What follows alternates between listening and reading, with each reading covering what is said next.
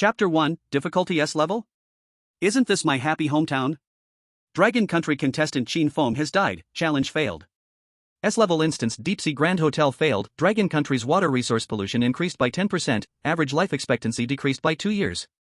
All contestants have perished, randomly selecting the 10th round instance. Above the sky, that enormous crimson light screen, resembling a tombstone, suddenly shattered, scattering into countless light points. The cold, emotionless mechanical announcement sounded like a heavy hammer, ruthlessly striking the hearts of the 1.4 billion people of Dragon Country. Endless despair flooded the entire country, like a tide. Lost again, the 9th time. The resources of Sakura Country and Ugly Country have piled up like mountains. We can't even drink clean water anymore. Heaven is going to destroy Dragon Country. I'm not willing to accept it.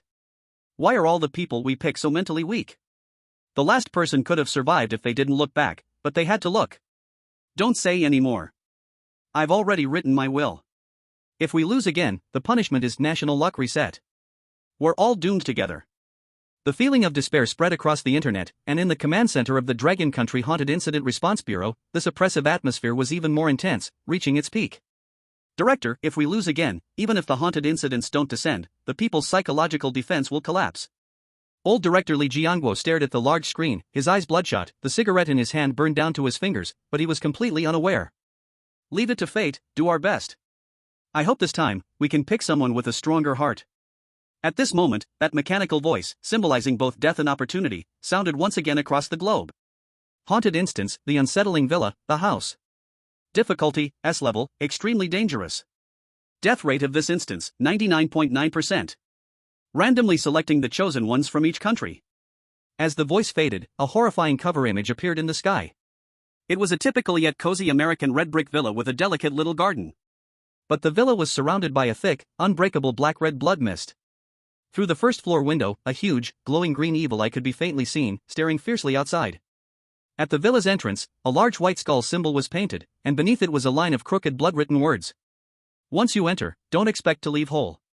When this image appeared, there was an uproar worldwide. S level? It's actually S level. The last S level instance that appeared, only the SEAL Team King of Ugly Country barely survived, but he spent the rest of his life in a psychiatric hospital. Dragon Country this time really is going to be destroyed. And in a cheap rental room in Dragon Country, Soo-Yun suddenly woke up from the bed, his mind in chaos. As a senior horror game streamer and anime fan, he was reviewing the script for his previous video about the Cartoon Logic murder incident. Was I chosen? Before he could react, that familiar weightlessness sensation hit, and the world in front of him plunged into darkness. A cold prompt tone exploded in his mind. Dragon Country's chosen one for this instance, Soo-Yun. Welcome to the instance, the unsettling villa. To balance the S-level difficulty and humanity's strength gap, all chosen ones will undergo forced transformation. The role you will play in this instance is Mouse Jerry Code. As the images of the chosen ones from each country appeared on the sky screen, there was wailing throughout Dragon Country. Because the images this time were too strange and full of despair. The viewpoint was extremely low. The live broadcast showed all the chosen ones lying on the ground. And in the reflection of the mirror, the Dragon Country audience saw what Soo-Yun now looked like. A mouse, no larger than the size of a palm, with brown fur, large ears, looking harmless and even a little silly and cute a mouse. It's over, completely over. S-level dungeon, the monsters must be ridiculously strong, but in the end, we turned into mice? Is this a gift? What can mice do? How can we win? Win with our heads? Other countries at least have mice, everyone starts at the same line. Wait. Ugly Country chose a special forces soldier. If he turns into a mouse, he's definitely more agile than an ordinary person. Soo-Yun looks like an ordinary nerd, look at his eyes, they're completely blank, he must be scared out of his wits. At this moment, live streams from various countries were filled with mockery of Dragon Country. Dragon Country is really going to become the rat crossing the street this time. Our Sakura Country's contestant is from a ninja family, turning into a mouse is perfect for using ninjutsu, Dragon Country people, just wait to die. As the world's police, our Ugly Country's mouse must be the strongest. Dragon Country? That's just food. Soo-Yun blinked, feeling the world had become incredibly vast. He looked down at his furry brown hands, there were only 4 fingers, no nails, round, a bit like jelly. Is this what it feels like to turn into a mouse? Then, scarlet rule-like text suddenly appeared in his retina. It was an iron rule of the haunted world that could not be broken. Survival rules, a humble mouse's survival guide. You are a mouse living on the lowest floor of a villa. This is the playground of the strong, and your hell. Always be wary of a blue cat named Tom, though it may seem stupid at times. When hunting, it can tear you to pieces. If it catches you, the consequences are not just death. You must collect at least 3 big pieces of cheese every day, or you will lose your sanity from hunger and willingly walk out of your hole to die. The lady of the villa despises dirt. If you hear her say, "Tommy, get rid of that dirty thing," quickly return to your mouse hole and pray that the cat is asleep. There is a vicious dog named Spike in the yard. Absolutely, never wake it up when it's sleeping, and don't step into its doghouse. Your body is fragile. Physical attacks are fatal to you, at least most of the time, unless you believe in miracles. In times of danger, if you can't escape in time, try to find some fun. Maybe that will help you survive a little longer. After reading the rules, Soo-Yun didn't tremble all over like the chosen ones from other countries, nor did he immediately shrink into a corner, shivering. Instead, his eyes became incredibly strange. In fact, there was even a hint of disbelief, excitement. He looked up, using the wide-angle vision unique to mice, and scanned the surroundings. This huge American-style living room. The deep blue wallpaper, the old-fashioned yet exquisite red single sofa. Not far away on the floor, the iconic red cat bowl with the word Tom printed on it. And behind him, in the corner of the wall, the old, though curved perfectly, architectural aesthetic half-moon-shaped mouse hole. This déjà vu. This scene so familiar that even his DNA was vibrating. Soo-Yun's previously tense nerves instantly relaxed, and he almost couldn't help but laugh out loud. He patted his round belly and pinched his elastic cheeks. Damn S-level horror dungeon, this is exactly the house from Tom and Jerry? The so-called horror blue cat, isn't it just that unlucky Tom? The so-called vicious dog Spike, isn't it just that big dog who only protects its cub and sleeps? In this house, as Jerry the mouse, is he the prey? No, he's at the top of the food chain. He is the real ruler of this villa. He is the concept god that even Newton's coffin can't suppress. Soo-Yun took a deep breath, his mouth uncontrollably curling into a wild grin. Just a second ago, he was worried he wouldn't survive the first episode. The next second, he was only worried about whether this cat could take a beating. Dragon Country is finished? This dungeon is a certain death? Soo-Yun sneered coldly in his heart. Does the rule say physical attacks are fatal? Sorry, anyone who has watched 800 episodes of an animated series knows that in this world, there is no such thing as death, only turning into various shapes. Even if you're smashed into a piece of paper with a frying pan, a single breath can restore you back to normal. This is not some survival game. This is an attack targeting the bizarre and descending dimensional strikes. Just as Soo-Yun was still marveling at this going-home moment, the hearts of the audience in the Dragon Kingdom livestream sank. Because while Soo-Yun was daydreaming, from the audience's perspective, danger had already arrived. Outside the mouse hole, the light suddenly dimmed.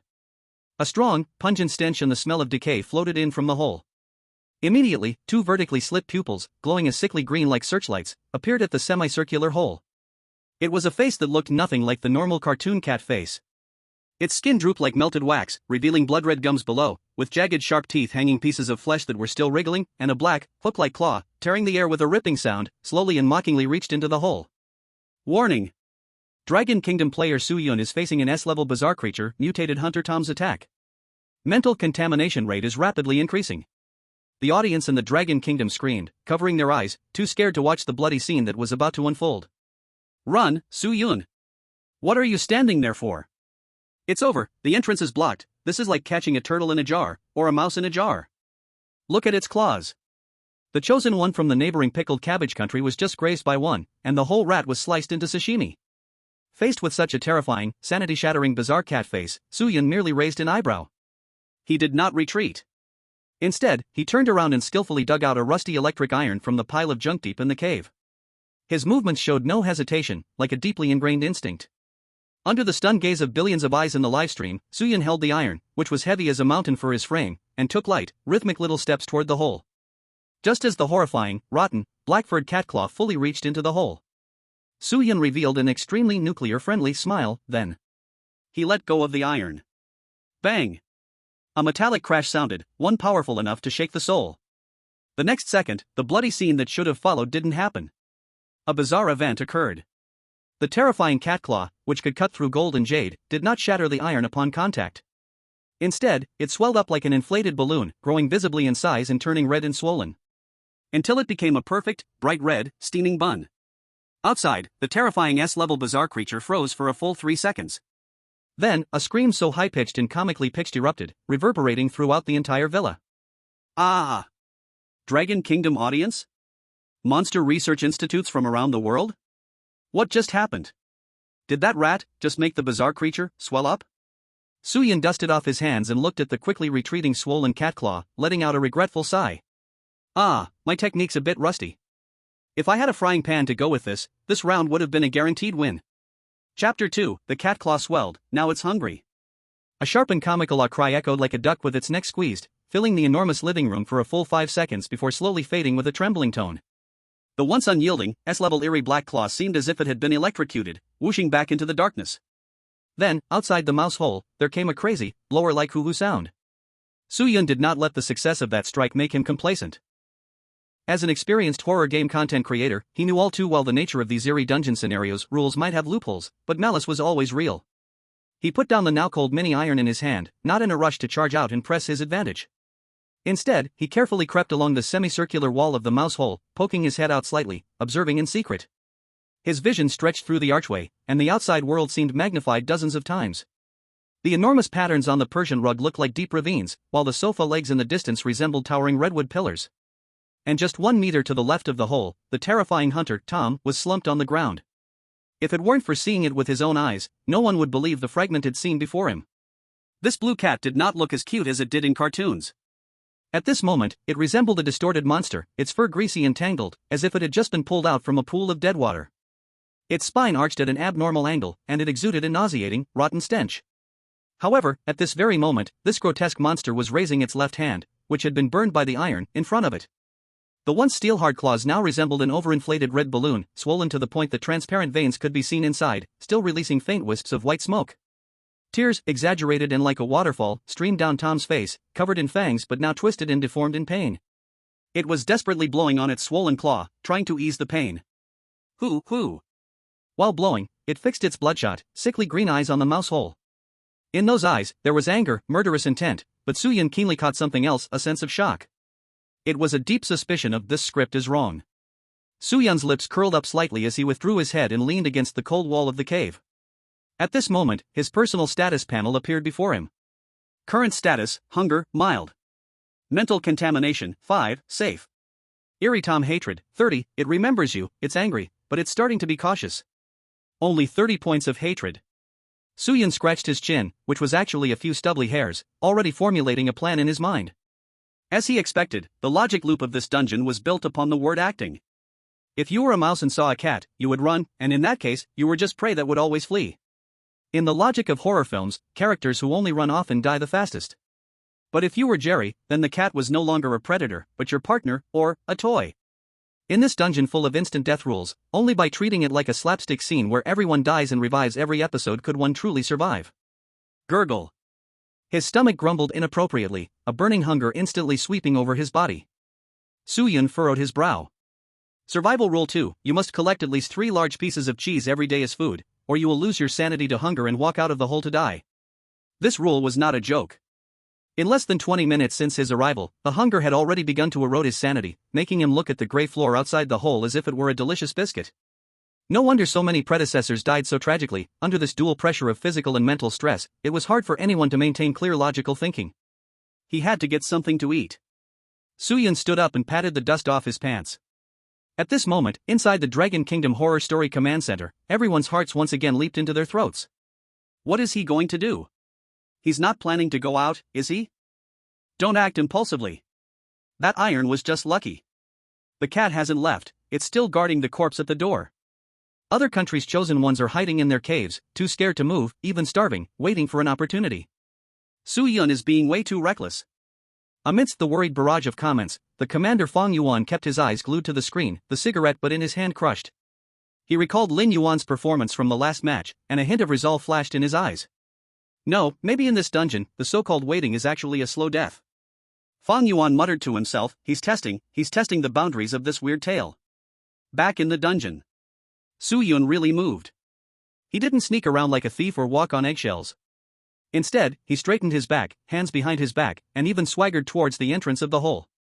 At that moment, Tom, who had been guarding the entrance, clearly froze for a moment. In the giant green eyeball, the pupil instantly contracted into a vertical line. It seemed surprised that this rat, which had just hit it hard, dared to come out when it wasn't completely safe. Tom bared its teeth, and the huge mouth that stretched all the way to its ears let out a low, menacing growl. Although its left hand was swollen, its right hand's sharp claws began scraping the ground, making a sound that sent chills down one's spine. The murderous intent came at him like a solid wall. Soo-yun felt all the hair on his body stand on end, a natural fear instinct from the creature's threat. But he fought the impulse to turn and run. He knew that once he showed fear and turned his back, this cat would instantly transform into that S-class freak and tear him apart. Soo-yun stopped. He didn't look at Tom's terrifying face but instead fixed his gaze on a spot 5 centimeters to the left of the entrance. There, a wooden board was placed. On the board, there was a triangular piece of golden cheese, radiating a rich fragrance. And beneath the cheese, there was an old, rusty but still tightly wound spring-loaded mousetrap, gleaming with a cold light. This was the so-called trap, the place where many chosen ones died on the first day. Either their spines would be snapped by the trap, or they'd be swatted dead by the cat while trying to grab the food. The chosen one from the ugly country, the Special Forces soldier nicknamed Wild Bison, was also facing the same dilemma. He was crouched by the entrance, using a thin wire to try and hook the cheese without alerting the cat. His movements were extremely light, even holding his breath. This was the solution for a normal person. But Soo-yun smiled. He looked at the bizarre Tom, which was still drooling like a small mountain, and made a move that would cause all the viewers in the world to short-circuit. He extended a short, brown index finger, pointed at Tom, then pointed at the mousetrap on the ground. Then, he shook his finger and showed a look of disdain, as if saying you should have known better. TSK TSK TSK. Soo-yun even made a mocking sound. Tom? The next second, Soo-yun stepped out of the mouse hole. He didn't go for the cheese. Instead, he walked directly up to the mousetrap. He didn't use any tools, instead directly reaching out and skillfully, naturally, grabbing the corner of the cheese. Warning! Due to your extremely dangerous actions, the pollution level has increased to 15. This wasn't just pulling a tooth from a tiger's mouth, this was stealing offerings from the king of hell's table. But something strange happened. According to the laws of physics, no matter how fast Soo-yun's hand was, that extremely sensitive mousetrap should have snapped shut the moment he touched the cheese, crushing his arm. But as Soo-yun grabbed the cheese, it seemed like he unintentionally used his other foot to gently press against the base lever of the mousetrap. Click! A very faint sound. The deadly mousetrap. It maintained an extremely delicate balance, still with its mouth wide open, but not closing. Soo-yun got the cheese. The sweet aroma slightly eased the burning hunger in his stomach. But he didn't run back into the hole. In front of Tom, he tore off a small piece of cheese, put it in his mouth, chewed, then made a disgusted face, as if to say it's just okay. Then, he made the ultimate provocative move. He picked up the mousetrap, which was even bigger than him, still on the verge of triggering, and presented it to Tom like he was holding a plate of food, very friendly and diligent. In Soo-yun's round, black eyes, there was nothing but innocence and kindness. It seemed to say, "Brother cat, this thing is blocking my door. You dropped it, right? Here you go." Silence. A deathly silence. Tom's intact right hand stopped in midair, with its sharp claws just 3 centimeters away from Soo-yun's skull. The bizarre brain, once full of violence and chaos, seemed to have trouble processing the information before it. According to the script, shouldn't this mouse be screaming and running away? What is it doing? Is it insulting me, an S-class bizarre creature? Or, is this some sort of game? A primal instinct called curiosity overwhelmed the desire to kill. Tom squinted, his green eyes turning. He didn't immediately kill this mouse, unaware of its place. His huge, rotting brain slowly moved toward the mousetrap that was offered. He wanted to see what mystery this thing held. Just as Tom's wet black nose barely touched the little metal plate on the mousetrap, meant to hold the bait. Soo-yun, with his hand holding the base, very smoothly, even with a slight rhythm. Let go. Bang! A crisp, loud, metallic snap echoed through the empty living room. The audience around the world only felt a flash before their eyes. When they could see clearly, the rusty iron trap was tightly and perfectly clamped on the blue cat's protruding nose. Time seemed to freeze for 2 seconds. Tom's face didn't immediately show pain but instead displayed an eerie shock, as his facial features squished inward from the force. Soo-yun, on the other hand, as if having done something trivial, took advantage of the momentary freeze, holding the remaining large piece of cheese, and performed a slick backflip. If not for his slightly large belly, it would have been more graceful, sliding back into the mouse hole. Only when he landed safely did a scream, loud enough to shatter eardrums, with a fluctuating tone, come from outside the hole. Ow ow ow oh. Dragon Kingdom Chosen 1 Soo-yun, pollution value decreased to 5. Congratulations, you have obtained an item, slightly moldy big cheese, January 3rd. Congratulations, you have obtained the achievement, Jerry's Prank, sea level, your provocation confused the bizarre. Inside the hole. Soo-yun leaned against the wall, holding the piece of cheese, his heart racing wildly in his chest, like a motor. Only he knew how many times he had danced on the edge of life and death in the past minute. The stench from the cat still made him feel like vomiting. Sure enough. Soo-yun took a deep breath, wiped the non-existent cold sweat from his forehead, and his eyes sparkled brighter and brighter. In this world, nothing is more life-saving than creating painful accidents for cats. As long as I'm slick enough, death can't catch me. Just as Soo-yun was about to enjoy his hard-won dinner, his ears suddenly twitched. Because, aside from Tom's scream, he heard another heavy footstep, like someone wearing leather shoes walking. The heavy footsteps coming from the distant stairs. Were the presence more terrifying than a cat? This was the master of the house. Chapter 3, A Woman Who Only Shows Her Legs arrives at home. The heavy footsteps on the stairs thud, thud, thud against the wooden steps, with each step falling as if a heavy hammer struck the heart, shaking even the dust in the mouse hole. Originally, the strange Tom, who was in the middle of the living room holding his nose and making pig-like shrieks, seemed to have been suddenly muted. Its high-pitched, miserable ah was forcibly swallowed back into its throat, making two strange, muffled sounds of gurgle, gurgle. Soo-yun sat in the shadow of the hole, holding a half-block of moldy cheese, not in a hurry to eat it, but squinting his sharp, mouse-like eyes, intently watching every move of Tom. In this S-rank dungeon, observation was a survival rule even more important than action. Tom paid no attention to the rusty mousetrap that was tightly clamped on its nose, already deeply embedded in its flesh. Its greasy, messy blue fur immediately flattened down. It frantically scrambled on all fours, awkwardly using its left paw, which was still swollen like a steamed bun, to sweep its pus and tears off the carpet and under the floorboard. The movement was so practiced it was heart-wrenching. It seems that in this house, cats don't have as high a status as I imagined, Soo-yun thought to himself, the corner of his mouth curling into a meaningful smile. This logic perfectly closed the loop with the cartoon he watched in his previous lifetime. Although a villain, was just a worker in front of the master, one who had to keep the house clean and catch mice, or else he would be kicked out of the house. Creak. The heavy wooden door connecting to the entrance was pushed open from the outside, and a cold, mixed air of cheap perfume and strong formaldehyde immediately poured into the living room. A huge shadow covered the room. From Soo-yun's mouse perspective, the figure entering was not a person, but a moving mountain of flesh. Even when he tried to raise his head, he couldn't see the upper body of this so-called female master, only two thick legs that looked like stone pillars. These legs were clad in thick, deep brown stockings that were stretched to the point of almost bursting from the fat, with bright red, furry slippers on the feet. But at the edge of those slippers, Soo-yun keenly noticed a few unwashed fingers from some unknown creature. This was the female master mentioned in Rule 4 Mammy 2 Shoes? The terrifying sense of oppression immediately dropped the room's temperature to freezing point. At this moment, in the global livestream split screen, a chosen one from the romantic country, also turned into a mouse, had no time to hide back in the hole due to being too close to the door, and could only shiver, curling up under the sofa. But he forgot the instinct of mice shaking would cause the whiskers to twitch, creating slight air disturbances. That huge red slipper suddenly stopped. A deafening voice, as if a subwoofer was directly blasting in the eardrum, rang out. It was a woman's voice, but deep and full of malevolent violence. I think I see something dirty? The next second, without any time for reaction, that massive red slipper was lifted high, then fell down heavily like a meteor. Splat. No suspense at all. The chosen one from the romantic country, hiding in fear, didn't even have time to scream, instantly turning into a puddle of red meat mush, leaving behind a not-so-beautiful flower on the brown carpet. The red slipper rubbed against the ground forcefully, as if the thing it had crushed was just an unknown smelly bug. Ugh, so disgusting. The female master complained with disgust. Meanwhile, in the Long Kingdom livestream, countless spectators watched the scene, and cold sweat instantly soaked their backs. Damn, this is too brutal. Without even showing her face, she stomped him to death with one kick?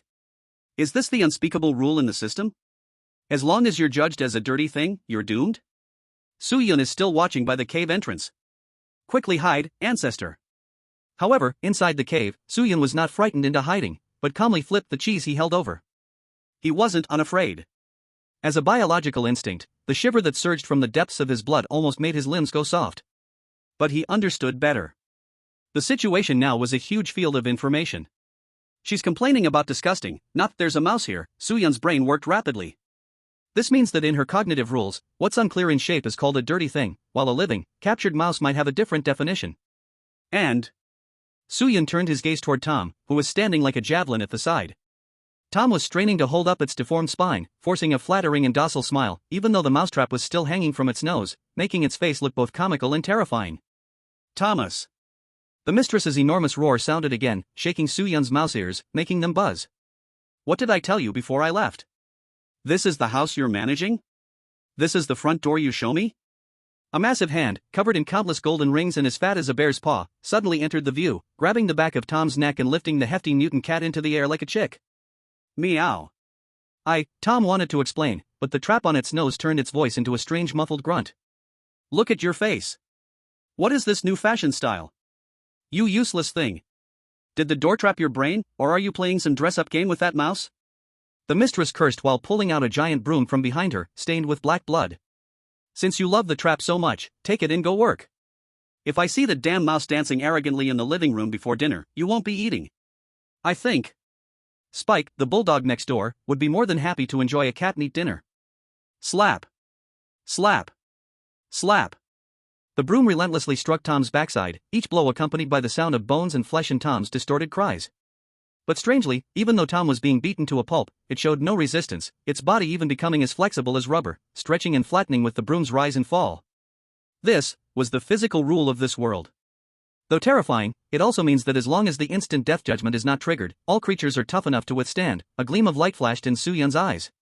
This was an extremely important piece of information.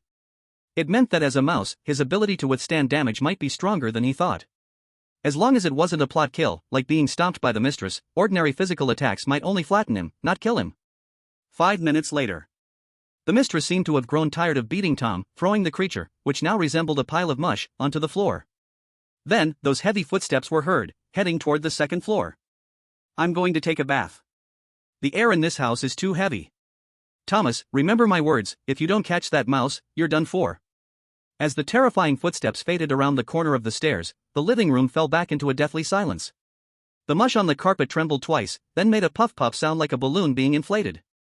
Tom stood up again. It pulled off the mousetrap from its nose, ripping off a piece of gray-black nose flesh in the process. But it was only for a moment. The wound bizarrely healed, but the tip of the nose remained swollen and red like a clown's. This time, Tom did not rush straight into the mouse hole. It turned its back to Soo-Yun, its shoulders violently shaking. A kind of energy called extreme hatred exploded from it. Soo-Yun could clearly see that, bizarre Tom's hatred value, was soaring wildly. 30, 50, 80. Warning! Bizarre Tom has entered Phase 2 purging mode. It no longer wants to play with you, it must kill you to gain the right to survive. Trouble. Soo-Yun sighed lightly. The previous Tom was passive, lazy, and arrogant. That was why he could play tricks on it. But now, Tom was a desperate outlaw fighting for survival. But now, it's more interesting. Soo-Yun turned around and stopped looking at Tom. He knew the next thing would definitely be a fight to the death, but right now, he had something more important to do. That was, to eat. The cheese in his hand had already been soaked by the sweat of his palm, giving off a musty, aged smell. Survival Rule 3, you must collect at least 3 large pieces of cheese every day as food. Now he only had 1/3 of a piece left, he had taken half back when provoking Tom earlier, and the rest had fallen off in crumbs along the way. Without hesitation, Soo-Yun opened his mouth and took a crunching bite of the cheese. There was no sweet taste. In that moment, a nauseating feeling, as if he had swallowed a mouthful of cold, damp grave soil, shot straight into his head, mixed with the revolting taste of rusty iron. The viewers in the Dragon Country live broadcast room clearly saw Soo-Yun's face instantly turn pale green, but he still didn't spit it out. Instead, he puffed his cheeks, forced himself to chew, and finally tilted his head back, swallowing it as if he were swallowing a blade. Hick! Soo-Yun burped, and tears welled up in his eyes. But as this bizarre food went down, the burning, desperate hunger that made him want to rush out to die really retreated like a tide. Current status, hunger alleviated, 30%. Sanity restored. Currently still needed, 2.5 pieces of large cheese. Sure enough, this thing is not food, it's a sanity value stabilizer. Soo-Yun wiped the crumbs from the corner of his mouth, and his eyes became clear and sharp again. At the same time, outside the mouse hole, a mechanical sound of a gun being cocked suddenly echoed. Soo-Yun turned around. He saw Tom standing 5 meters away from the hole, not holding claws or a stick. It had somehow found a set of extremely precise, toy crossbows with sniper scopes.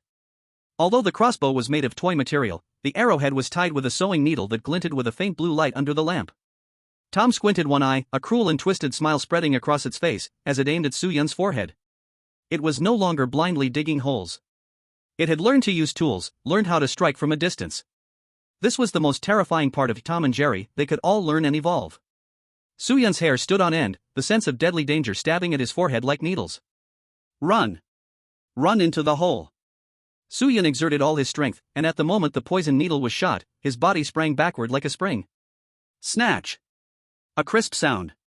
The arrow with the poison needle flew so close to Suyun's stomach that it slammed into the wall behind him, embedding 3 inches into it, its tail feathers still shaking violently. Suyun rolled on the ground, and when he got up, he glanced at the arrow. If he had been just 0.1 seconds slower, he would have been pinned to the wall. And outside the hole, the attack didn't stop just because it missed. There was another series of clicks as the crossbow was cocked. This time, Tom seemed to have found a row of arrows, ready to turn the hole into a porcupine. Physical attacks are deadly, as long as they hit with a sharp object. Suyun remembered the rules. He could not stay in this hole, which was just a straight line, any longer. There is no cover here, it's practically a live target. He has to go deeper. This mouse hole is definitely not just this small little entrance. Suyun turned around, no longer caring about the arrows thud shooting into him like raindrops, and ran towards the deep, pitch-black, unexplored world inside the wall. That is where Jerry's true territory lies. There should be the treasures left by generations of mouse predecessors. As he ran, Suyun couldn't help but complain, "This cat is playing dirty. We were supposed to throw cakes at each other, but it starts with a sniper fight? Fine, if you don't want to be proper, then don't blame me for being rude." His eyes were already locked on the small box emitting a faint blue light deep in the cave that was the matchbox. And beside the matchbox, there was a dusty, small red firecracker, no bigger than a pinky nail. Chapter 4, a booming gift prepared for the cat. Thud thud thud. The annoying sound of arrows hitting the wall behind him finally stopped. Suyun dropped to all fours and ran wildly through the narrow, dark crack in the wall for a full 2 minutes, until he confirmed that the crazy blue figure didn't extend its claws deep into this place, before finally stopping, out of breath. This was no longer the easily seen entrance hole. As the light gradually dimmed, the surrounding space actually became unexpectedly spacious. This was a cavity inside the wall, and for Suyun, who was only the size of a palm, it was like a 2-meter-high duplex apartment. The air smelled of dry wood chips and a faint, not unpleasant odor of old fabric. Suyun leaned against the wall, his heart still pounding from the intense run. "My stamina is still too poor," he muttered softly, feeling a rusty taste rising in his throat. "Mice may be explosive, but their endurance is basically trash. If I had slowed down just a little bit earlier, I'd probably be stabbed into a hedgehog by that god archer. After his breathing steadied, Suyun started to examine this new world that had never appeared on the livestream.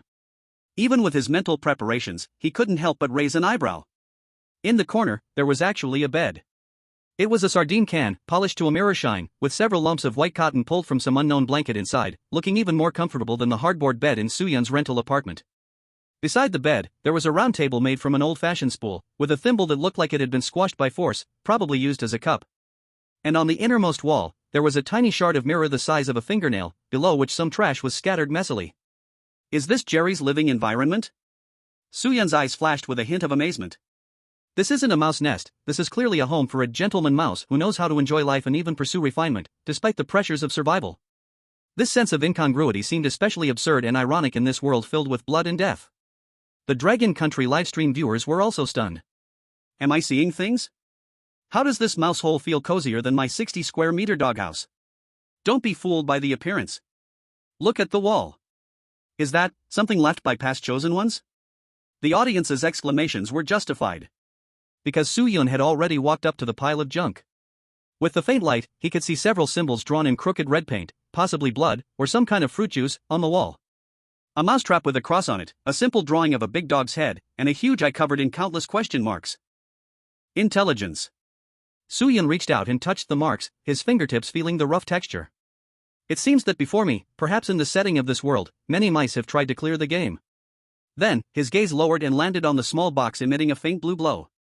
It was the matchbox he had noticed in the first chapter. And another red, small cylinder with fuses at both ends, the firecracker.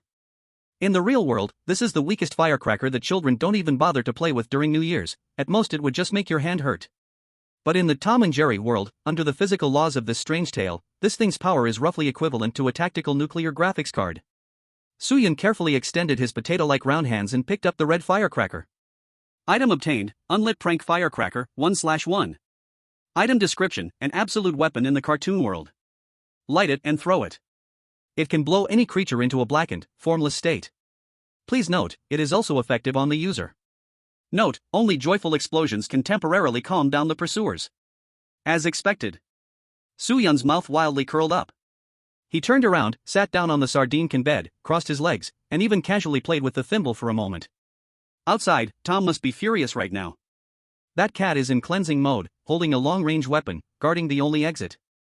If following the usual horror movie logic, Soo-Yun should be crouching in this shelter, using the supplies here to survive, praying that the cat leaves, or waiting for the female owner to appear and drive the cat away. But that was too passive. Passive waiting means sticking your neck out to be sliced by someone else's knife. Besides, he still needs 2.5 pieces of large cheese. If he stays hidden here, once his hunger level spikes and his sanity breaks, he'll turn into a beast driven crazy only by the need for food. Control must be in my own hands. Soo-Yun took a deep breath, his gaze turning sharp.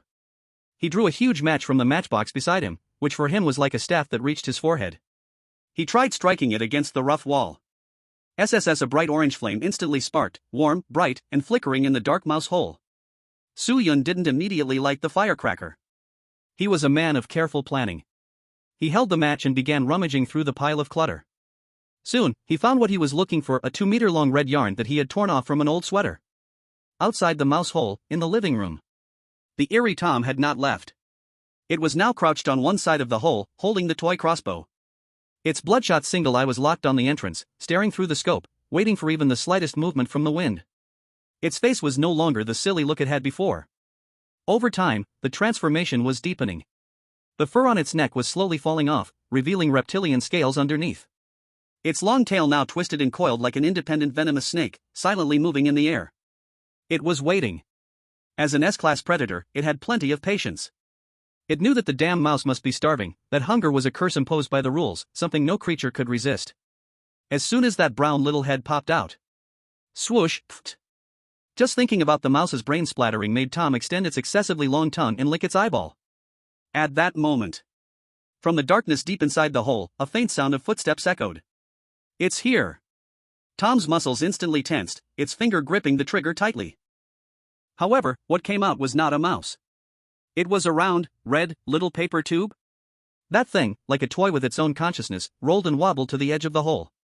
Behind this red little paper tube, there was a long red yarn trailing. And at the end of the yarn, there was no mouse in sight. Tom froze for a moment. Its one eye blinked in confusion. What kind of tactic is this? A trial balloon? It warily didn't shoot immediately, but instead moved its large head a little closer, trying to figure out what this red tube actually was. Just when its nose was only 10 centimeters from the hole. The short fuse on the red tube suddenly ignited with a very dazzling spark. SSSSSSS. The burning sound was crisp and pleasant to the ears. Time seemed to slow down in that moment. It was like a silent pantomime. Tom's vertical pupils went from confusion to shock, then to fear. As the native of this world, although its body had mutated and its mind had gone mad, some painful memories etched deep in its bones would never disappear. It knew exactly what this thing was. Tom instinctively wanted to scream or retreat. But the first law of Tom and Jerry, when the bomb fuse burns, the victim must first show a comical close-up expression. Tom couldn't break this law. It watched helplessly as the spark burned to the end. No, it made a weak sound. Then, boom! A huge black and red cloud of smoke exploded with an exaggerated explosion sound at the corner of the living room. The entire corner trembled, and the wall dusted down in flakes. The deadly crossbow bolt was directly blown away by the shockwave, smashing into the ceiling and shattering into pieces. The smoke lingered in the air, not dissipating for a long time. The bullet comments in the Dragon Kingdom live stream room, after a brief pause, started flooding the screen. What the hell? Is this the trap Soo-Yun was fiddling with in the hole? A remote-controlled bomb? He tied a matchstick delay fuse to the yarn? Where's the cat? Did that cat die? As the black smoke slowly cleared, a figure, resembling a black charcoal statue, still stood at the hole. At this point, Tom no longer had the previous great eerie dominance. Its blue fur had all been burned off, turning it into a black, shiny slick cat that even reflected light. Its mouth was wide open, forming a standard O shape, its ears drooping like withered flowers at both sides of its head, and there was still a playful wisp of green smoke rising from the top of its head. And on that charred face, only the whites of its eyes remained white, weakly and alternately blinking. There was no blood. But this look was more humiliating than bleeding. The next second, the black charcoal statue wobbled twice, its legs gave way, and with a crash sound, it broke into a pile of black crumbs. No, it was soft and collapsed to the ground, turning into a black paper-like piece. As expected, not dead. Inside the mouse hole, Soo-Yun looked at this scene without surprise. In the rules, they were not dead. But this severe injury was enough to make this strange creature lose its ability to move and think for the next 10 minutes, entering that so-called wise, dazed mode. This was the opportunity Soo-Yun had been waiting for. He didn't waste a second, quickly rushing out of the hole. He bypassed the cat pancake on the ground that was struggling to puff itself up again, didn't even look at it, and with his 4 short legs, dashed toward the nearby dining table like a brown lightning bolt.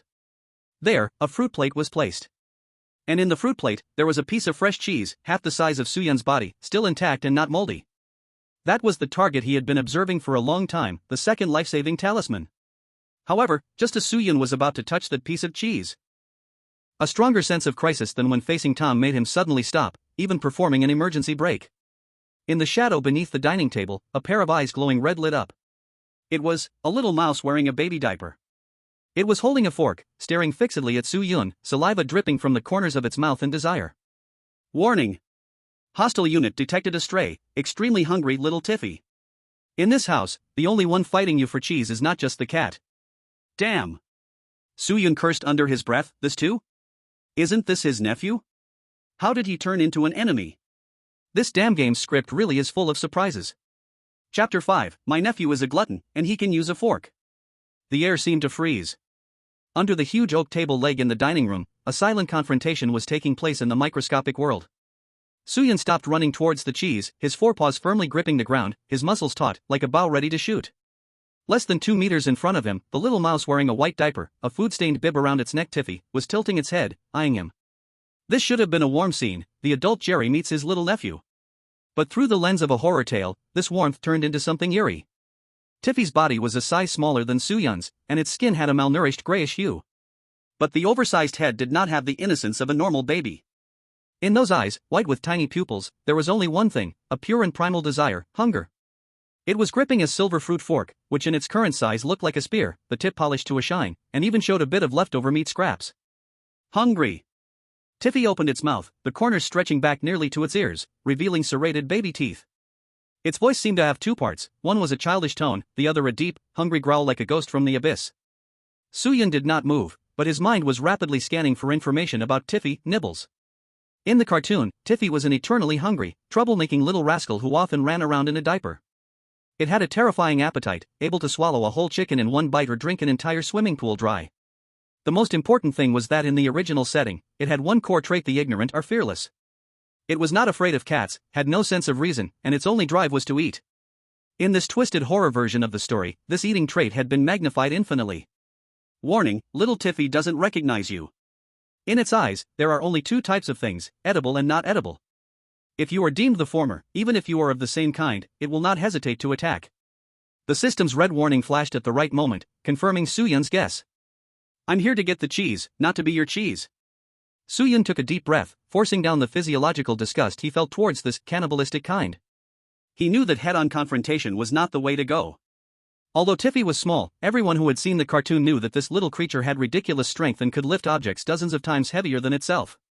Moreover, that fruit fork was a real weapon, a stab from it would probably even puncture a cartoon Invincible body. At that moment, Tiffy moved. Meat. It muttered, its legs pushing off the ground, and the speed it exploded with was even faster than Suyun's previous sprint. The silver spear, with a sharp whooshing sound, aimed straight for Suyun's round belly. The Dragon Kingdom livestream chat went into an uproar. This kid is even more ruthless than a cat? Suyun, dodge. This thing looks like a crazy dog. The chosen ones from other countries couldn't even avoid cats, and Suyun just escaped from the tiger's mouth and walked straight into the wolf's den.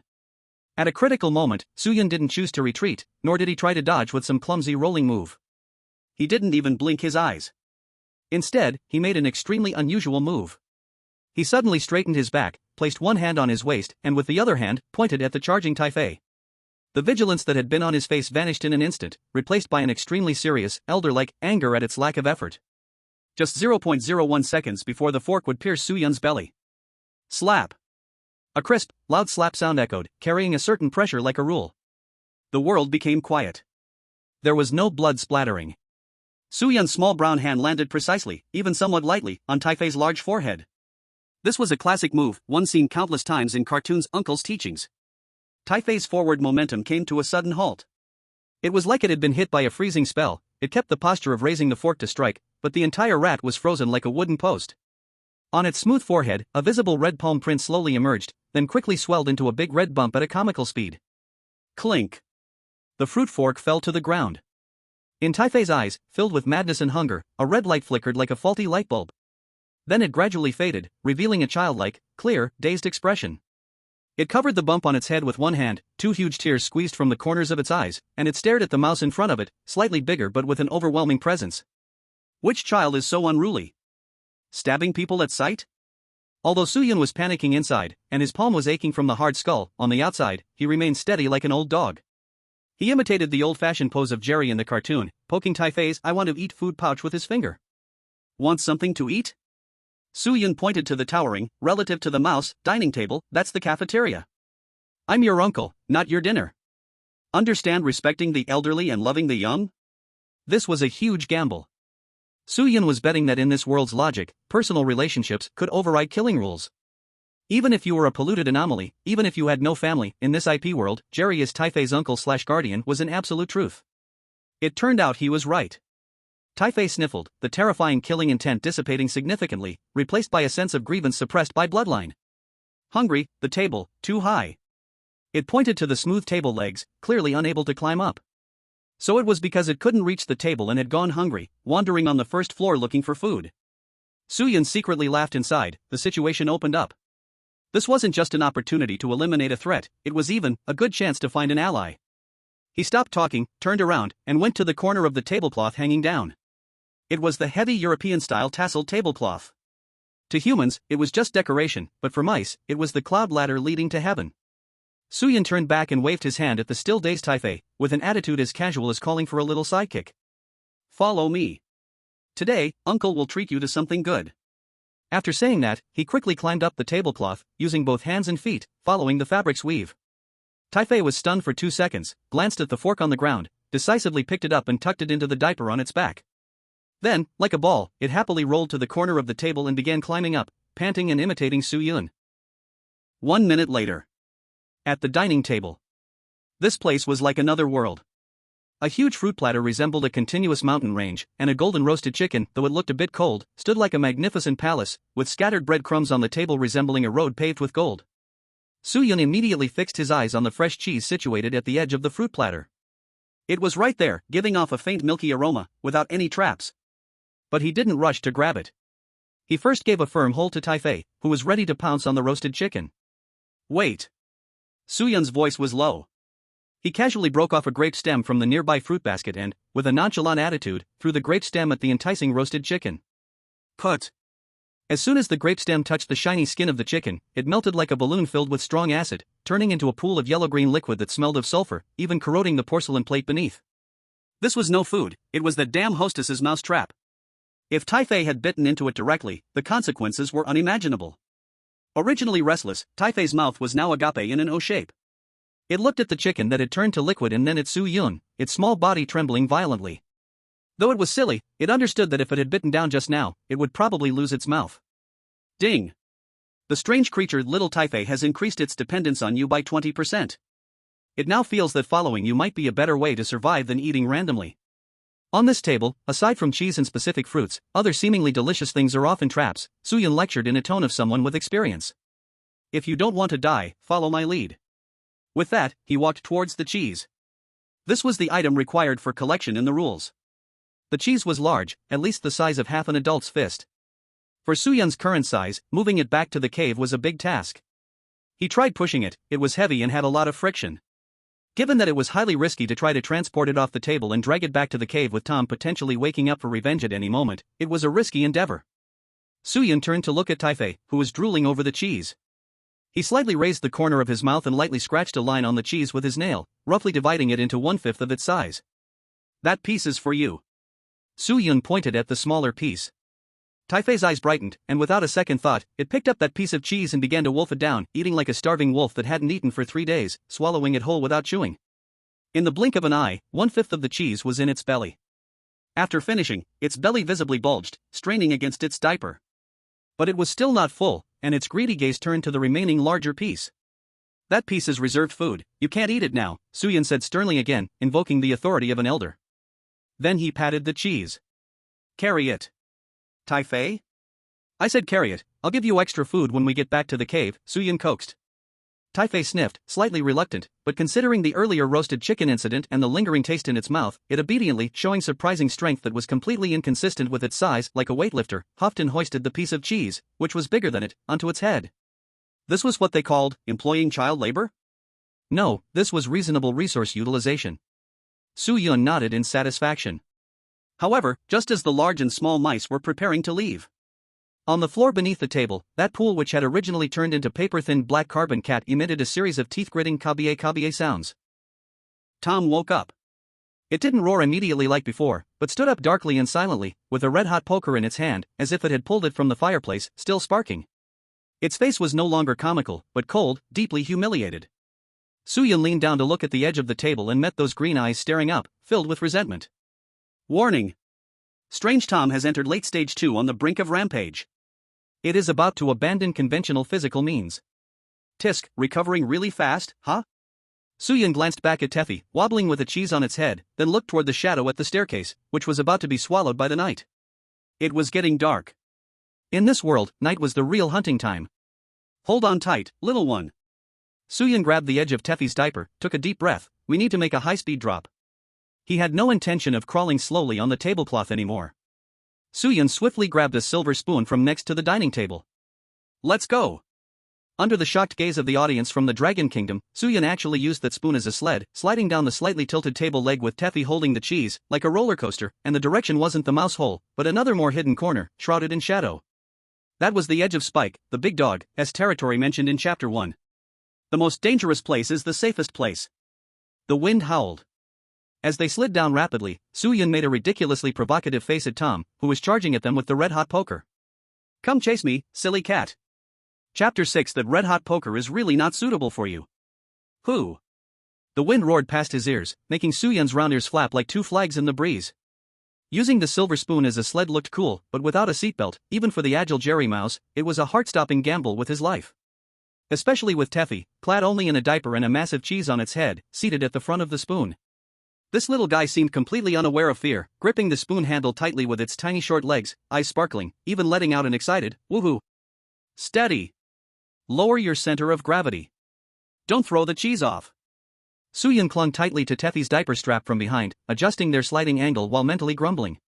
Why the hell are the table legs so long? It felt like playing extreme drop from 30 stories high. Above them, the strange Tom, who was originally chasing them furiously, stood at the edge of the table, holding that glowing poker. It did not jump down. This cunning hunter seemed unwilling to risk its fragile body in another high fall.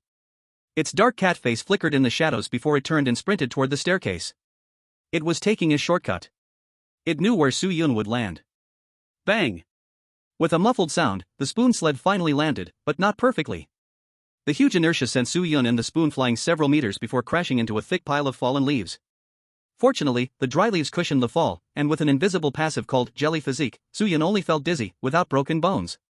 He shook his head, pushed the leaves off, and immediately looked at Teffy. The little foodie lay beside him in a star shape, miraculously still clutching the piece of cheese, which was bigger than its head, tightly against its chest. Not even a single corner is broken. Well done, the persistence of a foodie is indeed terrifying.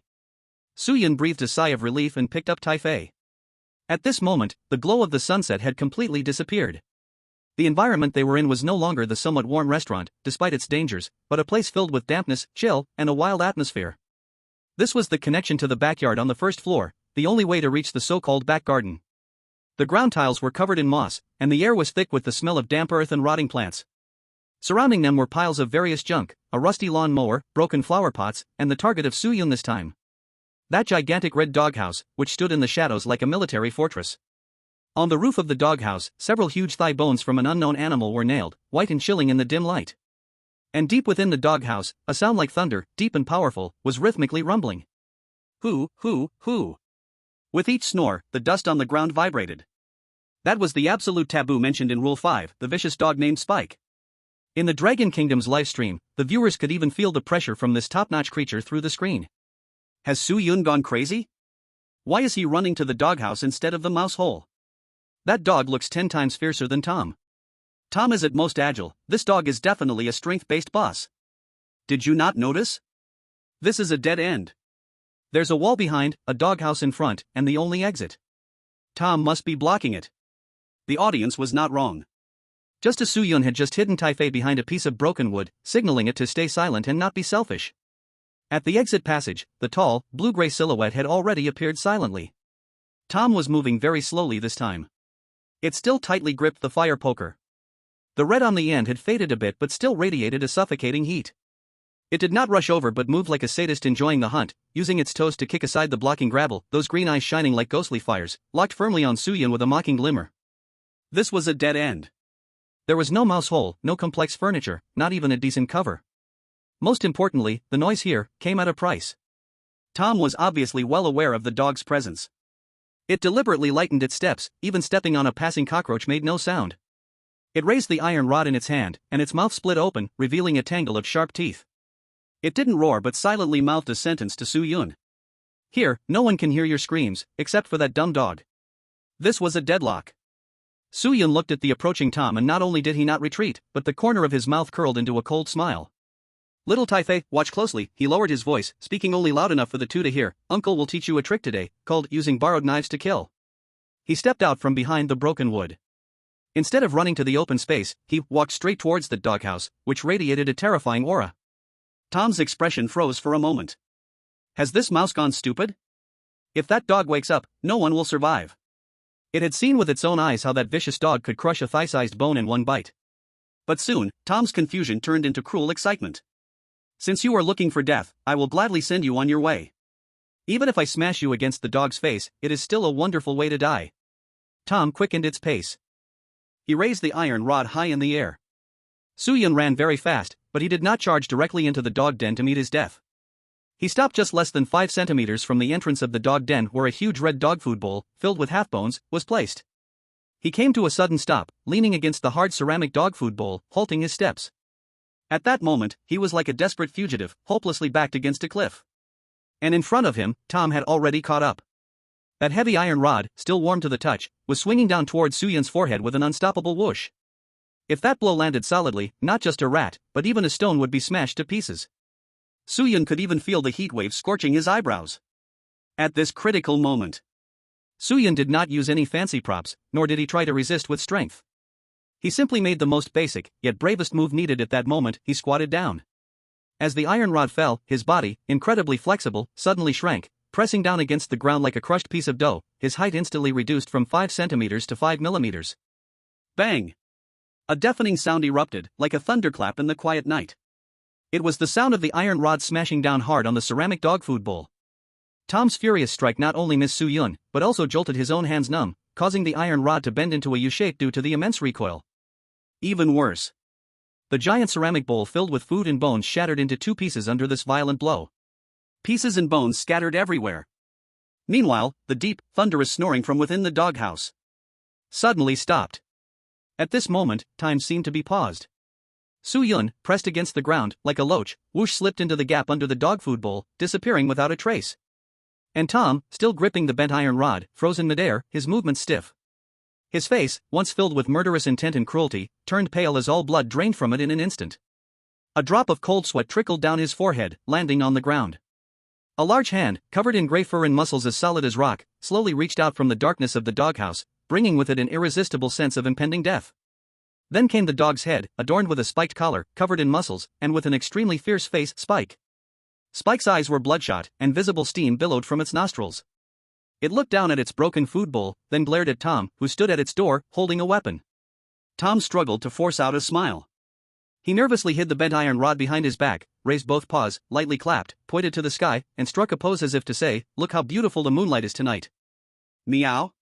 What a coincidence. Spike did not admire the moonlight. It simply stood up slowly, its massive shadow enveloping Tom entirely. In front of billions of viewers in the Dragon Kingdom's live broadcast, the vicious dog representing the peak combat power of the dungeon showed no mercy because of Tom's antics. It reached out a hand, casually grabbing Tom by the neck as if picking up a toy, lifting him into the air. Then, Spike bared its dagger-like teeth and let out a deep, single-syllable word. Woof! This sound was not a dog bark, but a signal to enter the mode of cruelty.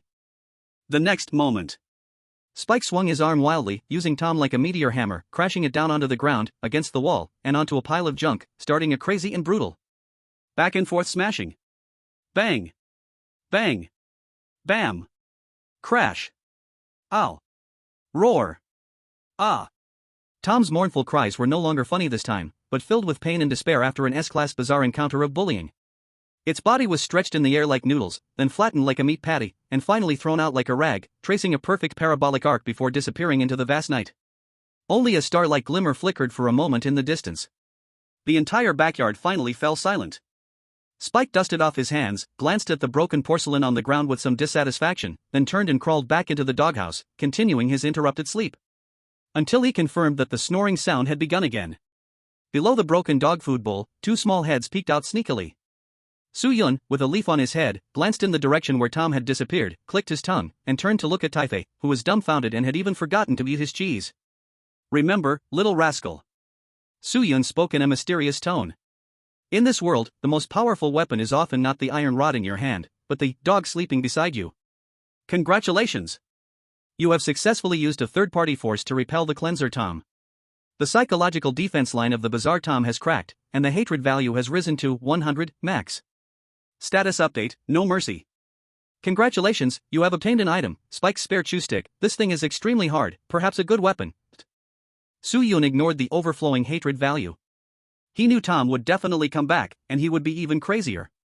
But that was a matter for the future. "Let's go, Taifei." Soo-yun picked up a small piece of bone, chew stick, from the ground and tucked it into his waist, like a sheathed sword. "It's dark, and we need to find a real place to spend the night in this yard. Of course, before that, hide your cheese well. Don't forget, the nature of mice is not only to steal but also to store." Chapter 7, Mice also need to store money for a living. The moon was pale, like a giant dead eyeball hanging in the night sky. As Spike's snoring returned to a rhythmic sound, the suffocating dead air in the backyard slightly dissipated. But that didn't mean safety. On the contrary, another kind of malice belonging to the night began to spread among the grass with the damp, cold mist. "Shut your mouth if you don't want to be made into a midnight snack by that dog." Soo-yun reached out, pushing Taifei's drooling chin back up, casually wiping his hands on Taifei's food scrap-filled pouch. This little guy's eyes had been fixed on the scattered dog food bowl remnants since he saw them, and if Soo-yun hadn't stopped him, he would have licked those bone scraps covered in dog slobber clean off the ground right away.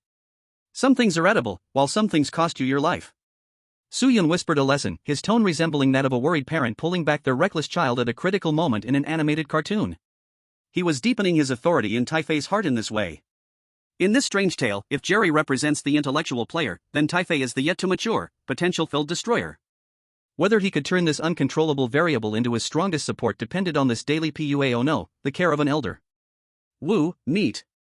Taifei pointed at the thigh bone that Spike treated like treasure but knocked to the ground while smashing Tom, eyes filled with reluctance. "That one can't be taken. It was too heavy, and it was the lifeline of that crazy dog. If it woke up tomorrow morning and found the bone missing, it would definitely dig the yard 3 feet deep." Soo-yun calmly analyzed the situation. Although he held a piece of the backup grinding stick, a small fragment of the bone, in his hand, that was a trophy, while the whole one on the ground was a hot potato. To be a mouse, one must know when to stop. Greed is a killer faster than a cat. "Let's go."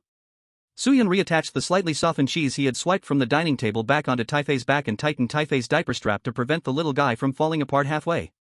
"We need to find a real stronghold. That doghouse may be intimidating, but that dog can crush us into two-dimensional beings with a single turn." He turned around, facing the backyard lawn ahead, which for humans was just a few steps, but for mice, it was as dense as a primeval forest.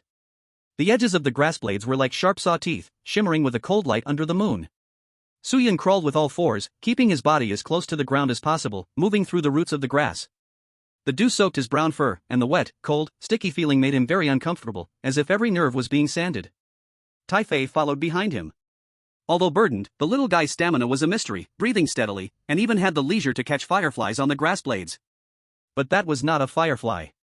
When the glowing insect turned around, the audiences in the Dragon Kingdom livestream gasped. It was a moth with a miniature human face, its wings covered in terrifying patterns that looked like eyes, and it let out a faint yet sharp mocking laugh at Taifei before disappearing into the darkness. Taifei shrank his neck in fear and obediently pressed closer to Soo-yun's backside. "Is this what the S-level instance's wilds are like?" Soo-yun noted in his heart, even a bug is filled with bizarre pollution. But he didn't panic too much.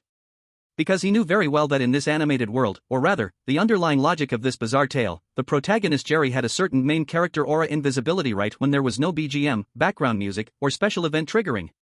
As long as he didn't actively provoke them, those monsters in the background were likely just part of the scenery. It was like the experience he summarized when playing as Nobita in the last book. If you walk by like an ordinary person, the plot won't kill you at this point because the story needs you to die in a more dramatic place. 10 minutes later.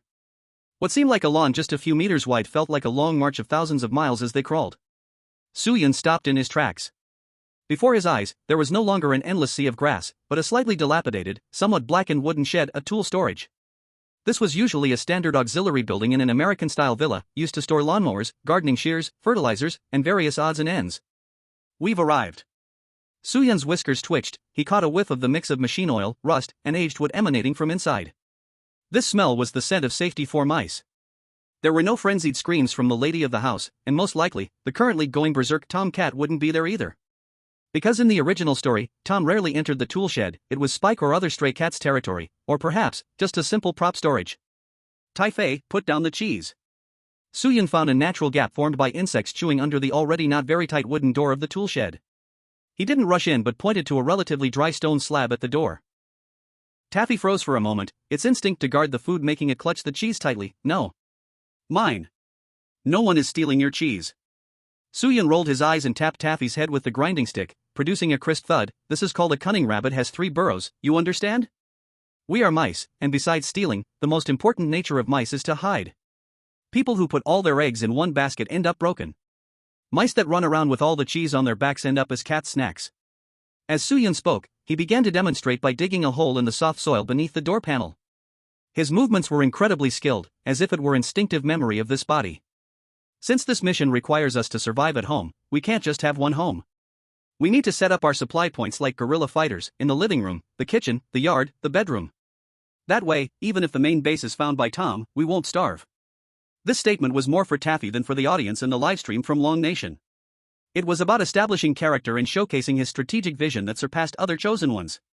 At this moment, the bullet comments were: I'm crying, while other country contestants are lost in the grass, Sugod has already started building infrastructure and rolling out military tactics? This is called professionalism. When it comes to survival skills, Sugod is the one to beat. Indeed, I just saw the contestant from the neighboring country. They were too greedy, running with the cheese but couldn't move fast, and got nabbed by a passing owl. Taffy nodded, half understanding. Though not very smart, it had one advantage: as long as it could survive and have food later, it would listen. The big and small mice, with their rear ends raised, began to dig under the tool shed's doorstep. They didn't bury the whole piece of cheese. Soo-yun cut off a third of the half cheese with the grinding stick, wrapped it carefully in some dry leaves found nearby, buried it in the hole, and made a hidden mark on top, a Mickey Mouse shape with 3 small stones. This is the first deposit. Soo-yun dusted off his hands, the satisfaction of stockpiling making him temporarily forget that this was a death mission. After doing all this, he took the remaining cheese and taffy and crawled into the worm-eaten hole. Inside the tool shed, it was pitch black. But this was not a problem for mice that had night vision capabilities, or dark adaptation. After a moment of adjustment, the outlines around Soo-yun gradually became clear. Huge shelves were lined with various gleaming farming tools, giant garden shears, the artifact that could cut Tom's tail off, a heavy hammer, a heavy weapon that could smash heads into chests, as well as bundles of ropes, rusty nails. Looking at these items, Soo-yun's eyes were not filled with fear. Instead, they sparkled with a greenish glow, like a miser seeing a mountain of gold. If that iron was just a wooden sword given as a beginner's gift. Soo-yun raised his head, gazing at the giant axe hanging precariously on the wall that he had long wanted. Then this place is simply a high-level boss's weapon cache. He turned to look at Taffy, who was frightened by the eerie environment, tightly clutching the tip of his tail. Don't be afraid, little nephew. Soo-yun's voice echoed in this enclosed space, carrying a reassuring tone, while also hinting at a unique cleverness and shrewdness belonging to Jerry Mouse. Tonight, we'll get a good night's sleep. When the sun rises tomorrow, Uncle will teach you how to use the stuff here to give that poor Tom a lively craft lesson. Soo-yun found an abandoned red toolbox stuffed with old newspapers. It is dry and warm here, with only a small opening to enter and exit, making it a perfect temporary shelter. The two of them crawled inside. Tai-Fei immediately made the remaining cheese into a pillow, closing his eyes with satisfaction, falling asleep instantly, even blowing a bubble of snot that varied in size from his nose. Soo-yun, however, did not fall asleep right away. He sat cross-legged on an old newspaper, pulled up the system panel, and confirmed once again that the hatred value had reached 100, max. No life or death, huh? Soo-yun rubbed the spiked chew stick in his hand, feeling its hard texture. In this cartoon, no life or death often means the climax of the plot. Tom, I am looking forward to what new tricks you will come up with tomorrow. Will you blow yourself up? Or will you be flattened by a piano? Good night, unlucky one. In this eerily quiet corner of the tool shed, deep within this red toolbox, Su-yun, the chosen one of the Dragon Kingdom, embraced his first night in this S-level eerie villa with a calm smile. And the real game was just beginning to unfold. Chapter 8, on the self-cultivation of a qualified mouse. Inside the red tin toolbox, a mixture of old newspaper ink, rust, and a faint scent of aged machine oil filled the air. For humans, it might just be the smell of a junkyard. But for Su-yun, who was now just the size of a palm, this closed, narrow, and industrial space strangely provided a sense of safety that was luxuriously extreme in this S-level eerie dungeon. The wind outside seemed to have picked up. The howling wind seeped through the gaps in the wooden planks of the tool shed, producing a mournful wail, like countless vengeful souls scratching outside the window. But this sound was mostly isolated by the heavy iron toolbox, leaving only a low hum, which instead felt like some kind of soothing white noise. Su-yun sat cross-legged on a stack of yellowed daily news newspapers, the date on the top read 1950, and the faces in the photos were oddly smiling. He did not fall asleep immediately. Using the faint moonlight seeping through the gap of the toolbox handle, he looked down at the little creature beside him that he both loved and hated. Taifei had already fallen asleep soundly. This little guy not only had a big heart but also a wildly free sleeping posture. He lay sprawled next to the cheese, his two short legs in white diapers wide apart, while that gray little hand tightly clutched the remaining half of the cheese, just like a cub guarding a dragon's treasure. Goo! A transparent bubble of snot popped out of Taifei's nose, growing and shrinking with each breath. What an enviable species! Su-yun chuckled softly, a hint of gentleness flashing in his eyes that he didn't even notice himself, but it was quickly replaced by cold rationality. In this dungeon, emotions were a luxury, but character roles were a necessity. As Uncle Jerry, taking care of his nephew was the core logic. This would not only give him exemptions when encountering specific rule judgments, like protecting family, but was also an anchor for him to maintain his humanity in this insane world. As long as he still regarded himself as uncle, he would not completely turn into a beast that only knew how to steal food. Su-yun pulled up the system panel and glanced at the time in the upper right corner. Current time, 1:23 a.m. Time until dawn, 5 hours 37 minutes. The long night stretched on. In this world, night often meant changes to certain rules or the revelry of those things. Although he and Taifei were hiding in this almost completely enclosed toolbox, theoretically avoiding most gazes, Su-yun still didn't dare to completely let down his guard. He drew out the spiked spare chew stick from his waist. This bone piece was only the length of a finger. The entire object was pale white, with both ends sharp and full of barbs from the gnawing of a large dog. In the moonlight, it glimmered with a cold light. This is not just a weapon, Su-yun gently rubbed the rough patterns on the bone with his fingertip, it is also the key prop for tomorrow's grand drama. Su-yun closed his eyes, and in his mind, he started to review the structure of the entire house. If the S-class abnormalities level of distortion is not considered, merely from the original layout, the kitchen is in the southeast corner, featuring the famous refrigerator and the oven that never shuts. The living room is the central axis, filled with countless complex hiding spots and carpets. The second floor is the mistress's bedroom, an absolute forbidden zone. And this tool room, located at the corner of the backyard, is a developed area that has never been explored deeply before. If we don't make full use of the resources here, how can we justify this body of Jerry? Su-yun opened his eyes and examined the internal structure of this iron box with the dim light. Besides a pile of old newspapers, a few rusty screws, some broken rubber bands, and an empty matchbox core lay scattered in the corners of the box. Ordinary people would see this as trash. But in Su-yun's eyes, this was clearly ammunition, power source, and the cockpit of a glider. He began to frantically construct blueprints in his mind. Using the rubber bands and gnawing sticks, he could make a simple catapult trap. By taking apart the matchbox and combining it with the huge hatchet hanging on the wall, perhaps he could devise a gravity-triggered device. And this pile of old newspapers, if folded properly, could be used at a critical moment to confuse Tom with a decoy. Although the audience in the Dragon Kingdom's live broadcast room could not hear Su-yun's thoughts, watching his eyes growing brighter in the dark, they all felt an inexplicable wave of excitement. I have a feeling that Su-god is cooking up something. If that cat Tom is smart, he should be running away by train tonight. Just as Su-yun was still imagining the content of tomorrow's handicraft lesson, an unusual sound suddenly interrupted his thoughts. Rustle, rustle. The sound was very light, like some kind of multi-legged insect crawling on dry wooden boards. It did not come from inside the box, but from outside the box. And it was rapidly approaching. All of Su-yun's muscles instantly tensed, gripping the bone spike tightly, his breath intentionally lowered to a minimum. The sound stopped. It halted at the box lid's gap, which served not only for light but also as the sole entrance. A sliver of black shadow slowly covered the already limited moonlight. Next, a gigantic, black-haired compound eye pressed against that gap, eagerly peering inside. It was a spider. But absolutely not a normal spider. In its compound eye reflected countless fragmented images, each one depicting a screaming mouse. And under its mouthparts, a metallic probe-like tube was seen extending and contracting. Was it the patroller here? Or another kind of predator? Cold sweat ran down Soo-Yun's back. Although he had a set way to deal with Tom, facing this unknown, purely malicious creature of tales, the laws of physics might not apply. If Taifei woke up and let out a murmur, or the smell of cheese drifted out. What you fear most is what happens. Asleep, Taifei seemed to be dreaming of a grand feast, not only smacking his lips, but even rolling over. The sound of his diaper rubbing against the newspaper made a crisp rustle. In the silent night, this sound was no different from a clap of thunder out of nowhere. Outside the gap, that terrifying compound, I instantly rotated, and the metal probe suddenly shoved against the box lid, trying to pry it open. Hiss. The spider let out a greedy hiss. Soo-Yun's heartbeat skipped half a beat. Move the knife? No, that bone spur could not reach outside at all. Feign death?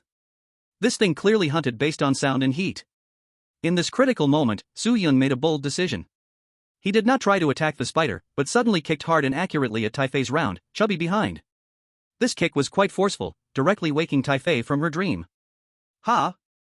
Wow! Taifei suddenly opened her eyes, instinctively about to throw a fit from waking up. Even the characteristic pre-cry was brewing in her throat. Soo-Yun was quick to react, grabbing a piece of soft cheese and stuffing it directly into Taifei's big mouth, forcefully blocking her cries. At the same time, he leaned close to Taifei's ear, speaking in a very low but extremely urgent voice. Shoo! There's tomato sauce outside that you want. Gulp! Taifei was stunned, her cheeks puffed up, still not swallowed, her morning irritability instantly transformed into simple confusion. Tomato sauce? And in this brief 2 seconds of confusion, Soo-Yun reached out a hand at the moment the spider was about to insert its probe in. He forcefully pulled on a rusty iron wire that he had earlier picked out, which was connected to the inside of the box lid's hinge. Clang! The long-neglected red metal box lid, originally left with a gap because it wasn't fastened, fell shut with the weight of the lid, despite the old spring latch being broken. The lid was completely closed. Seamlessly tight. That beam of moonlight which was originally a source of light and exposure completely vanished. The inside of the box plunged into absolute darkness. Bang! The probing spider crashed violently against the metal, producing a dull metallic sound, but could not advance at all. There was a furious scratching sound from outside. The monster seemed very unwilling. But under Soo-Yun's rogue tactics of better to be isolated than to expose oneself, combined with the thick old metal toolbox, it couldn't get in unless it morphed into a power drill. The scratching persisted for several minutes before finally retreating unwillingly. In the darkness, Soo-Yun was panting heavily, his back already soaked with sweat. That was close. If he hadn't specifically observed the latch structure before coming in, this moment would have been a trap with no escape. Next to him, Taifei's unclear chewing sounds came through, along with some grumbled complaints of not seeing the tomato sauce. All right, the tomato sauce is tomorrow morning. Soo-Yun patted Taifei's head. This time the action was no longer utilitarian but held a touch of genuine comfort. Sleep now. Tomorrow morning when we open the door, I'll take you to turn that big blue cat into your tomato sauce. That night, there were no more disturbances. But everyone knew that when the first ray of sunlight shone into the tool room, it would become the most bustling place in the entire villa. The hellish workshop. Chapter 9, The early bird gets the worm, the early mouse causes trouble. The red metal box lid acted like a tombstone, isolating the outside twisted world for the entire night. When the first warm ray of sunlight seeped through the gaps in the wooden wall, sprinkling like golden sand over the pile of old newspapers, Soo-Yun opened his eyes. This sleep did not fully restore his strength. The curse of hunger still rang like a timed alarm clock, ringing on schedule in his stomach. Although he had eaten that small piece of moldy cheese, like grave soil, to suppress the sharp decline in sanity, as a creature in a high metabolic state, his blood sugar was sending out red warning signals. Current status, hunger, moderate, your limbs begin to feel slightly sore and weak. Suggestion, please consume high-calorie food as soon as possible, otherwise your running speed will drop by 20%. Soo-Yun rubbed his somewhat stiff cheeks and did not rush to open the box lid. He first leaned against the inner wall of the metal box, tilting his ear, his round ears turned like radar, carefully capturing the sounds outside. The winds ceased. There were no longer the rustling sounds of multi-legged insects from yesterday, nor the breathing of large dogs. Only a few strange birds of unknown species were calling dryly in the distance. It seems that Big Spider is a nocturnal creature. Soo-Yun silently noted this information in his heart. In this scenario, the rules of day and night clearly have subtle differences, which also means daytime is a venue for him and Tom. After confirming safety, Soo-Yun turned to look at the white glutinous rice dumpling beside him. Taifei was still sleeping soundly, curled up in a diaper, with two small hands hugging the last bit of cheese skin he had nibbled on yesterday, his mouth unconsciously moving, making sounds like a little pig eating. Looking at this little guy who was a bit crazy but also his only teammate at the moment, Soo-Yun's gaze flickered. As Jerry, he needed to use food and authority to turn this little food lover with immense destructive power into the sharpest spear in his hands. Wake up, it's time to eat. Soo-Yun extended a finger and gently poked Taifei's round belly twice. There was no response. Taifei simply scratched his belly and turned over to continue sleeping. Soo-Yun sighed and changed his strategy. He leaned closer to Taifei's ear and whispered in a tempting voice. Outside there are huge oily ham sausages. Whoosh! As if some switch had been turned on, Taifei instantly sat up, his originally glued together eyes wide open. Even the tiny tail that was left with only a bit stood up in excitement. Meat, sausage, where? Soo-Yun nodded in satisfaction. Very good, this is the logic of a simple single-celled organism. As long as you listen to me and clean up that big blue cat outside, we can have as many ham sausages as we want. Soo-Yun casually painted a big pie, then stood up and forcefully pushed open the iron wire used to lock the top. Click. The box lid slowly opened. A mix of dust, dry wood chips, and the scent of sunlight flooded in. This refreshed Soo-Yun's spirit. Although it was still that dark and messy tool room, the atmosphere of horror from last night dissipated considerably under the sunlight. But what replaced it was the fighting marks that could not hide in the light. On the lid of the metal box, there were deep scratches that could be seen to the bone, if the box had bones, as if scraped by a steel knife. On the ground nearby, there were still a few drops of green slime that had not completely dried. That was the souvenir left by the spider last night. Taifei looked at those scratches and shrank his neck, clearly realizing with his simple brain that if the lid had been opened last night, they would likely have become part of that green slime. Don't look at it, that's the night shift monster's performance. Soo-Yun jumped out of the box. Although his movements were not as nimble as when he first entered yesterday, they were still steady. He looked around this tool room that measured about 10 square meters, from a human perspective, which felt like a giant factory to him. The ample daylight allowed him to see many details he hadn't noticed yesterday. This place is simply a treasure trove. Soo-Yun walked to the corner of the tool room, where a wobbly lumberjack's axe still hung on the wall. Although the huge axe blade was covered in rust, it still glimmered with a bloodthirsty cold light under the sun. Below the workbench, there was also a roll of somewhat stiff tape, half a bucket of industrial-strength glue that might not have evaporated completely, countless scattered iron nails, and a damaged air pump. To the viewers in the Dragon Kingdom live room, these were just a heap of useless scraps. But from Soo-Yun's or rather Jerry's perspective, these things held another layer of meaning. Damaged air pump equals high-pressure launching device / biological expansion machine. Strong glue equals binding formation / trap core material. Iron nails equals physical crit damage. Soo-Yun walked over to the bucket of strong glue, the lid not tightly sealed, with some yellow gel oozing out, congealing into a pool on the ground that looked like amber. An unfortunate passing fly got stuck in it, appearing to have been dead for a long time, turned into a dried corpse. He extended the bone spike he had taken from Spike, carefully poking at the semi-solid glue. It was sticky. Extremely sticky. Even the bone spike almost got sucked in. With this level of stickiness, if we follow cartoon logic, once it's stuck, you definitely can't break free without tearing a layer of skin off. Soo-Yun nodded in satisfaction, then turned back to look at Taifei, who was staring blankly at the corpse of the fly. Taifei, come here. Soo-Yun waved his hand. Taifei bounced over, pointing at the glue. Is this jam? If you dare eat this stuff, your mouth will never open again for the rest of your life. Soo-Yun sneered, dispelling the glutton's dangerous thought, then pointed to the axe hanging high, looking precarious. Do you see that big guy? Taifei looked up at the giant axe following Soo-Yun's finger. A hint of fear flashed in his eyes, but there was also a trace of excitement at facing a heavy weapon. Axe, big. Yes, very big. You are too small to reach it. I need you to be a mover. Soo-Yun pointed to the pile of discarded wooden blocks that looked like building blocks. Stack those under the workbench to make a step. Though Taifei was puzzled about why this operation was necessary, under Soo-Yun's continuous persuasion of there will be sausages after you finish working, he still exhibited incredible strength. He huffed and puffed, moving those wooden blocks that were incredibly heavy for him, gradually building a staircase to the workbench according to Soo-Yun's instructions. Soo-Yun was also busy. He dragged the bucket of strong glue. Even with half a bucket left, it felt as heavy as a grindstone, straining to move it to about a meter behind the tool room's door. This was the best ambush distance. This position was not in the blind spot, yet was within the first landing point of the enemy's entry. Then, he found a few long nails and, like a cunning engineer, began to set them up under the welcome mat, a tattered cloth. The whole process was not easy. For two hungry mice, this high-intensity physical labor was nearly life-draining. Soo-Yun even felt black spots appearing before his eyes, but he gritted his teeth and forced his will to suppress the discomfort of his body. I can't stop. If I don't set up defenses, by the time Tom fully charges in, we won't even have the strength to escape. About half an hour later. The chaotic pile of scrap in the tool room had already been cleverly transformed into a small Lubon mechanism. An invisible transparent fishing line, found by Su-yun in the corner, connected the doorknob and the teetering bucket of glue. Beneath the rag on the ground were rusted iron nails inserted upside down. And the board axe above, though not yet made into a linked device, was already in a state where it would fall at the slightest vibration. Su-yun clapped his hands, plopped down on the ground, and gasped for breath. Almost there. This place is no longer just a simple tool shed.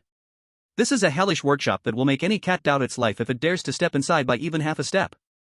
Taffy, exhausted, stuck out his tongue, slumped on the ground, and looked at Su-yun with a reproachful gaze, as if asking, "Where's the promised sausage?" As Su-yun was about to say a few comforting words, suddenly, the pair of ears atop his head perked up. The sunlight seemed to dim.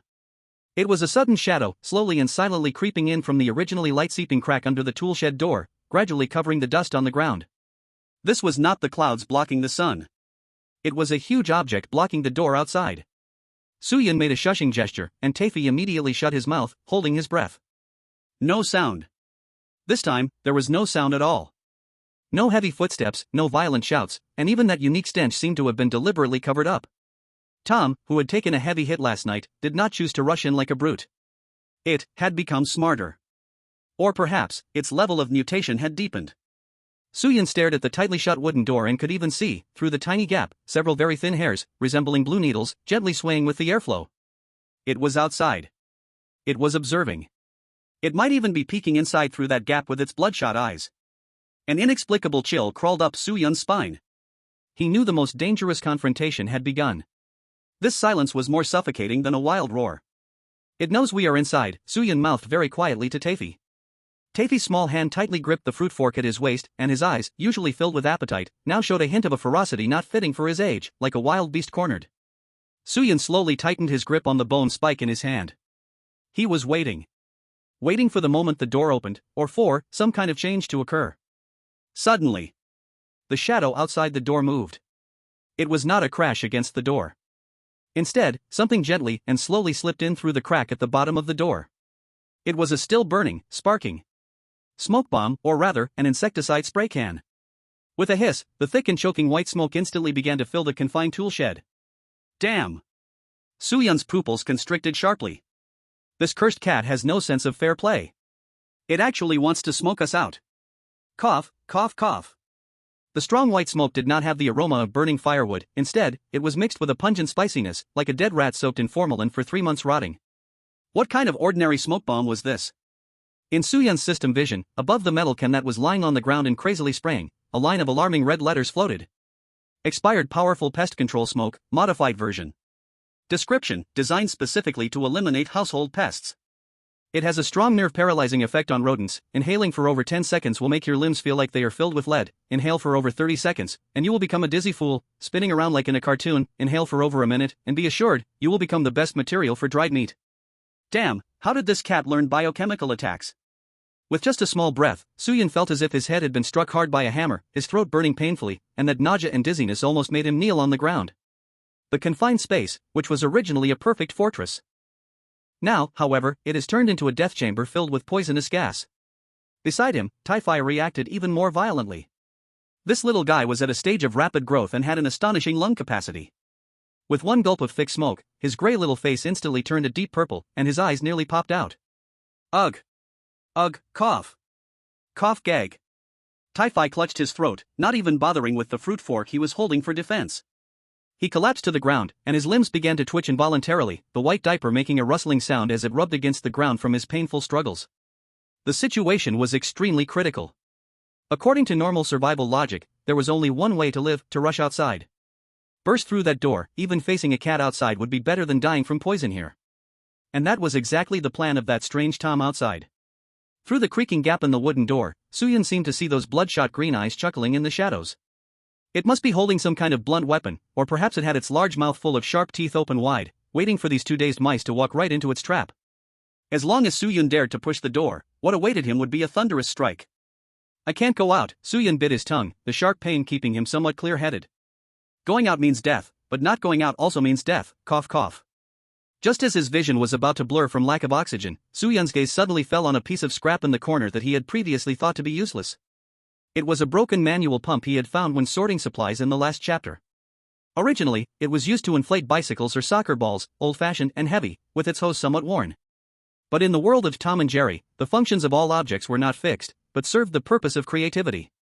Since the toxic smoke was a fluid, then why can't it flow back? A classic animated scene flashed through Soo-Yun's mind in an instant. That unique prank gene belonging to Jerry Mouse overwhelmed the fear. He held back his dizziness and suddenly jumped up from the ground. Instead of helping Typhi, he kicked hard, not to attack but to kick Typhi's bouncy bottom. Don't pretend to be dead. It's not time to feast yet. Soo-Yun's voice was hoarse and harsh, like a whip in the fog-filled room. That's the pump. Roll over there. Press that handle with all your might. If you want to live and eat meat, treat that thing as the dog you hate the most. Typhi was kicked to roll 2 times and struggled to get up, still dizzy. Although his mind was confused and his lungs hurt, the uncle's command and instinct for survival engraved deep in his bones made him instinctively comply. He climbed to the pump, which was taller than him, with hands and feet, gripping the T-handle tightly, hanging all his weight on it, and then pressing down forcefully. Hiss. Though old and worn, the pump still expelled a strong airflow from its outlet. Good. It works. Soo-Yun's eyes brightened. He quickly yanked the long black rubber tube for venting gas. The metal canister on the ground was wildly spewing poisonous smoke, now spinning around on the ground due to the reaction force, its hot shell radiating dangerous heat. Without a moment's hesitation, Soo-Yun didn't even care how hot the canister was. He lunged forward, pressing down hard on the hot poison source. Warning. High temperature contact. Your palm skin is damaged, pain level +20. Hiss. Soo-Yun inhaled sharply, but his hands didn't stop moving. He forcefully connected the pump's vent hose tightly onto that spewing nozzle. Although the connection was not perfect, Soo-Yun tore off a loose piece of fur from himself, or rather a fiber from his clothing. Forced into the gap and sealed. Typhi. Speed up. Whether you can send your uncle away depends on this wave. Soo-Yun shouted loudly. In the corner, Typhi also went all out. This little guy threw the cheese aside, crying and sniffling, while giving an angry roar, "Ola ola ola." Actually, it was incomprehensible baby language. It was like a tireless little piston, bouncing madly on the pump. Hiss. Hiss. Hiss. With each press, a blast of high-pressure air was forcibly injected into the small metal container. The can that was still spewing smoke had its internal pressure suddenly rise. And because the toxic smoke couldn't escape from the nozzle, it began to flow back through the only exit, either the original air intake or the crack at the bottom. Get out, now. Soo-Yun's hands were burnt to the point of almost losing feeling, but his eyes were fierce, holding onto the can that was like a hand grenade, as if he was pushing a siege cannon. He didn't choose to throw the can out. That would make too much noise and could easily be thrown back. He aimed the bottom of the can at the gap under the door. That gap, only a few millimeters high, was originally used for the darkness to peek inside. At this moment, outside the tool room door, the mutated tomcat was lying patiently on the ground. It even found an old cushion to sit on. Its face was pressed to the floor, one side already fur-free, leaving only the keratin layer of its ear, tightly pressed against the door gap. It was listening. Listening to the dying coughs of the mice inside, listening to the wonderful symphony of them struggling and rolling on the ground. The smoke had been inside for a minute and a half. At this dosage, even a nest of rabbits should be motionless. The corners of Tom's mouth lifted slightly, and the sticky saliva secreted from its excited open mouth dripped onto the threshold. Hee, this is the art of hunting. It had already imagined in its mind whether to pull out the 2 mice's whiskers first or peel them like a banana? Or to sandwich them in a sandwich and show off to that damned mistress? Just as Tom was immersed in its food fantasy, its sensitive ears suddenly twitched. The frantic coughing sounds inside seemed to have changed. Had it transformed into some rhythmic, piston-like mechanical noise? Hiss whoosh. Tom froze for a moment. It instinctively wanted to bring its useful single eye to the door gap to see what was happening. Just when its eyeball was less than 3 centimeters from the door gap, at the best observation spot, a thicker, more concentrated, and even more rapid green poisonous smoke column, like an arrow due to the mix of high-pressure air, sprayed explosively from the gap. It was like someone was leaning over a well, and suddenly a high-pressure water gun shot up from the bottom. There was no reaction time. The high-pressure poisonous smoke accurately and fiercely rushed directly into Tom's large, curious green eye, even filling its nostrils and mouth. Wha? Time froze for 0.1 seconds again. Tom's pupils instantly shrank to the size of a pinhead, then expanded violently. That sensation of high-concentration pepper spray mixed with insecticide hitting its brain was like a lightning bolt. It didn't even have time to scream.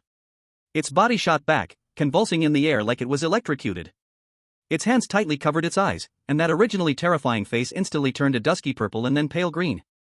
Tears, mucus, and saliva mixed with that green poison spilled all over its face. Achoo! An earth-shattering sneeze sent Tom the entire cat flying up. Its back slammed hard against the lawn mower behind it. Clang! The lawn mower fell over, crushing its tail. This time, even its S-class strange self-healing ability couldn't take effect right away. The toxic smoke it inhaled was originally a nerve toxin meant for rats, but when it reacted against itself, it produced a chemical reaction called confusion. Tom collapsed on the ground, like a drunken giant, his vision filled with stars, unable to stand up. In the tool shed, Suyin discarded the now empty canister, his hands resting on his knees as he breathed deeply the slightly fresher air pushed out by the smoke. The fur on his hands was scorched in patches, but his smile was incredibly bright. Beside him, Taifei was exhausted, his tongue hanging out long, resting on the air pump like a damp rag. Well done, young man, Suyin said, flicking Taifei's forehead with his still-moving fingers. Tonight, I'll get you a big drumstick if we can grab it. He didn't choose to rush out to finish the job at that moment. Because he heard the sound of Tom crashing into the lawn mower, a heavy machine noise.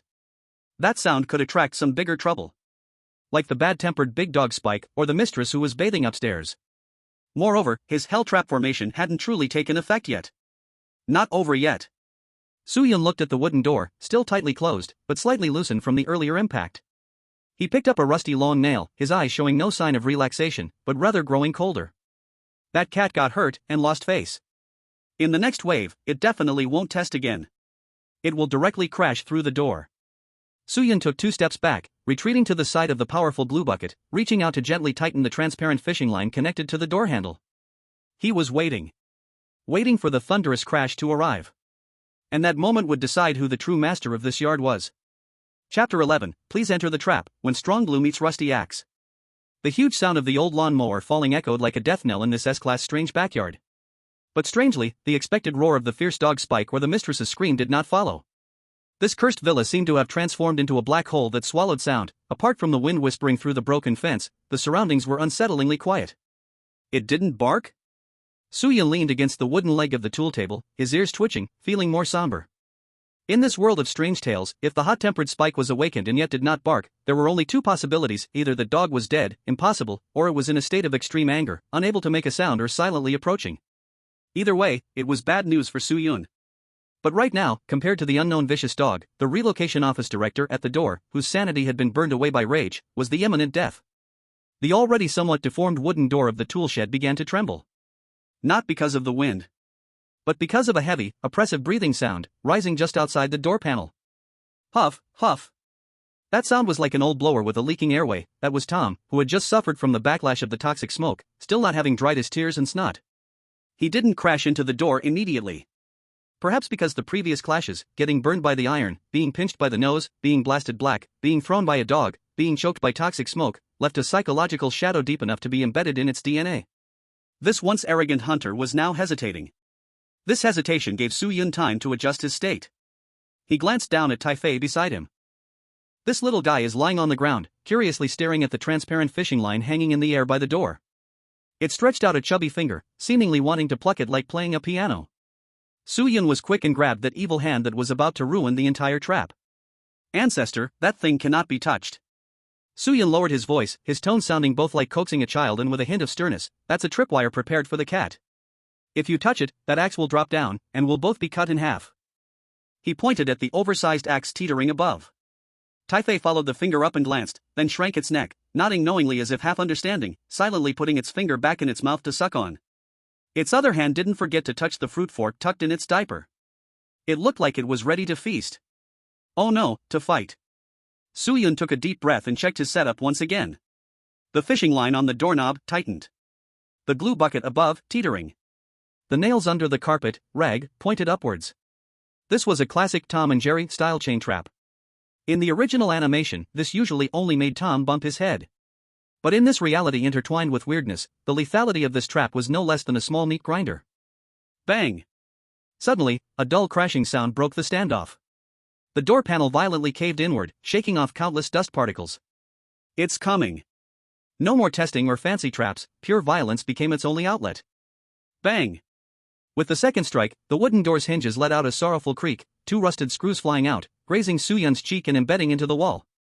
The bullet comments in the Dragon Country livestream instantly froze, all the sarcasm and teasing disappeared at this moment, leaving only a breathless tension. Bang, crack. With the third strike, that fragile defense finally announced its collapse. The old wooden door was directly hit off the frame by a tremendous force, not even pushed open, but the entire door panel crashed inward, stirring up a cloud of choking dust. Amidst the swirling dust, a twisted, gigantic figure emerged. At this moment, Tom looked enough to make anyone with a fear of giants faint on the spot. It had grown larger. Perhaps because rage triggered some transformation mechanism of the S-class weirdness within it, it could only crawl with all fours to fit into this somewhat cramped toolroom. Its blue-gray fur was covered in weeds and engine oil, its eyes swollen to slits, oozing green pus. And the most terrifying thing was its mouth. That mouth had split to its limits, dense rows of sharp teeth grinding against each other in anger, making an unbearable squeaking sound. It spotted Su-Yun standing in front of the toolbox. Without any words, not even its signature sinister chuckle. Tom surged in like an uncontrollable train, ready to crush everything, taking its first step inward. Here it comes. Su-Yun's pupil shrank, but he did not retreat. Instead, due to overwhelming tension and excitement, a nervous smile curled at the corner of his mouth. One of Tom's forepaws, or hands, heavily stepped on the carefully calculated first landing point that Su-Yun set. There lay a seemingly ordinary, dirty rag. PFF. That was not the sound of stepping on cotton. That was the dull sound of sharp, rusty metal piercing flesh and bone. Just moments ago, Tom had stormed in confidently, but its body suddenly stiffened. In that instant, its expression management completely broke down. The originally fierce features, because of the piercing pain, instantaneously squeezed towards the center of the face, like a dumpling that someone had pinched. It opened its mouth to scream, but that extreme pain momentarily clogged its vocal cords, and it could only emit a hissing sound like boiling water. And it wasn't over yet. Pain triggers a chain reaction.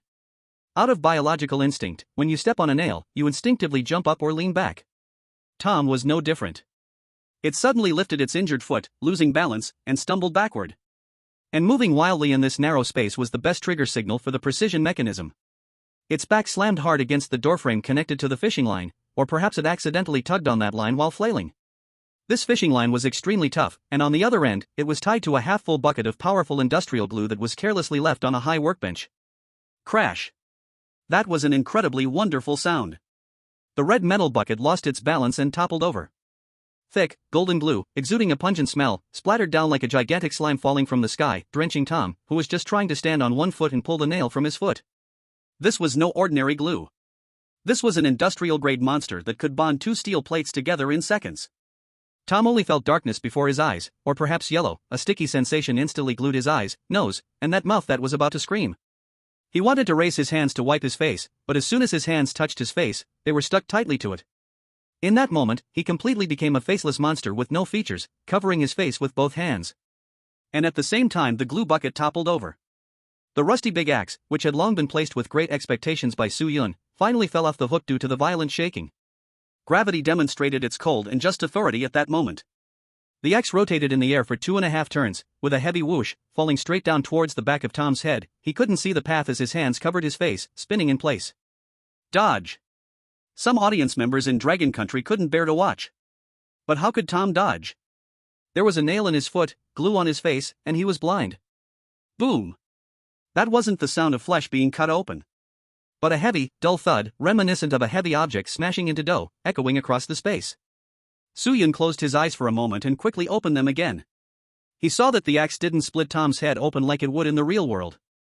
In this tale governed by cartoon physics, the sharpness of the axe was turned into pure gravitational potential energy.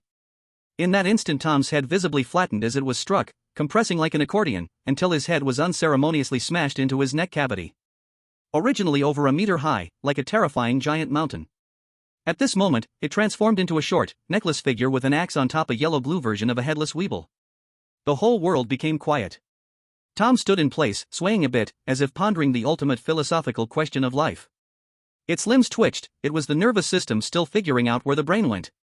Then, like a felled tree, it toppled forward, making a thud sound as it hit the dusty ground. The rag used for cover flew up.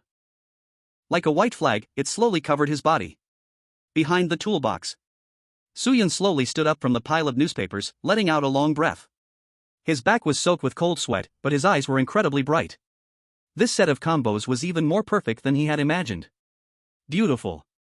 He glanced at Taifei, who was completely dumbfounded, even unaware that the fruit fork in his mouth had fallen to the ground, and helped him close his jaw. Did you see that? This is called wisdom. Remember, in the face of absolute physical laws, so-called S-class oddities are merely a slightly tougher punching bag. Soo-Yun picked up a nail and carefully approached the pile of non-recyclable trash. Though Tom had fallen, Soo-Yun knew it was not dead. According to the system's hint, its health bar had only dropped a small bit. This transformation strike was more of a humiliation than a harm to it. Sure enough, the wobbly toy on the ground twitched. A muffled sound, like MMMM stuck with glue, came from its body. It was struggling to pull its head out from its neck. Taking its life while it's sick is impossible. Soo-Yun was very clear in his heart, but taking its valuables while it's sick is necessary. He quickly maneuvered around the sticky glue on the ground, his gaze sharp, looking at a small object that had been flung out of Tom's tattered, unknown pocket as it fell. It wasn't a weapon. It was a folded piece of parchment, drawn with the floor plan of the house on the back. Next to the map lay a string of keys, shimmering with golden light, marked with a cat head sign. Soo-Yun's heart skipped a beat. That piece of paper, could it possibly be a map of the villa's safe house? Or perhaps an item distribution map? He was about to rush over to pick up the spoils. Suddenly, that suffocating, chilling feeling surged from his tailbone straight to the top of his head. It didn't come from Tom, but from the roof of the tool room. ZZ. It was a sharp sound, like nails scraping across metal. Then, a drop of thick, pungent green liquid dripped from a gap in the roof, landing right beside the golden keys, puffing up a cloud of white smoke. Soo-Yun suddenly looked up. There, above the beam blackened by smoke, 8 long, bristled legs, like spears, were dangling down from the shadows. And in the middle of those 8 legs, the giant, spider-like creature that had spied on the toolbox last night was now hanging upside down, its compound eyes fixated on the immobile Tom on the ground and Soo-Yun, who was approaching the keys. It let out a scream that resembled a human baby's cry. Delivery has arrived. A third party has entered the scene. Chapter 12, Don't mention it, this buffet is on Brother Cat. A drop of green corrosive liquid hit the ground next to the enticing golden keys, sizzling as it corroded the dry earth, releasing a wisp of foul-smelling green smoke. Less than 10 centimeters from the keys, Soo-Yun forcibly stopped himself from lunging forward to grab the equipment. His front paw almost touched the dangerous, corrosive area, the burning heat scorching his fur. Retreat! Without any hesitation, Soo-Yun yanked Taifei, who was holding the fruit fork and foolishly wanted to rush in to defend the food, and rolled backward, retreating behind a huge pile of old newspapers for cover. Just where they had stood moments ago, a sharp spider leg covered in black bristles, like a spear, crashed down into the ground. If they had been even half a second later, this uncle-nephew pair might have been skewered. The shadow above the tool room completely enveloped them. With that series of spine-chilling click sounds of joint friction, the creature lurking on the beam finally revealed its full form. It was not just a spider. It looked more like a grotesque amalgamation of human limbs stitched together. On its back was not a plump abdomen, but a twisted human face with closed eyes, a bizarre smile curling at the corners of its mouth. 8 legs were not mere insect chitin. Upon closer inspection, each segment resembled stretched human finger bones, connected with slimy, sticky fascia. It hung upside down in the air, connected to the ceiling by a thick strand of silk. Its massive compound eyes sparkled with greedy light, fixating tightly on the headless blue cat wrapped into a ball of yellow-blue on the ground. Yes. The first target it aimed at was not the small, lean Soo-Yun. In the logic of beasts, energy conservation is the first law. Though Jerry was delicious, that big creature on the ground, Tom, looked a bit strange, but it was still dozens of pounds of meat. And now it couldn't move, all wrapped up in what looked like sticky seasoning, glue, simply a door-to-door buffet. Hiss. The spider let out an excited hiss, its mandibles wide open, and 2 drops of acidic liquid fell, accurately landing on Tom's top of the head, which was pulled back into his chest like a concertina. Tom, who was still desperately wobbling like a weeble, trying to pull his head out, suddenly quivered. Although he had no head, it had retracted, and could not see what was happening outside. The burning sensation on his scalp was real. Woo-woo! Tom let out a muffled and painful wail, his 2 hands glued to his face desperately trying to push at the top of his head, but it was in vain. It seems our cat bro not only has to defuse bombs but also has to feed guests. Soo-Yun hid behind a pile of newspapers, coldly watching through a gap. He held back the eager Taifei and whispered, "Don't move. That's a fight between gods, we only need to pick up the scraps." The viewers in the Dragon Country livestream were dumbfounded. Is this spider going to eat the cat? What kind of food chain is this? Tom is so pathetic. First, he gets his nose pinched, then blown up, thrown by a dog, glued in the face, and now he's going to be taken out by a spider? Is this why Soo God didn't take action earlier? Did he already calculate that something was on the roof? It wasn't that he was prophetic. What Soo-Yun relied on was merely his caution as the weakest in this scenario. In the next second, the spider moved. It did not immediately attack Su Yun, instead, it swung on its silk like a swinging demon and pounced towards the huge cat meatball on the ground. It opened its sharp fangs, clearly intending to give this big fellow a bite and inject it with venom. However, this hunter coming down from the beam clearly underestimated the power of the yellow seasoning.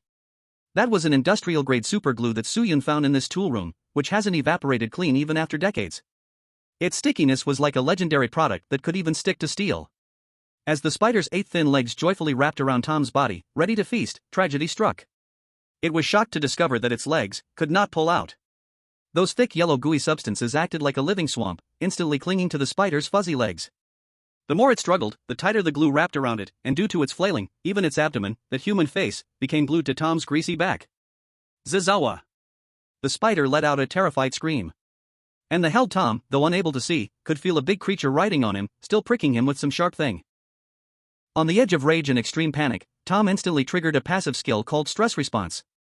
His strong hind legs, most of the glue didn't reach the legs, began to kick wildly. This was it. 2 S-class monsters tangled together in an extremely ungraceful and ridiculous manner on the dusty ground. They looked like a yellow snowball, emitting muffled roars of meow and sharp screams of hiss as they rolled around in the not-so-spacious tool room. Wherever they went, wood chips flew and old parts clattered and clanged. The scene was both terrifying and filled with a sense of abstract artistry. Opportunity. Su Yun, who had been lurking like a cheetah, felt a surge of light in his eyes. At the moment when the 2 monsters rolled towards the corner, their previous position revealed a small safe zone. And there, the sheepskin parchment and a string of golden keys lay quietly in the dust. No acidic liquid covered them, and no monsters guarded them. Taffy, guard the house. I'll be right back. Su Yun instructed, and his body, like a bow drawn tight, instantly shot out. His speed was not too fast, but he was low enough, agile enough, and even knew how to use the terrain. He first jumped off a piece of discarded wood, using it to gain power, then performed a nimble twist in the air, avoiding a splash of glue that Tom sent flying. He landed. He rolled smoothly. His hand accurately seized that string of golden keys, which was a bit heavier than his body. Cold, heavy, with the unique texture of metal. Item obtained, Tom's universal spare key ring. It not only opens most locked doors but may even lead to some unknown hidden areas. Su Yun felt joy in his heart, and without greedily wanting to examine it closely, he quickly clipped it onto his belt. Immediately after, he lunged for the sheepskin parchment. But at that moment, the battle on the other side changed dramatically. Although the human-faced spider was stuck, it still had a spider silk connected to the ceiling. In extreme survival instinct, it forcibly retracted the spider silk, trying to hoist Tom, who weighed hundreds of pounds, up. This caused one of Tom's feet to kick sharply towards Su Yun. A gust of wind rushed in. Su Yun felt a tingling in his scalp. If that kick landed, he would immediately become a mouse skin carpet. He did not retreat. Because the sheepskin parchment was right in front of him.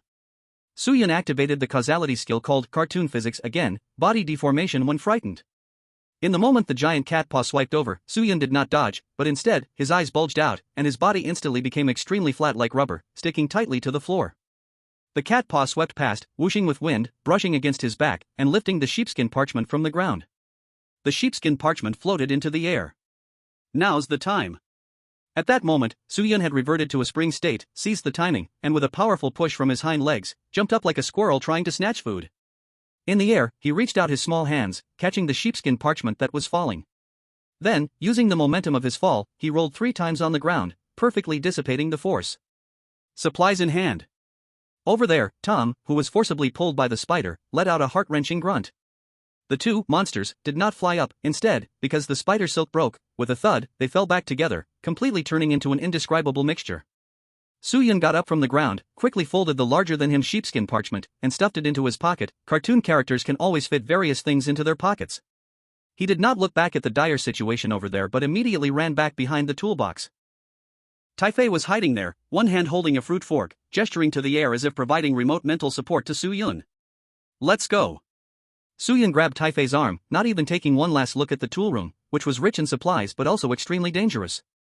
This place was not safe to stay long. The 2 monsters were only temporarily tied up with each other. Once Tom broke free from the glue, or that spider released a more toxic gas, this narrow, closed space would turn into hell.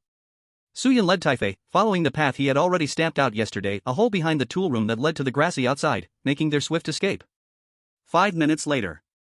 Outside the villa, the morning sun was a bit glaring. Su Yun and Taifei were hiding under an overturned abandoned flower pot, surrounded by waist-high wild grass that felt like towering trees to them. Although it was very humid here and there were those flying bugs with human faces everywhere, compared to the tool room filled with chemical gas and monsters fighting, this place was simply heaven. Soo-yun leaned against the inner wall of the flower pot, panting heavily, tightly clutching the piece of parchment in his hand. Tai-Fei sat down on the ground with a thud, patting his sunken belly, looking at Soo-yun with wide eyes. "Uncle, hungry." Soo-yun glanced at him helplessly, pulled out a small piece of cheese from his pocket, and stuffed it into his mouth to silence him. Then he took a deep breath and slowly unfolded the parchment map he had just risked his life to retrieve. It was a villa layout drawn with red ink, or possibly blood. It wasn't a regular architectural blueprint, it looked more like a treasure map. The map marked many crooked lines and a few prominent special symbols. Under the living room sofa, there was a mark of cheese, supply point. The second-floor mistress's bedroom was marked with a huge red skull, forbidden zone. The kitchen had an icon of a fridge, next to which was a small note, unlimited food, but requires a password. What caught Soo-yun's attention the most was a blacked-out area at the very bottom of the villa. There was a drawing of a door there. On the door, with extremely small text, were written two words, basement.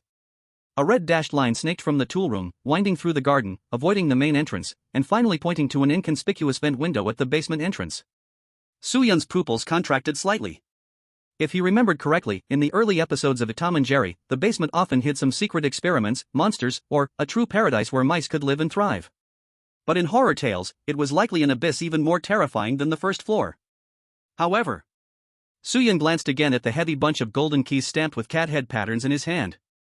One of them, oddly shaped and dark, looked like it would fit perfectly into the rusty keyhole of the basement. The most dangerous place is where we find the truth we seek. Soo-yun closed the map, his gaze gradually becoming firm and passionate. He looked at Tai-Fei, who was still licking his fingers, with a mischievous smile on his lips. "Stop licking, you little punk. Let's go, Uncle will take you to a good place. Perhaps there are piles of sausages you have always wanted." Chapter 13, On the road through the garden, even mice have to pay the toll. The world beneath the abandoned flower pot was dark, damp, and filled with pale white fungi. For normal humans, it was just a garbage heap easily overturned. But for Soo-yun, who was only a few centimeters tall at that moment, this was a temporary fortress that smelled of mold and could temporarily shield him from the outside view. Soo-yun sat cross-legged on a relatively flat pebble. Using the few rays of sunlight that seeped in through the cracks in the clay, I studied the parchment map in my hands. This is a typical route map that only a mouse could draw. It does not have the structural details and scale like human blueprints, but instead, it uses a highly instinctual animal way to illustrate another system of veins hidden beneath the surface of this villa. The red dotted line, like a winding snake, circled around the back of the tool shed, avoiding the wide, flat, but risky stone path, and cut into an area of bushes named Rose Garden. At the end of the dotted line, which is the position of the basement ventilation window, the original drawer marked it with a big exclamation mark and drew a clumsily sketched red ant beside it. An ant? Soo-yun gently rubbed the pattern with his finger, his brows slightly furrowing.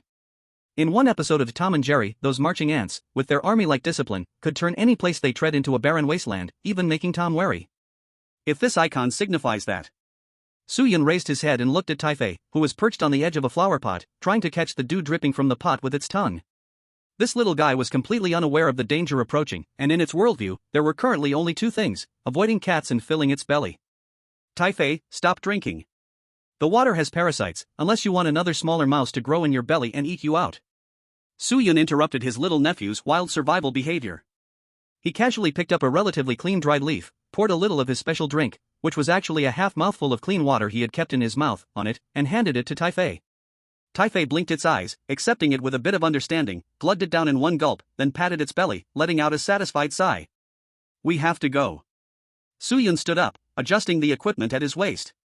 The bone spur was still pinned to his belt, while the heavy golden keys were woven together with several strong grass stems into a strap, slung across his body.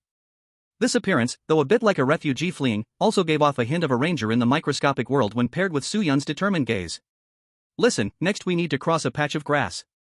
Soo-yun pressed Tai-Fei's shoulder, his tone serious. "That place is more dangerous than inside the house because there are no walls protecting our backs. Remember 3 principles: don't touch brightly colored flowers, don't step on soft-looking soil, and if there are bugs blocking the way, don't eat them unless I tell you to." When Tai-Fei heard "don't eat bugs," a clear expression of disappointment appeared on its face, and it pouted. "This is for your own good." Soo-yun sighed. "The bugs here might be more poisonous than that cat." Pushing through the gap in the flower pot, the 2 mice returned to the sunlight. At this moment, the backyard seemed peaceful and serene. The morning sunlight coated every blade of grass with a golden edge, and the air was filled with the scent of earth and flowers. But Soo-yun had no desire to appreciate the scenery. From his perspective, this place was like an impenetrable primitive jungle. The weeds, which were originally at ankle height for humans, now towered like towering trees. The massive thorny vines twisted and intertwined, like a giant python blocking the way. Follow my footprints. Soo-yun lowered his body and began to weave through the grass roots. He did not choose the straightest line but instead used the sharp sense of smell of the mouse to proceed along the beast path indicated by the dotted line on the map.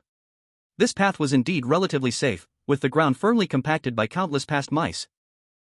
Dense ferns on both sides formed a natural archway tunnel. However, this calm did not last long. About 5 minutes later, a strange, intense sound, like countless little brushes rubbing against the ground, came from ahead. Soo-yun suddenly stopped and pressed Tai-Fi down behind a large leaf of grass beside them. Shoo!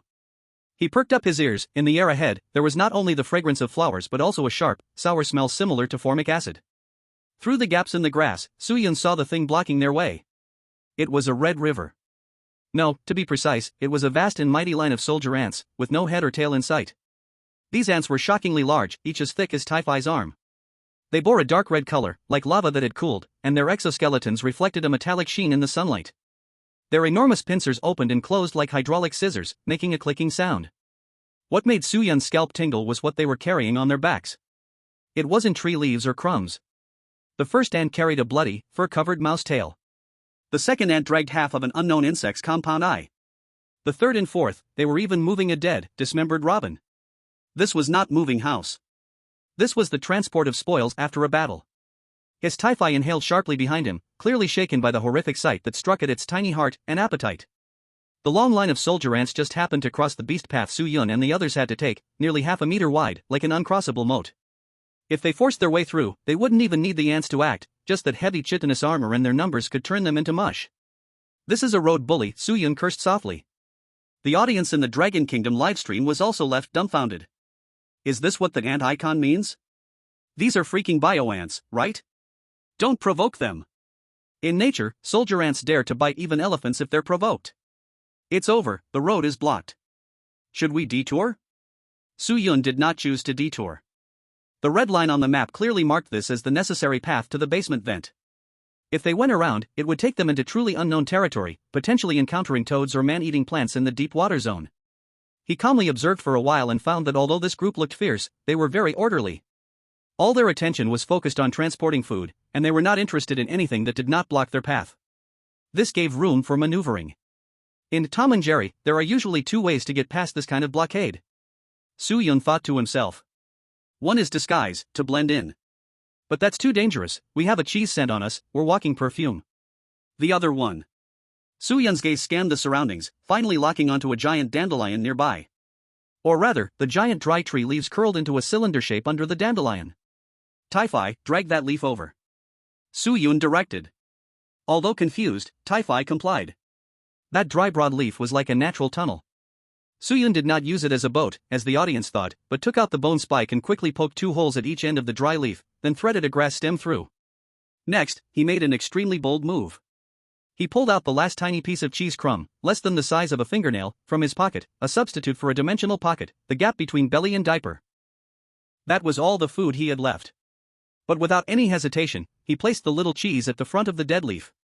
Then, he hid with Tai-Fi behind another patch of grass, 2 meters away from the dead leaf. Moments later, a few soldier ants on the perimeter caught the scent of the cheese.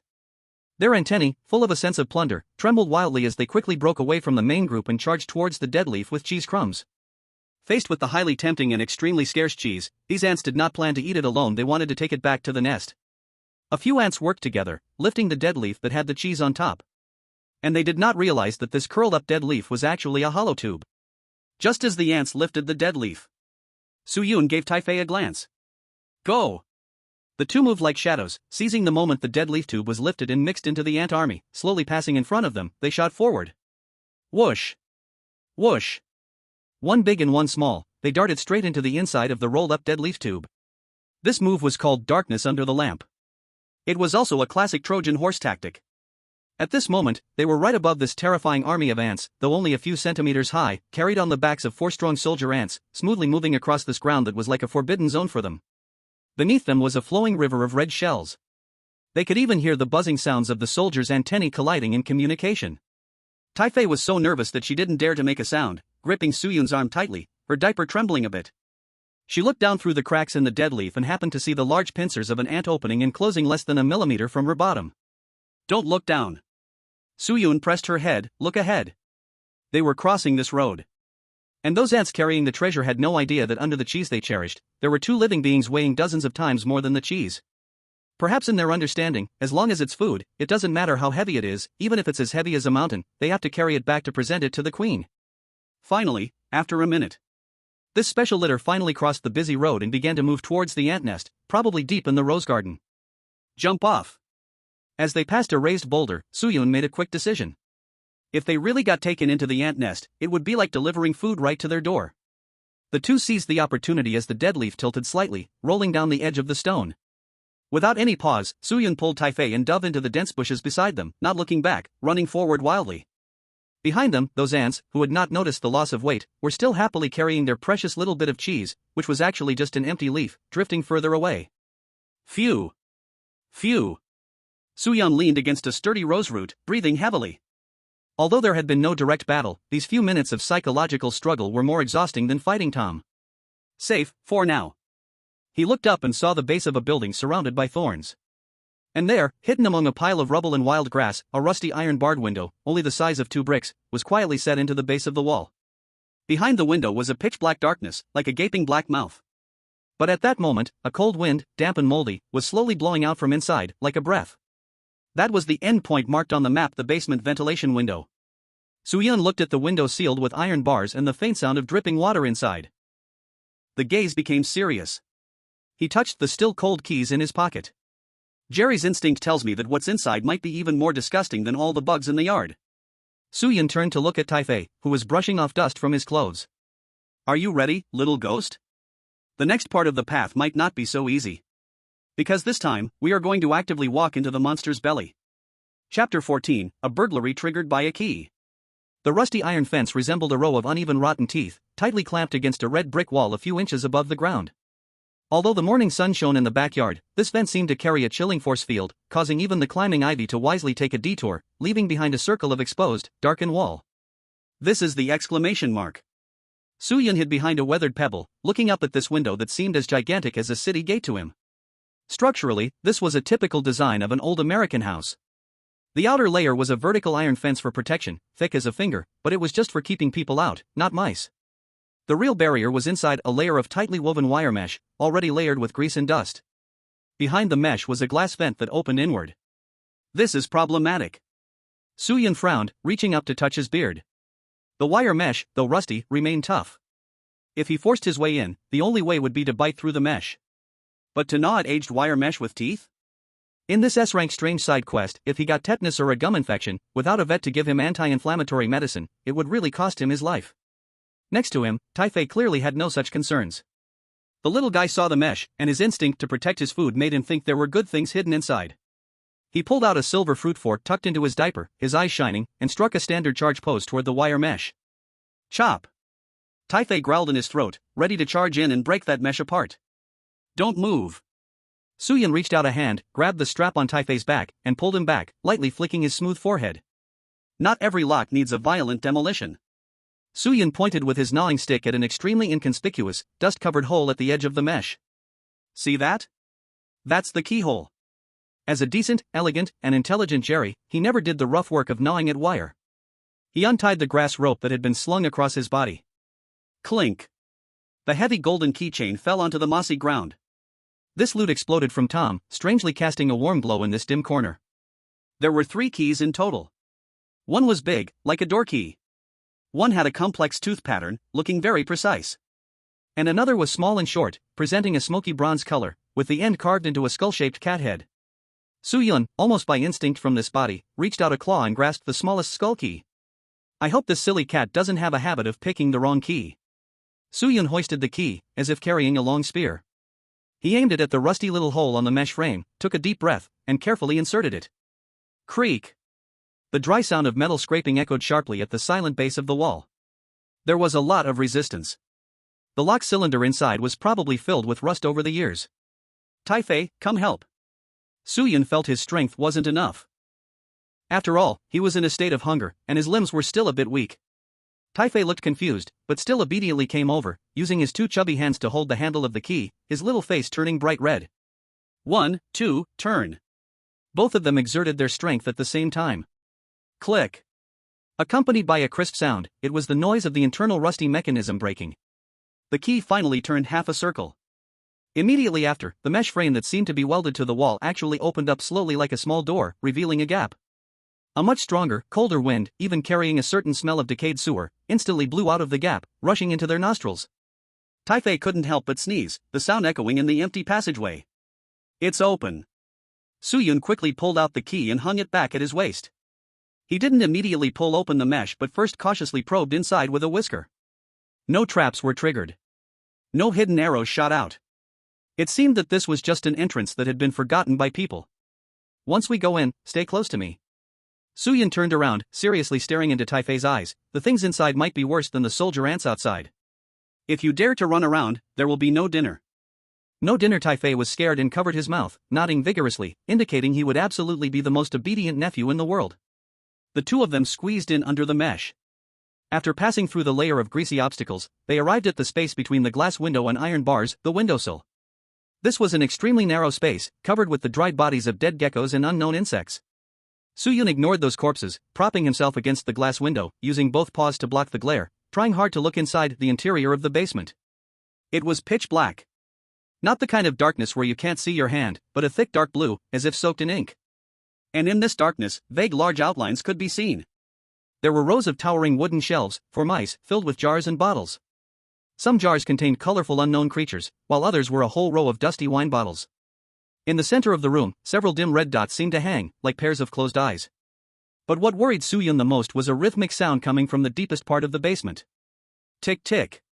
That was the sound of water dripping. But the sound was too heavy, heavy enough that it didn't sound like dripping water, but rather like something was pounding against the ground. Gulp. Suyun swallowed. He spread out the parchment and pointed to the center of the dark area in the basement. There was a complex symbol drawn there, a spiral. Note, never approach the vortex. Unless you want to see real hell. The author of this map left a final warning here. Spiral. Suyun squinted. The secret of this villa, the reason why this copy was unable to find peace, might be hidden deep within this basement. Push. Suyun said in a low voice. The glass window inside wasn't locked, or rather, it was because of years of neglect that the lock had long been broken. The two mice worked together, pushing the glass window inward through the thick layer of dust, creating a gap just wide enough for them to squeeze in sideways.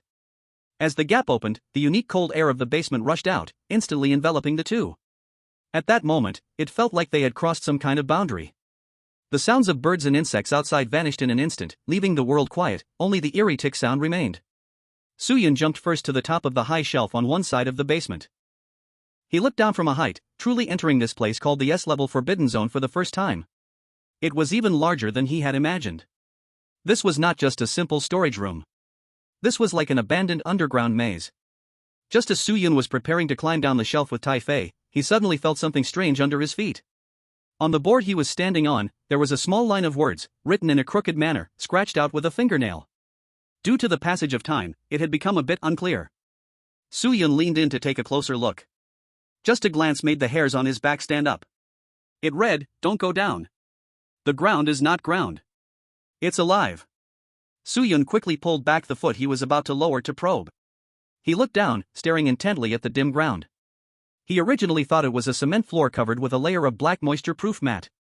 But at this moment, as he focused, he was horrified to discover the entire black ground was slowly, like a breath, wriggling. Chapter 15. Even a mouse wouldn't want to swim among cockroaches. The air at the top of the wooden frame was thin and chilly, mixed with a smell of aged vinegar and fermented mold. Suyun crouched by the dusty edge of the board, at the spot where the warning words used to be. He intentionally lowered his breathing to the minimum frequency, with only his chest gently rising and falling.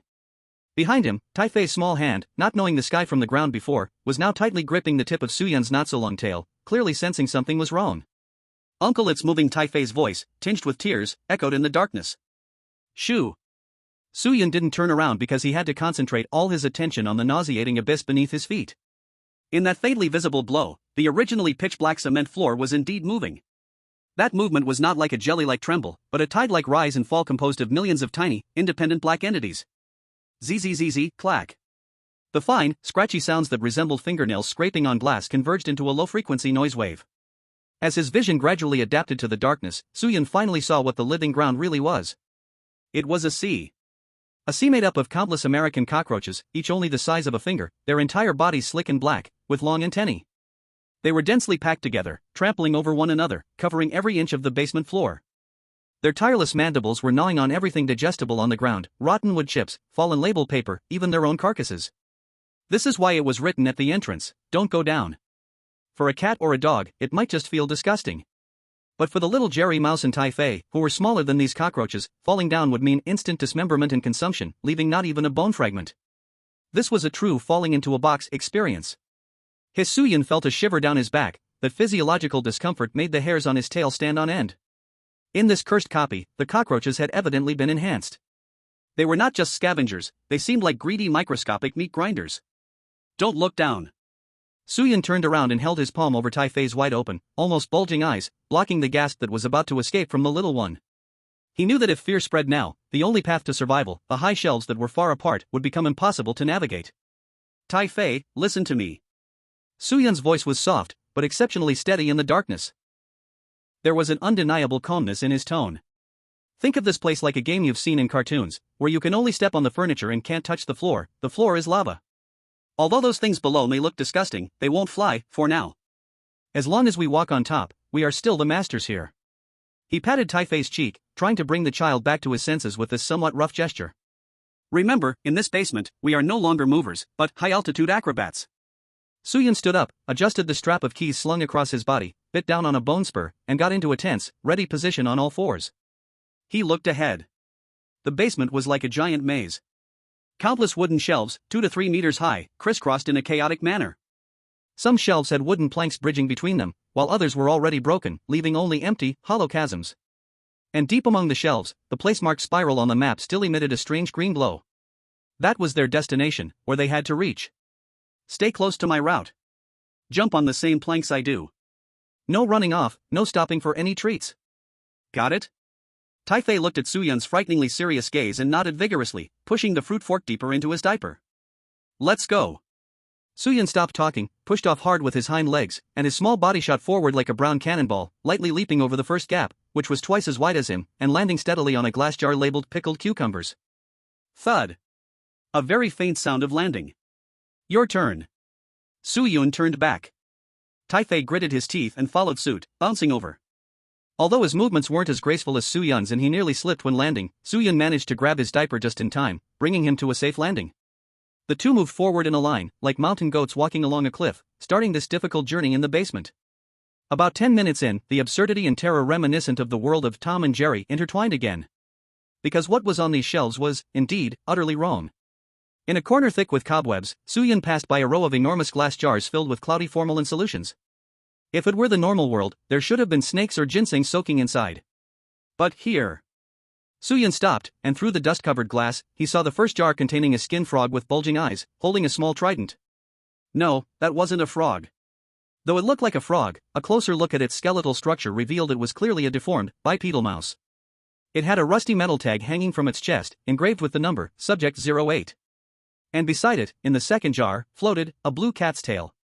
The cut on the tail was very clean, as if it had been precisely severed with a scalpel. The tail occasionally twitched in the solution, as if it still had some life in it. This. Soo-yun's heart thumped heavily. Tom's tail? No, looking at the fading color, this must have been severed a long time ago. It seems the previous owner of this house wasn't any decent person. Soo-yun thought to himself. This setting of using cartoon characters as biological experimental samples made the tone of the whole scenario darker and more disgusting. This was no longer just supernatural, it was biological horror, biohazard, tinged with the madness of a scientist. Meat. Just as Soo-yun observed the specimens. Suddenly, behind him, Tai Fei let out a dreamy murmur. Soo-yun turned around sharply. He saw that the little foodie, who had just been scared half to death, was now pressing his entire face against a jar filled with pink unknown meat chunks, drooling all over, with a dazed look in his eyes, clearly mistaking the contents for some kind of premium ham. His hand was, obliviously, reaching toward the jar that was not properly sealed. And in the shadow of that jar, a long, leech-like mouthful of sharp teeth was quietly opening, waiting for this delivered snack. Fool! Soo-yun felt his blood pressure soar. He dashed forward, not to pull Taifei's hand, there was no time for that, but to kick him hard in the Q-shaped butt. Bang! Taifei was kicked rolling twice on the wooden board before bumping into an iron box and stopping, covering his butt in confusion. Sizzle. The leech lurking at the jar's opening bit into nothing, spewing out a foul, sour liquid that dripped onto the wooden board where Su-yun had just been standing, rising up in a cloud of white smoke. Su-yun recoiled in fear, looking at the corrosive black hole, cold sweat broke out. He rushed over, grabbing Taifei's collar and lifting him into the air.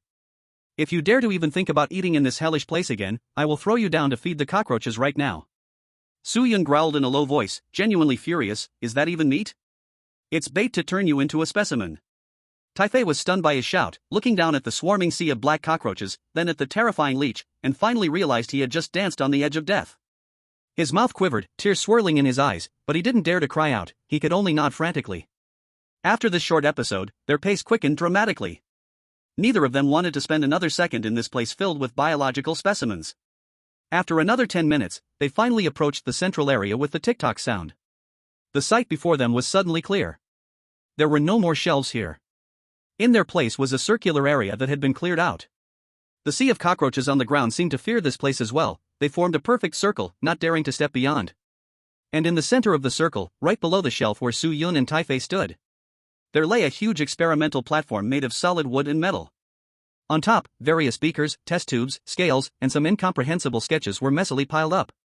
In the very center was a spiral centrifuge that was still running, emitting a faint green glow. The tick-tock sound was coming from a condensation tube above the centrifuge. Drops of glowing green liquid were slowly dripping into a flask below. The liquid looked both like poison and some kind of magical potion capable of breaking physical conventions. Anyone who has watched Tom and Jerry knows that a jar filled with colorful liquid often means growth potions, invisibility potions, super strength potions, or dog transformation potions. Those were genuine power-ups that could alter a mouse's fate. Su-yun's eyes lit up. That's it. He suppressed his excitement and did not leap down immediately. Because on the edge of that experimental table, right next to the flask, he spotted something unexpected. It was a cage. The cage was exquisite, not meant for holding monsters, but rather seemed designed for keeping pets. Inside the cage curled a pure white, perfectly clean little mouse, with a pink bow on its ear. It was not dead. It hasn't turned into a specimen. It was grooming its whiskers with an extremely small comb, moving elegantly, its gaze indifferent.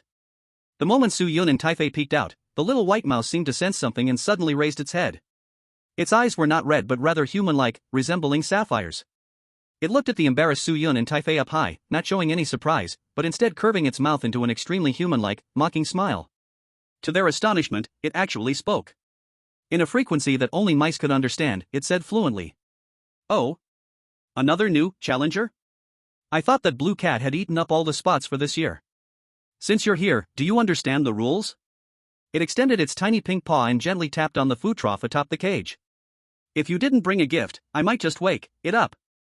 Following the little white mouse's gaze, Su-yun was horrified to discover that in the shadow beneath the experiment table, it was not empty. There coiled a snake as thick as a bucket, covered in compound eyes and scales. A mutant blind snake. The head of the snake rested beside the little white mouse's cage, like the most loyal guard, fast asleep. Hidden NPC discovered, the queen of the basement, Susan. Status, imprisoned but controlling the ecology here. Hint, though both are rodents, in her eyes, you are just an unsophisticated, rural cheese. Chapter 16, it turns out a good-looking mouse has many tricks up its sleeve. On the experiment table, the eerie green spiral centrifuge still rotated steadily, producing a low, hypnotic buzzing sound. The drops of green liquid falling from the condensation pipe plopped into the flask, splashing tiny, glowing droplets. This was the only heart still alive and pulsing in this dead silence of the basement. Su-yun squatted at the edge of the suspended wooden rack, not hurrying to jump down. His small, dark eyes crossed over the massive, foul-smelling, slumbering blind snake, ultimately landing on the delicate iron cage. The little white mouse named Susan was now elegantly placing down her comb. Every movement of hers radiated a noble air that had not diminished even in this hellish basement. Her fur was as white as snow, forming a starkly ironic contrast with the filthy, mud-covered Su-yun and Taifei, who was wearing nothing but a dirty diaper. This is class. Even if they were all mice, in this bizarre tale, some mice were used as experimental materials, some were homeless wanderers struggling to survive, while others seemed to be favored pets raised by the unseen hand. Gift? Su-yun repeated the word, his mouth corner not falling due to the other's ridicule, but instead curling into a smile that belonged to an old hand. He certainly understood what this so-called queen of the basement desired. A mouse locked in a cage, no matter how high its status or ability to command that terrifying blind snake, always craved one thing above all: freedom. Or rather, the key to open the cage. Su-yun did not reply immediately. First, he reached out to comfort Taifei, who was trembling at the sight of the giant snake and was about to cover his eyes but couldn't resist peeking through his fingers. "Don't be afraid, that snake is blind," Su-yun whispered, while gently tapping the rack with a bone spike, making 2 soft taps. "And it's just a watchdog, the real master is locked in the cage." His voice was not loud, but it carried far in the open area of the experiment table. The actions of Susan in the cage paused for a moment. In her sapphire-like translucent, human-like eyes, a trace of surprise flashed by, soon replaced by an even stronger chill. "Heh, good eye." Susan jumped down from the feeding trough and walked with a cat's grace to the edge of the cage, her 2 delicate little hands gripping the iron bars thicker than her fingers. "So do you know why that arrogant blue cat outside doesn't dare to step here?" She didn't wait for Su-yun to reply, instead tilting her head slightly to look at the blind snake coiled in the shadows. "Because it, gluttony, only understands my song. As long as I hum a few notes, it will wake up and turn all living things, except for me, into its waste." Susan's voice was soft, even laced with a hint of sweetness. "And right now, I happen to feel a bit bored and want to hear that sound of bones being crushed." Threat. A naked threat. This was the NPC establishing a psychological advantage through an information gap. If it were an ordinary chosen one, it would probably be frightened by the oppressive feeling of the giant snake and the calm demeanor of this white mouse, either begging for mercy or handing over their cheese. In this Tom and Jerry worldview, bluffing often works better than actual weapons. Su-yun smiled. He not only showed no fear but also stood up from the shelf, brushed off the dust on his body, and put on a helpless expression of "I intended to get along with you as an ordinary mouse, but was met with distance instead. Miss Susan, since we are all respectable mice, I won't pretend anymore." As he spoke, Su-yun casually took off a heavy keychain that sparkled with a dark golden light from the inconspicuous spot on his waist. Clatter. The keys collided, producing a crisp and pleasant metallic sound. In that instant, the originally proud Susan, who was still playing with her whiskers, seemed to be electrocuted, suddenly pressing tightly against the bars. Her blue eyes widened instantly, pupils locked firmly on the golden key marked with a cat head, her breathing becoming hurried. Greed, desire, shock. Even if she tried hard to conceal it, that instinctive reaction could not be hidden. Tom's key?" Susan's voice trembled with excitement. "How did it end up in your hands?" Su-yun caught this crucial emotional shift. Steady. This key was indeed a symbol of the highest authority in the house, or at least a key item to unlock this special cage. Su-yun didn't answer directly but leisurely spun the key on his finger twice, executing a dangerously casual toss-and-catch move that nearly made Susan's heart jump out of her chest. "You ask this?" Su-yun stopped the movement, pointed the grinding stick at his nose, then made an extremely arrogant gesture of slitting his throat.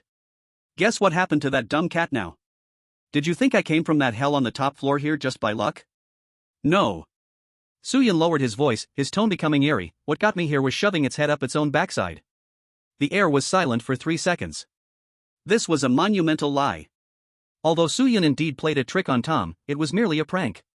To snatch that S-class anomaly key and take it down, the current Su-yun could not achieve that.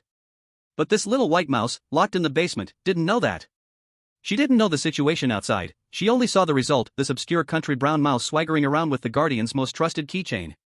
This was the dimensional strike brought about by the information gap. Susan fell silent. The way she looked at Su-yun completely changed. What started as a gaze at food turned into a scrutinizing look, filled with an examination of. A look of fear, and even a hint of reverence. It released its grip on the railing, adjusted its slightly messy bow tie, and returned to an elegant sitting posture, but this time, its tone had less arrogance and more equality. "It seems I have misjudged." Susan sighed softly, glancing at the still sleeping blind snake, and did not wake it as it had threatened.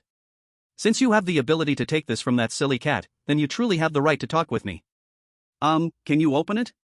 It pointed at the lock on the cage door, its tone trying to remain reserved, but urgency nearly spilled over. "I can tell you what this potion is." "That won't do." Su-yun shook his finger. "What a joke. If I let you out, who knows if you would just have that snake swallow us."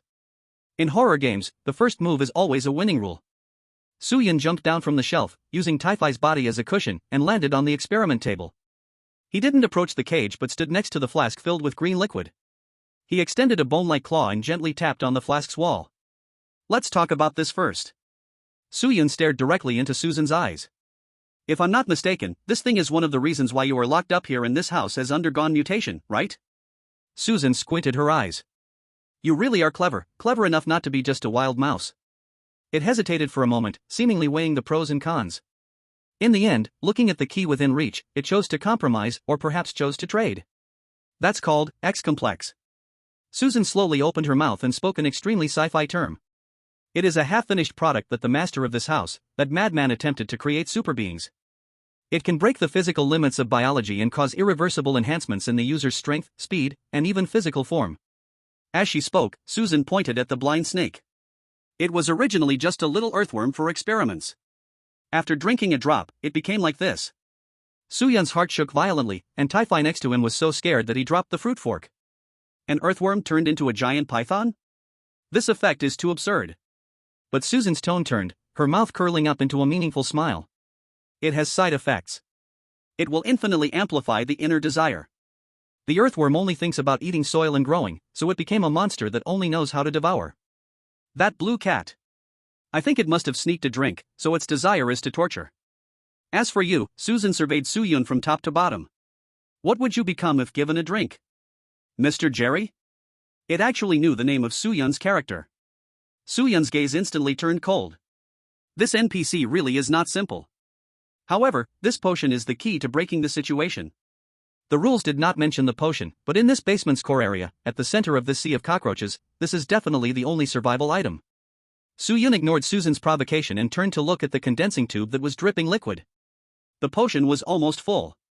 I don't want to become a monster, Suyun said lightly, reaching out to grab the flask. Don't move! Susan suddenly screamed, her voice filled with warning. If you don't want to be blown away, it's best not to touch the bottle with your dirty hands. That centrifuge has gravity sensors. Once you remove the flask, the balance below will be broken, and the rotor spinning at high speed will slice through you like a frisbee, cutting you in half. Suyun's hand halted in midair.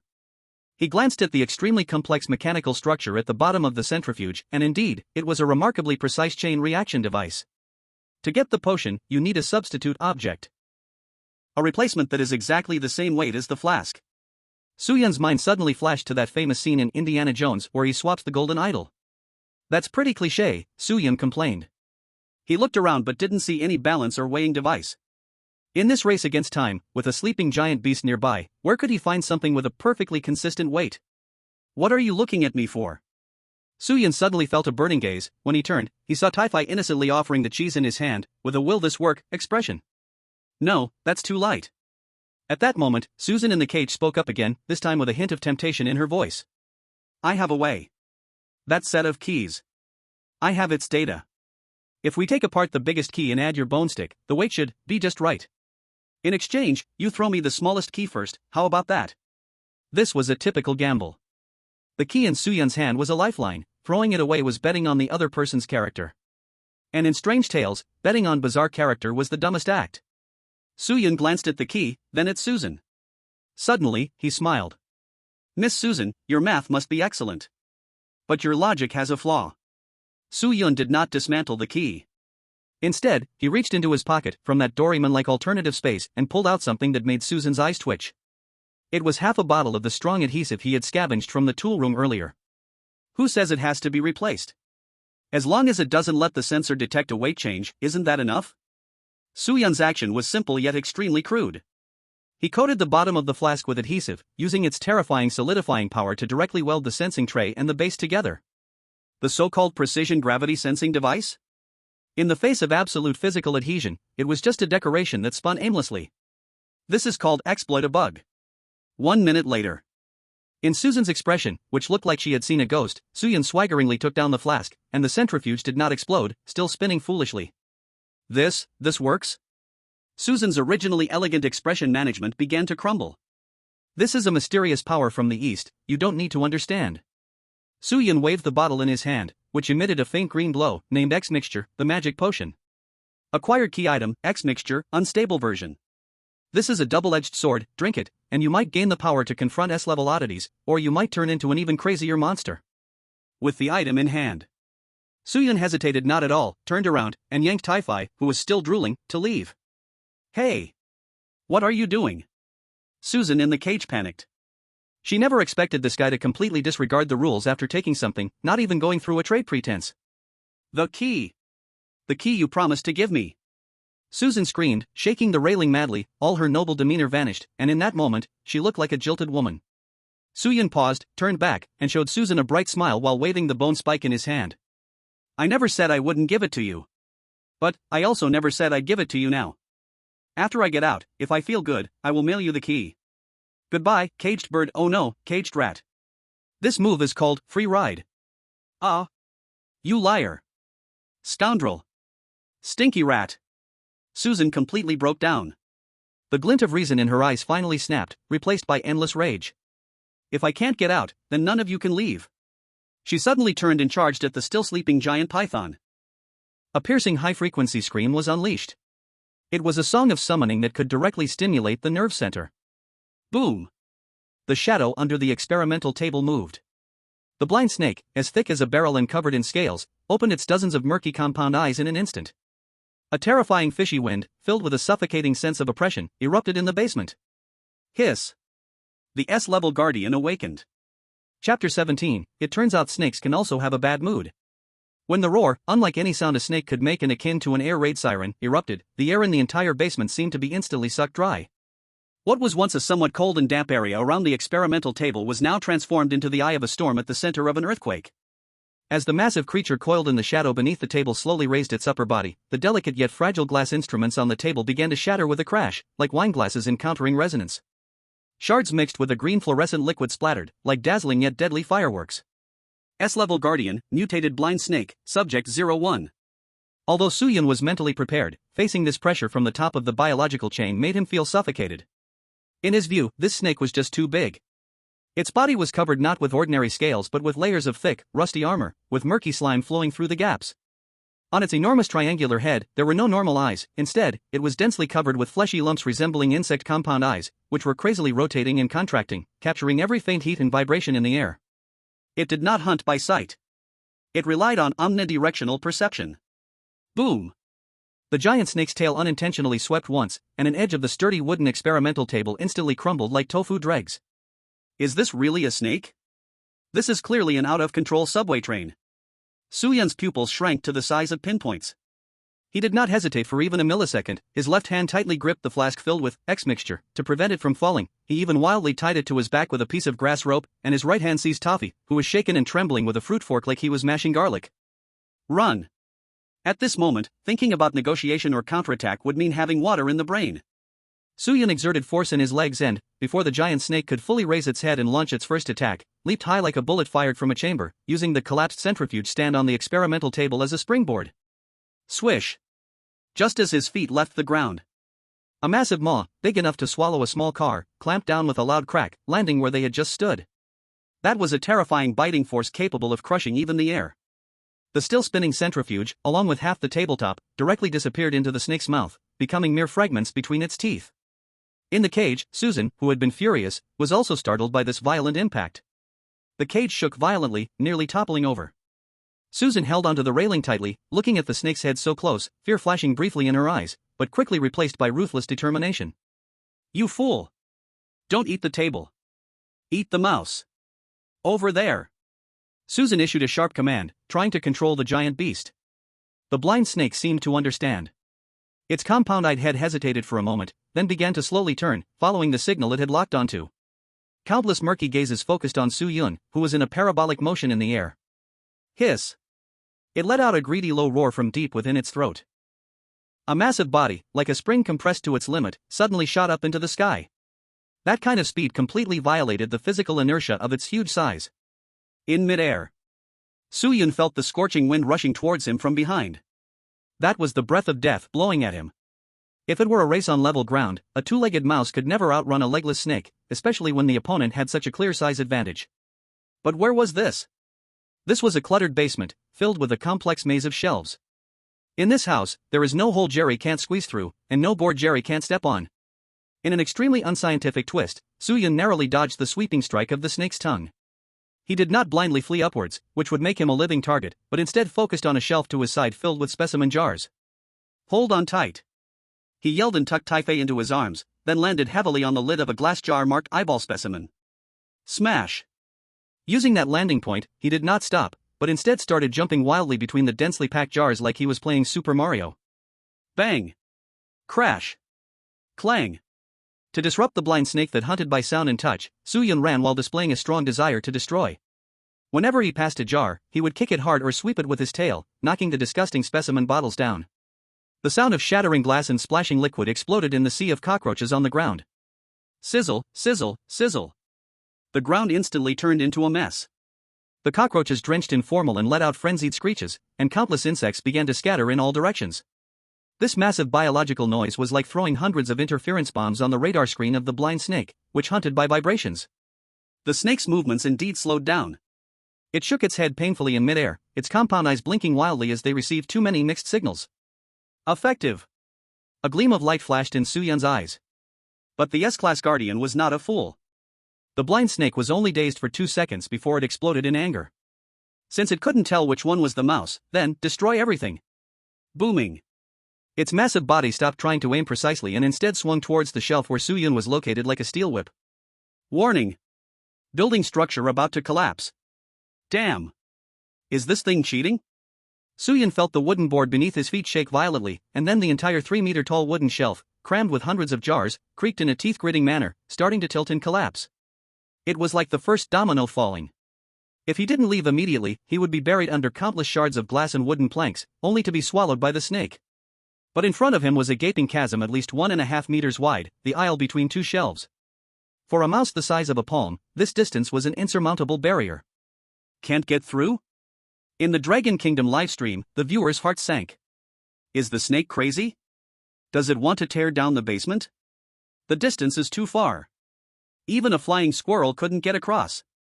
Soo-God has a potion. Drink the potion. Transform into the Hulk and smash it. Soo-yun also thought of the X-mixture on his back. But reason told him that this thing was a double-edged sword. Transforming into an uncontrollable monster in this trap-filled basement would likely lead to death even faster. Unless absolutely necessary, I can't gamble my life. In Jerry Mouse's dictionary, there is no such thing as not being able to pass. As the angle of the shelf tilted more and more, Soo-yun not only did not slow down, but instead accelerated and sprinted to the very edge of the shelf. At that critical moment, he suddenly reached out, tearing something off his belt. It was not a bone spur, nor a key. Instead, it was a small roll of rubber band, or a strip cut from an old tire inner tube, that he had casually taken from the tool room. He quickly wrapped one end of the band around a protruding iron nail nearby, while tightly holding the other end in his hand, also letting Typhi hug his waist. Let's go! The leap of faith. Soo-yun leaped into the endless abyss. But he did not follow a parabolic motion. The rubber band instantly stretched and tightened, like a bungee cord. When Soo-yun fell to the lowest point, just about to drop into the gaping jaws of the snake below. Bang! The elastic potential energy of the band was released in an instant. The 2 mice shot up like stones from a slingshot, using the pendulum effect to draw a breathtaking arc in the air, whoosh. They zoomed past less than 5 centimeters above the snake's mouth that was about to close, even catching a whiff of the disgusting stench from inside. The blind snake, certain of its catch, bit empty. Crack! Not only did it miss, but due to its excessive force, its upper and lower jaws slammed together, shaking its brain. Meanwhile, Soo-yun and Typhi used this elasticity to land precisely and steadily on the still stable top of the opposite shelf. Touchdown! Rolling to absorb the impact. Perfect landing. Typhi, still shaken, glanced back at the shelf that collapsed due to inertia, raising clouds of dust, and then looked down at the giant snake that was thrashing wildly after biting down on wood chips. In its small eyes, for the first time, a kind of blind admiration blossomed for this uncle who seemed a bit fierce but could always turn danger into safety. It raised the fruit fork in its hand, pointed at the struggling blind snake below, and shouted in a soft but extremely arrogant voice. Pa! Lura-roo-roo! Soo-yun had no time to celebrate. He pressed Typhi's head down and continued to climb higher. Because he saw, across the rising dust, the white mouse Susan in the cage, her expression changing from initial fierceness to incredible shock. Amidst the clouds of dust, Susan and Soo-yun locked eyes. Standing high above, Soo-yun did not hurry to escape. Instead, he made an extremely elegant gesture of a gentleman mouse, a hat tip, though he had no hat, just emotion. Then, he pointed to the key he should have given her at his waist, a sarcastic smile curling at the corners of his mouth. Miss Susan, it seems your pet isn't that great after all. Want me dead? You'll have to wait in line. By the way, let me remind you. Soo-yun glanced at the experimental table that was about to be affected by the thrashing giant snake, his tone turning gleeful. Instead of worrying about catching me, shouldn't you be concerned about what would happen if your cage fell into a pile of cockroaches? Hiss. As if to confirm Soo-yun's ominous words. The blind snake, in a fit of rage, swung its tail again, this time hitting the leg of the experimental table directly. Crash! The table tilted. The delicate iron cage also began to slide toward the edge, heading towards the sea of angry black cockroaches below that had been disturbed during their meal. Susan's proud little face turned pale in an instant. Come back! Stupid snake! Stop! Her terrified scream was drowned out by the roaring noise. Suyin cast a cold glance, with no pity. In this world of villains, mercy is cruelty to oneself. Let's go, Tai-Fi. While they're infighting, let's grab the loot and head home. This time, Suyin did not look back. He took Tai-Fi along the ventilation duct on top of the shelf, which he had observed as a retreat when he entered. Like a ghost, it vanished into the darkness, only leaving behind the chaos, wreckage, and the roaring and screaming that filled the basement behind. This adventure, though thrilling, but returned fully loaded. Chapter 18, The Old Times and New Crisis in the Wall Cavity. The dark ventilation pipe, like the dried-up esophagus of a giant beast. The deafening rumble from the basement, the sound of shattering glass, and the furious hissing of the blind snake gradually became dull and distant as the two moved deeper into the pipe, leaving only the occasional muffled roar that seemed to come from deep underground. Huff! Ha! Suyin lay sprawled in a horizontal, dust-covered metal pipe, limbs spread out, utterly limp. He felt like his lungs were about to explode, every breath of the rusty air scorched his trachea. This Jerry Mouse body, despite its flexibility and explosive power, was truly lacking in endurance for prolonged carrying. Especially since he was tightly bound to his back with a rather flimsy straw rope, that substance that could bring about catastrophe with even a drop missing, the X-mixture. This bottle of green liquid emitted a faint glow in the darkness, like the only eerie streetlight in this long night. Not chaste. Next to him, Taffy appeared to be equally drained. Its little face was covered in a mix of dust and sweat, and its signature diaper had turned a dusty gray, while its originally tender belly rose and fell from rapid breathing. But what made Suyin feel relieved, or helpless, was that this little guy still held tightly onto the fork it had taken from the fruit basket. Even while fleeing so chaosfully, it didn't drop its only eating utensil and weapon. This is the consciousness of a foodie. Suyin struggled to turn over, first removing the heavy bottle from his back and carefully placing it between his legs. If it broke, he and Taffy wouldn't even need to wait for Tom to catch them, they could instantly mutate into the protagonists of a biohazard crisis right there. Let's take a break. Suyin patted Taffy's head, it felt a bit cold, indicating the heavy chill of the underground. Uncle, thirsty. Taffy smacked its lips, with its big, shining eyes fixed on the glowing bottle of potion in Suyin's arms, clearly unable to distinguish whether it was a miracle drug or poison, only perceiving it as a giant bottle of mint soda. It reached out its chubby little hand, attempting to touch the cork. Slap. Suyin's hand was quick, swatting the sinful little hand away. Do you want to become that snake that only has a mouth and no brain? Suyin glared at it unhappily, drinking even a sip from this water, you'd turn into a big meatball that only knows how to eat, unable to even walk, eventually being kicked around like a ball by that cat. He deliberately described the consequences in a very cartoonish, yet cruel manner. Because he knew Taffy wouldn't understand anything about genetic mutation, but it got the idea of getting kicked by a cat. Sure enough, Taffy shrank its neck in fear, quickly covering its diaper as if protecting its last shred of dignity. Suyin sighed and took out a half-eaten nut from his cheek pouch, a mouse's innate skill, he had stuffed it in while passing the tool room. Just chew on this for a while, to replenish some salt. Watching Taffy treasure the drool-covered nut as it began to nibble, Suyin's gaze turned deep again. He started to examine the environment around them. This was not merely a ventilation pipe. As his vision adjusted, he found this place resembled a forgotten mouse civilization relic. At the joints of the pipe, many little artifacts not belonging to this era were scattered, a Coca-Cola bottle cap from the 1950s. A rusty World War II button, and a half-broken piece of chalk. And on the inner wall of the iron sheet, Suyin saw some graffiti again. Different from the bright red warnings in the tool room, the graffiti here seemed more like a record of life. There were pointers drawn with black charcoal, skulls with X marks, and an extremely abstract painting. A giant foot, possibly of the mistress, stepped on the tail of a mouse. Beside it, a line of crooked English words was written, silence. It seems that life was hard for our predecessors too. Suyin's finger traced along the cold iron sheet, as if she could touch the warmth of another Jerry trembling here decades ago. The depth of this copy is much heavier than those stories that start with killing spree. Every scratch here might represent a rule or a death. Where does this pipe lead? Suyin took out the parchment map that had burst from Tom. Although the light was dim, the glowing flask barely served as a flashlight. The map did not mark the inside of the pipe, but based on the general position, they were climbing up from the basement, the lowest level, aiming to return to the first floor, or a safer place. If the structure hasn't changed. Suyin's finger slid across the map, eventually stopping at an area marked fireplace. That was behind the living room's fireplace.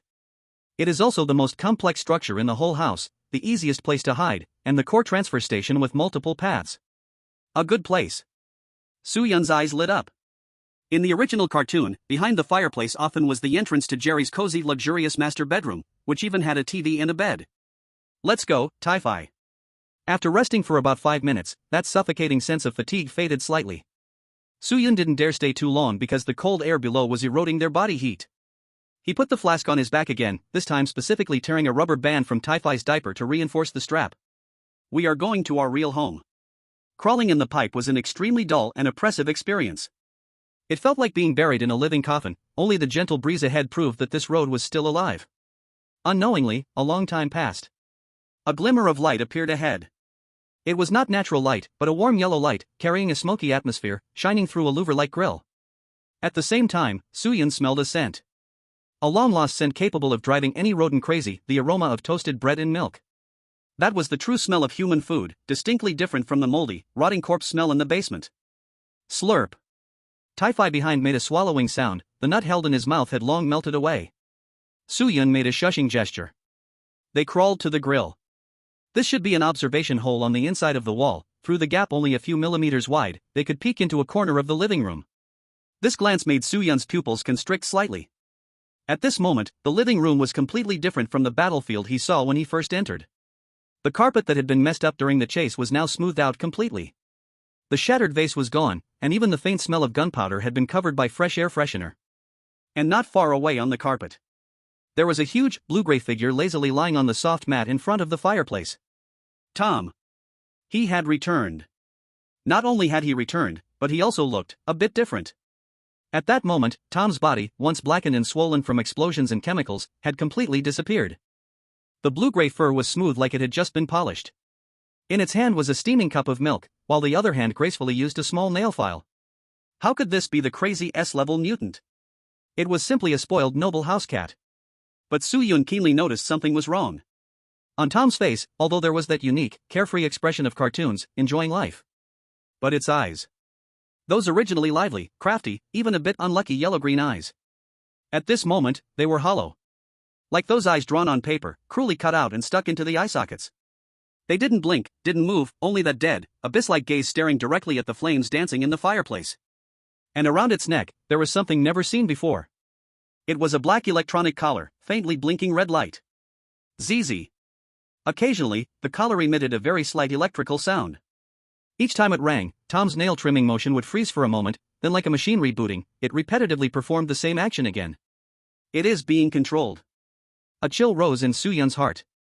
This was more frightening than the beasts that only howled and chased after him. That collar. Mrs. Two Shoes no, perhaps the more mysterious master behind this. Soo-yeon thought quietly. This master rarely appeared in the original story, often thought to be non-existent. But in the world of strange tales, since there was mention of doing experiments, this invisible master might really be the true mastermind of this terrifying villa. Tom's current peace was just an illusion forcefully suppressed by some powerful rules.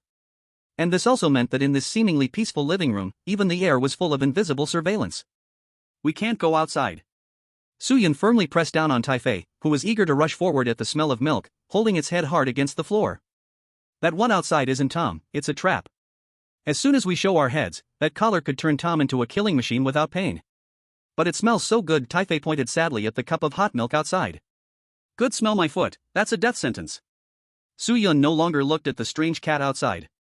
He turned around, searching the surroundings inside the pipe. He was looking for something. If his memory and reasoning were correct, in every episode, Jerry would set up some anti-cat traps or secret passages near his hole. And behind this wall, since he could see the fireplace, it was likely he could also find the mouse's living room entrance. Just as Soo-yeon's fingers stumbled upon a slightly loose brick at the bottom of the wall.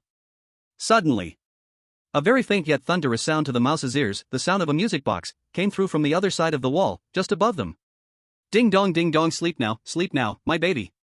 It was a classic lullaby. But the melody was a variation, infused with an eerie pause as if a toy had wound down and got stuck on a note. Tom didn't move. It couldn't hear it or was set to not hear. But Soo-yeon and Taifei heard it. This sound was not marked on the map. It came from deep within the wall's cavity, an attic compartment never discovered by anyone. That as Soo-yeon looked up, seeing a hint of red glow through the gap in the wooden planks above. And in that gap, there were eyes, not cats, nor mouses. They were fake eyes made of glass beads. He stared down at the two intruders through the narrow gap, from a high vantage point, his gaze fixed and unyielding. A new side path, or a new horror, was extending an invitation to them. Chapter 19, The Neighbor in the Wall and the Unstoppable Music Box. The narrow wooden gap above, only the width of a finger, glowed with a red hue that was not the warm glow of fire, but more like the oppressive dim red light from developing photos in an old, dark room. The glass-bead eyes, though unmoving, seemed as though they might blink at any moment under the flickering light. The music box's sound continued. Every note, stretched and delayed, felt like a rusty saw slowly pulling at the listener's nerves. It wasn't just a broken sound, but more like something stiff fingers struggling to force the music to continue. Soo-yun maintained his head-up position, despite the neck pain, not daring to look away. In this S-grade side mission filled with rules and malice, eye contact often meant a contract was made or the beginning of a death sentence. He slowly extended his hand and pressed it against Taifei's little head, which was curious about the music and was about to peek out. Taifei felt the pressure of Soo-yun's hand and instantly stopped the movement, even his cheeks stiffened. "Don't make a sound," Soo-yun whispered very softly next to Taifei's large ear.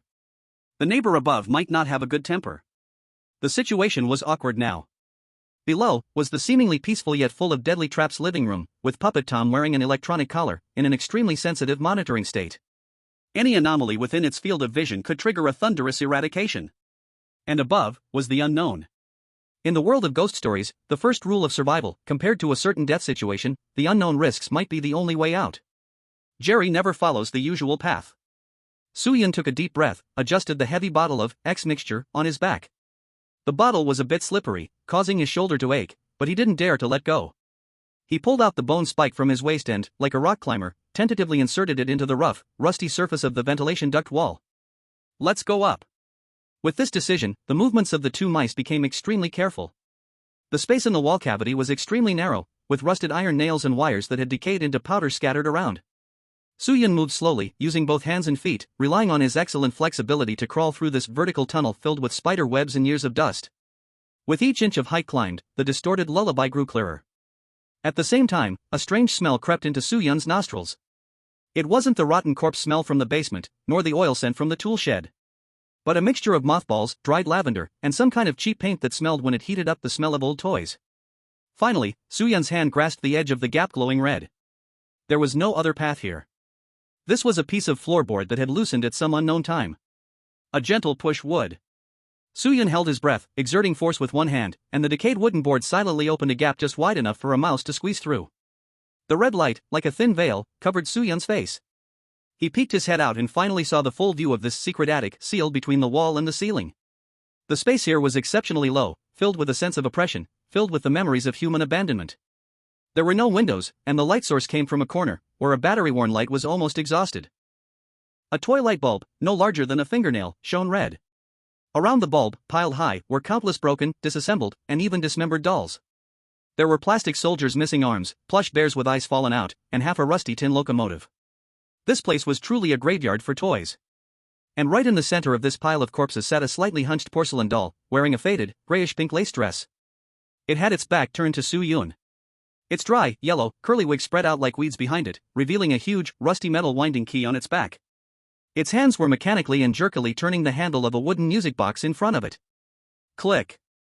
Ding. The glass eye seen below actually belonged not to this doll, but to a featureless plastic head placed beside it. Soo-yun climbed up, standing at the edge of this wreckage, without making a sound. The scene was too bizarre.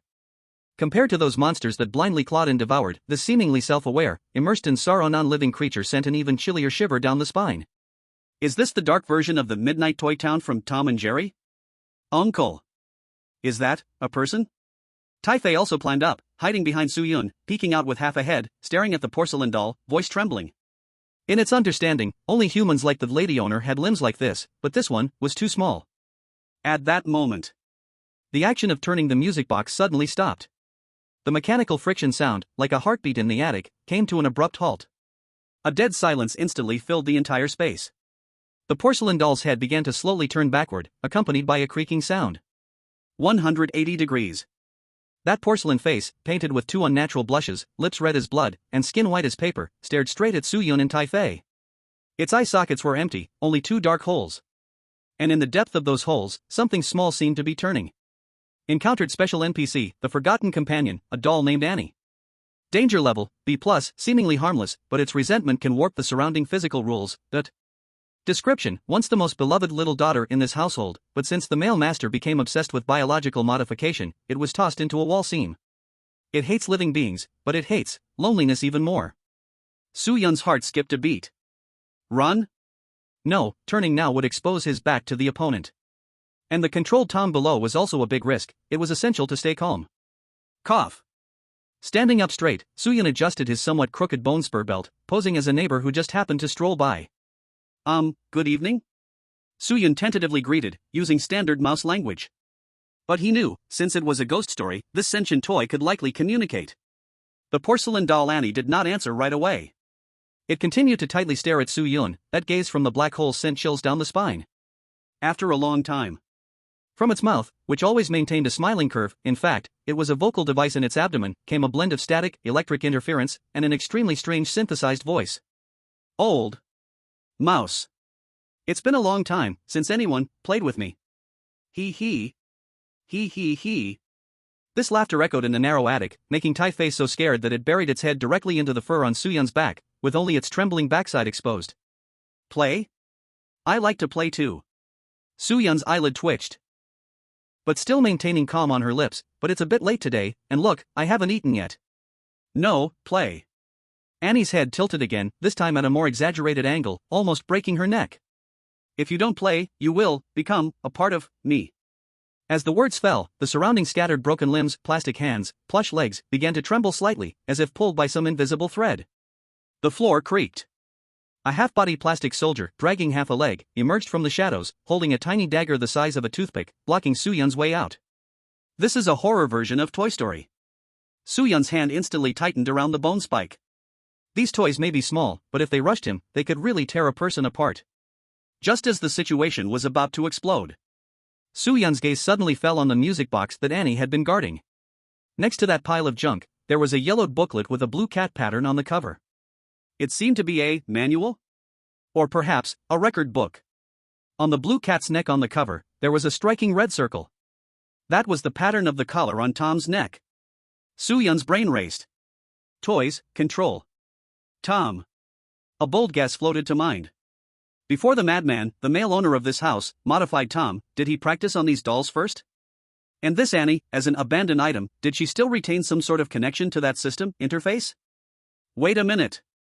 Soo-Yun shouted loudly, his voice full of energy, startling those poised to pounce with their severed limbs. He raised his hand, not to defend, but to make an extremely counterintuitive move. He pulled out that firecracker, an unlit prank firework he had brought from the toolbox, meant to blow up Tom, which he had never dared to use. Do you want to play? Soo-Yun held the small red firecracker, weighing it in his hand, revealing a sly smile filled with Jerry-style cleverness. Have you ever seen a firework that glows, makes noise, and can send you to the sky? Annie's tilted head stopped moving. That program logic called curiosity seemed to temporarily override the kill command. Her hollow eye socket scanned the red cylinder. Fire, work? In the synthesized voice, there was a hint of childlike anticipation. Yes, fireworks. Soo-Yun stepped closer, like a strange uncle luring a child with candy. These are high-quality goods only found outside. Just let your friends back down, and... Soo-Yun stretched out another hand, pointing at the booklet next to Annie with the blue cat on it. Let me see that booklet. I'll give you this big firework. What do you think? It's a fair trade after all, girls love shiny things, right? This was a gamble. Soo-Yun bet that this abandoned toy, in this dark attic, had an irresistible longing for anything new. And for a toy with immortality, to some extent, the explosion of the firecracker might not be harm but rather a long-lost thrill. The air once again solidified. A few seconds later, those plastic limbs blocking the way, with a crash, scattered again on the floor, no longer moving. Annie slowly extended her cracked ceramic hand, palm up. Give me. Look, look. She agreed. The curve of Soo-Yun's mouth grew larger. But he did not let his guard down. He gently placed the firecracker on the ground, kicking it towards her. Then, with lightning speed, when it comes to grabbing things, the mouse, a professional, rushed to Annie's side and grabbed that little booklet. At the moment he touched the cover of the booklet, a line of system prompt text suddenly exploded in his retina. Key plot item discovered, first-generation biological control collar operation manual, draft version. This might be the only key to unlock the fake Tom downstairs. As expected, Soo-yoon was overjoyed. This was not just for controlling Tom, it was also the switch to make this villa lively again. Now, the nature of the game had changed. This was no longer a one-sided escape battle.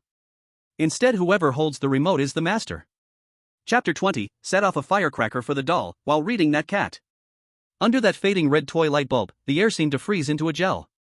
As soon as Soo-yoon's fingers touched the color operation manual, the porcelain doll opposite him, Annie, seemed to flicker with a glimmer of non-existent light in her once empty, dead black eyes. That was a desire for promise. In this S-grade horror story, filled with lies and betrayal, even a discarded terrifying doll retains a kind of extremely pure obsession that belongs to a child. Soo-yoon did not go back on his word. As an experienced actor determined to clear the game and knowing how to manage character personas, he understood well that in this scenario, if you deceive an NPC with rule power, the cost is often heavier than confronting them directly. Take it, Miss Annie. Soo-yoon gently nudged the red firecracker towards Annie with his toe, then gentlemanly pulled out a half-used match from what seemed to be an endless pocket. As an after-service for this transaction, I'll give you a light for free. Sizzle. The match struck against the rough floor, and the orange-yellow flame joyfully leaped up. Without hesitation, Soo-yoon lit the short fuse of the firecracker, even though he knew how crazy it was to set off firecrackers in such a narrow, flammable attic. Hiss hiss hiss. Sparks flew everywhere. Run. Soo-yoon grabbed the dazed Taifei next to him and dove into the crack in the floor with lightning speed, carefully covering the hole with a piece of rotten wood. Boom. Bang. A sound comparable to a grenade explosion in the micro-world erupted beside Soo-yoon's ears through the wooden board. The floor shook, and dust fell down. But strangely, there was no sound of the attic collapsing or the doll being shattered. Instead, a strange, piercing yet extremely joyful laughter echoed through the attic. Hee hee. Hee hee hee. It's ringing, so bright, just like my previous birthday. That laughter mixed with the sound of plastic limbs clattering, reverberating in the attic, sending chills down one's spine yet infused with a heart-wrenching sadness. This is one of the truths of this home. Forgotten joy can only be briefly revived through explosive destruction. The viewers in the Dragon Kingdom livestream fell silent. Although it's terrifying, why do I feel a bit warm about this mouse? This is called even thieves have their principles, right?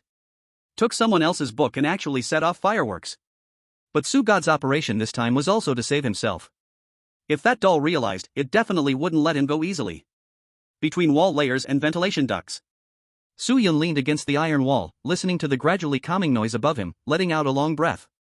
The difference between a madman and a monster is often just a toy, he whispered, then turned his gaze to the slightly moldy booklet in his hand. This was the key point. Soo-yoon used the light sneaking in through the gap in the vent tube. The faint light from the living room opened this first-generation biological control collar, operation manual, draft version. The pages were fragile, as if they might crumble with just a little force. The handwriting on top was messy and frantic, filled with large sections of handwritten English, along with complicated circuit diagrams and anatomical sketches. Product name, T-type behavioral suppressor, test type 01. Test subject, Blue Cat, codename, Thomas. Developer's log, excerpt. October 7, 1952. This cat is too noisy. It has an incomprehensible vitality. Even if you smash it, slice it, or burn it, it always manages to revert to its original state and emit foolish laughter the next moment. This cartoon logic that defies the laws of science disgusts me. I need order. This house needs absolute quiet and obedience. The experiment was successful. Through high-voltage electric shocks and nerve blocking, I successfully got it to wear this collar. When the collar activates, blue mode, it will lose its absurd immortality and creativity, turning into a creature that only knows how to follow commands, a watchdog that adheres to the laws of physical reality. Warning, the collar is not yet stable. If it suffers an overload attack, it may automatically switch to red rampage mode. In the presence of certain specific frequency sound wave interference, the collar may fail, releasing the original, damned, chaotic cat. Soo-yoon closed the booklet, the light in his eyes flickering. He finally understood why Tom now looked so out of place. It turned out that this cat had not become stronger, but had been weakened or perhaps realized. That collar had locked away Tom's wild, mischievous abilities, along with the undying humor of being a star from Tom and Jerry, forcefully turning it into a biological weapon that mechanically executes killing orders. That makes sense. A cold smile crept upon Soo-yoon's lips. Why does it only use crossbows now, and no longer those flashy bombs and mousetraps? Because its creativity has been locked away. Why does it recover so slowly after being hit? Because its cartoon immortality has been suppressed. This was a crucial information gap. Now Tom, though looking fierce, could actually be killed if hit in a vital spot. But equally, if that collar were removed. The Tom that could piece itself back together even if cut into 8 pieces, who, although naughty, didn't really want to kill Jerry, might just come back. Should he face a cold, mechanical killer, or an old rival who was cunning yet full of flesh and blood? Soo-Yun chose the latter without hesitation. Uncle, what happened to that cat? Beside him, Tai-Fi was peering through the slats of the ventilation window, her little bottom raised high, taking a look outside. Soo-Yun leaned over as well. Through the gap, the scene in the living room was fully visible. The fire in the fireplace burned brightly. Tom, wearing the collar, was still lying on that soft cushion. But now its state seemed a bit off. A huge shadow stood before it that was the lady of the house, Mrs. Two Shoes, who had just come down after a bath. She wore a thicker red bathrobe, and her red slippers appeared slightly wet from the water. She held a riding crop in her hand, gently tapping Tom's head as if training a beast. "Thomas, I smell gunpowder." The lady's voice was deep and hoarse, carrying a chilling calmness. "Those 2 filthy things blew up the tool shed. And you are still here drinking milk?" Tom made no rebuttals, nor did it show any signs of fear, as its expression system was locked up now. It simply stood up mechanically, the collar's indicator light flashing an eerie blue. It opened its mouth, producing a sound that did not belong to a cat, and cleaning procedure, initiating. Awaiting instructions. Very good. The mistress nodded in satisfaction. Tonight, I will not sleep. I want to watch you peel every piece of wall off this house. Dig 3 feet into the ground, and find them. By the way, if you really can't find them, then just cook yourself. I don't keep scrap metal. After saying that, the mistress turned and walked toward the kitchen. Tom stood still, the red light on his neck suddenly flashing violently twice, as if some program was conflicting, but soon returned to a cold blue. He turned, not looking toward the vent, where Soo-Yun was hiding, but went straight to the storage room and brought out a chainsaw and a huge iron hammer. He was really ready to tear the house down. Gulp. Tai-Fei swallowed hard, clutching Soo-Yun's sleeve. "Uncle, he's going to demolish the house." Soo-Yun looked at the buzzing chainsaw in Tom's hand and felt a chill down her spine. This is going to tear us apart too. If they encountered a chainsaw in such a narrow wall cavity, they would be 2 screaming sausages. We can't wait any longer. Soo-Yun rolled up the operation manual and stuffed it into Tai-Fei's diaper. This was the safest storage place besides their stomachs. Tai-Fei, listen carefully. Soo-Yun grabbed Tai-Fei's shoulders, her eyes unusually serious. Now we have 2 paths ahead of us. One is to hide here and wait for him to saw the wall and cut us to pieces. The other is to take the initiative and help this poor silly cat escape. Escape? Tai-Fei blinked his big eyes, clearly not understanding the advanced meaning of the word. In simple terms, Soo-Yun pulled out a sharp bone spike from her waist and pointed at the louver grid in front of them. It means helping him take off that damn dog collar around his neck. As long as we get rid of that, this cat will remember there are many more interesting things to do in this house besides catching mice. Like, take revenge on the owner who turned him into a machine. A modern version of borrowing a knife to kill insurrection. But that collar has electricity, it will bite. Tai-Fei seemed to remember the current symbol from the manual. No problem. Soo-Yun looked through the gap, staring at Tom's neck, quickly recalling the complex waveform diagram about disabling instructions on the last page of the manual. No need to disassemble by hand. The manual said that collar is highly sensitive to certain high-frequency sound waves. Soo-Yun turned to Tai-Fei, a strange uncle-like smile on her face. Nephew, although you eat a lot, love causing trouble, and aren't very smart, you have one talent that no creature in this villa can match. What? Tai-Fei felt a bit creeped out by her gaze. Your voice. Soo-Yun pointed at Tai-Fei's throat, or rather, that penetrating soul-piercing scream you make when you cry. Are you ready for your lung capacity? In a bit, we're going to not only create chaos in this living room but also give Uncle Tom a song that will short-circuit his brain. Chapter 21. Let's give that silly cat a mental shock. ZZZZ V-Room. Just as Soo-Yun was giving Tai-Fei the pre-war mobilization, the mechanical Tom in the living room was no longer just posing. He pressed the switch on the chainsaw. The ear-piercing noise of the motor spinning at high speed, causing the chain to grind, instantly penetrated through the thin louver grid, making the dust in the wall cavity fall down like snow. This chainsaw was not a toy that looked scary but couldn't actually cut flesh like in cartoons. In this reality-bound world, that glimmering saw blade was a true weapon capable of cutting through anything. The first cut is coming. Soo-Yun pressed her ear tightly against the metal pipe wall, feeling the kind of vibration that seemed to come from hell. There was no hesitation as imagined. All that was heard was a crisp crack, followed by the painful sound of wood splintering. The guide bar of the chainsaw cut into the wall panel next to the fireplace as smoothly as a hot knife through butter. It was less than 20 centimeters away from the vent where Soo-Yun and Tai-Fei were hiding. Wood chips flew everywhere, and even a few sparks landed on Tai-Fei's trembling nose. Wow, scared. Taifei covered its ears, tears already welling up in its big eyes. Faced with such industrial violence from heavy machinery, even a fearless foodie couldn't help but feel a deep, instinctive fear. It's good to be scared. Suyun pulled Taifei over, positioning its face toward the flickering light coming through the slats of the blinds. Remember this feeling, hold it close to your heart. Suyun looked at Taifei, his tone like that of a crazy musician teaching a student how to express emotions. Now, I want you to gather this fear, along with the unfairness of not having that sausage yesterday, and the discomfort from the smoke just now, and channel it into your dantian, that little belly holding the diaper. He took out the bone spike he never parted with, but this time not for battle, but waving it gently in front of Taifei like a conductor's baton. Don't worry about pitch, and don't worry about melody. The manual says that as long as the frequency is high enough and it is shrill enough, that damned electronic collar will short-circuit from overload. Taifei, follow my command. Suyun glanced at the chainsaw moving horizontally towards them, the sound of metal cutting through the wall getting closer, the feeling of death's pressure looming right by their foreheads. Take a deep breath. Taifei seemed to understand less and less, but due to trust in Uncle and resistance to the wall-cutting monster outside, it opened its mouth wide. Breathe in. Breathe in madly. This little guy's chest swelled like a balloon filled with gas, visibly expanding, even its short arms stretched out as if it were a balloon about to take flight. Outside the door, Mechanical Tom was numbly operating the chainsaw, its electronic eyes scanning for heat sources behind the wall. Detected rodent life response. Executing, physical removal. It raised the chainsaw, aiming at the slatted window, ready to plunge right in. Just as the tip of the chainsaw was about to touch the metal plate, Suyun swung the bone spike down sharply. Sing. At that moment, time seemed to freeze. The breath that Taifei had built up to the limit finally found its release. Ah! At first, it was a high-pitched childhood scream. But soon, the frequency of the voice began to rise geometrically. It was no longer a sound that belonged to humans or animals, but an almost ultrasonic sound that resonated with physical entities, a destructive magical sound. There was no world-shattering wave of sound as imagined. Even Suyun, who was nearby, did not feel his eardrums burst. But in that instant, a strange phenomenon occurred. The dust trapped in the wall cavity froze in place. Several rusty nails began to tremble violently.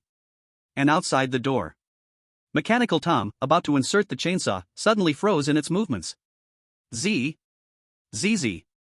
Warning. Warning. Received unknown high-frequency sound wave interference. The black electronic collar on its neck, always flashing a cold blue light, went wild, glaring red lights flashing, emitting a rapid beep-beep alarm. Taifei's scream did not stop. Not only did it not stop, but it didn't even take a breath. Its little face turned red from the strain, the veins in its neck, if there were any, bulged, and the sound only grew sharper, like an invisible needle. The chip's core was brutally stabbed into the collar. Buzz. Inside the collar, a burnt smell of overloaded electronic components filled the air. The electric saw in Tom's hand fell to the ground with a clatter, the high-speed chain carving a deep scratch into the floor before it jammed and shut off. Tom himself, this cat, felt like he had been electrocuted. His two paws tightly covered his neck, and his body began to convulse in a way that violently defied skeletal structure, something only seen in bizarre videos. His head swung wildly, like a washing machine in the spin cycle, desperately trying to drain water. Taifei's voice finally reached its climax. Two slats of the blind snapped with a pop, broken by the high-frequency resonance, flying outwards. It was at that exact moment. Boom! The black collar around Tom's neck, representing rationality, obedience, and physical limits, exploded in a brilliant shower of sparks. Black fragments scattered everywhere. A thick, dark smoke billowed out from Tom's neck. The singing abruptly stopped. Taifei collapsed to the ground like a deflated balloon, rolling her eyes, her tongue sticking out, gasping for air. Suyun also felt a bit of ringing in his ears. He rubbed his temples and rushed to the broken blinds. The living room was in chaos. Tom lay motionless on the floor, the fur around his neck scorched black, forming a punk rock-style burnt ring. Dead? Suyun's heart sank. If Tom was gone, the difficulty of the next quest would decrease, but the plan of killing with a borrowed knife would be ruined. He preferred a chaotic neutral entity rather than a corpse. 1 second, 2 seconds, 3 seconds. Just as Suyun pondered whether to throw a nut outside to test the waters, the dead cat on the ground suddenly moved. This movement was not like a zombie rising stiffly. It was more like a puddle of fluid, or rather, a soft dough skin, smoothly flowing together from the floor, then with a pop, it propped itself up. Tom sat up. He first looked bewilderedly at his two paws, then touched his neck, which was still a bit hot from the explosion. Next, his facial features began to change. His fake eyeballs, which had previously been like dead fish eyes, suddenly rotated a couple of times, bulging out from their sockets, extending a full 10 centimeters, like a pair of periscopes scanning the air. After confirming that the mistress was not nearby, the eyeball snap shrank back, returning to his big green eyes that were full of spirit, cunning, and a hint of foolish clarity. He even instinctively tidied up his whiskers for the camera, if there was one, showing that iconic, devilish grin. But this smile only lasted a second. When his gaze fell on the huge, smoking saw at his feet, that comical smile instantly froze, replaced by sheer terror. Like a little elementary school student waking up to find he is holding a bloody knife. Ah! Tom let out an exaggerated, squeaky, and piercing scream. He jumped straight up, landing on the huge chandelier in the living room, clinging tightly to the lamppost, trembling all over. He was scared. He was neither afraid of Soo-Yun nor Taifei. He was afraid of the weapon in his hand, filled with the aesthetic of real violence. Seeing this scene, Soo-Yun finally laughed, shaking his shoulders with mirth. It worked. He leaned against the wall, pulling the last bit of cheese from his pocket, stuffed into the mouth of the exhausted Taifei beside him. Eat, this is your reward. Soo-Yun looked at the blue cat trembling on the chandelier, trying to hide its body in the lampshade, and a glimmer of excitement flashed in his eyes that only players could understand. The monster wearing a collar, which only killed like a robot, had disappeared. In its place was the concept god, Tom, who, although mischievous and wanting to eat mice, was also afraid of pain, afraid of its owner, and must follow the rule of everything can be a tool, except for oneself. Next. Soo-Yun tightened his grip on the bone spurs and looked toward the door from the living room to the kitchen. The mistress, who had always given orders and treated them like ants, should have heard the noise by now, right? With the return of the cartoon character's immortality halo, can this eerie villa still contain the beloved yet competing pair of cat and mouse? Hey, up there, cat brother. Through the gap, Soo-Yun arrogantly whistled, even rhythmically tapping on the blinds. Do you want revenge? If I were you, I would go to the kitchen right now, and turn that fat woman who orders you around into a meat pie. Chapter 22, The Bad-Tempered Landlady and the Resentful Blue Cat. Shoo. The provocative whistle sounded like a dagger slicing through silk, frivolous yet suddenly echoing above the chaotic living room. Tom, who was clinging tightly to the main pole of the crystal chandelier like a startled gecko, perked up its ears upon hearing the sound, which had just regained its fluffy texture, turning 180 degrees to lock onto the source of the noise, the broken blinds on the wall. It lowered its head. The yellow-green eyes, still not fully recovering from the fear of Saw, suddenly shrank into two tiny slits upon seeing the small brown mouse. Even though it had just been an emotionless killing machine, even though its brain was still somewhat confused from the restart, the instinct named mouse-catching instinct, engraved deep in its soul, instantly made it bare its teeth. Ha! Tom let out a threatening hissing sound from its throat, instinctively reaching out its paw to rummage for something in its pocket to throw over. But its paw was frozen halfway, because it realized that aside from being covered in charred black ash, it had nothing. No arrows, no collar, and none of those cold commands. There was only a long-lost, though still a bit painful, but incredibly real sense of freedom. Stop huffing, you big dumb cat. In the wall cavity, Soo-Yun crossed his arms, looking down at Tom from behind the bars, his eyes not very clear, full of calculation, and his tone did not carry the tension of facing a killer but instead had a teasing familiarity. Feel your neck. Soo-Yun pointed with a finger at Tom's neck. Don't you feel something missing? Like that black ring that would shock you like a dancing octopus if you tried to slack off? Tom froze. Its fluffy paw trembled as it reached toward its neck.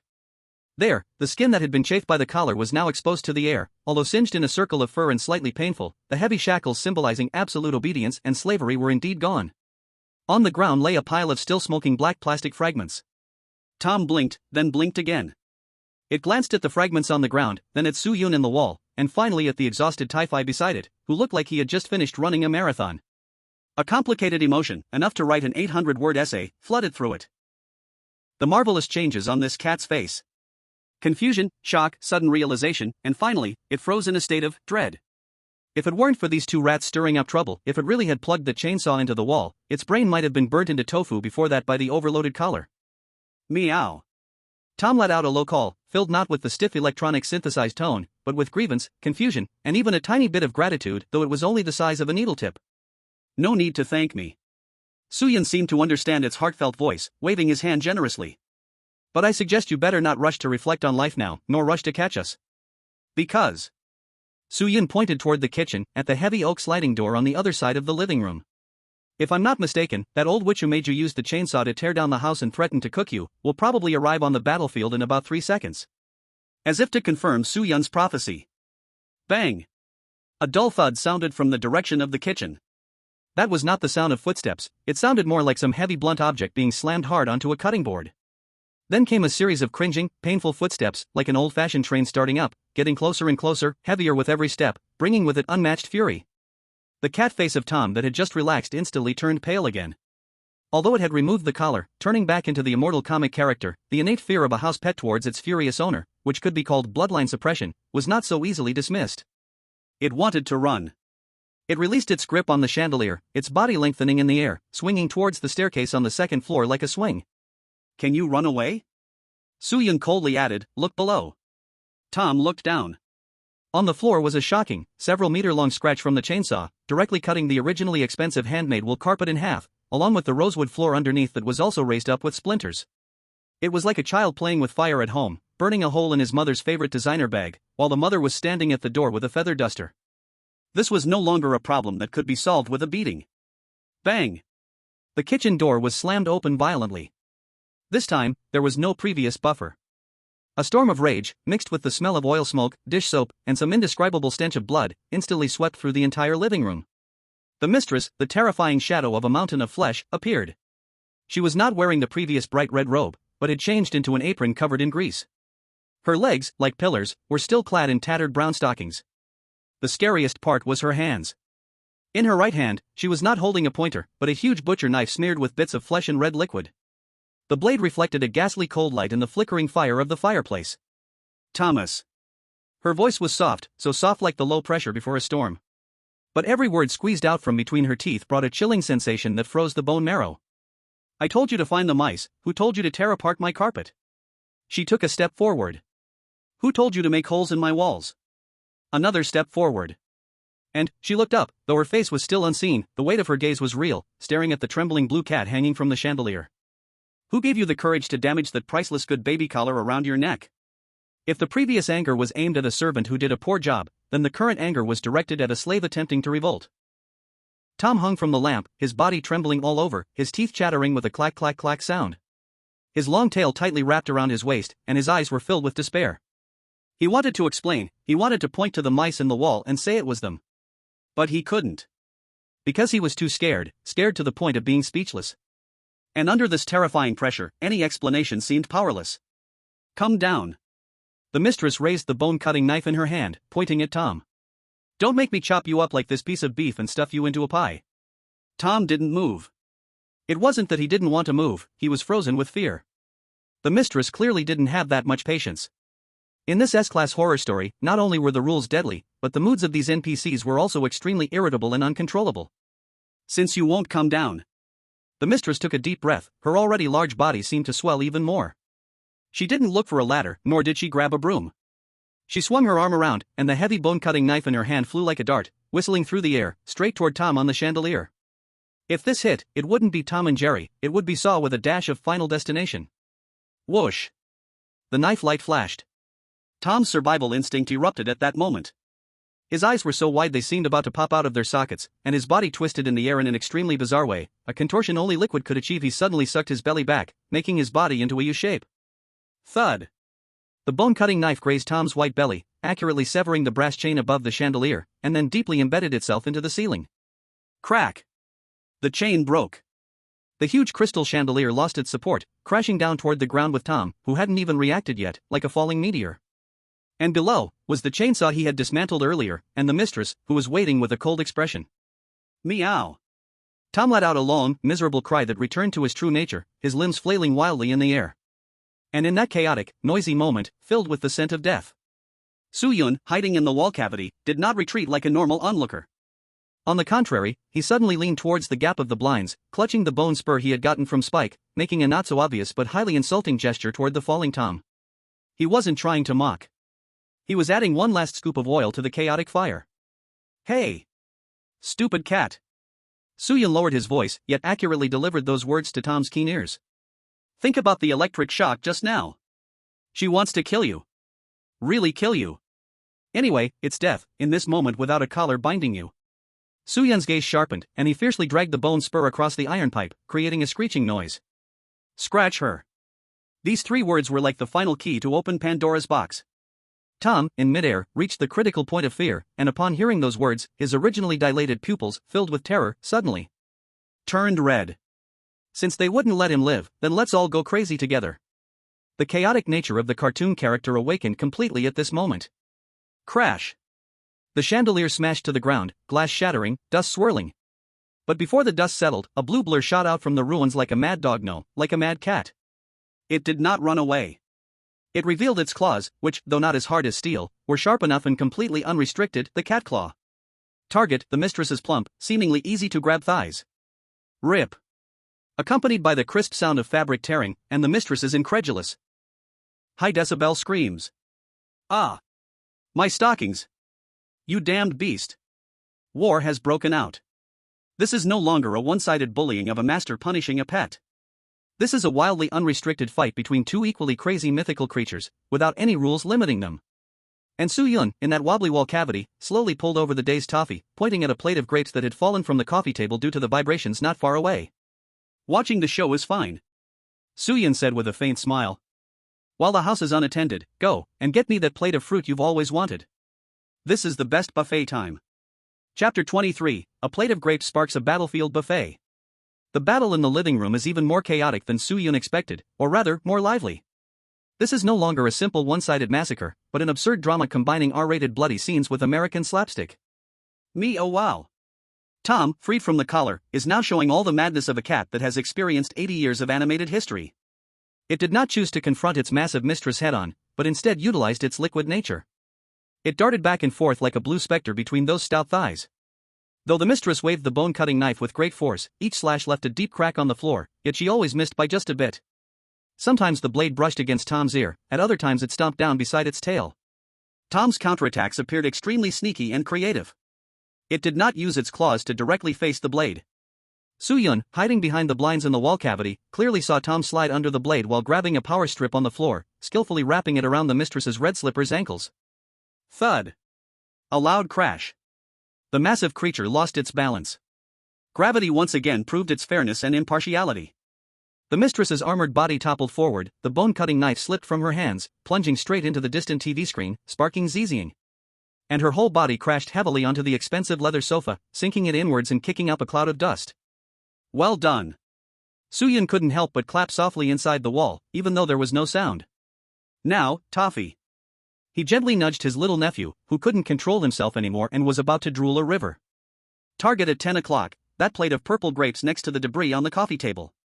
Even if it's smashed, bring it back, our vitamin intake tonight relies on it. Remember, stick close to the wall, use the shadows. Don't watch the show, grab it and run. Toffee nodded vigorously, biting down on the little silver fork. He thought it made him look like a pirate. His short legs kicked as he crawled out through the already broken slats of the blinds, like a meatball tank. The world outside is a battlefield of giants. Soo-Yun did not follow out because as the brain of the team, he had to stay at the best vantage point to grasp the overall situation. His gaze was not on the grapes but focused intently on the mistress collapsed on the sofa. She was moving. That was not an action of struggling to get up. Under that heavy red robe, her back muscles were writhing at a strange amplitude, emitting a sound resembling the crack-crack of bones being dislocated and reassembled. Soo-Yun squinted his eyes. In his system panel, from the privilege of the Chosen One, the data about this mistress was undergoing some ominous fluctuation. Warning! The territory has been violated. The housekeeper's fury has surpassed the critical point. Status change, from disciplining the pet to full eviction. Roar! A low growl, no longer human but more like a beast's roar, came from deep within the sofa. The red slipper that had fallen on the ground suddenly kicked out, smashing the solid wood coffee table into pieces. Taffy, who was stealthily picking grapes among the ruins, was startled by the sudden flying wood chips and rolled 18 times on the spot, barely dodging a flying table leg while clutching a bunch of relatively intact grapes. Come back! Soo-Yun whispered sternly. However, the situation changed suddenly. The tomcat, who should have had the upper hand, seemed to sense something was wrong. The mischievous sparkle in its eyes quickly faded, replaced by a primal fear of absolute violence.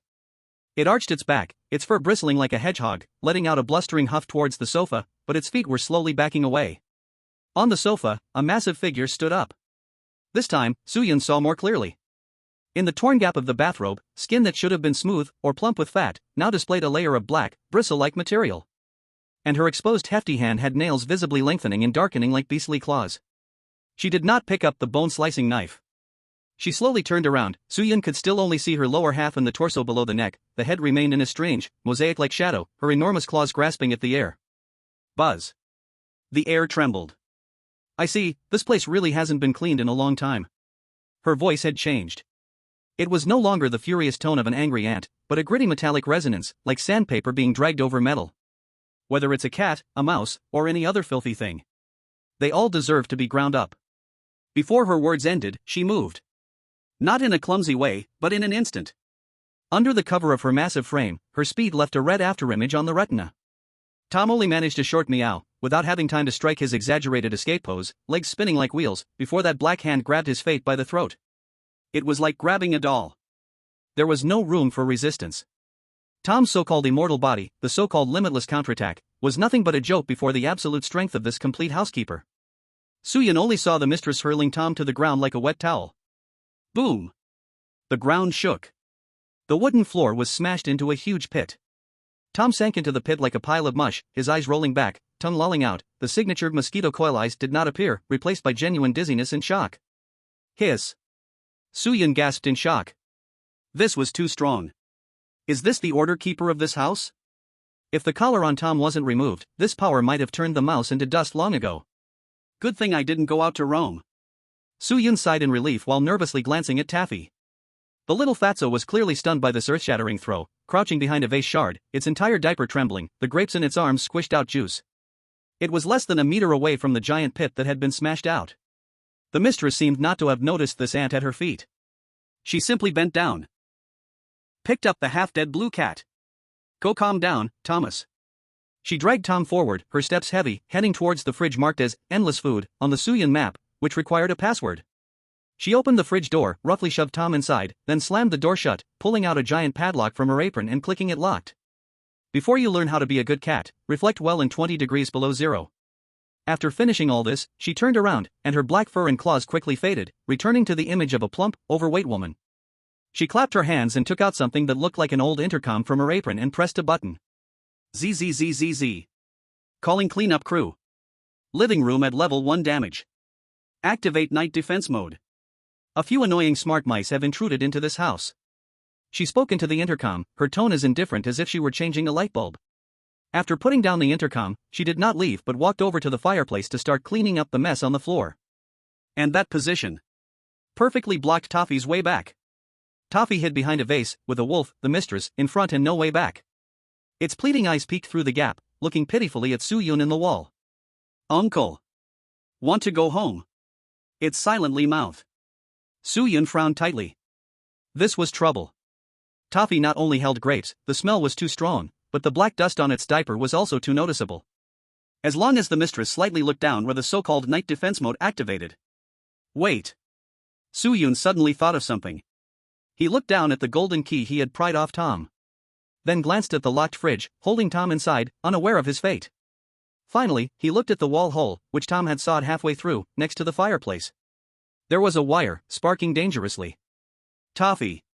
Suyun gently tapped the shutters with a bone spur, creating a low-frequency vibration signal, which was their agreed code. Don't move. Follow my instructions. Suyun quickly moved within the wall. He didn't go down to help Toffee, but instead climbed up a little and came to the space in the attic where the fake eyeballs had been. Now empty, the doll had exploded. He took something out of his pocket. Not a bone spur, not firecrackers. But a small roll of strong transparent tape he had grabbed from the toolbox. Along with a bronze button from World War II, which he had found in the pipes. Suyun aimed through the gap at the mistress, who was bending down to sweep the floor, more specifically, at the exposed wire sparking not far behind her. The best way to create chaos in this world, other than explosions, is short circuits. Suyun flicked his finger. The bronze button, with a tail made of tape, sailed in a clever parabolic arc, silently dropping into the wall hole, wedging perfectly between the two exposed wires. The conductor connected. Crack! An even sharper, louder sound, accompanied by a crackling noise, erupted from the wall behind the mistress. The wire, which had only been sparking, suddenly spewed out a half-meter-long electric snake and ignited the fringing on the nearby curtain. Damn! This broken house. Sure enough, the mistress was distracted by the sudden circuit malfunction, cursing as she turned around, having to drop the broom to beat the small burning flame. Run! Suyun shouted in his heart. In the corner, Toffee seemed to have received a starting gun signal as a sprint champion. This little guy displayed an astonishing burst of speed. It didn't even care about collecting the grapes one by one. It bit down hard on the grape stem, like a young beast holding onto its spoils, its little legs moving quickly, turning into a white shadow. Whoosh! It skimmed past the mistress's heel, darting into the real mouse hole next to the fireplace. A few minutes later, in the wall's hidden main base, that warm little nest, connecting behind the fireplace, with a matchbox for a bed and a pull-tab can for a picture frame. 2 mice lay panting on the floor made of old cotton stuffing. In front of them lay a bunch of purple grapes, some of which had fallen off during the bumpy ride, but were still full and juicy. That was their first proper fruit feast in the S-Class side story. Taifei didn't care about being neat, snatched a grape as big as its head, biting into the skin. The sweet juice burst out, and the little one happily squinted its eyes, letting out a hum-hum sound, obviously healed by the delicious food after the earlier fright. However, Suyun didn't eat right away. He leaned against the headboard, playing with the teething stick in his hand, his gaze deep and piercing through the entrance, looking into the darkness outside. He was replaying what his mistress had just said. Cleaning squad. Night defense mode. And that blue cat locked in the fridge, seemingly out of the picture for now. The power of this villa is more complicated than I imagined. Suyun picked up a grape, carefully peeled it, and put it in his mouth, feeling the sweetness restoring his clarity. Hunger state lifted, but just because Tom fell doesn't mean it's safe. On the contrary, it could be the weakest link in this house. When that cleaning squad arrives, Suyun turned to the unknown X mixture he had been carrying with him. Our little mouse might need to prepare to transform. Chapter 24, The Taste of Grapes Before the Storm, and the Cleaner in the Wall. How sweet can a grape really be? If it were in the real world, it would just be a regular stimulation of taste buds, maybe even a bit cheap and sour if bought on sale at the supermarket. But in the S-Class strange side story where Suyun was now, in the drafty, moldy, and musty-smelling wall space, this grape was life. Sizzle. Suyun carefully pried open a corner of the purple skin with his sharp front teeth. Rich juice gushed out instantly, carrying a fascinating fragrance that diluted the lingering smell of gunpowder and burnt residue in his nostrils. He didn't swallow it all at once. As the head of the family, he first used his clean fingernails to remove a small piece that might have dust from the outside, then handed the rest of the plumpest and most transparent part to Taifei, who was eagerly watching him. Eat slowly. Suyun's voice was soft, carrying a rare tenderness after exhaustion. Don't choke, no one's trying to snatch it from you. Yes. Taifei held this grape, which was like a watermelon to it, with its small hands, happily wiggling its little feet on the cotton stuffing. It chewed eagerly, its eyes, which were once clouded with fear and fatigue, now happily squinted into a line. As they consumed the sugar, the red hunger status bar overhead, which had been barely visible, finally turned into a reassuring green. This long-awaited feeling of fullness was like a warm blanket, temporarily wrapping around their tense nerves. This is not just food, it's an anchor for sanity. Suyun leaned against a discarded matchbox, slowly chewing on the small piece of grape skin in his hand, feeling the bitterness spreading on his tongue. His gaze passed through the small hole leading to the fireplace, looking out into the living room. At this moment, the living room had fallen into a strange dimness. The once glorious crystal chandelier has shattered into countless pieces, and no one has come to clean it up. The fire in the fireplace still burns, but the color of the flames has unknowingly changed from warm orange-red to a faint, eerie green.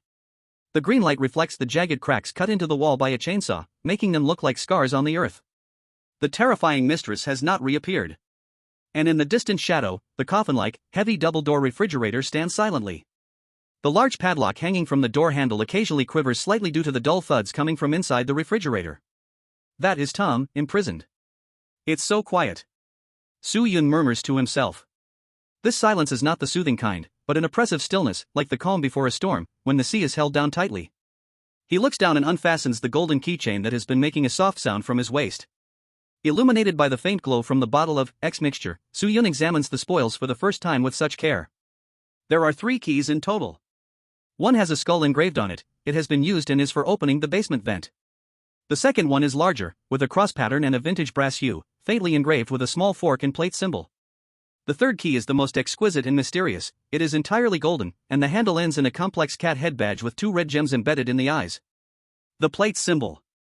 Suyun traces the second key. Logically, this should be the key to access certain areas of the kitchen or the big refrigerator. This means that if they want to release Tom or obtain the endless food inside, this key is crucial. As for the third key, a flash crosses Suyun's mind of that parchment map, the area marked on the second floor with a huge skull, the master bedroom. That is the mistress's territory, the heart of this villa. In all horror games, such places often hide the ultimate secrets to victory or some kind of artifact that can completely overturn the rules. But now is not the time. Suyun shakes his head, reattaching the keys to his waist and carefully wrapping them in a cloth strip to prevent them from clinking again. In this night defense mode, silence is the Grim Reaper's knocking stone. Taffy. Suyun calls softly. Taffy, who is licking grape juice off his fingers, looks up, purple stains around his mouth, appearing silly and cute. What is it? Uncle? Next, we are going to play a game. Suyun pulls a clean matchstick from the box and hands it to Taffy. It's called Wooden Man. From now on, no matter what sound you hear, no matter how the walls shake, or even if something crawls past us, as long as I don't speak, you must treat yourself as this matchstick, absolutely don't move a muscle, and don't make a sound. If you succeed, the biggest piece of cheese tomorrow morning will be yours. Suyun's expression is serious, with no hint of joking. Taffy is affected by this atmosphere, though unsure why they must do this. Out of a desire for cheese and trust in Suyun, he nods vigorously and hugs the matchstick, holding his breath. Why do this? Because Suyun has heard it. Just now, in that dead silence, his sensitive mousers picked up an extremely faint, abnormal sound of electricity. Zzz, zzz.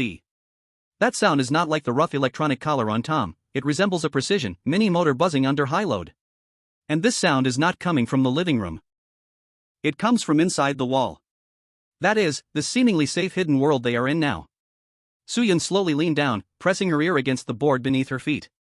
The sound is getting louder. Accompanied by a sound like metal limbs tapping on wood. Dense, orderly, and fast. Something is conducting a thorough search along that complex piping system. Is this the cleaning group the lady of the house mentioned? Not cleaners, nor other wild cats. Suddenly, the broken toys in Annie's attic, and the mad records about mechanical modifications in the manual flashed through Suyun's mind. If that male owner is a madman who can transform living cats into mechanical cats, what kind of mouse-catching machine would he create to clean out these ubiquitous mice? It definitely wouldn't be as simple as a trap. It's coming. Suyun's pupils shrank. Just 3 meters away from where they were hiding, 2 points of light suddenly lit up in another vent. Those are not biological eyes. They are 2 straight, emotionless beams of infrared scanning light. The red light sweeps across the dust and the darkness, across the abandoned pipes, inching closer, targeting the position of Suyun and Taifei. Behind the red light, a small mechanical body, black and somewhat resembling a scorpion, but composed entirely of gears, blades, and vacuum hoses, is silently crawling. Its tail does not have a stinger, but instead carries a fast-spinning, extremely sharp alloy drill bit. And on its back is a logo that Suyun has seen in the operation manual. Sweeper 04. Mission, complete extermination. Target, rodent pests. Cold sweat is seeping from Suyun's palms. This is a targeted weapon. This is a killing machine that can move freely in narrow pipes, equipped with night vision, thermal imaging, and heavy-duty drilling equipment. In front of it, the wall is no longer a barrier, but a coffin lid. This is bad. Suyun looked at the increasingly closer infrared light, tightening her grip on Taifei's paw. Physical attacks can deal with cats, chemical smoke can deal with mice. But what about a mechanical monster that feels no pain and is covered in blades and iron? How do you fight that? Furthermore, the buzzing sound echoing within the walls indicates that there is more than one coming. Chapter 25, The Scorpion Made of Iron is not as tasty as flesh. The infrared beams cut through the darkness and dust accumulated in the hidden space for decades, like a blood-red blade. Suyun pressed her hand hard on Taifei's soft belly that rose and fell with each breath, the pressure nearly pushing the undigested matchstick into the flesh. She conveyed with her eyes an absolute command, hold your breath, that's the Grim Reaper. Zzz does zzz. The sound of the mechanical limbs crawling on the wooden boards is now just a breath away. Thanks to the reflections of those 2 scanning red lights, Suyun finally saw the true face of this cleaning group. It is about the size of 2 mice. Entirely black, the shell is not smooth, but covered with metal threads like cooling fins. Below its scorpion-like body, rather than legs, it has 2 belt-like tracks, ensuring it can move smoothly in the nails and wooden spikes-filled hidden space. Its most terrifying weapon, the high-speed alloy drill bit mounted on its tail, is now in a heartbeat-quickening low-speed pre-rotation state, emitting a buzzing sound like a dentist's drill. Wherever it passes, whether it's the hard oak beams or the thick insulation material, as long as it is swept by that red light and judged as an obstruction. The drill instantly shot out. Put. No obstruction at all. A large German cockroach blocking the way, without even a moment to twitch its antennae, was instantly turned into a mass of black mush by the high-speed spinning drill. Immediately afterwards, the vacuum hose under the mechanical scorpion made a whoosh sound and instantly sucked up the disgusting mush, leaving behind a clean, slightly pale wooden board. Clean up. Truly a physical removal. Suyun's eyelid twitched. This kind of efficiency, this kind of coldness, was a whole different dimension of despair compared to that emotional tomcat who loved to play with its prey. Tom might flatten you, but this thing will erase you. Heat source detection in progress. Though he couldn't hear it, Su-Yun could feel the logic program inside the machine running. He and Tai-Fei were warm-blooded animals. In this cold, damp wall cavity, their body heat was like a torch in the night, dazzlingly bright. If it were a normal situation, hiding behind cover might have helped. But facing a high-tech device with penetrating scanners, ordinary wooden boards were no different from air. What to do? The red light was still moving. It was less than 2 meters away from the corner where they were hiding. Su-Yun's eyes searched the surroundings anxiously. His gaze landed on a thick cast iron sewage pipe behind him.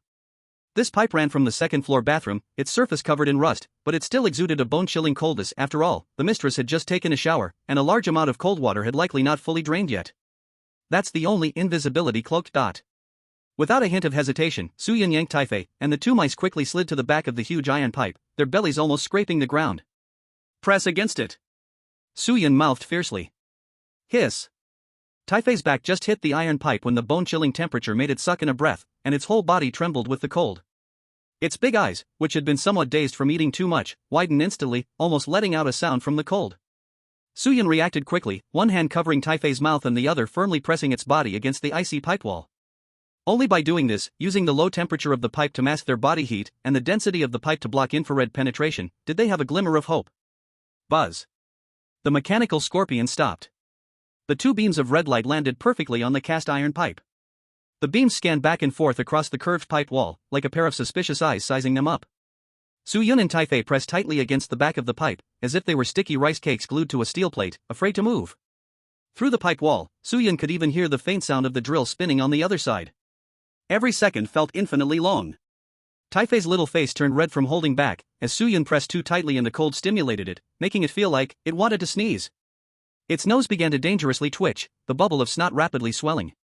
Hold it. If you sneeze, we'll become meat-filling. Su-Yun screamed internally, but he couldn't speak, only staring intensely at Tai-Fei, trying to will that sneeze back down. Maybe sensing the murderous look in Uncle's eyes, or perhaps Tai-Fei itself knew that the iron lump outside was not to be trifled with. This little guy stubbornly pinched its own nostrils with chubby hands, holding back the impending sneeze to a very weak, So close.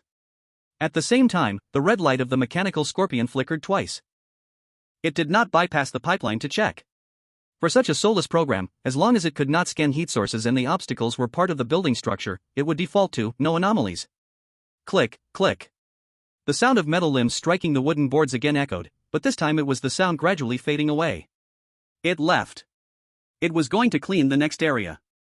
Until that sound faded to almost inaudibility, Su-Yun felt as if he had just been pulled out of water, and he slumped down completely. He released the hand that was covering Tai-Fei, who immediately gasped like a bellows, not forgetting to wipe his nose with that dirty hand, looking at Su-Yun with a wronged expression, then pointed at the distant disappearing red light, making a gesture of putting something into his mouth, and shook his head. Are you asking if that can be eaten? Su-Yun helplessly understood this foodie's sign language. He gently tapped Tai-Fei's helmet, if it had one, with the bone spur. That is a tin scorpion, not a lobster. Even with your good teeth, biting into it would shatter. And... Su-Yun poked his head out from behind the pipe, his expression serious as he looked toward the direction where the mechanical scorpion disappeared. That was the only way to the second floor. Since this thing is numbered 04, it means there are at least 01, 02, and 03. Perhaps even more. He lowered his head, looking at the ground. The originally messy, dusty floor of the crawlspace had a clean, reflective trail wherever the mechanical scorpion had walked. Even the footprints Su-Yun had left behind and the breadcrumbs Tai-Fei had dropped were cleaned up completely. This is what is called comprehensive disinfection. Not only are living things exterminated, but traces of their existence are even wiped out. The male protagonist behind this instance is obsessively pathological about cleanliness and order. We can't stay here. Su-Yun made a quick decision. The wall crawl space was originally a safe passage for mice, but now, with the intervention of the cleaning team, it had turned into a one-way meat grinder pipeline. Here, the mice lost their geographical advantage, and once surrounded, they were doomed. They had to get out. Even if outside is that possibly insane cat. But the exit. The previous gap in the blinds, where Tai-Fei had been singing, had been destroyed by a chainsaw, and right in the prominent position of the living room, going out would be walking into a trap. They had to find a new exit. Su-Yun once again took out the piece of parchment map, checking with the dim glow of the flask. We are now at this position. His fingertip pointed to the left side of the middle part of the map. That scorpion went upwards, which means the above is being cleaned. Since we can't go up, we can only move sideways. Su-Yun's finger slid along the red dashed line towards the side of this wall. That was another functional area connected to the living room. Bathroom, first floor guest bathroom. On that spot, the map had a symbol of a faucet and a big question mark. Bathroom. Soo-Yun's eyes narrowed slightly. He remembered the broken inflatable tube used when spraying toxic smoke, and the rubber tubing in the toolbox. In the world of Tom and Jerry, water battles were also classic acts. Moreover, bathrooms often have shortcuts to the sewer. Taifei, grab your fork, we are moving. Soo-Yun stuffed that golden keychain into his pocket, he didn't want it making noise, then adjusted the potion on his back. This time we won't take the main road. Soo-Yun walked to a cluster of what looked like artificially damaged fiberglass insulation. It was left by the construction workers, pink and fluffy, looking like cotton candy, but in reality, it would drive you crazy with itching if it touched your skin. He endured that physiological sting. Extracted a lump from inside. Take this. Soo-Yun handed a small lump to Taifei. If you meet that iron scorpion again, don't poke it with your fork. Just throw it onto that drill bit, the glass fibers will strangle its axle. This was Soo-Yun's counterattack using industrial waste to fight against industrial precision. Let's go. The two figures, one big and one small, moved like ghosts in the dark, avoiding the clean road cleared by the mechanical scorpions, deliberately choosing those dirty corners filled with cobwebs and filth, creeping towards the bathroom. This night wasn't over yet. And Jerry's counteroffensive was just beginning to find the right way to open up. Chapter 26, the tiles are slippery, and the little yellow duck is watching you. The world inside the wall layers became increasingly difficult after crossing that obvious boundary. The space, once filled with drywood chips and dust, was gradually being filled with that maddening pink substance, fiberglass insulation. In the dim light, they looked like a big fluffy, enticing strawberry-flavored cotton candy, piled up in the narrow passage, exuding a sweet, chemical smell. Hiss. Soo-Yun stopped, frowned, and carefully picked off a pink thread stuck in his arm's fluff with his nail. That feeling was like countless invisible needles dancing on the skin, an itch that pierced to the heart, followed by a burning sting. Don't scratch. Soo-Yun turned back and firmly pressed down on Taifei's little hand that had been trying to scratch his bottom many times. His tone was serious, carrying a sense of adult experience. This stuff is a nasty joke of the industrial age. The more you scratch, the deeper those glass shards, thinner than hair, will dig in. If you don't want to tear your skin, just hold on. Taifei pouted, his big eyes filling with tears, but he obediently lowered his hand, only occasionally shaking his legs like he had been shocked. He tightly held onto the big lump of insulation that Soo-Yun had just given him, a gift meant for the mechanical scorpion, now turned into a torture device for this little guy. Hang in there a bit longer, the humidity is increasing. Soo-Yun twitched his nose. The dry air, once mixed with the smell of machine oil, had vanished, replaced by a damp scent, mixing with a hint of disinfectant, 84 disinfectant, and lemon soap. This smell was unnatural, and breathing it too much even made one feel like their lungs were frosting over. Ahead, several thick brass pipes, covered in fine water droplets, spanned across the middle of the passage. And between the gaps in the pipes, pale and cold light leaked through. Unlike the warm glow of the fireplace in the living room, this light was a cold white, carrying a faintly grim quality unique to hospital morgues. We've arrived. Soo-Yun adjusted the medicine bottle on his back, which was a matter of life and death. Then, he squeezed past those two cold brass pipes. His vision suddenly opened up. Or rather, it suddenly became immense. They had emerged from a drainage repair opening beneath the sink. When Soo-Yun's feet first touched that glossy white tile, a chilling sensation shot up his spine instantly. This is... Soo-Yun tilted his head back, surveying this enormous space that felt like a temple to him. This was the guest bathroom on the first floor. But under the influence of S-class eeriness, this place was clearly not just intended for bathing. The four white tiled walls towered into the sky, and every gap between the tiles was filled with black mold, like countless dead eyes. The old ceiling lamp above flickered erratically due to unstable voltage, emitting a hiss of electric current. The air was as cold as an ice cellar. Is this the tiled floor? Soo-Yun tried to take a step. If it were a human, it might feel a bit slippery. But for a mouse, with no shoes and paws that still had pads and claws, this glossy, even waxed glazed tile was like an ice rink with no friction at all. As soon as Soo-Yun stepped out one foot, his center of gravity hadn't had a chance to adjust, and his back foot slipped on the smooth ground. Wow! His body lost balance, like a beginner skater, his legs involuntarily split wide apart, a complete split. If he hadn't quickly used that grinding stick to stab into the ground as a brake, he would have likely slid 2 meters forward face first. This floor, not only slippery, but poisonous. Soo-Yun struggled to pull his legs back and sniffed the smell on his hands. A thin layer of greasy liquid remained on the ground, that was a powerful cleaner that hadn't been rinsed away. Taffy, be careful when you come out, don't fall and get hurt. Soo-Yun's words weren't finished. At the pipe opening, Taffy, the little chubby one, joyfully rushed out. It was clearly attracted by this natural ice rink and didn't think to stop. Even sliding under its belly was a small piece of soap it had found somewhere. Whoosh! Taffy shot past Suyun like a little white curling stone with a booster, cheerfully calling out, sliding smoothly toward the center of the bathroom. Come back. That's not a place for you to play. Suyun was greatly alarmed. In this open white plain, a mouse running around was the most conspicuous target. But inertia never adheres to reason. Taffy slid all the way until with a bang, it bounced off the massive metal claw base of the cast iron bathtub in the very center of the bathroom, then rebounded a couple of times, sticking to the ground like a gummy candy. Fortunately, it wasn't hurt, just got its diaper all wet. Suyun breathed a sigh of relief, carefully controlling the friction under his feet. He learned that just a little tip of his claw wedged in the grout would prevent slipping, and jogged over to lift Taffy up. I told you this isn't a playground. As Suyun scolded, he looked up to examine the massive object in front of him. This was a typical American freestanding bathtub, supported by 4 claw-shaped brass legs carved like griffins, the outer wall of the bathtub showing obvious rust. At this moment, the bathtub was not empty. Although he couldn't see inside, he could hear the soft sound of water rippling. And in this supposed empty bathroom, a strongly discordant gaze made Suyun's hair stand on end. Someone is watching us. Suyun quickly pulled Taffy and hid behind the shadow of the bathtub's leg. He slowly peeked out. His gaze went up. On the curled white edge of the bathtub, half of a yellow rubber head was shockingly revealed. That was a rubber duck. It had 2 drawn-on, round black eyes and an orange mouth that was always smiling. In childhood memories, this was the best companion for bath time. But now, under the flickering light, although that duck remained motionless, a lifeless object. No matter how Suyun moved or hid in any corner, he always felt that those painted eyes were coldly and firmly staring in his direction. Moreover, Suyun vaguely sensed that the curve of that smile seemed to widen a bit more than before. That duck is not right. Suyun's heart was ringing alarm bells. That duck style clashed with the bathroom's realistic style. Its color was too bright as a warning light just fed with blood. And if the parchment map wasn't wrong. Suyun pulled out the map from his pocket and confirmed it once again. In the bathroom area, there was a mark of a question mark. The location of that question mark was drawn like a doodle of a duck, and beside it, in tiny handwriting, looking like the ramblings of a madman, there was a sentence. Don't let it quack. If it quacks, the water will rise. Suyun looked down at Taifai, who was wringing out the water from his diaper, holding a fruit fork in his hand, seemingly wanting to poke the duck to see if it was solid. Don't move. Suyun firmly pressed him down.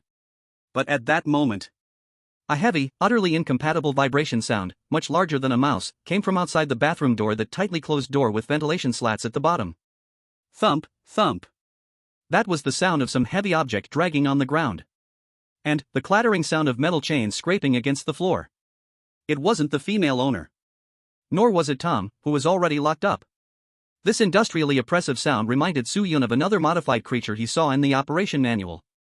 Suyun immediately turned around, looking at the maintenance hatch beneath the sink where they had come from. No way, they couldn't go back. 2 familiar red lights had already lit up there. The modified mechanical scorpion that they had lost track of was already sniffing around, blocking the only escape route. With a wolf in front, the odd little yellow duck in the bathtub, and a tiger behind, the mechanical scorpion, and they didn't know what kind of monster was outside the door. The bathroom instantly became a white cage. Suyun took a deep breath, and his gaze quickly locked onto a drain next to the bathtub's leg.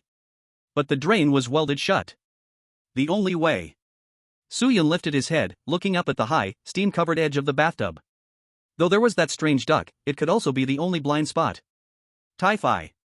Suyun gritted his teeth and pulled out the bone spur that he never left behind from his waist. We need to see what's really inside the duck's belly.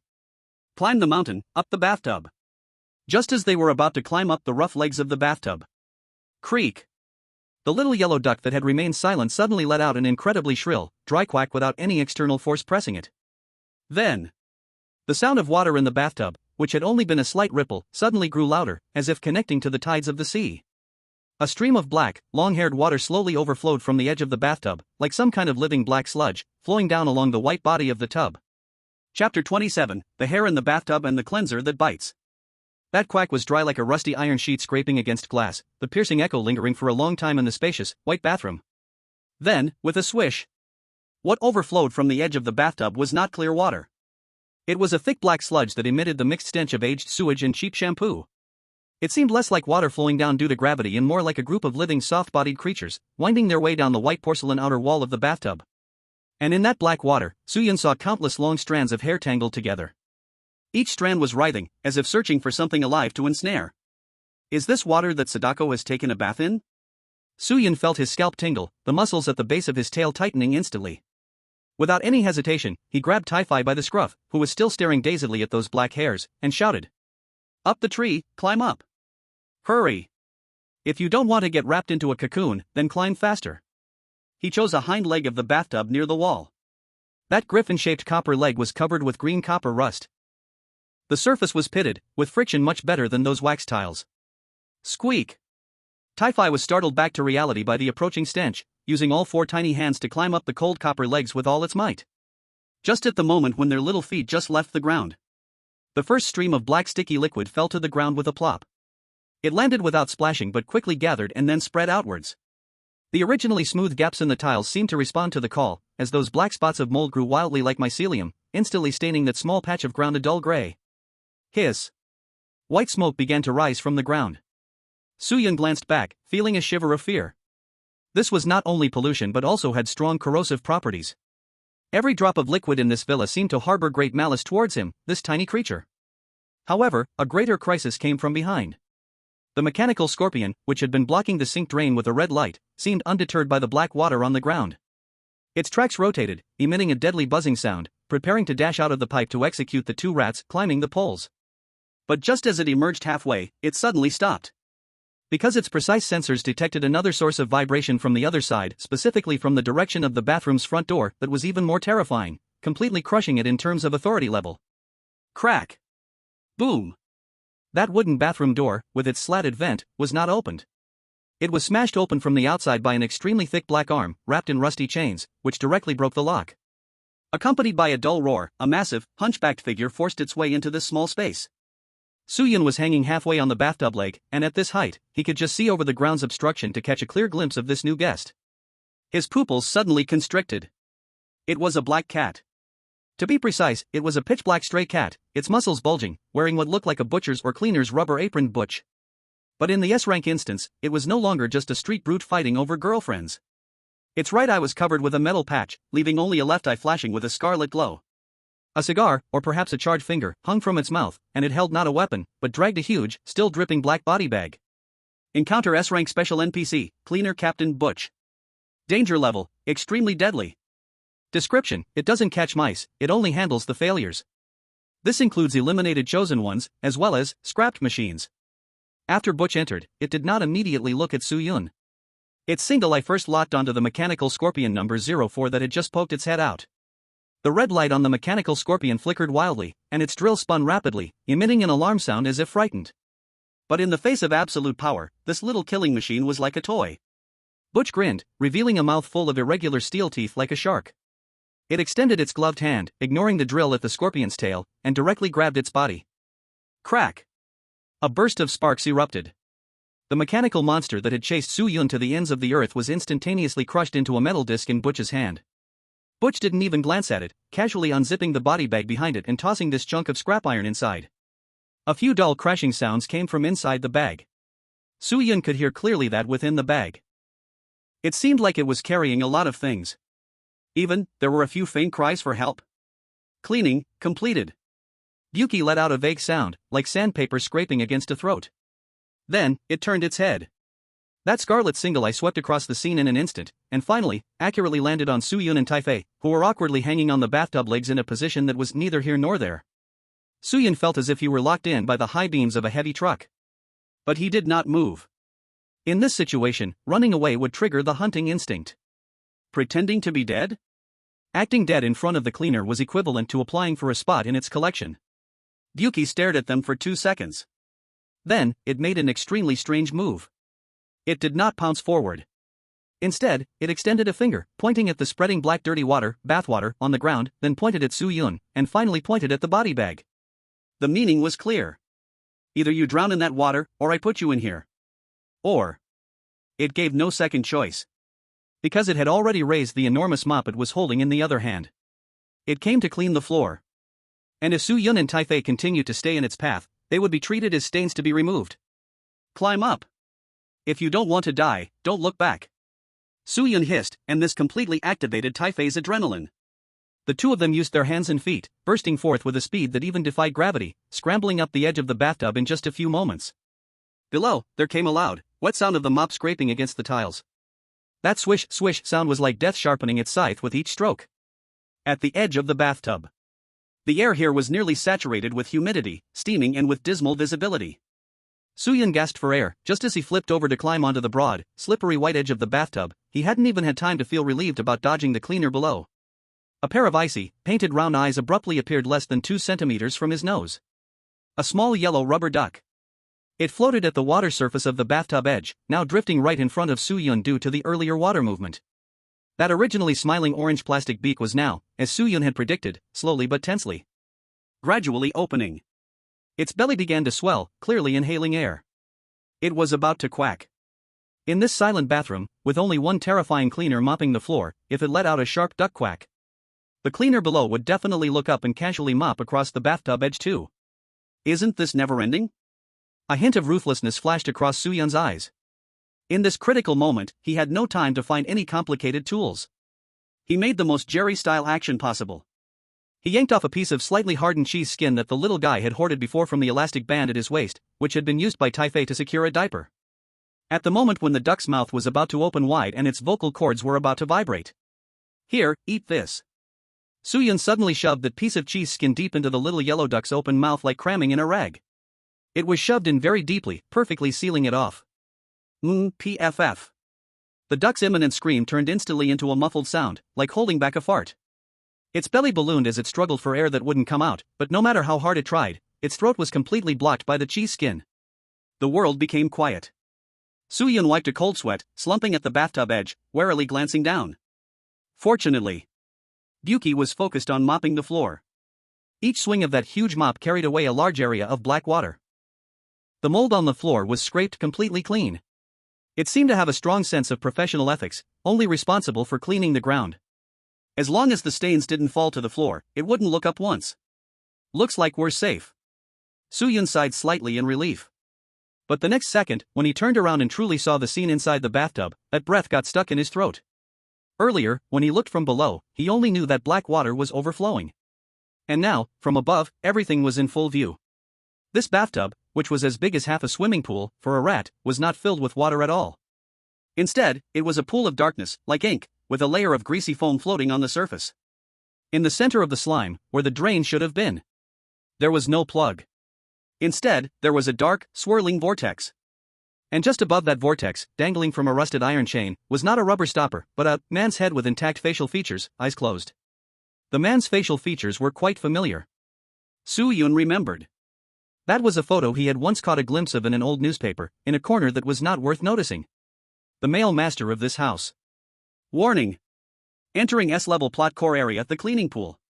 Tip: some things were washed away, some things were flushed away, but some evils will always block the drain. The eyes of the head suddenly trembled slightly, as if it were about to wake up. Chapter 28. The man in the bathtub said his head was a bit itchy.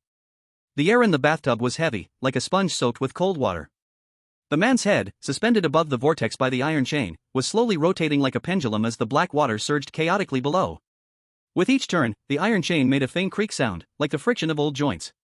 That left eye, which had been tightly closed, really quivered a bit. Then, that eyelid covered in corpse spots and grease slowly peeled open a crack, like an old sticker that had stuck for too long.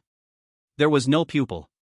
The eye socket was filled with white, but in the center of the pale eyeball, there was a tiny, blood-red spiral symbol, slowly rotating as if to absorb the soul of anyone who dared to look into it. Soo-yun felt the blood in his body freeze at that moment. His current position was awkward, his feet were on the slippery edge of the bathtub, his body leaning forward, his left hand gripping Taffy, who was about to slide down, and his right hand holding the spiked club for self-defense. They were only half a meter away from that head. As long as that head opened its mouth to bite, or if something sudden reached out from the black water below, the two of them would become free snacks. But unexpectedly, that man's head did not attack immediately. The white eye did not focus, instead, it aimlessly turned a few circles in the air before finally stopping on a cluster of colorful, toxic foam that was rising from the black water.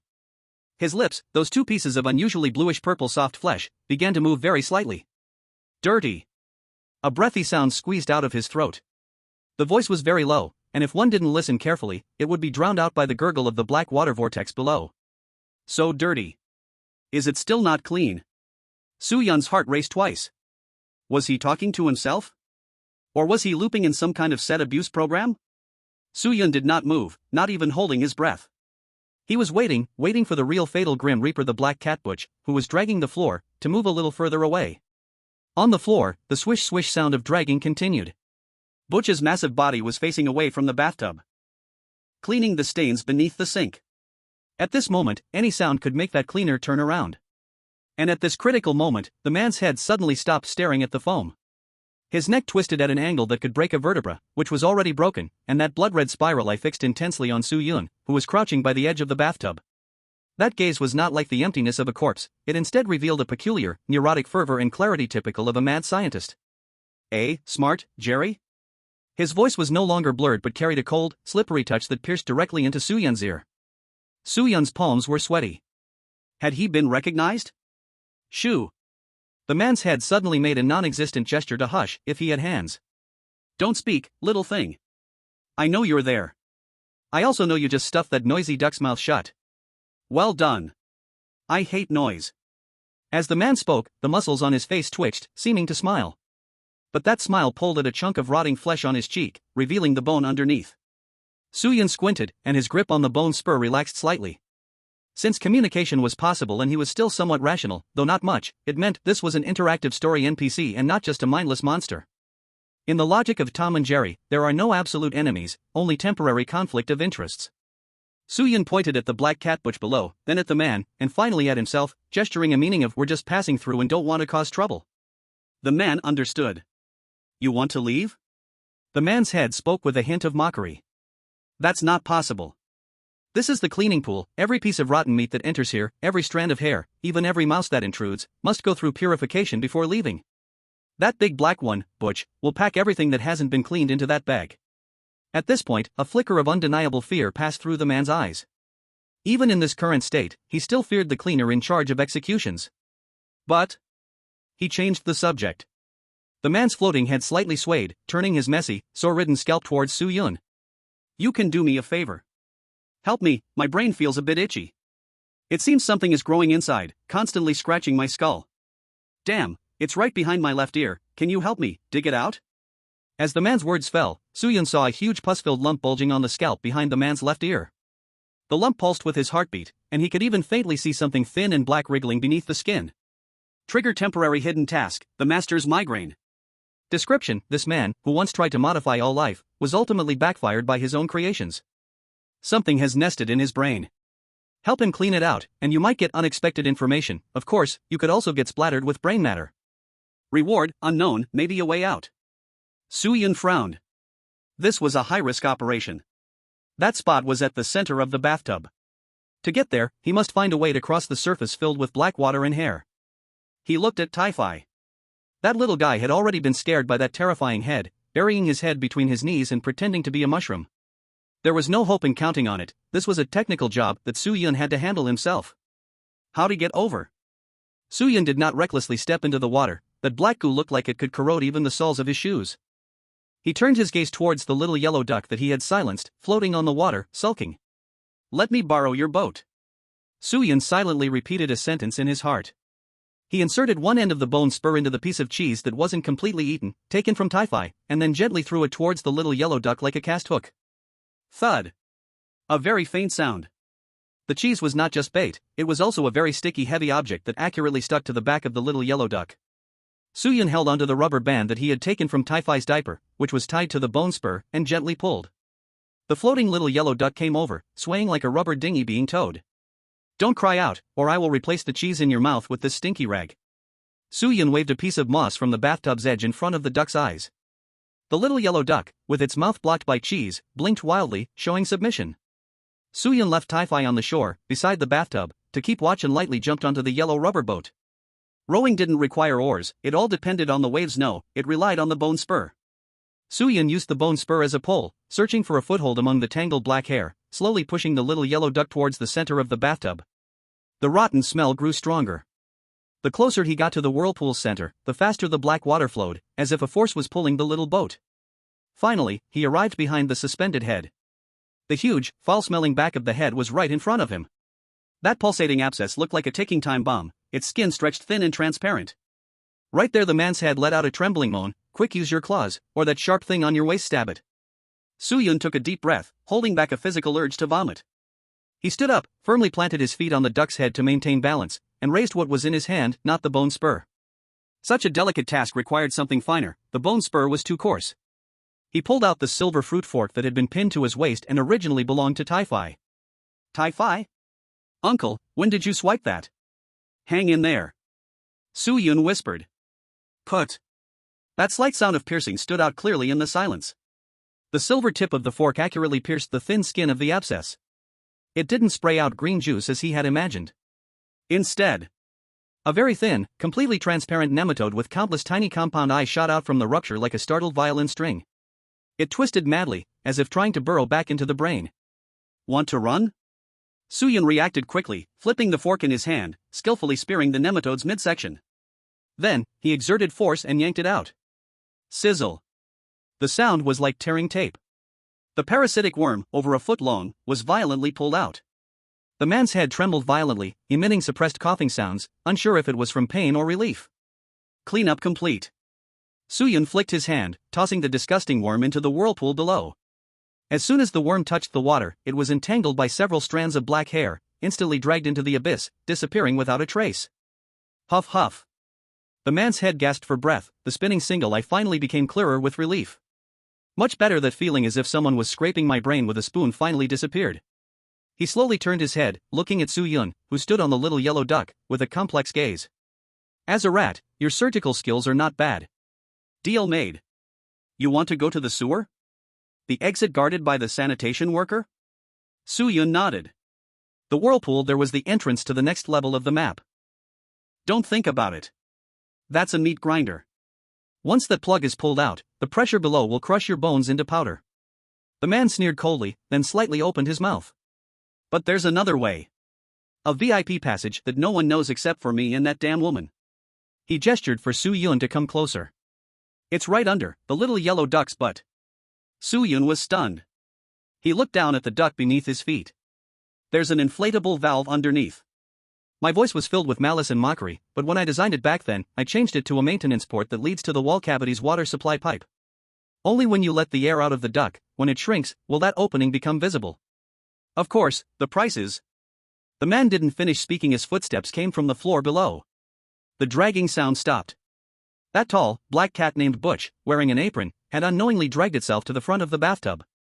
It stopped the mop in its hand. That crimson single eye slowly rose, filled with a hint of doubt. The gaze was about to meet the edge of the bathtub. Hurry up! A warning bell went off in Soo-yun's mind. He couldn't care less about asking what the price was. He suddenly turned the fork in his hand and stabbed it hard into the rubber butt of the little yellow duck underneath him. Hiss! It wasn't an explosion. Instead, an extremely strong, high-pressure airstream suddenly burst forth from the little yellow duck's body. Recoil! The little yellow duck, like a wild horse running free, despite deflating, turned into a rocket darting across the water's surface at that moment, with Soo-yun on top, speeding towards some direction on the bathtub's inner wall. And at that moment, Butch, the black cat, completely raised its head. Its crimson single eye spotted the smiling head of the man hanging in the air. And, that little Typhy, crouched at the edge of the bathtub, shivering, empty-handed. Chapter 29, The Flying Rubber Duck and the Reluctant Mop. Hiss! The sound of high-pressure gas bursting through the narrow rubber vent resonated inside the relatively sealed bathtub, like 1,000 whistles blowing at the same time. For Soo-yun, the world had become nothing but a blurred yellow light and a rapidly retreating black background. Without the support of air, the originally plump little yellow duck began to collapse at a visible speed, becoming shriveled and wrinkled. But it was this violent jet of air that turned the not-so-soft rubber skin into an uncontrollable miniature speedboat. It wasn't gliding on the water's surface. It was flying along the water's surface. Left rudder. No, there's no rudder. Soo-yun bent his legs, using his low center of gravity like a mouse, clinging tightly to the top of the duck like a top surfer on a surfboard. The strong airflow blew his mustache straight back, pressing his round ears firmly against his head. Even in such a dizzying situation, Soo-yun's dark eyes remained terrifyingly calm.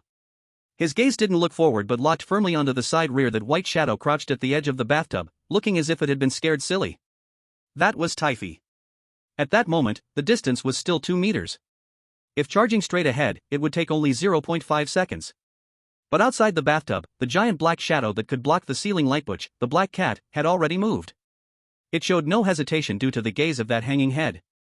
As an emotionless S-level cleaner, it followed the logic that the hanging, former male owner, in the bathtub belonged to non-recyclable waste, temporarily not to be dealt with, but the little mouse crouched at the edge of the bathtub. Belongs to foreign pollutants. Must be eradicated immediately. Who? That soaked mop, heavy with sludge and weighing dozens of pounds, was swung high by Buki's strong arm. With almost no aiming, like swatting a fly, the mop came crashing down towards Taifei's head with a suffocating stench and mist. This blow was enough to flatten that little guy in a diaper into a paper of flesh.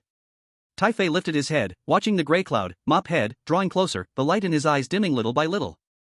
His hands were empty, not even the last fork for self-defense was left, taken away by that bad uncle. No fork. He whispered, hopelessly closing his eyes. Just as the wet mop was about to touch Taifei's upright tuft of hair. Duck down. A voice that wasn't loud but sounded like thunder in Taifei's ears exploded. Instinctively, Taifei curled up into a ball. Then, a yellow blur, with a hissing sound, forcefully crashed into the sharp corner between Buki and the bathtub. It was the little yellow duck. Suyun didn't choose to catch Taifei directly, that would get both of them killed. He performed a daring maneuver in midair, twisting the fruit fork still stuck in the duck's rear, like adjusting the nozzle of a jet engine. The jet stream changed direction. The originally straight dashing little yellow duck pulled off a hardcore drift in the air. Bang! The still bouncy rubber side of the little yellow duck struck Buki's downward swinging wrist heavily. Although for a strange powerhouse like Buki, this impact felt like a mosquito bite. But the high-pressure gas from the duck surged directly towards Buki's uncovered, scarlet eye. The gas was mixed with dirty water from the bathtub, bubbles, and the foul smell stirred up by Suyun moments ago. Meow? Buki's single eye was captivated. It instinctively closed its eyes, shaking its wrist. The originally fatal hit with the mop slightly veered a few centimeters. Pa! The mop came crashing down hard. It did not hit Taifei, but landed on the edge of the bathtub next to him. The huge vibration directly sent Taifei bouncing up into the air. Catch! Suyun seized this rare opportunity of 0.1 seconds. He jumped off the still flailing little yellow duck, and in midair, his long, thin tail whipped around, expertly grabbing Taifei's ankle. Let's go! Using inertia, Suyun hugged Taifei and fell back onto the now nearly deflated rubber duck, which resembled a crumpled yellow rag. But that was enough. Thanks. Big brother cleaner. Suyun turned around, made a face at Buki, who was rubbing its eyes, and then adjusted the direction of the duck boat one last time. The duck, in a final long sound reminiscent of a fart, plunged the two of them headfirst towards the bathtub's inner wall exactly where the man's head had pointed. As the gas emptied, the little yellow duck completely turned into a thin layer of rubber skin. It didn't sink but, due to its previous momentum, thudded against the bathtub wall. And behind where it stuck, a round hole, the size of the duck's beak, appeared in the formerly smooth ceramic surface. This was not an ordinary overflow outlet. Around that hole, there was no common metal filter mesh. Instead, it was carved with a circle of strange symbols, subtly emitting a cold aura. This was the true entrance to the maintenance passage. Earlier, the small yellow duck was fully inflated, perfectly blocking the hole, and the rubber's friction had trapped it tightly.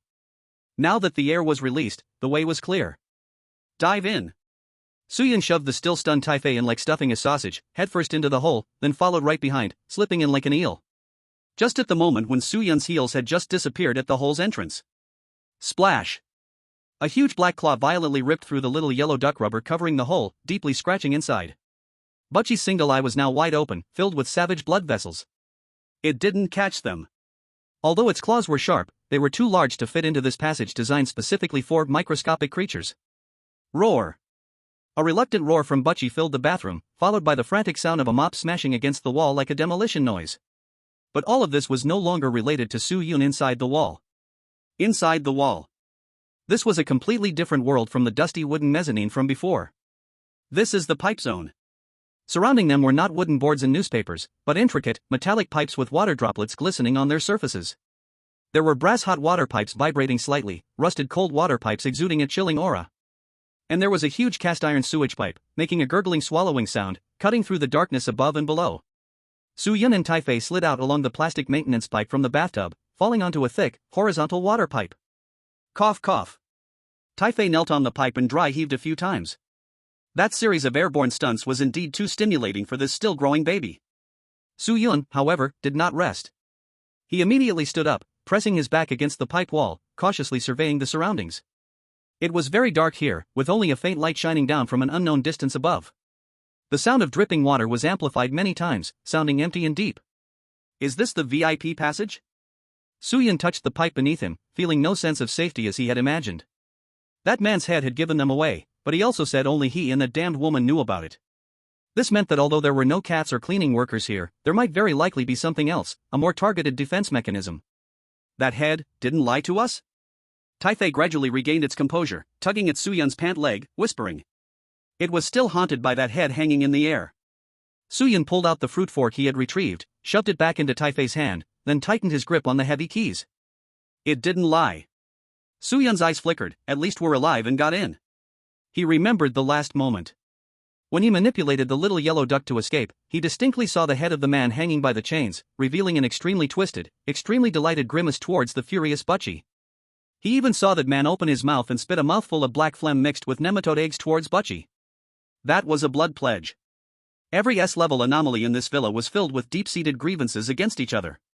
And this hatred was the greatest bargaining chip for Soo-yun, as a weaker being, to survive in this gap. It seems that the main character's role is far heavier than I imagined. Soo-yun drew a bone spike from his waist and lightly tapped it against a pipe twice, testing the echo. We have to go up. Why? Taifei glanced at the pitch-black abyss above. Because water flows downward. Soo-yun pointed to the dark abyss below that emitted a foul odor. If we don't want to flow down the sewage pipe into the cesspool and turn into fertilizer, then we can only swim against the current. Moreover, if his sense of space isn't wrong. On the other side of this wall, although it doesn't lead to the basement, it extends upward, connecting to another important marked point on that parchment map. Kitchen. There is that locked big refrigerator with Tom inside. There is the lock that corresponds to the key with the plate symbol. More importantly, that is the core area where the mistress is located right now. The most dangerous place often hides the next puzzle piece to break this deadlock. Let's go, little Taifei. Soo-yun patted Taifei's butt and pointed to a winding thin copper pipe above. This is a tough job. Once we get to the top, I think we will have the chance to see what delicious food is hiding in that refrigerator that turned Tom into a popsicle. Chapter 30, the smell of oil smoke in the kitchen and a huge black pot. Darkness. It is not pure black, but a gloomy hue mixed with copper rust green and the long-standing water scale of the pipe's inner wall. As they climb higher, Soo-yun clearly feels the quality of the surrounding air change. The previously cold, damp, and even slightly corpse-like water vapor that belonged to the basement and bathroom is gradually fading away. In its place is a thicker, sticky heat mixed with rancid butter and burnt fat. That is the unique smell of the kitchen. But under the filter of the S-rank copy, this smell doesn't make one feel hungry. Instead, it feels like someone is burning plastic in a greasy chimney, choking the lungs. Huff. Ha! Taifei's breathing became heavy. The little guy's diaper was already soiled with the wall's condensation water and oil, and its little chubby hand trembled from gripping the copper pipe tightly. Although in the cartoon setting it has super strength and an iron stomach, in the face of such high-intensity vertical movement like climbing Mt. Everest, its childhood physical shortcomings were exposed. Soo-yun stopped in his tracks. He jammed a bone spur between the two parallel pipes to create a temporary foothold for himself. Let's rest for a bit. Soo-yun reached out and pulled the nearly sliding Taifei back, helping it sit on the relatively stable connecting valve. Drink some water. He was not stingy. Though the fresh water supply in his mouth was low, at this moment, ensuring his teammates' condition was more important than saving resources. Taifei was not polite either, like a traveler in a desert, receiving the small cup made of leaves, still from the garden stash, and gulping it down, then sticking out its tongue to greedily lick the fur around its mouth. Uncle, it's hot above. Taifei pointed to the ceiling. There, a thick pipe with a noticeably red color was radiating a suffocating wave of heat. That is the hot water pipe, leading to the heating system above. Soo-yun frowned and closely observed the surrounding pipeline structure. We must avoid it. If it were just regular heating, it would be okay, but the owner of this house is a madman, who knows if what's flowing in that pipe is boiling water or lava. He did not see such detailed internal structures on the parchment map, which meant the next path could only be crossed by feeling the stones, relying on his experience and Jerry Mouse's instinct. This is not a VIP passage. Soo-yun looked at the artificially carved traces on the surrounding walls. Rather than calling it a maintenance passage, it was more like a survival tunnel that the man, the one hanging in the bathroom, specially dug for himself to spy on or evade that woman. The layout of the pipes was chaotic, and in some places, it forcibly cut through the wall structure, clearly to reach a specific room in the shortest time possible. What was that man hiding before he turned into just a head? And why did he tell me about this road? Does he think I can do what he couldn't? Soo-yun's mind flashed with countless thoughts, but he did not delve deeper. In the world of strange tales, overthinking easily leads to a loss of sanity. Living in the moment is the way to be. Let's go. There's light ahead. Soo-yoon adjusted the potion bottles on his back and took another step forward. He bypassed the scalding hot water pipes and crawled through the cobweb-covered space, climbing for about another 10 minutes. The sticky smell of oil smoke had intensified to its peak, thick layers of congealed grease could even be felt on the walls of the pipes. And in front of them to the right, there was a grating, similar to a vent but much smaller and more concealed, emitting a dim and greasy light. This was the inner side of the kitchen wall. Soo-yoon made an extremely cautious gesture, signaling Taifai to stay still behind him. He himself, like a gecko, pressed against the wall and slowly moved to the gap of the vent. He did not rush to look but first sniffed the air, confirming there were no smells like insecticide or cats outside, before slowly bringing one eye close to the gap. This sight, even though he was prepared mentally, still filled Soo-yoon with a sense of oppression that came from deep within his soul. It was an extremely huge kitchen. That kind of American open layout had a wide island in the middle. The floor wasn't checkered black and white but covered with dark red tiles that resembled the color of congealed blood. The walls were filled with all kinds of knives, butcher knives, boning knives, even bread knives that looked like saws. Each glimmered with an unsettling cold light in the dim light. And in front of that huge, blazing red stove, the mistress of the house, the one who brought endless horror to the villa, Mrs. Two Shoes, stood with her back to Soo-yoon. She only revealed her lower half and that bulky torso, her head hidden in shadows or above the frame by some rule power. She wore an apron smeared with grease and inexplicably red spots, her arms as thick as bare paws tightly gripping a long-handled ladle, stirring vigorously in a massive black pot big enough to stew Taifai inside. Gurgle, gurgle. In that pot, a thick, purple-red soup bubbled. As she stirred, some unknown ingredients floated up from the bottom of the soup. There were white bones and furry paws. Even a still slightly moving wind-up toy. Soo-yoon's heart skipped a beat. Was that the toy part dismantled by Annie? What was she cooking? This was not normal food, it was a pot of alchemical poison, or some kind of feed prepared for monsters. Damn cat! The mistress complained in a low, windbag-like voice while stirring. Can't even catch a mouse, yet I have to clean up this mess. Once this cleaning soup is done, I'll fill every hole in this house, let's see where you run. Soo-yoon felt a chill run down his spine. Fill up the holes? If that pot of purple-red liquid spilled into the wall space, not to mention him, even a mechanical scorpion would likely be finished. This mistress was preparing a wide-area AoE cleanup skill. He had to grab what they wanted and leave before she made a move. Soo-yoon forcibly looked away and began searching for the target in the kitchen. Soon, he found, in a corner on the other side of the kitchen, the double-door refrigerator marked as a key point on the map. This refrigerator looked like a standing steel coffin. The silver-gray surface was covered in scratches. Two huge door handles were wrapped with thick iron chains, and on them hung a massive brass lock with a relief of a plate and fork. The pattern on this lock was exactly the same as the brass key at Soo-yoon's waist. Found it. But Soo-yoon's gaze darted back and forth between the mistress and the refrigerator. The distance was too close. Between the stove and the refrigerator, there was merely an island counter. As soon as the mistress turned around, even if Soo-yoon was fast, the few seconds of being frozen while unlocking would be enough to be smashed into a meat patty by that soup ladle. Moreover, the refrigerator was not quiet. Bang! Bang! Bang! Every few seconds, a dull sound would come from the locked refrigerator's interior, like someone, or a cat, bumping against the inner wall. Tom, who was trapped inside, had not frozen to death. From the force of the impact, it seemed he was still quite lively, or rather, in a state of extreme panic and struggle. Although this noise was currently covered by the bubbling of the soup, once Soo-yoon tried to unlock it, the resulting noise would surely alert the mistress. What to do? Soo-yoon shrank his head back against the pipe wall, his brain racing. Rushing in definitely wouldn't work. In this kitchen, it was the mistress's absolute domain, just the pot of soup could extinguish him. Diverting the tiger from its mountain lair? Last time in the living room, this trick, drawing the mistress away to catch the cat, worked. Could it work this time? And who could be used this time? Taifai? Using it as bait was like sending a meat bun to a dog. Just as Soo-yoon was deep in thought, Taifai suddenly tugged at his clothes and pointed toward the vent with the other hand. Soo-yoon followed the direction of its finger. There on the island counter in the kitchen sat a microwave that wasn't closed tightly. And beside the microwave, out in the open, sat a bag of bread that looked incredibly tempting and was still sealed. Taifei's eyes went wide. It was clearly not satisfied with the grapes from earlier, this starchy food was irresistibly attractive to it. That's bait, right? It must be bait. Soo-yoon told himself. Such obvious food sitting there was practically screaming, "Come eat me." But when his gaze swept over another item beside the microwave, a bold, crazy, and very Tom and Jerry-style plan instantly formed in his mind. Next to the microwave sat a box of aluminum foil. In Soo-yoon's knowledge, and from his school physics lessons, if you put metal, especially something like aluminum foil, into a microwave and turn it on, Well, the outcome would definitely be a dazzling indoor fireworks show. That kind of noise would absolutely be more attention-grabbing than any other sound, and it could even trigger a fire alarm. If the kitchen caught fire, even a small one, as a mistress with severe obsessive-compulsive disorder, her first reaction would definitely be extinguishing the fire. And the fire extinguisher. Soo-Yun glanced over. The fire extinguisher was hanging at the opposite end of the kitchen, furthest from the refrigerator. This was an opportunity. An opportunity to create chaos using physics knowledge to draw the boss away and create a window to unlock the door. Tai-Fei. Soo-Yun turned around, grasping Tai-Fei's trembling shoulder. He didn't say any profound principles or discuss how dangerous the plan was. He merely pointed at the bag of bread and revealed a highly tempting smile. Do you want that bag of bread? The filling inside is strawberry jam, you know. Right now, Uncle needs you to do something very exciting.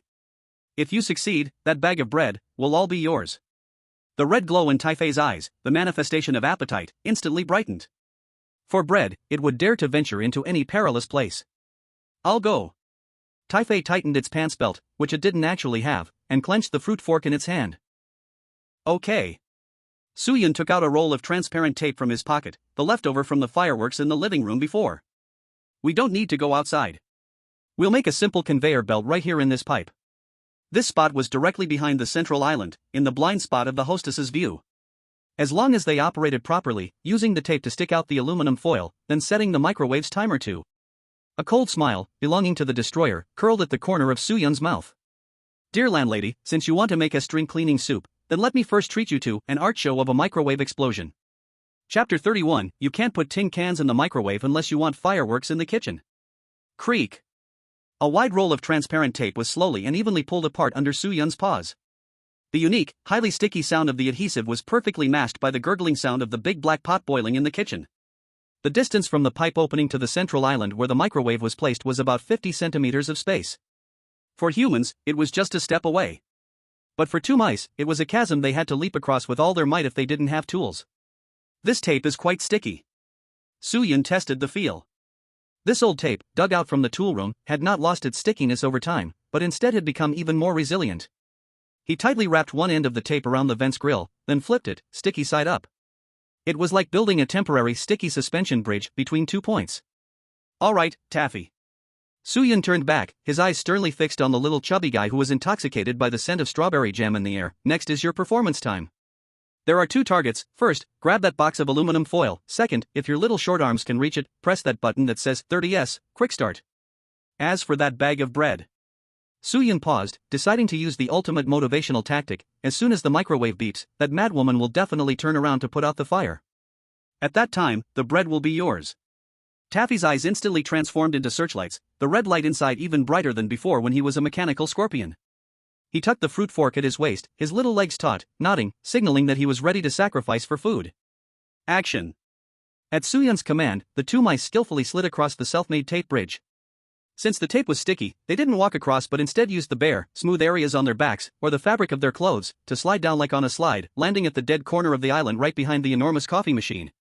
As soon as they landed, that greasy and scorching air rushed towards them.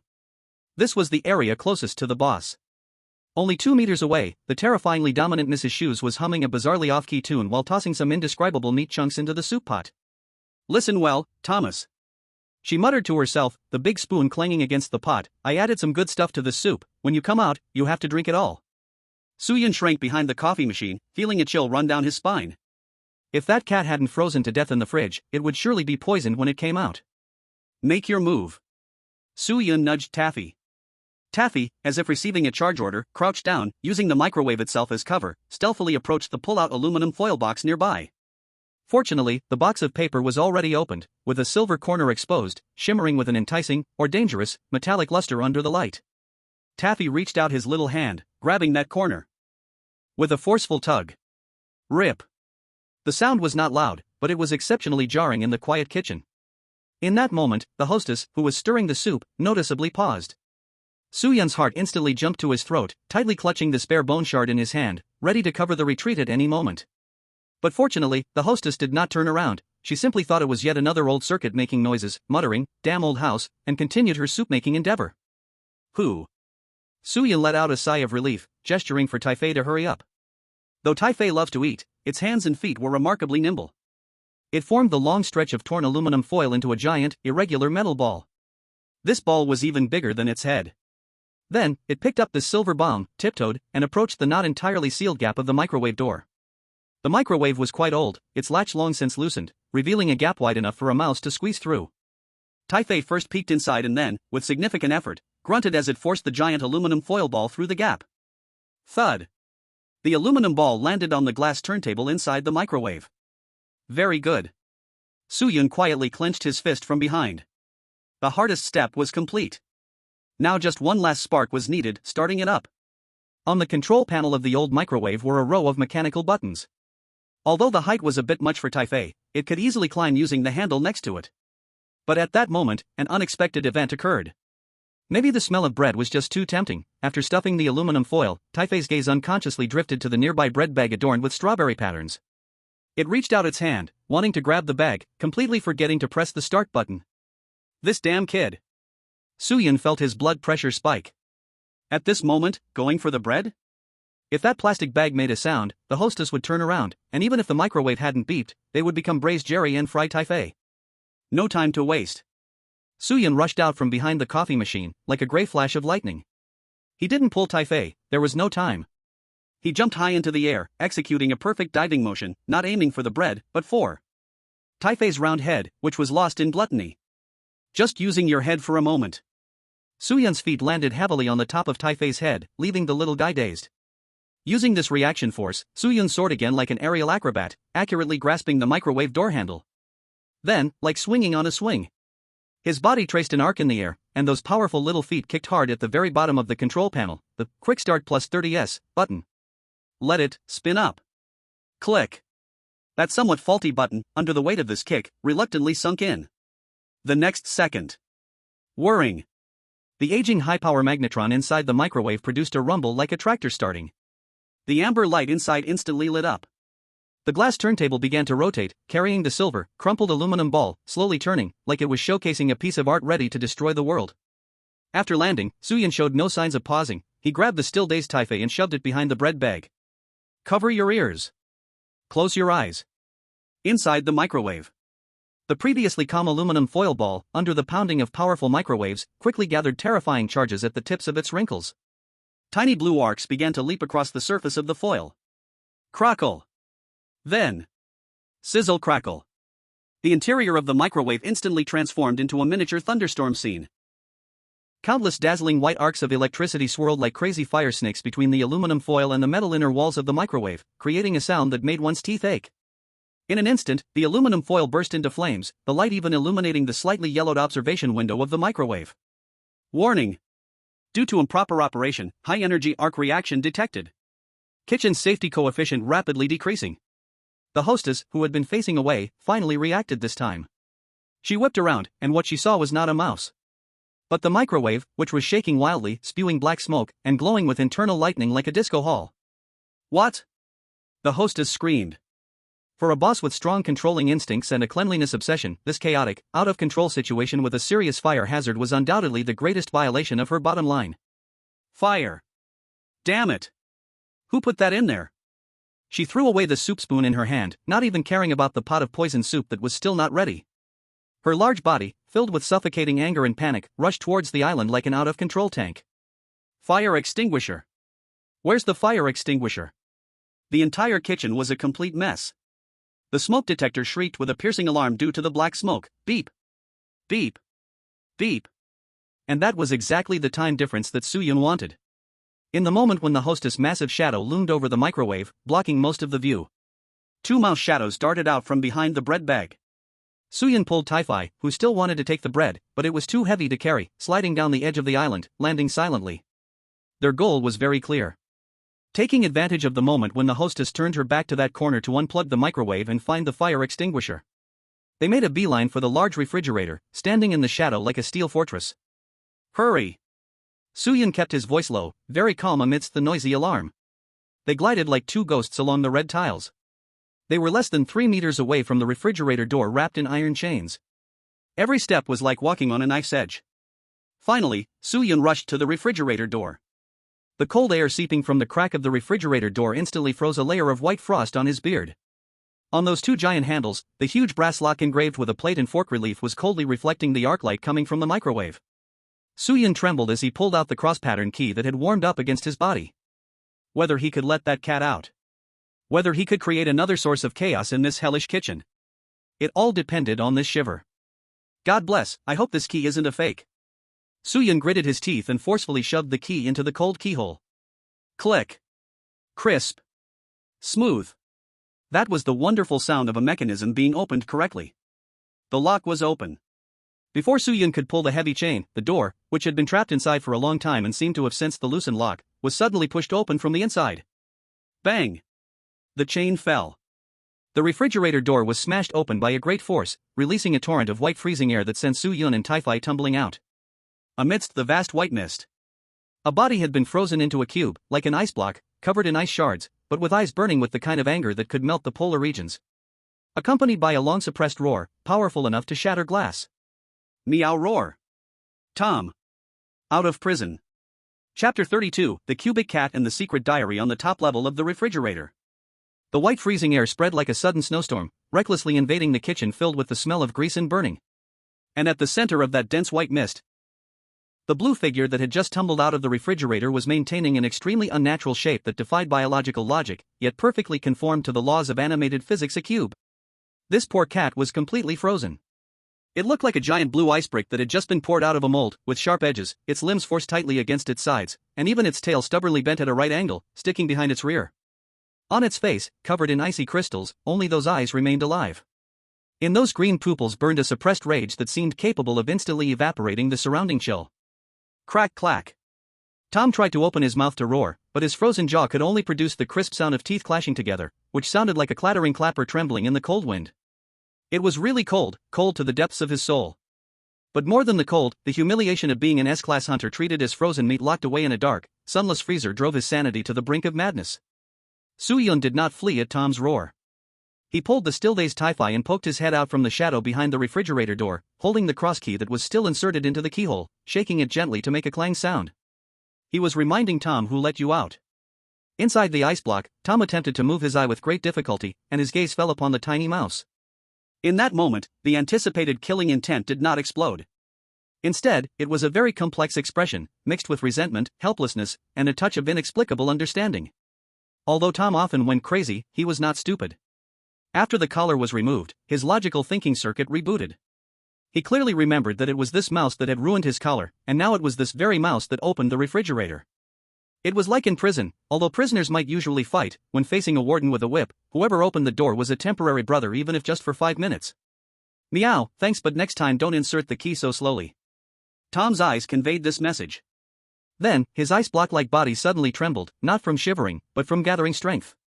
Though he could not bend his joints, he could slide. Whoosh!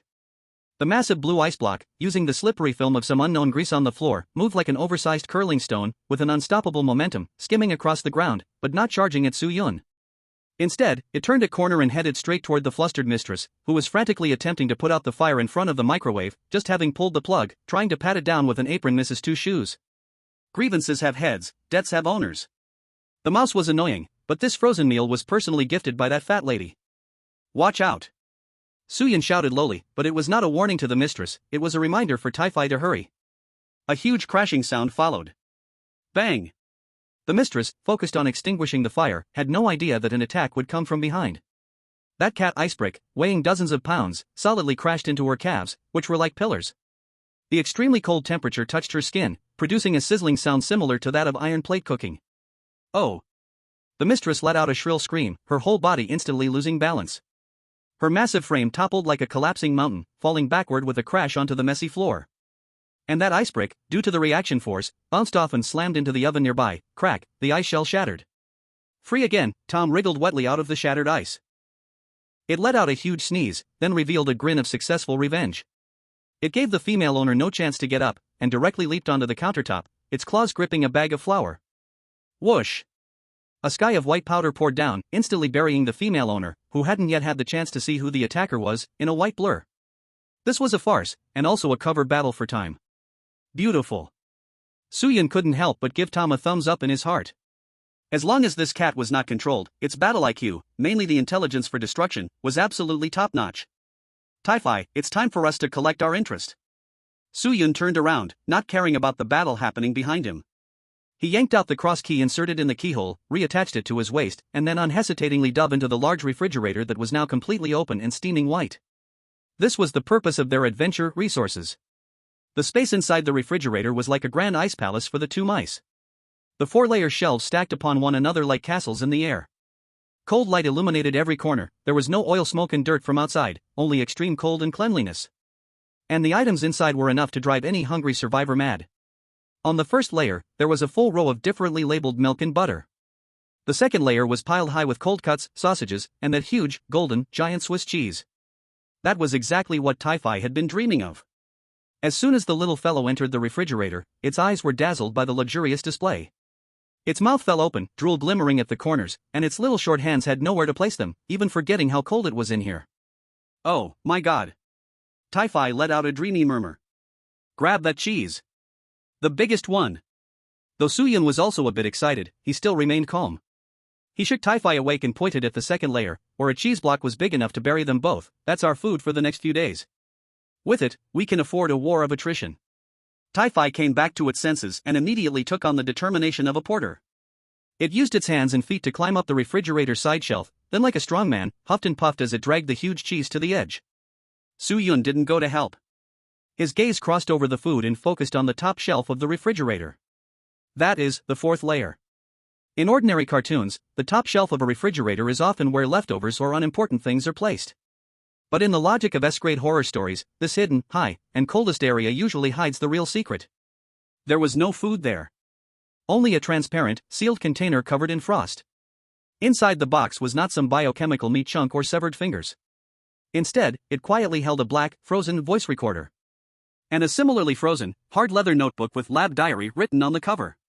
Su-Yun's heart skipped a beat. He almost instantly realized what this was. The male owner of this villa, that madman who loved to conduct biological experiments. Before he lost control, or turned into a head, he actually hid the most critical information in this refrigerator that wouldn't be affected even by a fire and was watched over by someone, Tom? No, perhaps he locked Tom in here, not just to punish him, but to guard this secret. Su-Yun. Su-Yun. In the Dragon Kingdom livestream, the observant viewers also noticed something was off. Is that a notebook? Could it be the core clue of the worldview? It's very possible. The collar manual from before was a clue. This must definitely be left by the main character. But it's too high. And too big. How can Su-Yun take it? The container, while not particularly large, was still a heavy burden for the mouse's size. Moreover, the ice layer on top was very thick. Unless it was broken, it couldn't be taken away at all. Worse still, the sounds of fighting behind were fading. That mistress, even when knocked down or blinded by flour, was definitely not an easy character to deal with. Cough, cough, cough. Outside the kitchen, a violent coughing sound came, accompanied by the mournful creaking of the floor as a heavy object stood up. Thomas. The fury in that voice was no longer just a simple lesson, it was filled with murderous intent that wished to peel off skin. There was little time left for Su-Yun. There's no time to thaw. Su-Yun glanced at Tai-Fei, who was struggling to push the cheese down, and gritted his teeth. He took out the flask filled with the X mixture that he had been carrying all along. He didn't drink it. He tipped the flask upside down and opened the cap. A single drop, just one drop of the liquid that emitted a strange green glow, was carefully dripped by Su-Yun onto the edge of the container that was the gap frozen with frost on the divider. Hiss. A strange sound of chemical reaction arose. That powerful potion, capable of turning ordinary creatures into monsters, had an astonishing corrosive effect, or perhaps energizing effect, on inanimate objects, ice. The hard ice layer melted instantly, emitting a wisp of green smoke. The container loosened. Su-Yun quickly stowed away the flask. This was his most important trump card, and wasting even a drop made him feel pained. He rushed forward, bracing the container with his shoulder, and pushed hard. Clap. The container fell from the top layer, perfectly landing on the huge cheese that Tai-Fei had just pushed down. This soft and firm cheese served as a perfect cushion. Hold on to it. This is more precious than cheese. Su-Yun shouted at Tai-Fei downstairs. Tai-Fei was drooling over the cheese, but suddenly, something fell from the sky, or perhaps a disaster, as a box landed in its arms. Although confused, the idea that what Uncle gave must be good stuff made it instinctively catch it. Retreat. We can't go through the front door. Tom is too busy to care about us now. Suyun leaped down from the protrusions on the fridge wall, landing beside Taifei. At this moment, the area outside the fridge had turned into a battlefield. The mistress had already stood up, even though covered in flour like a snowman. She was wielding that frying pan, crazily swinging it at the frantically dodging Tom. Though Tom was agile, in such a small enclosed kitchen, being flattened was just a matter of time. Meanwhile, the fridge door was slowly rebounding due to inertia, about to close. The sewer. There. Suyun pointed to the bottom of the fridge, where the drainage system was designed for water disposal, located at the bottom of the fridge section. Under normal circumstances, the hole here was small, connected to a narrow pipe leading to the outside water collection tray. But for Suyun, who already had a cross key and destruction tools, this was a ready-made escape route. He raised the bone spike in his hand and forcefully pried at the plastic drain hole. Crack! The aging plastic filter shattered in response, unveiling a dark, unknown hole leading to the back of the fridge. Go! Suyun pushed the huge cheese block, with the container still tied on top, like pushing a war chariot, forcefully shoving Taifei along with the spoils into the hole. Then, he quickly dove in himself, just as his tail vanished at the hole's entrance. Clang! The heavy fridge door, under the mistress's rage, slammed shut. And under the automatic rebound effect, it slammed shut heavily. The last ray of light disappeared. Suyun listened to the faint screams and smashing sounds of Tom outside, feeling as if he had crossed two worlds. Ahead, Taifei was puffing and pushing the cheese forward in the narrow pipeline. The pipeline was very dark, with only the faint glow of the flask and the X mixture illuminating the way ahead. Just when Suyun was about to breathe a sigh of relief, Taifei suddenly stopped. Uncle! Taifei's voice trembled a bit. What's wrong? Is it too narrow to go through? Suyun asked. No. Taifei pointed ahead. By the faint light, Suyun saw that deep within this refrigerator drainage pipe, which should have been stagnant, a fork appeared. And at the very center of that fork, squatting there, was a fist-sized chipmunk dressed in a little red vest, gnawing on something. Seeing Suyun and Taifei, it stopped its action, holding a walnut in its little hands, with no trace of fear in its eyes, instead showing a kind of shrewdness as if it were doing business. It even, in a somewhat pretentious manner, pointed at the huge cheese that Taifei was pushing, rubbing its fingers together. The meaning was obvious. This road is mine, if you want to pass, leave some toll money. Suyun smiled. In this day and age, even the sewers collect protection fees? Discovery of neutral faction creature, the bully chipmunk. Description: it does not belong to this home, but it is the local tyrant of this wall maze. If you give it enough benefits, it might take you to some places even that cat cannot go. Chapter 33, A squirrel that only collects toll fees is not a good guide. The breeze from deep within the pipeline carried a unique chill and a moldy smell of old sewers. The faint fluorescent green, from the potion bottle behind, cast three long shadows on the damp pipe wall. One was a mouse carrying a bottle, one was a baby mouse pushing a huge cheese, and the last was the chipmunk in the middle of the fork, hugging half a walnut, with a face full of shrewdness. The atmosphere was very subtle. In this drainage pipe that was not meant for passage and belonged to the invisible area of the building structure, the sudden appearance of this chipmunk clearly indicated that it was not just any passerby. Its red vest was somewhat frayed, but that little pocket bulged, clearly filled with many good items. It had large front teeth, and its eyes contained a shrewdness and slickness from being in the world for a long time. It rubbed its fingers together, mimicking the actions of some greedy little clerk. And at its feet, there was a neatly arranged row of small stones, clearly marking a carefully set stop line. Want toll money? Suyun stopped, pressing down Taifei, who was out of breath from trying to push the cheese, preparing to lift a fork to defend the property. Taifei was very protective of its food. In its simple value system, the cheese that reached its hands was life. Whoever dared to touch it, it would fight to the end. It bared its not-so-sharp little teeth, emitting a low warning sound. Calm down. Suyun patted Taifei's head. Don't always think about fighting and killing, this is someone else's territory. He took a few steps forward but did not cross that line of stones, instead maintaining a safe social distance. Suyun did not pull out the cheese immediately, but first looked up and down at the chipmunk. Detected neutral NPC, pipeline merchant/information dealer, a song, chip. Favorability, 0, it's the typical type that only recognizes money, not people. Trait, it knows every shortcut within the walls but is extremely greedy. A song? Suyun felt a stirring in his heart.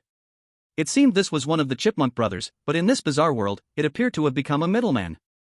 Seeing Suyun did not act immediately, the chipmunk. There was no panic or fleeing, a glint flashed in its eyes. It tossed the half-walnut shell onto the ground, making a crisp pop sound, and then pointed at the huge triangular cheese that Taifei was pushing, which looked like a small cart. Squeak, squeak.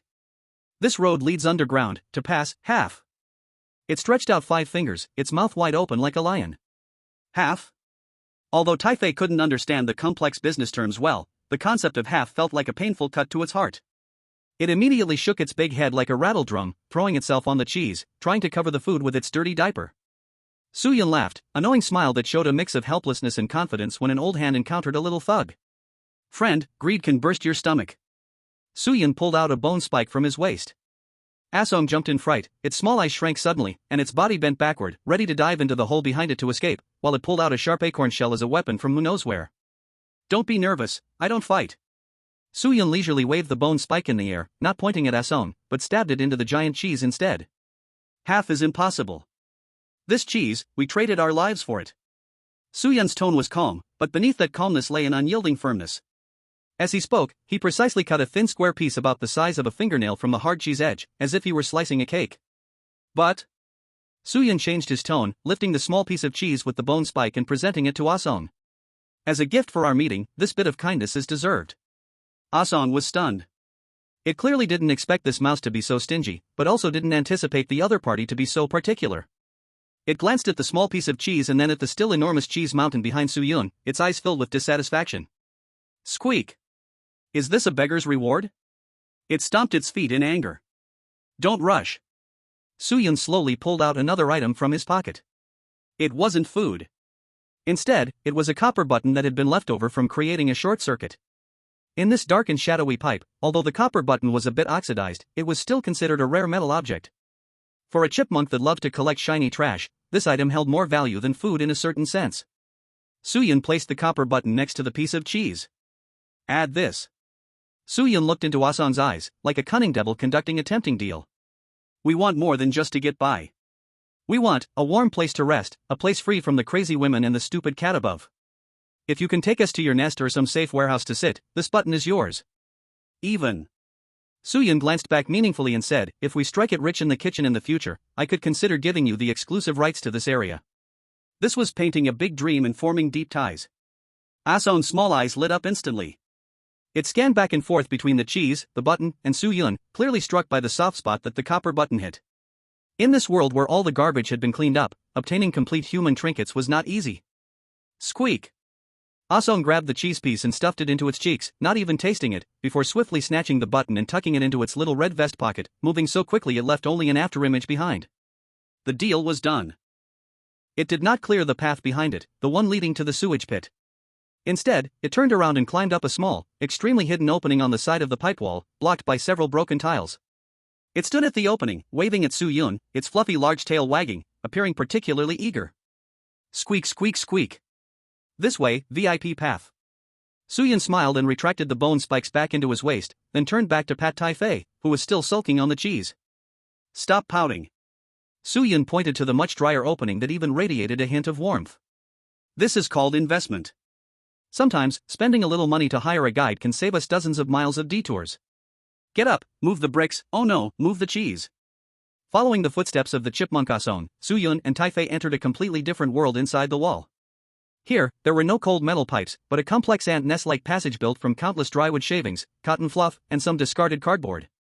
The air was filled with a nutty, oily aroma. The temperature here was noticeably higher than outside. Suyun speculated that it might be close to the chimney or a heating pipe on the first floor. After crawling for about 3 minutes, it opened up suddenly in front of them. This was a cavity located between two main load-bearing walls. For mice, this was practically a small duplex mansion. The ground was covered with soft dry moss, and the corners were piled with various fruit shells and bottle caps. There was even a bathtub made from half a soda can. The walls were adorned with some shiny glass fragments as decorations, creating a surprisingly warm atmosphere under the soft light. This was Asong's home, the base of this underground black market. Phew! Suyun sat down on the soft moss, feeling the exhaustion deep in his bones suddenly burst forth. After this night's hustle, even the iron-wool Jerry could not hold up. Taifei was even more worn out. He directly turned the giant block of cheese into a bed, sprawled out in a star shape on top of it, not caring about hygiene, and took a bite from the cheese without chewing, then fell asleep with it in his mouth. Asong then ran to one side, happily fiddling with the copper button, completely ignoring the two temporary guests. Suyun did not sleep. He adjusted his position, leaning against a walnut shell. Then, his gaze fell upon the plastic container that had been stolen from the refrigerator, sitting on top of the cheese. The frost inside the container had melted significantly due to the temperature in the pipe, turning into a puddle of water that soaked the cheese beneath. And the black recording pen inside, along with the leather-covered experimental journal, was finally fully revealed. This is the core fragment of this alternate worldview. It was also their ultimate purpose for daring to venture into the kitchen. Soo-yoon first picked up the journal. The leather cover felt cool to the touch, and although it had been frozen for a long time, the paper was still dry, faintly carrying a smell of tobacco. He opened the first page. It was not some mad experimental record. Instead, it was a slightly faded black and white photo tucked between the pages. In the photo was a middle-aged man wearing a suit, somewhat balding but with a gentle smile, squatting in a garden. He was holding an uninjured black cat with both eyes intact. At his feet, a cute blue cat was chasing a mechanical toy mouse. In the background on the terrace sat a woman, still not very plump, holding a teacup, although her face was unclear. But from her posture, she didn't have the suffocating sense of oppression that she has now. Is this how everything looked before the tragedy began? Soo-yoon looked at that photo, feeling an indescribable stir in his heart. The black cat is Butch. At that time, was it still a house cat? The blue cat is Tom. That woman is Mrs. Two Shoes. So who is this man holding the cat? Soo-yoon flipped over the photo and saw a line of pen ink on the back. Summer 1950, George with his family. At that time, I did not know that pursuing the so-called eternal order would turn this home into a hell. George. Soo-yoon uttered this name. Then, he put down the diary, reached for the now-thawed voice recorder. This thing looked like it had been modified later. There were a few rough wires connected to it, and the battery cover was wrapped in tape. Soo-yoon tried pressing the red play button. Zzzzzzzzzzzzz. After a burst of static electricity noise, a tired, hoarse voice, laden with a harsh cough, suddenly echoed in this quiet chipmunk hole. If anyone, whether it is a person or an intelligent creature that I inadvertently created, hears this recording, then it means I have failed. I can no longer control that woman, nor can I control the desires that crazily grow in my head. The indicator light on the recorder flickered in the dark, oscillating with the sound, glowing a faint red. Like a bleeding eye. Under the flickering red light of the recording pen, the chipmunk Asong's fragrant, nutty cave looked inexplicably dim. Zzz cough cough. The static in the recorder was heavy, like it was speaking through a thick layer of old glass, accompanied by the ticking sound of an old wall clock in the background. The voice of the man named George sounded like a drowning person's last struggles on the surface. I am George, the male owner of this house. If anyone still thinks this is just a title, then that is my misfortune, and also yours. Soo-yoon sat cross-legged, leaning against the dry walnut shell, unconsciously rubbing the cold leather diary in his hand. He didn't interrupt the recording or fast-forward it, but pricked up his ears, not wanting to miss even a single breath. Because in the world of ghost stories, every piece of nonsense could be the last puzzle piece to pass the level. At the beginning, I just wanted this home to be a little quieter. George's voice carried in nervous exhaustion. Do you know that feeling?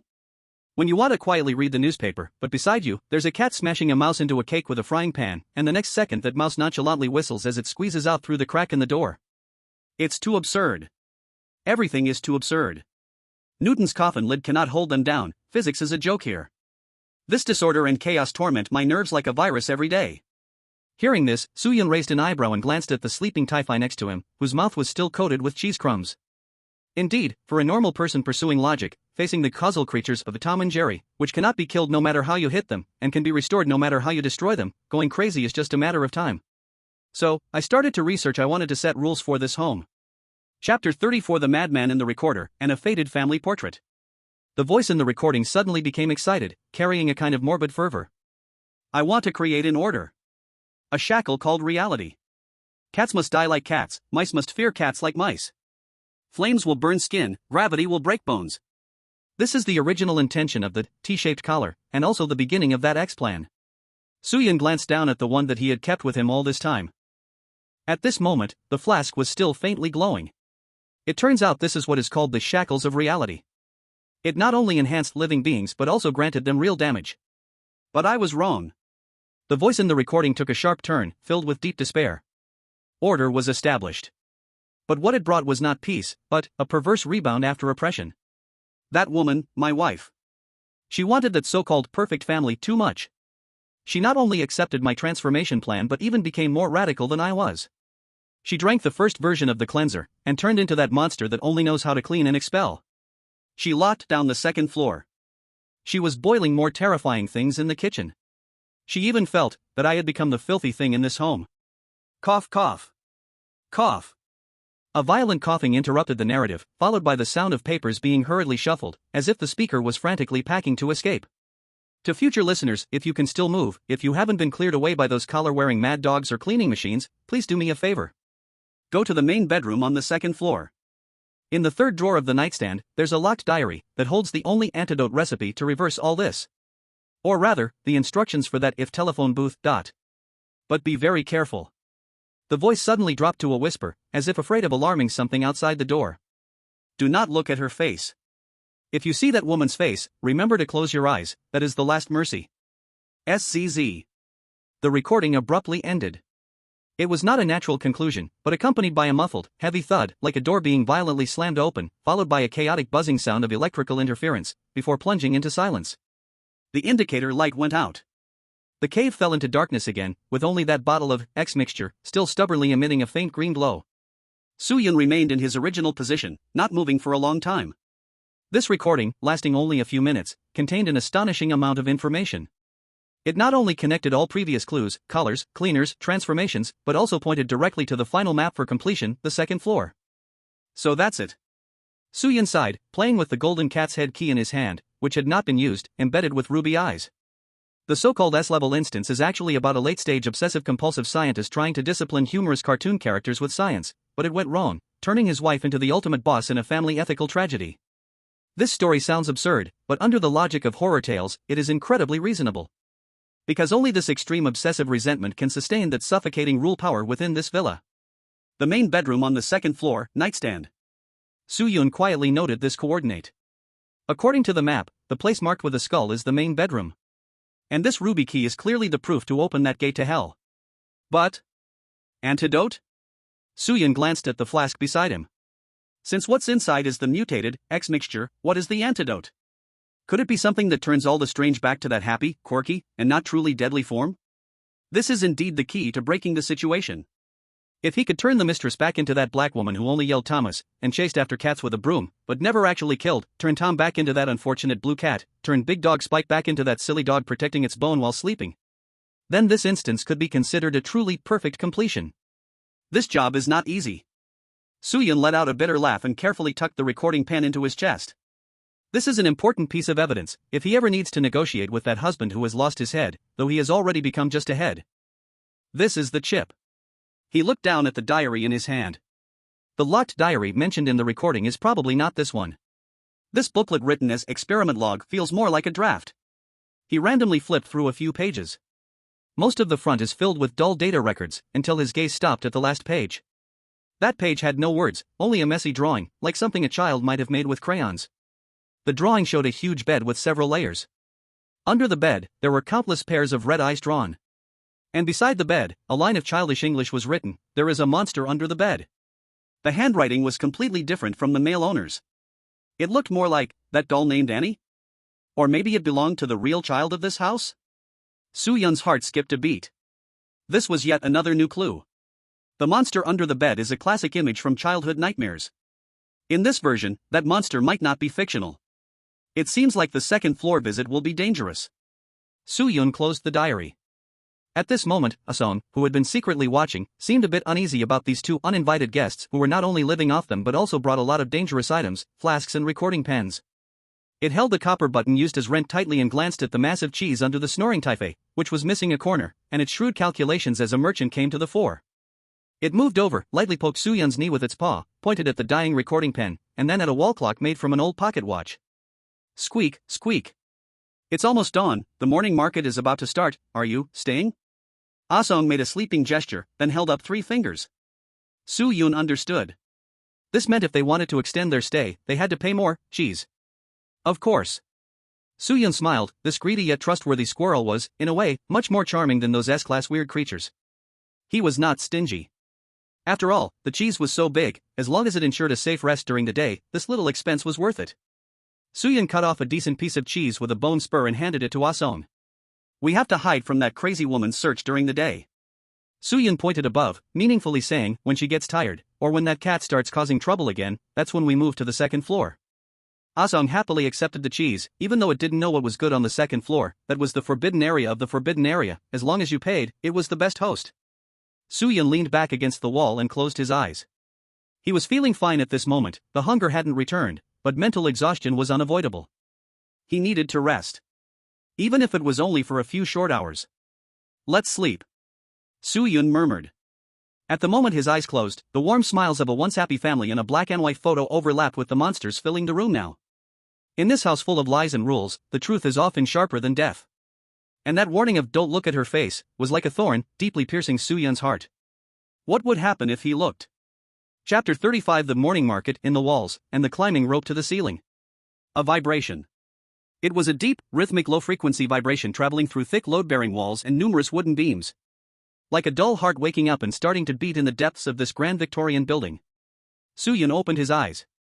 He didn't immediately get up, but stayed curled up, pressing his ear against the wall that was already somewhat warm. Maybe the kitchen next door had started boiling water.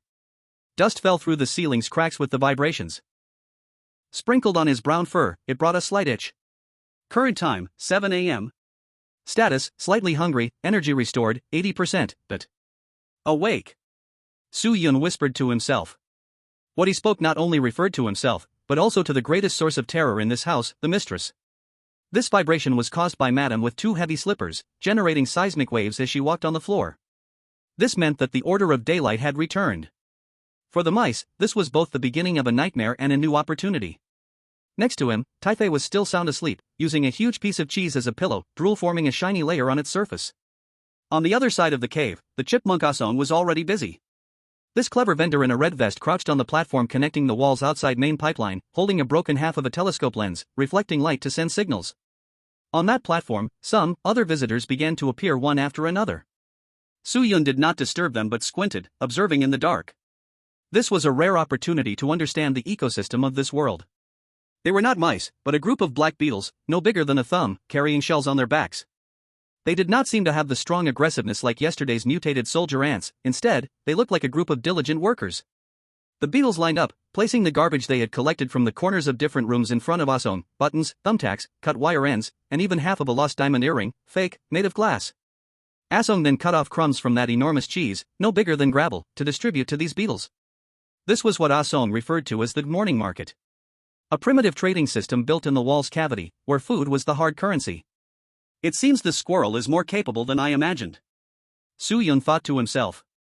To control the beetles to gather supplies meant that Ah-song's intelligence network covered the entire first floor. Last night's investment, that copper button and cheese, was indeed a smart deal. Yawn. Ah-song stretched, swept today's harvest, a pile of junk, into his treasure chest, then turned and glanced at the now sitting Soo-yoon. Squeak squeak. Awake? Your ticket still has half a day left. Ah-song gestured, clearly reminding Soo-yoon about the renewal issue.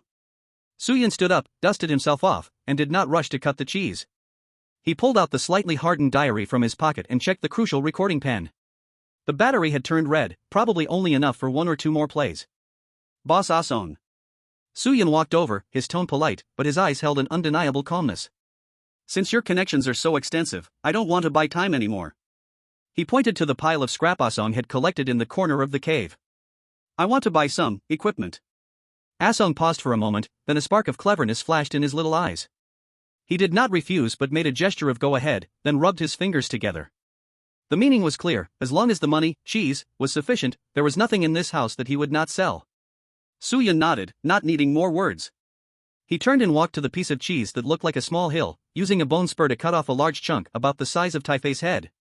Still dreaming, Taifei felt the weight decrease from its embrace, grumbling in dissatisfaction, rolling over and hugging the remaining cheese even tighter. Is this enough? Soo-yoon pushed the cheese in front of Ah-song. Ah-song's eyes widened. He may have never seen so much cash at once in his life. It immediately nodded like crazy, even going so far as to take off its red little vest and lay it on the ground, signaling to put the cheese on top. The deal was struck. In the next 10 minutes, Soo-yoon began his shopping. He didn't need those seemingly precious but actually useless diamond earrings. His goal was very clear: survival and climbing. A roll of thin rope, only a few meters long, but woven from some strong nylon fiber, possibly fishing line. 2 paper clips that were already rusty but could still snap tight. A piece of glass that was broken at the edges but could still reflect a shadow. And a few leftover matches. To Amson, these things might just be a bit more advanced garbage, but to Soo-yoon, this was the elevator ticket to the second floor. All right. Soo-yoon wrapped the nylon rope around his waist, bent the paper clips into 2 simple carabiners, and hung them on either side of his belt. He turned around and looked at Taifei, who was still drooling, a helpless smile tugging at the corner of his mouth. Get up, foodie. Suyun walked over, not gently waking him, but directly pinching Taifei's nose. Mmm. Mmm. The feeling of choking caused Taifei to wake up with a start, his fruit fork instinctively swinging. See who it is. Suyun released his hand and stuffed a small piece of cheese, meant for breakfast, into Taifei's mouth. Once you're full, it's time to get to work. Today, we're going to do something big. Big? Taifei, mouth stuffed with food, asked muddily, half confusion and half expectation in his eyes. Big, chicken leg? More exciting than chicken legs. Suyun took down the X-Mix from his back, using the newly bought nylon rope to create a more secure carrying system, tightly fixing it on himself like a hiking backpack. We're going to climb a mountain. Suyun pointed to the dark space above filled with pipes and beams. To the second floor. There's a bed under it that supposedly has a monster, and a book that can save our lives. Taifei shrank his neck. He understood the word monster, but when he looked at the gear hanging from Suyun's waist, he suddenly felt that this uncle seemed more reliable. Uncle, go. Taifei nodded vigorously, swallowing the last bite of cheese, grabbing the fruit fork, suddenly looking a bit like he was ready to face death. Very good. Suyun nodded with satisfaction. After a day of training, this originally uncontrollable little rascal had gradually taken on the form of a teammate. He walked in front of Amson, pointing to a vent high up in the cave. According to the map and the boasting information Amson had leaked, that spot was the main flue, and climbing up along the outer wall of that flue could avoid the hot water pipes that could roast you and reach the main bedroom fireplace on the second floor. But the risks were equally huge. Because that was the central axis of the house, where not only was it possible to encounter mechanical scorpions from the cleaning crew, but there might also be other things coming down the chimney. Amson, let me ask one last question. Before leaving, Suyun stopped and stared at the squirrel that was counting cheese. Have you seen that male master? Not the one in the photo, but him now. Amson's counting of the cheese paused. For the first time, real fear appeared in its small eyes. That fear was not from the fear of cats, but a shiver of something from a higher dimension. It did not speak, only pointed at its own head and made an exaggerated motion of its head splitting open. Then, it put a finger to its mouth, making a sh sound, and pointed upward. Chirp chirp. He's watching from above, always watching. Suyun's heart sank. Watching? If that head was locked in the bathtub, then how was it looking? Or, in this villa, regarding that man's existence? Not just that head? Understood. Suyun didn't ask any more questions. The more you know, sometimes it makes it easier to trigger the instant death rule. He took a deep breath and tightened the rope. Let's go, Taifei. We are going to visit the real battlefield of this villa. As the figures of the two mice disappeared into the dark hole leading upstairs. In the distant living room, a chilling noise suddenly rang out. Boom boom boom. That was not thunder. That was the sound of the mistress starting up that so-called dust terminator, a powerful industrial vacuum cleaner. The huge rumbling sound flowed up through the pipes, shaking the entire wall. A new day started. Chapter 36, Climbing the chimney is a technical skill, especially when smoke is coming from below. Boom boom boom. That was not just a sound, it was the entire wall's skeleton groaning in pain. The industrial vacuum cleaner the mistress turned on felt like a roaring steel beast stuffed into the veins of this house. The terrifying negative pressure that could force dust out of the cracks in the floor primarily affected the living room, but that vibration traveled unreservedly through the old wooden framework to the depths of the wall's cavity. As Ason's nut hole trembled, dust fell off, and that clever chipmunk had long hugged its share of cheese and disappeared into some backup bomb shelter. And at this moment, Suyun was hanging on the rough, sandpaper-like inner wall of a vertical brick chimney. Don't look down, Taifei. Suyun gritted his teeth, his voice a bit strained from the effort. His limbs were tightly gripping the gaps between the bricks, and a strong nylon fishing line he bought at the morning market was tied at one end around his waist and the other end to the little chubby guy below, who was shivering with fear and was left with half a life. This was a two-man climbing setup. This was the main chimney of the villa. Compared to those smooth but cold metal pipes, this felt wilder and more suffocating. The surrounding red bricks had long been blackened by decades of smoke, covered in a thick layer of tar-like grease, creosote. This stuff was not only dirty but also nearly impossible to clean once it got on hair and carried a pungent tar smell. But the worst part was not the dirt. It was the heat. Although the fire in the fireplace was extinguished, whether it was affected by Tom and that crazy woman's battle is uncertain, the residual warmth still kept rising through this vent system. Especially now, that grim green flame seemed not to have completely gone out, occasionally letting out whiffs of green smoke smelling of sulfur from the bottomless abyss. Cough uncle, my eyes hurt. Taifei below was whimpering, his big eyes, usually sparkling only at the sight of food, were now reddened from the smoke, and tears carved clear tracks on his dirty little face. One hand grabbed a protruding brick corner, and the other hand still clung to the fruit fork at his waist, looking both awkward and comical. Hang in there, close your eyes, breathe through your nose. No, don't use your nose, just breathe lightly through your mouth. Soo-yun helplessly adjusted his breathing rhythm. He paused. They had climbed about 3 floors high, according to the mouse scale. This height was just a step for humans, but for them, it felt like the north slope of Mount Everest. Soo-yun freed one hand from the brick gap, quickly took the rusty paperclip he had hanging from his waist. He forcefully inserted it into the mortar gap between 2 red bricks, acting as a temporary safety rock anchor, and then hung the rope from his waist onto it. Click. The insurance securely fastened. Ha! Soo-yun finally dared to relax his aching muscles a little. He didn't immediately urge Taifei to continue climbing, but instead lowered his head, detaching a piece of wet sponge from the strap of the converted mountaineering backpack made from a potion bottle, a piece he had previously hesitated to discard, picked up from the bathroom as a small fragment, soaked with water. Here. Soo-yun slid the small sponge, only the size of a fingernail, down the rope, landing perfectly on Taifei's forehead. Wipe your eyes and nose, don't drink the water inside, it's dirty. Taifei clumsily caught the life-saving wet sponge and rubbed it wildly on his face, which had already turned into a little calico cat's. The coolness slightly relieved the smoky heat, and the little guy finally stopped sobbing. He lifted his head, his red and swollen eyes revealing an unconditional dependence on Soo-yun. In horror games, such dependence can sometimes be a burden, but more often, it is the only anchor. Seeing this scene, the tense string in Soo-yun's heart inexplicably loosened a bit. Really amazing, I came to clear the level alone and ended up playing a babysitting simulator here. He self-deprecatingly chuckled, then his gaze sharpened. Because above his head, about 20 centimeters away, an obstacle appeared. It was a rusty iron plate, half open and half closed, blocking the damper. This thing is used to control the airflow of the chimney, normally adjusted by an external pull rod. But evidently, this place hadn't been maintained for a long time. The damper was stuck at an awkward angle, leaving only a gap about 3 fingers wide. To get up, he had to squeeze through. But the edge of that gap was covered with something that looked like hair but was also like dried water plants, black fibrous material. That was definitely not a spider web. That substance bore a shocking similarity to the black hair beneath the man's head he had seen in the bathtub. Stop. Soo-yun immediately signaled Taifei below. He carefully pressed himself against the chimney wall, trying to stay as far from the iron plate as possible. Then he pulled out the spiked toothpick, from his waist. He did not directly poke that clump of black hair. In this world, many things that seem inanimate might have independent and malicious consciousness. Soo-yun fished out a match head leftover from earlier. He inserted the match head into the tip of the spike and scratched the rough brick wall hard. Sizzle! A spark ignited. Though only for a brief moment, the light was enough. With the glow, Soo-yun saw clearly. That was not hair at all. That was a living nest made up of countless tiny, completely black, long-legged ash lice, much smaller than sesame seeds, gathering together. They covered the edge of the iron plate densely due to phototropism, or were attracted by heat. As soon as something tried to squeeze through that gap, even just brushing against the edge, it would be instantly covered by thousands of these little bugs, burrowing into ears or fur. Hiss. Soo-yun gasped. If he had rashly squeezed through earlier, he would have probably loosened his grip and fallen because of the itchy pain by now. Looks like this VIP passage isn't so easy to traverse. Taifei below also evidently saw the writhing black cloud by the firelight, scared and pressed his face against the soot-covered wall, wishing he could turn himself into a brick. Don't be afraid, the bugs fear fire. Soo-yun did not hesitate. The match in his hand was still burning.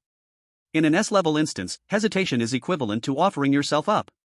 Instead of directly using the match to burn, the match was too short and could easily catch fire. He made a precise throwing motion. The burning match head was accurately shot like a javelin towards the center of the gap in the iron plate. Squeak! At the moment the match touched that mass of black fluff, it did not ignite, but instead, it exploded a nest. Those ash lice emitted a faint yet dense scream. To them, flames were the ultimate enemy. Although small, they were enough to cause panic. The originally clustered swarm of insects instantly collapsed, fleeing like a black dust storm into the surrounding gaps. Just 2 seconds. The gap that had been sealed revealed the rusty iron edges. The path was clear. But danger still lurked. Because those scattering insects did not die, they simply hid in the brick crevices, watching the two intruders with their malicious compound eyes. We have to move fast. Soo-yun shouted, Tiffany. Hold on to the rope, I'll pull you up. He knew this little guy would have a hard time passing through at this angle alone. Soo-yun's arm muscles tightened, gritting his teeth as the nylon rope wrapped around his waist became taut. He pulled with strength, like a fisherman gathering his net. Tiffany was not dawdling either, his feet pushed against the wall, taking advantage of the pull to scramble upwards with effort.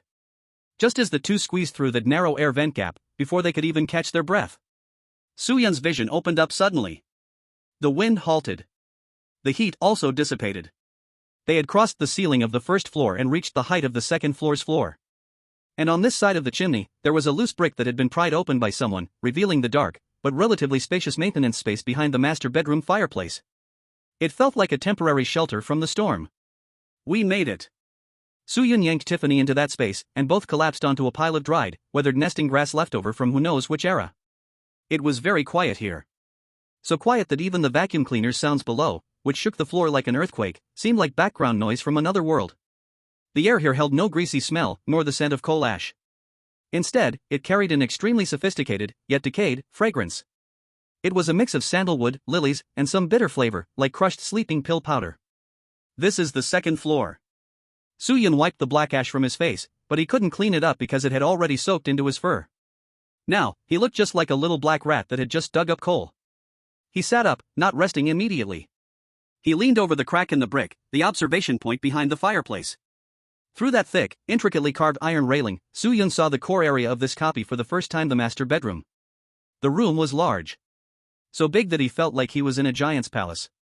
The floor was covered with deep purple velvet carpet, thick as a lawn. All the furniture was heavy, luxurious black walnut, intricately carved with patterns. The curtains were drawn tightly, blocking out even a sliver of sunlight. The room was unlit, except for something on the nightstand, something resembling a shrine that emitted a dim, unsettling glow.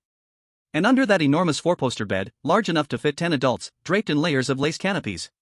That space under the bed, cloaked in shadow. Just like the doodles drawn by a child on the last page of that experiment log. In that endless darkness, faintly, there were countless tiny, red points of light shining silently. They seemed to be breathing. With each flicker, the sheet hanging down would slightly rise and fall. Monsters! Soo-Yun instinctively tightened the diary in his arms. He turned his head to glance at Tiffany, who was still searching the nest for any bugs to eat. "Hold the fork steady, my little nephew." Soo-Yun's voice was soft, carrying a bit of seriousness. "The next challenge might be much harder than fighting with a cat. Because this time, the place we are going to." Soo-Yun pointed to that seemingly calm, yet hiding endless killing intent, bedroom. "Is an execution chamber where we cannot make any sound, and perhaps even our breathing will be monitored." Chapter 37, The Purple Deep Sea of the Second Floor Bedroom, and the Rule of Not Looking Under the Bed. The hay in the bird's nest was a bit prickly, giving off an old, mildewed smell like aged books. Soo-Yun and Tai-Fei did not immediately crawl out of the gap in the ventilation duct. After experiencing the downstairs fierce mechanical and monstrous struggle, the deathly silence on the second floor instead made nerves tense further. It was like a sailor who had just surfed through a storm, suddenly entering a ghostly sea where there was no wind or waves, and the water surface lay still like a mirror, but a large shadow could faintly be seen beneath. Soo-Yun adjusted his breathing, first taking down the heavy bottle of X mixture from his back and carefully placing it in the softest center of the bird's nest. This thing was now more sensitive and fragile than a nuclear bomb. During the upcoming infiltration operation, this bottle of potion absolutely could not be far from him, but it also couldn't leak due to being knocked around. Tai-Fei, put the fork away. Soo-Yun lowered his voice, demonstrating as he tucked the bone knife back into his belt buckle, a belt made of rubber bands. The floor here. Soo-Yun pointed through the gap in the iron bars to the heavy purple velvet carpet outside. Do you see how thick it is? In a place like that, even if you break your legs, you can't run fast. Holding a weapon only increases the resistance to movement. Tai-Fei reluctantly glanced at his shiny fruit fork, but under Soo-Yun's serious gaze, he obediently tucked it back behind his diaper. Having finished these basic preparations, Soo-Yun did not rush to push open the iron bars of the ventilation duct. His gaze fell on the dry grass bird's nest that had been built by some unknown bird long ago below him. In this enclosed wall cavity, the appearance of a bird's nest was itself nonsensical. Unless, it was left by the house's owner for some little pets or observational subjects. Soo-Yun scratched through the dry grass with his claws for a moment. Indeed. His fingers touched a hard piece of paper. It wasn't newspaper, but a crumpled note that had been stuffed into the wall gap carelessly. The paper had already turned yellow and fragile, with burnt edges, as if someone had wanted to burn it once but changed their mind at the last moment. Soo-Yun carefully unfolded the paper ball, using the little bit of dim light that came in from outside, from the shrine on the nightstand, to barely make out the hurried penmanship.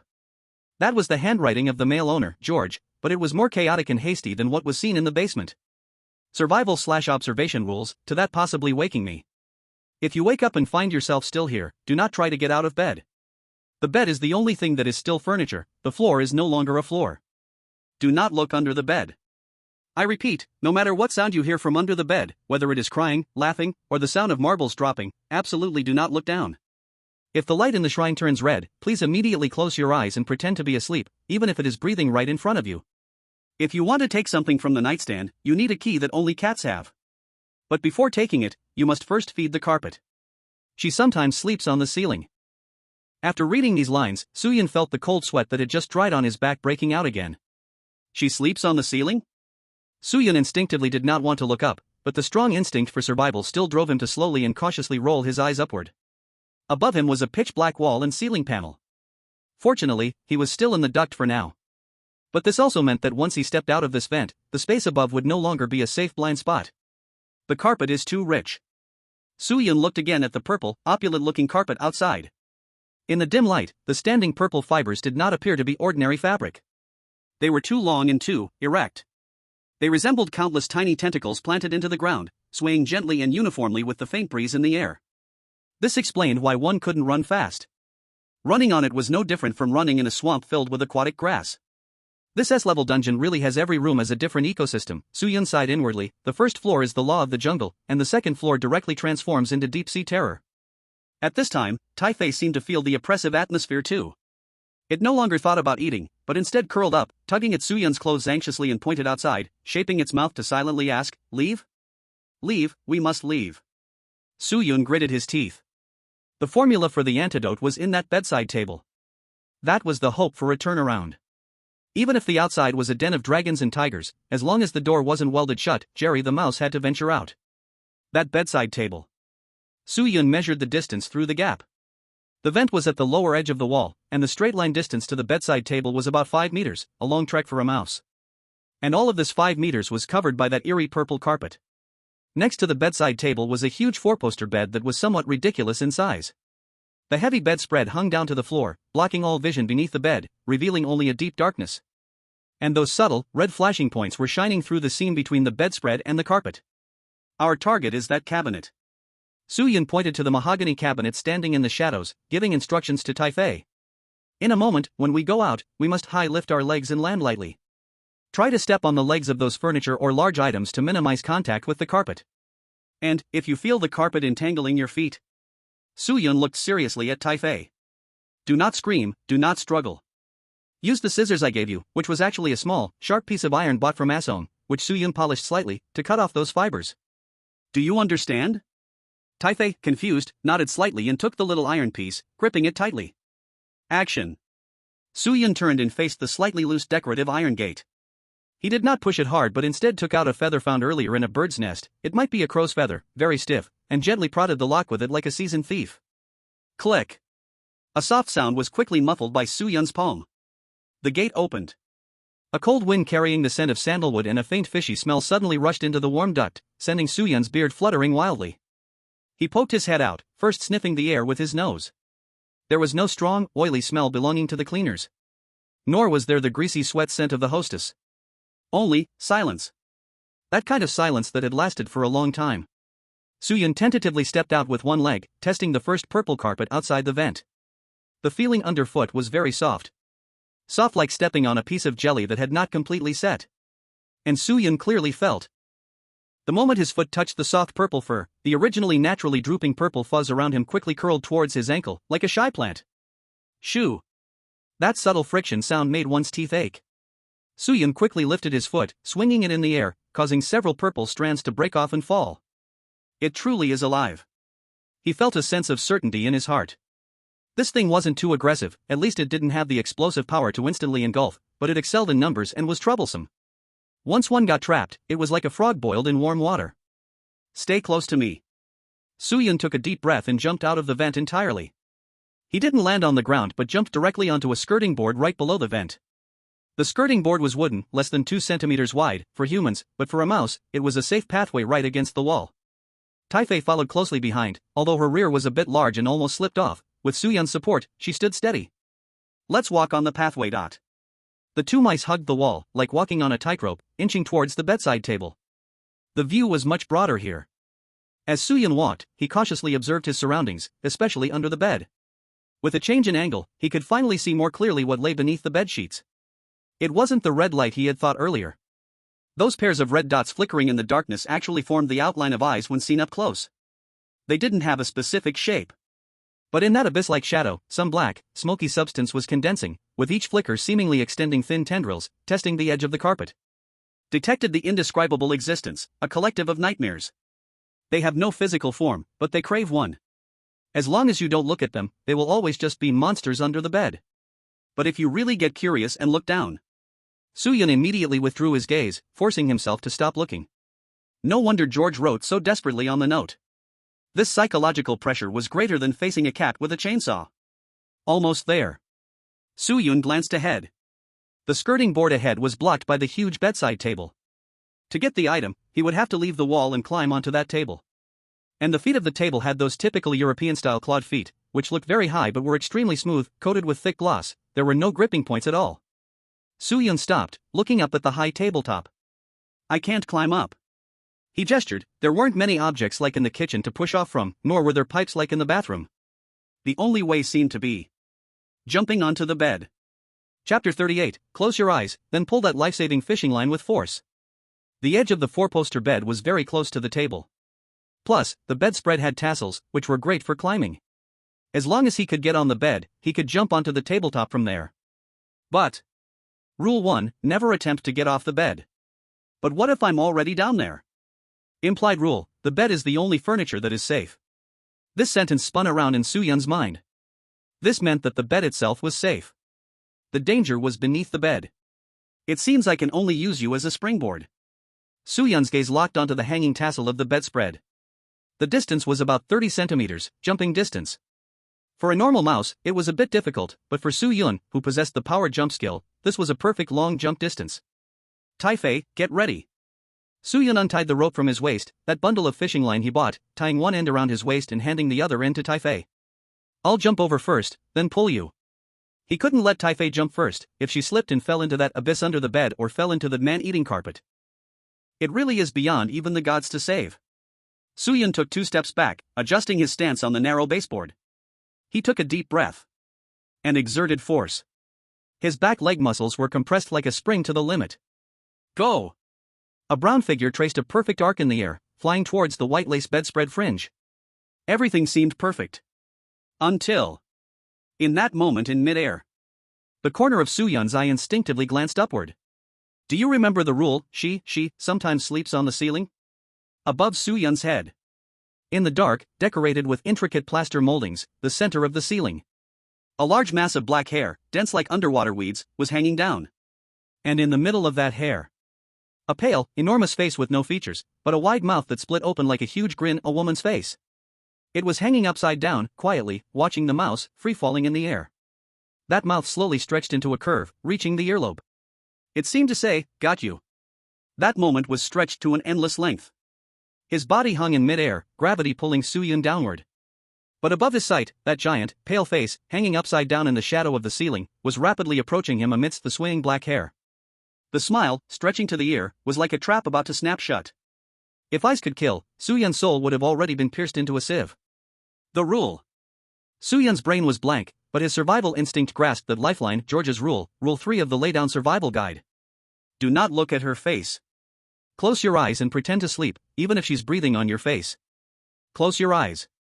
Soo-yun roared in his mind, forcibly severing the connection between his optic nerve and brain, and tightly closed his eyes, even furrowing his brows into a shape. In this world of logical traps, not looking often triggers the path to survival more than resisting. The moment vision disappeared, other senses were magnified infinitely. Soo-yun felt a cold, decaying flower-scented breath rush towards him, the wind pressure brought by the black hair hanging down. Next, something wet and cold, maybe a hair tip, or maybe a tongue, lightly brushed across his nose. He. A faint, eerie sound like bones rubbing together came from his ear. Soo-yun's whole body stiffened, his heart pounding like a broken motor in his chest. But he didn't move, still maintaining his eyes closed, falling posture. Slap. Just before he was about to suffocate, his hands touched a soft fabric. It was the lace fringe hanging from the edge of the bedspread. As a nimble, fully upgraded mouse, Soo-yun's fingers almost immediately turned into hooks the moment he touched it, tightly grabbing into the fabric's hole. The falling momentum suddenly halted. Due to inertia, Soo-yun's body swung like a pendulum in the air and slammed heavily into the thick peachwood of the bed frame. Ugh! Soo-yun grunted, his ribs aching. But he still didn't open his eyes, his whole body like a lifeless ornament, stuck firmly to the bedspread. He was gambling. He was betting that the rule was absolutely true. 1 second, 2 seconds, 3 seconds. That chilling, spine-tingling sense of oppression, hovering above his head, hadn't disappeared, but it didn't evolve into biting or devouring either. From above, amidst the dense black hair, came the faint sound of rustling, the sound of hair unwillingly retreating into the shadow of the ceiling. You can't see me. I'm blind. I'm sleeping. Suyin silently chanted in his mind. Until that suffocating pressure, enough to freeze one's blood, slightly eased away. It became a gaze that wandered in the high air, and Suyin cautiously opened a crack in his left eye. Above, it was a pitch-black void. The woman's upside-down figure seemed to disappear into the complex plaster patterns of the ceiling. I survived. Suyin let out a sigh, feeling the hair on his back was soaked in cold sweat. But he dared not linger. He used both hands and feet, quickly climbing up along the flowery tassels, until he flipped over the bed rail, which was like a city wall, and rolled into the blanket that was soft like a cloud. This was what they called getting into bed. But that did not mean safety. Because there was an even bigger problem that had not yet been solved. Squeak! Uncle! A hurried and terrified cry came from far below, the foot of the baseboard. Suyun's heart sank. He had tied one end of that strong nylon fishing line around his waist, while the other end was still in Tai-Fei's hands. He had succeeded in this leap, but this lifeline connecting the two of them had now become Tai-Fei's death token.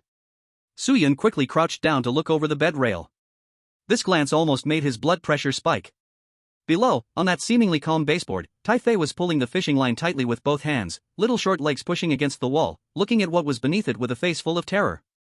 The originally well-behaved purple carpet now seemed to respond to some living call. Those long purple fibers crazily grew, like the tentacles of a rising sea anemone, clawing up from the base of the wall, trying to entangle Tai-Fei's chubby little foot. Even worse. Because Suyun had already gotten into bed, in a high position, the taut fishing line drew a diagonal line in the air, just below the attack range of the ceiling woman. If he didn't pull Tai-Fei over quickly, either it would be swallowed by the carpet or discovered by that lurking thing above. Hang on tight, little chubby. Suyun growled low. He turned around, wrapping the fishing line around a solid wooden post on the bed rail twice, using it as a fulcrum. Then, he turned back, facing the post, putting the line on his shoulder, his feet digging deep into the bedding, striking a standard toe line pose. Heave. Suyun gritted his teeth, the veins on his forehead bulging, not very noticeable under the mouse skin. As a Jerry mouse with an S-level dungeon boost, explosiveness was his strong point, but sustained heavy lifting was not. Especially since Tai-Fei had been eating well lately, that weight was simply a mystery. The rope instantly tightened, emitting a thwang sound of tension. Below, Tai-Fei felt a tightening around its waist, and the whole body, mouse, was lifted off the ground by a great force. It cried out in surprise, its body leaving the baseboard, swinging like a clumsy pendulum above the endless abyss, the height difference between the carpet and the bed. Don't look up. Close your eyes. Suyun desperately pulled the rope while shouting at Tai-Fei, who was flailing its legs mid-air. Although Tai-Fei didn't understand why it had to close its eyes, it had a blind obedience to Uncle's command. It immediately shut its eyes tightly, even covering its ears with both hands, curling its body into a white meatball. This action saved it. As Tai-Fei swung through the air, a strand of black hair from the ceiling slithered down like a venomous snake, attempting to wrap around this prey in mid-air. But Tai-Fei's ostrich-like defensive posture, eyes closed, made that hair hesitate just a few millimeters away from its diaper, as it lost the visual interaction lock mechanism. Come, up here. Suyun let out one last roar. He stomped fiercely with his feet, using his weight and waist power, completing the final and most difficult drag. Whoosh! The white ball of meat arced through the air and landed heavily on the soft bed, then bounced twice on the down comforter before rolling to Suyun's feet. Ha! Ha! Suyun plopped down on the blanket, rolling her eyes in exhaustion, her hands trembling. This was more tiring than walking the snake in the basement. At this moment, Tai-Fei dared to crack open one eye, and upon seeing the pure white sheet that carried a faint scent of lavender, confirmed that he had safely landed. Uncle flew high. Tai-Fei patted his chest, still with a lingering fear. Next time, lose some weight yourself. Suyun glared at him, not in a good mood, as she began to untie the rope around her waist. You almost broke my old back. After a brief respite, Suyun stood up again. Now was not the time to rest. They had just arrived at the first safe platform island of beds. And their target, the bedside table holding the antidote formula, although right beside the bed, remained an independent island. There was about a 20-centimeter gap between the bed and the cabinet. In this dark room, this gap seemed like an uncrossable chasm. And deep within the gap lay the abyss of the bed, known as the Nightmare Collective, with its constantly flickering red eyes. Now that we're here, we can't rely on jumping anymore. Suyun gazed at the abyss, her eyes steady. 20 centimeters might barely allow a normal mouse to jump across, but with the heavy bottle of potion on his back, any mistake could be disastrous. Bridge. Soo-Yun looked at the mountain of exquisite, embroidered down pillows piled at the head of the bed. Each of these pillows was enormous and elongated. As long as they could knock one over, letting it stretch across the bed and the cabinet, they could create a natural, soft, and safe skybridge. Taifei, stop playing dead. Soo-Yun kicked Taifei, who was still rolling in the blanket, and pointed at the tallest pillow mountain. That's our way. The two mice began their new project. Knocking over the pillows wasn't an easy task. Though the soft down was light, its size was enormous, and it had a lot of friction. Soo-Yun surveyed the terrain, climbing to the top of the pillow stack. He didn't use brute force to push, instead, he used his bone spikes to cut the decorative strap that held the pillow in place. Then, he and Taifei squeezed under the pillow at a stress point. 1, 2, lift. With their combined effort, the slight shift in balance was gradually amplified. The huge pillow began to slowly tilt and slide. Finally. Splash. A muffled thud sounded. The pillow fell. It landed perfectly, half resting on the edge of the bed, while the other half rested precisely on the edge of the opposite bedside table. A white soft bridge was established over the pitch-black abyss of despair. This is the power of knowledge, although it's a bit hard on the back. Soo-Yun dusted off his hands with satisfaction. He stepped onto the pillow bridge first. Beneath him was the unfathomable darkness and the red eyes, but he walked steadily. Soon, his feet landed on the cold, glowing surface of the redwood cabinet. It was done. This was the final treasure point marked on the map with a skull. On the cabinet lay a glass-covered spirit shrine, with a yellow light source, a cup of dried water, and a drawer pull that wasn't locked. The recording said, in the third drawer of the bedside table, the locked diary. Soo-Yun approached the edge of the cabinet and looked down. Indeed, this cabinet had 3 layers. But he was currently standing on the top level. To get to the things in the third drawer, he had to climb down the smooth, mirror-like surface of the cabinet, open that drawer, and find the diary inside. This is not too difficult for the climbing master Jerry Mouse. But just as Soo-Yun was about to lower the rope, the spirit lamp, placed in the center of the cabinet, which had been emitting a warm, calming yellow glow. Suddenly. Sizzle. It was like an unstable electric current. The originally warm yellow halo flickered suddenly, then rapidly changed into the color of blood-red scarlet. The red light immediately engulfed the entire cabinet surface, stretching Soo-Yun and Taffy's shadows long and distorted. Soo-Yun shuddered, and in an instant, the third rule on the note in his mind appeared. 3. If the lamp in the spirit lantern turns red, immediately close your eyes and pretend to sleep, even if it's breathing on your face. Pretend to sleep. Now. Soo-Yun had no time to think, and immediately pressed Taffy down beside him. The two of them lay flat on the hard redwood cabinet surface, closing their eyes. At the same time, under the red light, a vague, formless shadow began to flow out from the base of the spirit lantern, slowly taking shape into an indescribable human-like silhouette, standing silently above the two pretending to be dead mice. Cold breath blew across Soo-Yun's face. Chapter 39, Sleeping on a Dead Face Requires Some Acting. The scarlet halo, like a layer of thick blood plasma, silently covered the entire redwood surface of the bedside cabinet. Soo-Yun lay stiffly on the cold, hard cabinet surface, his 2 eyes tightly shut, but his eyelids uncontrollably trembling slightly due to the forced effort and extreme tension. He could not feel the light, but he could feel the temperature. It was a coldness that did not belong to the living. Something was hanging above him, possibly less than 2 centimeters away from his nose. Breath. That black human-shaped shadow that had emerged from the spirit lantern was not simply standing still. It bent its waist, if the fog had a waist, and brought its blurred, featureless face close to the 2 sleeping mice, examining them in an extremely intimate manner.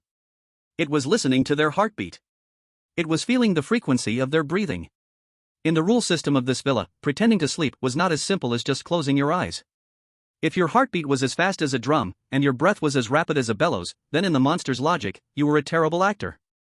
And the consequence of failing the act was only death. Calm. Soo-Yun kept self-hypnotizing in his mind. He forced himself to slow his breathing, trying to imitate the long, steady rhythm of deep sleep. Hiss. That cold breath sprayed on his face, carrying the scent of dead skin soaked in formalin, making Soo-Yun's nose itch and almost causing him to sneeze. At that moment, Soo-Yun felt the chubby little body next to him, Taffy, trembling violently. Taffy was on the verge of breaking down. After all, it was still a child wearing diapers. Although it was usually bold and fearless, the supernatural phenomenon right on its face had exceeded its psychological limit. Its small hand was unconsciously scratching on the cabinet surface, making a faint scratching sound. Damn! Soo-Yun's alarm bells went off in his mind. This movement would expose them. In this critical moment, Soo-Yun had no way of opening his eyes to stop it, nor could he speak. He could only rely on the tacit understanding developed over time and his memory of body positioning, slowly, pretending to turn over as if in sleep, and extended his left hand. The brown furred palm of his hand accurately covered Taffy's little hand that was scratching, then gripped it tightly. Strong, warm, and firm. This touch transmitted through the skin, like a shot of adrenaline. Taffy's trembling miraculously began to gradually calm down. It felt a sense of security. Named Uncle is beside me.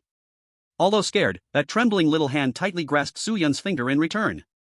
The two hands, mice, were thus held together, maintaining a strange yet warm stillness under the dead silence of the red light. No one knew how long it had been. Maybe a minute, maybe a century.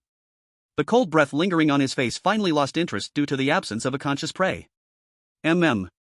Sleep. Sleep. A whisper full of regret spread through the air, like a murmur in a dream. Then, that suffocating red light slowly receded like the ebbing tide, fading away until it all returned to the glass cover of the spirit shrine. The light turned back to a dim, warm hue. The crisis was averted. But Soo-Yun did not immediately open his eyes. He waited 30 more seconds, confirming that there were no strange sounds around, before he dazedly opened a slit of his eyes, as if he had just woken up. The spirit shrine returned to normal, with only the light inside flickering occasionally. That was close.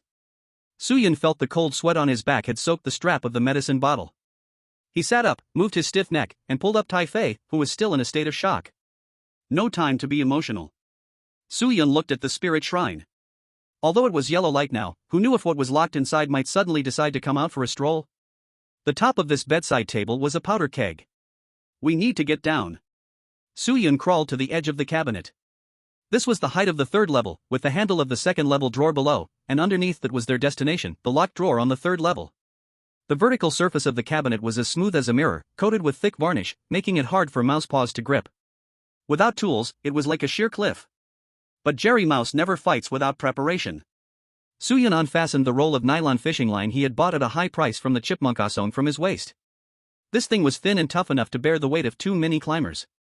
We need to find a fixed point. Soo-Yun scanned the empty cabinet top.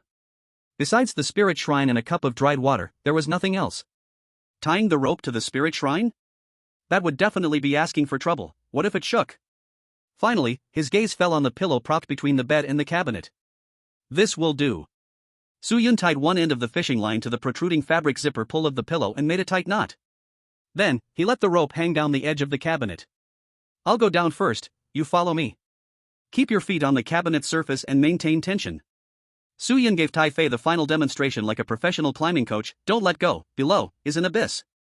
Actually, it was only tens of centimeters high. But the consequence of falling was not death from a fall, but possibly dropping into the hell beneath the bed with red eyes. Down.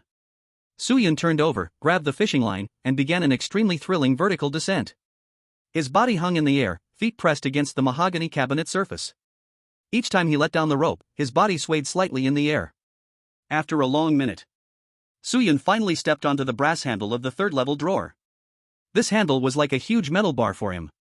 Reached, come down. He waved his hand to the top. Soon, Tai-Fei huffed and puffed as he slid down the rope, landing on the handle with a bump, his little face pale. The two looked like two little dwarfs standing on a balcony, facing a huge, tightly shut, finely textured door.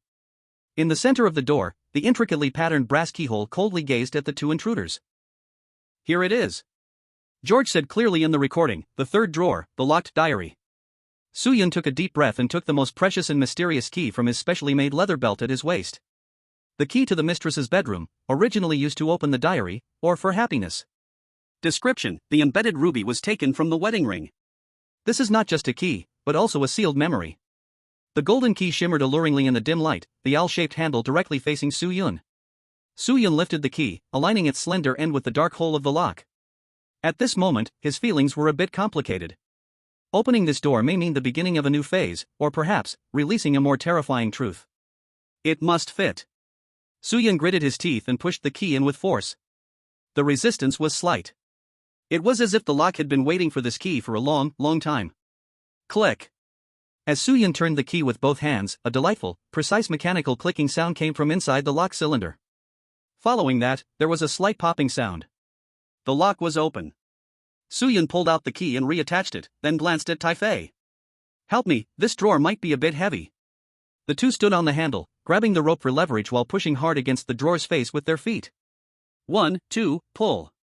Creak. Accompanied by the dry sound of old wood rubbing, the long-sealed drawer finally slowly slid open a crack. A musty smell filled with the scent of books and dried rose petals wafted out through the gap. Soo-yoon did not hesitate for a moment and first squeezed inside. The space inside the drawer was large, yet dark. But he still immediately spotted the thing placed in the center. It was a thick, somewhat worn black leather diary. This diary even had some scratch marks on it, as if someone had tried to claw it open in extreme pain or madness. And beside the diary, there were no other items. Only a cold, rusted, old revolver. And a black and white photo torn in half. One half of the photo showed the gentle smiling male lead, George. The other half was of the female lead, still in good shape, looking down and smiling at the camera. But between the two halves of the photo, a jagged tear violently separated them. Soo-yoon slowly walked to the diary, his heart racing. Is this the answer to everything? The so-called antidote, the manual that could reset the world, lies within here? He reached out, just about to open the heavy cover. Suddenly, a faint, but particularly clear rustling sound came from beneath the diary in this enclosed space. The diary moved without warning. As if something alive was lurking beneath the book, like a bookworm, or, between the pages of this book. Taifei shuddered in fear, almost dropping the fruit fork in her hand, pointing at the diary. Uncle, the book is moving. Soo-yoon's hand froze in midair. He suddenly remembered something. In S-level copies, no important item is without a guardian. Tom guards the key, Bocce guards the sewer, Blind Snake guards the potion. Then, who is guarding this diary that records all truths and hopes? Just as Soo-yoon was cautiously about to take a step back, the cover of the diary suddenly opened a crack by itself. Two long, dark, slender tentacles, resembling some kind of arthropod, slowly emerged from the pages of the book, trembling slightly in the air. Right after that, a sharp, tiny voice, like an old woman's cough, came from the book. Do you want to borrow a book, child? Overdue, but it must be paid with your life. The air in the drawer was dry and stagnant, mixed with the musty smell of old paper and the unique scent of old camphor wood. In this cramped space, that sharp, old woman-like voice echoed again, overdue, must be paid with your life. Soo-yoon did not back away, even though his claws were already pressing against the bony spikes at his waist. But he knew very well that in such an environment of narrow escape, if he showed weakness, the other party would pounce like a shark smelling blood. Moreover, since the other party mentioned the concept of borrowing a book, it indicated that this was not mindless, brutal slaughter but a civilized place with specific rules. Rustle. The cover of the diary was finally fully opened.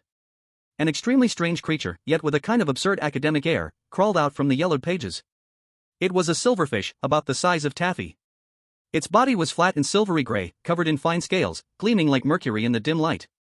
But what was most unsettling was that it wore a pair of rusty gold-rimmed glasses with a single lens, and around its neck hung a small paper that looked like a librarian's ID card, threaded with a red string. Its two long antennae twitched anxiously in the air, while its three tail bristles swept back and forth on the pages, making a sound that grated on the teeth. Encountered special NPC, the crazy librarian, Martha the Bookworm. Description: she is the guardian of knowledge in this villa and the devourer of forgotten stories. She hates two things the most, noise and bad kids who don't return books on time. A new face.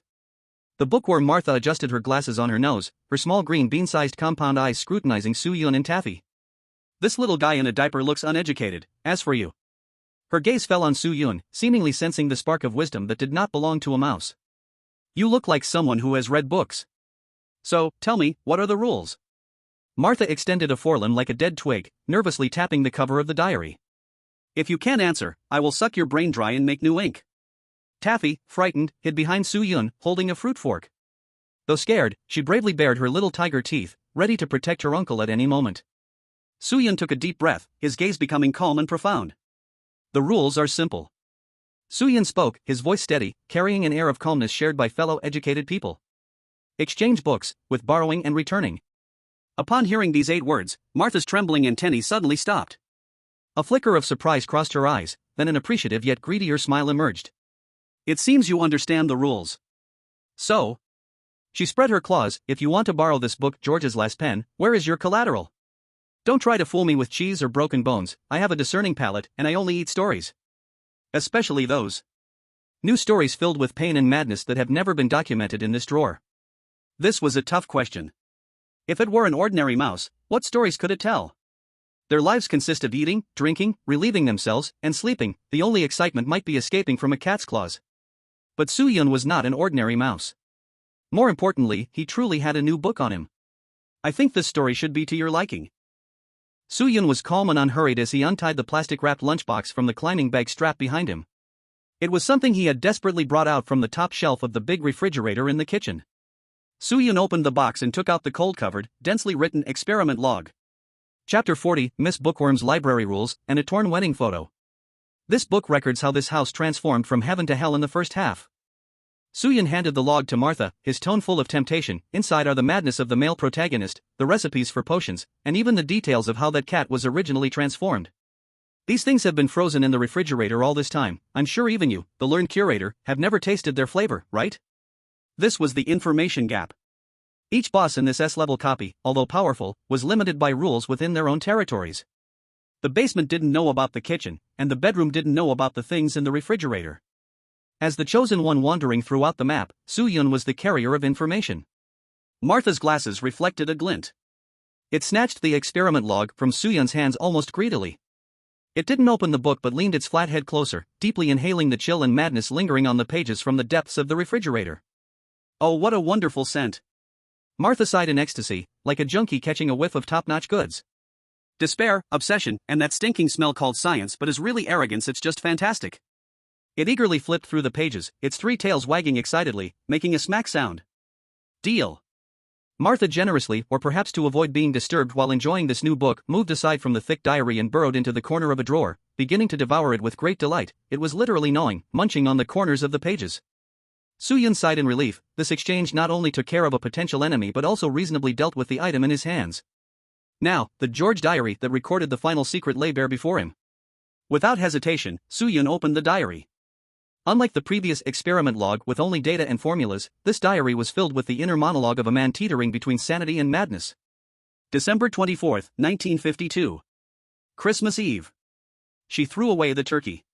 She said it was unclean. Now she only drinks that purple-red soup. I'm scared. I look at her back and feel that she is no longer my wife, but a monster assimilated by some kind of rule. January 10, 1953. I was wrong.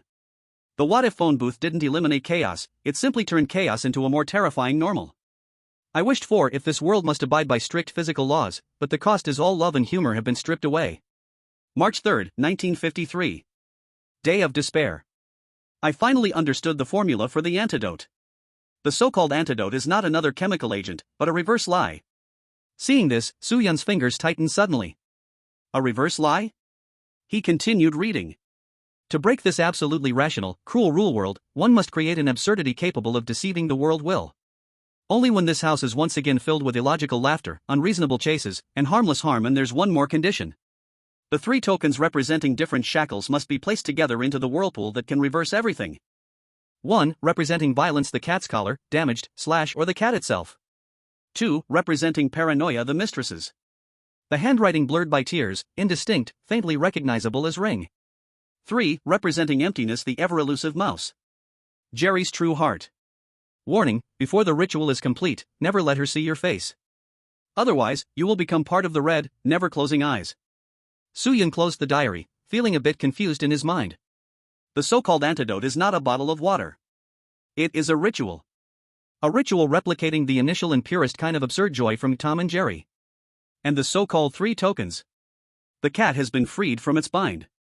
Jerry's true heart probably refers to some choice of Soo-yun himself? Only the second one, the mistress's token. The ring? Soo-yun turned around, looking at the torn photo in the corner of the drawer. In that half-body photo of the mistress, there indeed is a large, gaudy gold ring on those plump hands. And on the face of that ring, there is a red gem. Soo-yun instinctively touched the cat-shaped key at his waist that he just used to unlock the door. The eyes on it are exactly 2 red gems, right? So, the key is part of the ring? Or rather, this key was taken from her ring? This explains why only the cat has this key. Because it is her most private item, entrusted to the pet she trusted, or controlled, the most. So now the task list is very clear. Soo-yun sorted through his mind.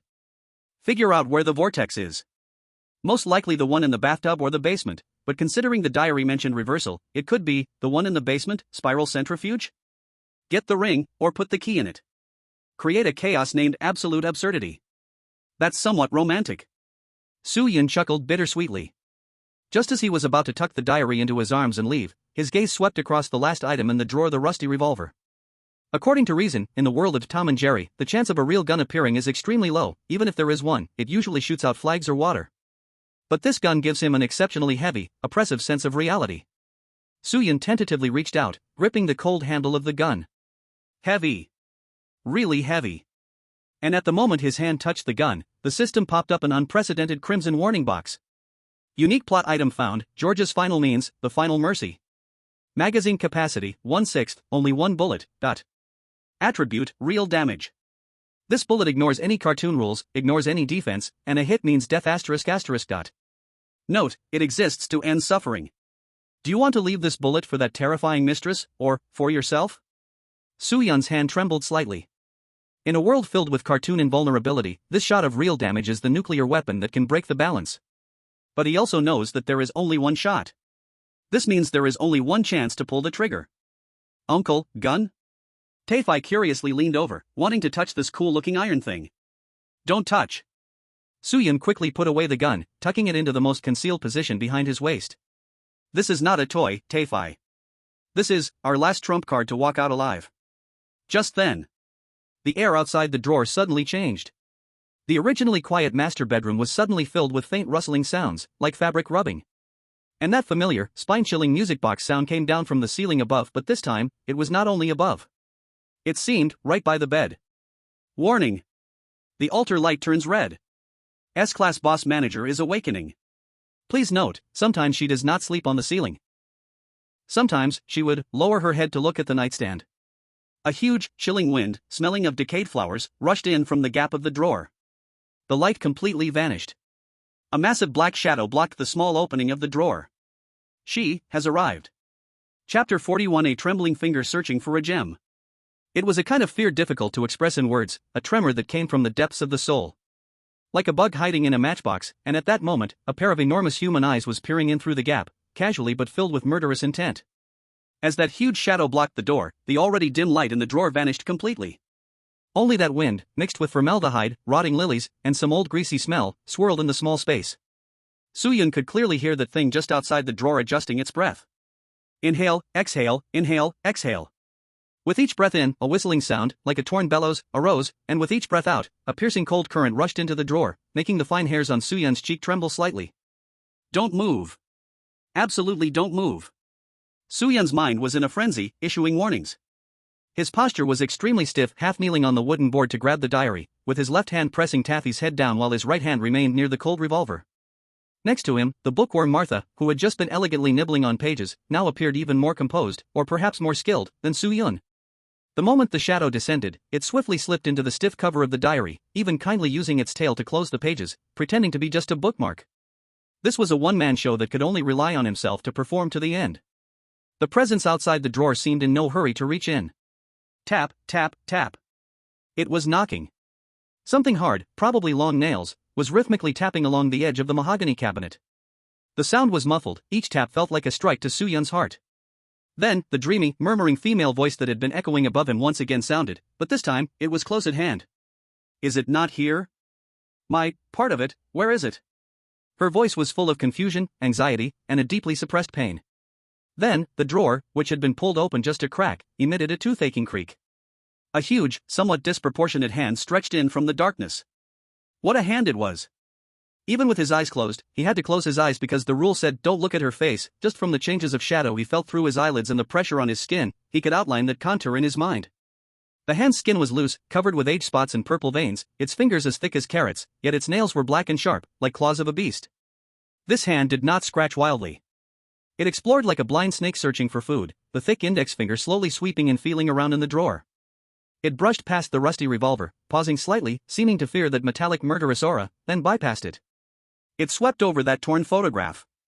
Finally, the fingertip stopped just a mere 5 millimeters from Soo-yun's nose. Soo-yun held his breath, forcing every muscle in his body into a state of relaxation, pretending he was just a lifeless puff of dust or debris. Taffy was pressed tightly beneath him. This little creature was trembling, but even in this extreme terror, surprisingly, he didn't falter at all, even swallowing back his saliva. That enormous finger came to a stop in front of Soo-yun. Soo-yun smelled the disgusting stench of blood from the fingertip, along with a metallic scent. At the base of that index finger was a wide, old-fashioned gold ring. Because he was so close, Soo-yeon's forehead even lightly brushed against the surface of the ring. That touch was cold, hard, and hollow. Soo-yeon's heart suddenly raced. He didn't need to look, he knew what he had touched. On the ring's band, the spot where a gem should have been was now an uneven, somewhat sharp gap. The shape and size of that hollow matched perfectly with the cat head ruby key hanging at his waist, pressed against his belly, perfectly aligned. She was looking for this. What she called that part was not a body, but the eye missing from this ring. The item mentioned in George's diary, the token of obsession, referred to this, a complete wedding ring. Only by returning the gem, the key, could this distorted mistress, consumed by obsession, possibly regain a trace of her humanity as a wife. But that key was now on Soo-yeon's belt. As long as that finger reached down even a centimeter, as long as its fingertip touched that cold metal cat head, the game would be over. Cold sweat streamed wildly down Soo-yeon's spine, but he forced himself to suppress the instinctive urge to retreat. In the S-rank eerie area of touch, any movement would be instantly detected. Take a risk. Bet that her current state was sleepwalking, bet that her sense of touch wasn't so sharp now. That finger hovered in the air for about 3 seconds. Then it moved. It didn't press down but shifted slightly to the left, brushing past Soo-yeon's earlobe. The rough fingerprints scraped across Soo-yeon's fuzz like sandpaper. Not here, it's not here either. The female voice let out a disappointed sigh, not filled with anger but a deep, bone-deep sadness and confusion. George, where did you hide it? Why did you take it away? With this murmur, the enormous hand began to slowly retreat, pulling back from this cramped drawer space. The heavy sense of oppression from the outside slightly lessened with the hand's departure. But Soo-yeon didn't move. 3. If the lamp in the shrine turns red, immediately close your eyes and pretend to sleep. This rule still applied. As long as the lamp in the shrine hadn't changed back, as long as that red light remained, that monster hadn't truly left. Huff crack. Outside came a sound of fabric rubbing, it seemed the massive body turned. Next was a faint, scratching sound like a gecko crawling on the wall. This sound didn't come from the floor but from where the wall met the ceiling. The sound grew fainter, going up, eventually vanishing into the complex patterns of the plaster ceiling. She returned upstairs. She went back to sleep there, or rather, to watch this never-ending nightmare that would never awaken. Until that chilling sensation weighing on his heart completely dissipated, until a hint of warm, yellowish light from the shrine crept back in, Soo-yeon finally opened his eyes wide, gasping for breath like a person saved from drowning. Ha ha. He felt like he had just walked back and forth through the gates of hell, with legs that felt weak. Toffee beneath him finally couldn't hold back, crying out wah, but Soo-yeon promptly covered their mouth. Don't make a sound, it's not over yet. Chapter 42, Under the gaze of red eyes, that gun really felt heavy. Soo-yeon struggled to get up, wiped the cold sweat off his forehead, and his gaze became unprecedentedly serious. He glanced at the key at his waist. This thing was now a hot potato, the biggest source of hatred in the villa. But at the same time, it was also the only key to pass through. Diary, pistol, photo, and the key. Soo-yeon quickly counted his gains. Now the tools and strategies were ready. What remained was how to execute the so-called absolutely absurd ritual. According to the diary, this required creating a farce that could break the chains of reality. And in this house, all the actors were already here. The vengeful cat. The cleaner who clears everything. The uncontrollable toy. The monster underground. And Soo-yeon's gaze turned to the bookworm Martha, who had poked its head out from the pages again, casually picking its teeth with its front limbs. I say, Miss Administrator. Soo-yeon calmed his heartbeat, and his tone returned to nonchalance, or a guise of nonchalance. You've read the book, although you can't take it away, you should have had your fill of its flavor. Martha adjusted her glasses and smacked her lips, seeming unsatisfied. It's okay. That taste of despair has a good chew to it. Since you are also a part of this place, Soo-yeon pointed above, you must also hope that this damn red light is extinguished forever, right? After all, reading in a library where loud noise is not allowed is really boring. Martha's little eyes darted around. What do you want me to do? I'm just a bug that can only read books. No need for you to fight. Soo-yeon held the diary seriously to his chest, this time he did not plan to put it back, as it was the strategy book. He also tucked away the torn photo. I need a messenger. One that can move freely through the cracks in the walls of this house, and can accurately spread the message that the old man left behind the antidote to every corner inhabited by residents. Of course, it should be said a bit exaggeratedly. A smirk of a mastermind curled at the corner of Soo-yeon's mouth. Like telling that cat that as long as it participates in tonight's banquet, it can return to its former self. Tell the bunch of bugs underground that there will be endless top-notch desserts at the banquet. Tell all the oddities, tonight at midnight, a kitchen melee, whoever wins will be the new master of this house. This is Jerry Mouse's ultimate tactic, using strength to counter strength, stirring the waters. In this rule-filled S-level tale of horror, if one simply relies on oneself to face the boss, it is a guaranteed death. But if one could make all the rules in the horror world collide and collapse, thereby generating enough absurd power to tear reality, that would be the chance for survival. After hearing Soo-Yun's plan, an extremely human-like expression of shock appeared on Martha's flat insect face. You are a madman. No. Soo-Yun picked up Taffy, who was still wiping tears, and turned towards the edge of the drawer where the rope hung. His small figure seemed extraordinarily tall at this moment. I'm just a mouse that wants to go home to watch TV and eat cheese. All right, Taffy. Stop crying. Take your fork. For the time to come, we need to prepare the final stage for this grand curtain call. Deep in the mahogany drawer, the bookworm Martha, wearing a monocle, cast one last almost greedy glance around the library it had lived in for so long. It did not waste any more words. The body flexibly shrank, three-tail filaments swung, like a stream of silver-gray mercury. It slipped into an inconspicuous wood grain crack at the bottom of the drawer. A madman's feast, truly something to look forward to. The voice gradually faded away as the figure disappeared, as if blending into the veins of the house. Only Soo-Yun and Tai-Fei remained in the drawer, along with that heavy pile of spoils. The air was still cold, and outside, the yellow light of the spirit altar, though peaceful, felt even more eerie after just experiencing the red light catastrophe, like a murky eye spying on them. Soo-Yun let out a breath of stale air and turned to look at the rusty revolver. Carrying this thing is a burden, but it's also my only confidence. He tried to lift it with one hand. It was heavy. The revolver was an old Colt, fully steel-constructed. For a human, it might be manageable, but for a mouse just a few inches tall, it was like carrying a mortar. Tai-Fei, stop daydreaming. Soo-Yun patted Tai-Fei, who was still staring at the photo. Come over and help. We have to get this guy back. Remember, the barrel must never point at your own kind. If this bullet goes off, not even a god can save us. Tai-Fei sniffled. Although it was a bit afraid of the cold metal, it immediately moved closer and lifted the other end of the gun barrel. Soo-Yun was responsible for the trigger and the heavy end of the cylinder. He tightly wrapped his diary to his back with a rubber band belt, which had been broken countless times, pressing down against the bottle of X mixture, causing his back to bend. Let's go back the way we came. The two of them looked like a couple of robbers who had just looted a vault, dragging their heavy spoils and stumbling out from the edge of the drawer. The outside world was still the deep purple sea. The sky bridge made of down pillows stood alone, spanning between the nightstand and the four-poster bed. If coming here was like a light-armed long jump, then going back was a high-wire act that could lead to a fall at any moment. Watch your step. The moment Soo-Yun stepped onto the pillow, a feeling like walking on clouds coursed through him. The pillows were very soft, each step created a pit, and with their current load, the level of swaying was unimaginable. But the most deadly was the abyss below the pillows. When they came, they were in an excited state and didn't pay much attention. But now, when their mindset turned to carrying away huge sums, the paranoia and psychological pressure were amplified infinitely. 20 centimeters beneath the pillow bridge. In that gap under the bed that remained pitch black regardless of how the light changed. Those pinprick-sized crimson eyes, at some point, had gone from just a few to a dense crowd. They were blinking. Not only watching the mouse pass overhead, but they also seemed to whisper. Stay. It's mine, it's mine. Soo-Yun felt noise start to rise in his head, like countless mosquitoes buzzing deep inside his eardrum. His vision began to double. The white surface of the pillow seemed to reveal distorted human faces. Mental contamination. The Nightmare Collective here was attempting to drag them down. Tai-Fei's condition was clearly worse.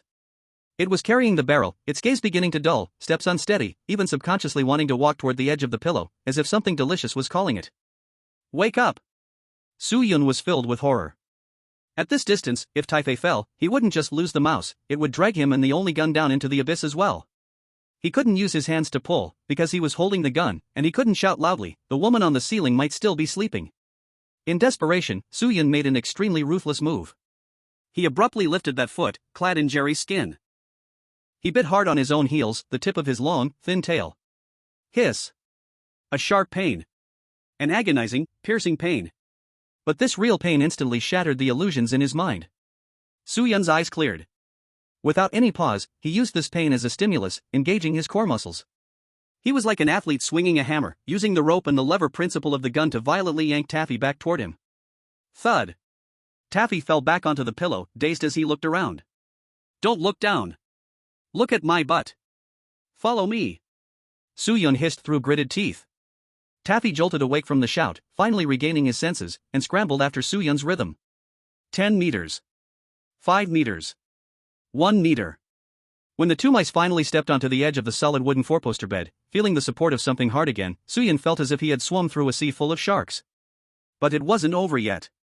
The bed was still a distance away from the baseboard vent, which required the rope to slide down. And that terrifying purple man-eating carpet lay across the necessary path like a calm swamp that could erupt at any moment. There's no time to slide down slowly. Soo-Yun glanced at his pocket watch, imagining the time. The night was deepening, and midnight was getting closer. Tom and the mistress in the kitchen should still be at a standoff, but this fragile balance could collapse at any moment. He looked at the thick lace-edged bedsheet dragging on the floor beside him. A wild idea shot into his mind. In Tom and Jerry, if there was an urgent need to go downstairs, who would still take the stairs? Everyone just rolled down wrapped in a carpet or bedsheet. Taffy, hug the gun tight. Curl up. Soo-Yun commanded. Though Taffy didn't understand, he instinctively complied. Soo-Yun didn't untie the rope but directly wrapped himself, Taffy, and all the messy props in the corner of the bedsheet hanging to the ground. Then, with all his might, he pushed off from the edge of the bed. Go! This bundle made of the bedsheet, mice, and weapons plummeted elegantly off the edge of the bed. It didn't crash to the ground. Instead, leveraging the elasticity of the bedsheet, like a pendulum, it swung toward the wall with a whoosh. When the swing reached its maximum, at the moment where their bodies were nearest to the vent, Soo-Yun let go of the bedsheet. This is the leap of faith. The two mice drew a perfect parabolic arc in the air, precisely crashing into the wall vent that had been pried open at one corner, from which dark winds blew. Splash! Clang! They landed, tumbled, the sound of the gun but hitting the metal pipe was sharp and pleasant. They were in. Safe. Cough cough. Soo-Yun crawled out from a pile of old newspapers and dust, ignoring his disheveled fur, and immediately checked the bottle of X mixture and the revolver. The bottle was intact, thanks to Taffy's soft belly acting as a cushion. The gun was still there. Perfect retreat. Soo-Yun leaned against the cold pipe wall, exhaling deeply, wiping the sweat off his forehead. That sense of relief from returning to the safe zone made every whisker feel relaxed. But soon, his gaze sharpened again. Now he had a map, a key, a gun, and a diary. The last step, solving the puzzle. Vortex. Soo-Yun opened the diary, his finger lingering on the entry about the vortex that reverses everything. Where in the villa was there a vortex? The drain in the bathtub counted as one, but there was a man's head there, along with the god of death Butch guarding it. The key point was, the diary mentioned a kitchen melee where everyone had to participate.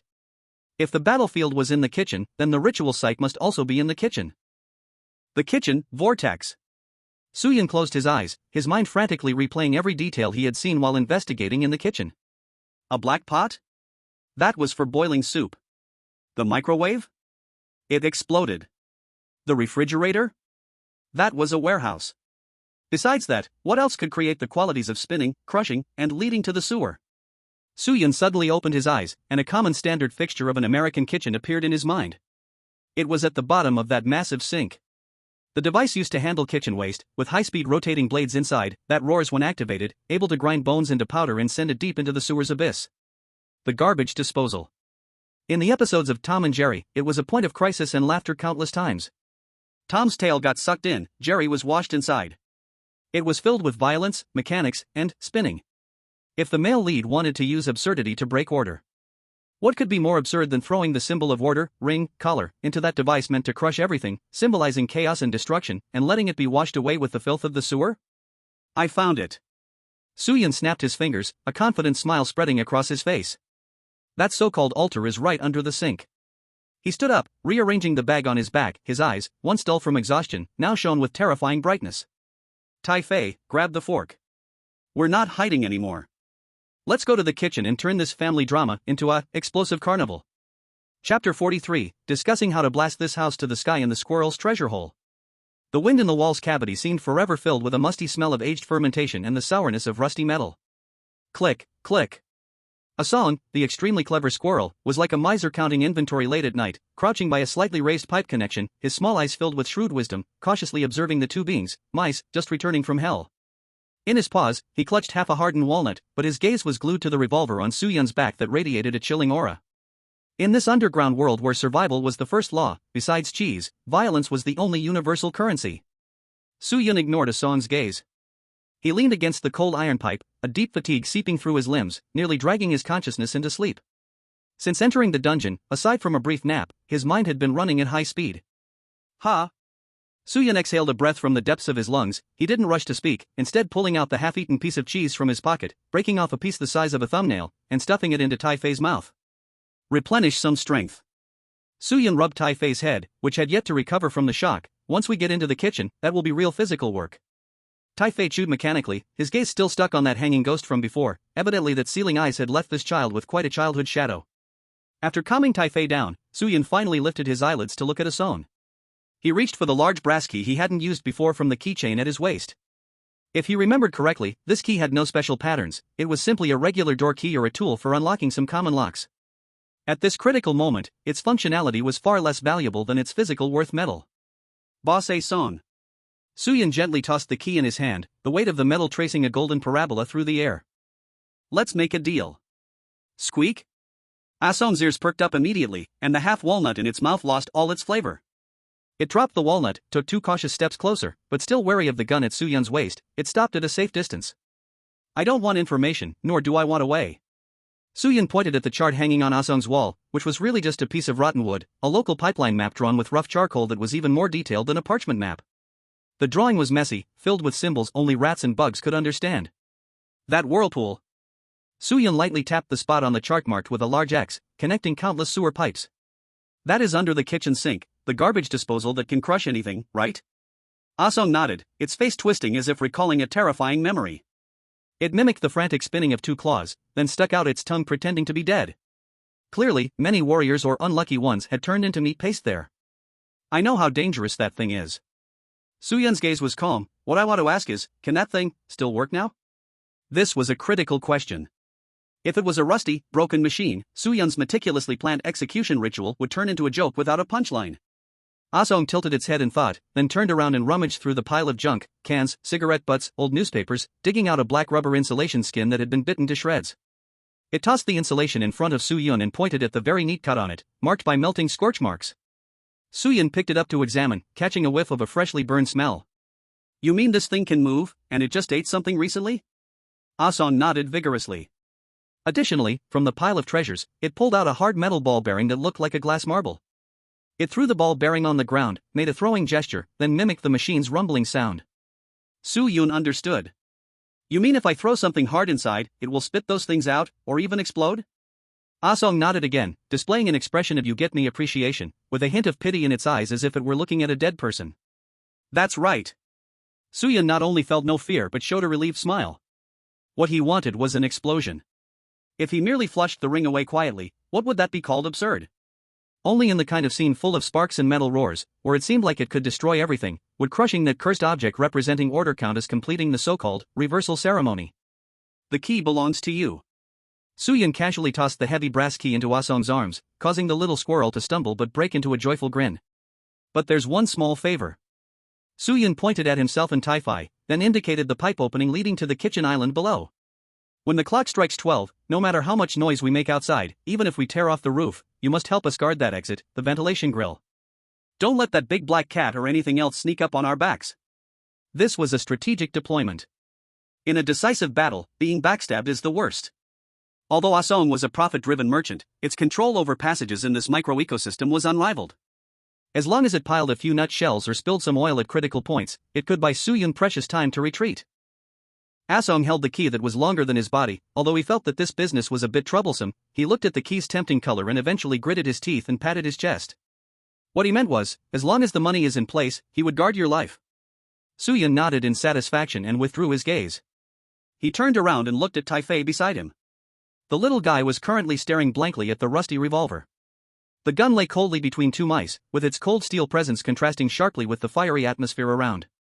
Do you want to touch it? Suyun asked. Taifei hesitated for a moment, nodded, and then shook his head. Its pure instinct told it that this object was different from the previous fruit fork and bone spurs. This is not a toy. This is meant to take lives. This shot is not for shooting cats. Suyun gently placed his hand on the barrel, his voice low, as if talking to himself or teaching this young nephew who had not yet grown up. Cats cannot be killed. Because they are cartoon characters. But the bullet in this gun. A warning flashed in Suyun's mind from the last line of the diary, leave this bullet for that terrifying mistress. George left this gun here, not only for suicide, but perhaps also for that, who had completely turned into a monster, no longer human, wife. Is physical exorcism also a kind of mercy? Soo-yun closed his eyes, trying to suppress the complex emotions. Now is not the time to think about ethics. He opened his eyes again and took out the flask containing X-Mix from his pocket. Due to freezing in the refrigerator and the bumpy ride, the green liquid in the flask had turned somewhat cloudy and even began to bubble slightly. The unstable chemical reaction was intensifying. This bottle of medicine. Soo-yun shook the flask, and the liquid inside changed color with the shaking, from dark green to a strange purple red, then back again. In that famous episode of Tom and Jerry called Dr. Jekyll and Mr. Mouse, Jerry transformed into a muscular man that even Tom could throw around after drinking this stuff. But in this S-level copy, the side effect is to infinitely amplify desires. Soo-yun looked at the bottle and softly repeated Susan's words. If my desire is to go home alive, what would happen if I drink it? If Taifei's desire is to taste the world, what would happen if he drinks it? No, too risky. This thing is not meant for people to drink. Soo-yun's gaze swept across Asong's messy warehouse, finally landing on an extremely inconspicuous corner. There were a few balloons piled up there, or remnants of rubber glove fingers. A crazy plan began to take shape in his mind. In that kitchen battlefield, which must have a sense of absurdity, nothing could create more chaos than a bioweapon full of surprises. Taifei. Soo-yun picked up a rubber finger glove that wasn't completely damaged yet. We will make a few water balloons. But instead of water, it will be happy water that can make that cat and dog high. He wanted to turn this bottle of medicine into a throwable weapon. If he smashed this thing on the already chaotic Tom or Butch, just thinking about that scene felt a bit like losing sanity value, but it was definitely absurd enough. Time trickled away during the preparation work. The rusty hand of the old pocket watch on the wall was struggling to move. Tick, tick, tick. The roaring outside had unknowingly stopped. The mistress's furious footsteps had also disappeared. What replaced it was a chilling kind of silence, like the low pressure before a storm. The hand pointed to 11:55. Only 5 minutes remained until the prophesied midnight judgment. Almost there. Soo-yun carefully hung the rubber ball filled with the mixture and tied securely at his waist. If this thing burst, it would be the end for him. He checked the gun behind him again. He stood up, straightened his jerry skin one last time. Let's go, nephew. Soo-yun pulled up Taifei, who had already changed into a determined expression, tightly gripping a fruit fork with both hands. They were like clowns about to take the stage, or brave warriors about to face a fierce dragon. Behind that door in the kitchen lies our final destination. Whether you want to eat a hot dog, a roasted cat, or go home to watch the dynamic Superman, you must first crawl out of that big black hole, garbage disposal. Two small but determined figures, under the complex gaze of Asong, dashed without hesitation into the dark tunnel leading to the hellish kitchen. At the same time, in the center of the kitchen, the chandelier that had never been turned off suddenly flickered. Z. The red light lit up. Tap, tap, tap. The hands of the pocket watch seemed to have the weight of 1,000 pounds, each second's ticking felt like walking on a rusty tightrope. Soo-yun and Taifei crawled like two ghosts through the greasy exhaust pipe. The closer they got to the exit, the more suffocating the sense of pressure in the air became. The fragrance of nut oil that once belonged there had long vanished, replaced by a nauseating wave mixed with the smell of rust and burnt meat. The temperature here was at least 10 degrees higher than when they first arrived. Uncle, light. Taifei tugged at Soo-yun's tail from behind, mumbling softly. His chubby hand was covering his eyes, clearly stinging from the light breaking through ahead. That was no ordinary light.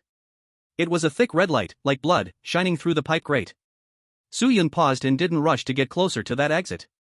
First, he adjusted his breathing and slightly shifted the revolver on his back to prevent the handle from hitting the wall and making noise. Then, he cautiously poked his head out, using that little bit of view to look at the final battleground of this mission, the Midnight Kitchen. This glance made him feel like he had fallen into a giant darkroom that was developing, or perhaps a skinless creature's stomach. The originally clean, though a bit messy, tiled walls, under that strange red light, began to seep strands of dark red liquid, as if the walls were sweating or bleeding. All the furniture, cabinets, islands, fridge, cast elongated shadows in the red light, appearing twisted and monstrous, as if they had come to life. And deep within that light and shadow, in front of the huge stove, two shoe-clad ladies, the mistress, stood with their backs to the vent. She wasn't stirring the pot of poison soup with a ladle as usual, nor was she patrolling with a broom. Chop! Chop! Chop! She was chopping meat. That huge and heavy cleaver, swung by her rock-like strong arms, fell again and again, extremely mechanically and precisely, onto the cutting board. Each drop was accompanied by the sound of splattering juices and the crisp crack of breaking bones. 3,421. 3,422. She counted as she chopped, her voice raspy like two pieces of sandpaper rubbing together. There was no emotion in that tone, only a chilling focus, as if executing some kind of sacred ritual. Chapter 44, The Red Light District in the Kitchen and the Shadow of Someone Chopping Meat. What is she chopping? Soo-Yun frowned, his nostrils flaring. It was not the smell of a biological monster. The scent wafting through with each rise and fall of the knife was actually an extremely tempting, even perfect, roasted chicken aroma. This was unreasonable. In this S-level mission filled with corpses and mutated creatures, the presence of such a normal food smell. More alarming than the smell of a dead body. Because this usually means the Last Supper. Soo-Yun did not linger too much on the mad boss before him, his gaze quickly began to search the kitchen for the two actors that needed to be gathered. A cat and a dog. Where's that silly dog? Soo-Yun remembered that Taefai's skateboarding trick had called Spike out, but the backyard door was closed this time, so the dog was likely back inside. As for that cat. Soo-Yun's eyes scanned the messy floor. The oven that had been knocked over lay on the ground, and the flour had been dampened, turning into a disgusting mush. In a corner not far from the island counter, Soo-Yun spotted a familiar blue figure. Tom. This unlucky cat had neither run away nor fought as Soo-Yun had imagined. At this moment, it was in a strangely flat position. Yes, it looked just like a real catskin rug, obediently lying in the shadow beneath the island counter. Its two eyes bulged out like glass beads, staring intently at the owner who was chopping meat a short distance away, its body trembling slightly. It seemed that the earlier battle did not go well. Even without the collar's restrictions, this cat could only survive by adopting such an extreme physical transformation in the face of the overwhelming rule violence from the manager. But Soo-Yun noticed it had not given up. Because that tail, crushed to a paper-like thinness, was rhythmically tapping the ground. It was gathering strength, looking for a chance to strike back. Very good. Soo-Yun's lips curled into a slight smile, a glint of inspiration flashing in his eyes. Now that the actors are present, the stage lights, red lights, are on, and the background music, chopping sound, has begun. He shrank back and turned to Taefai behind him.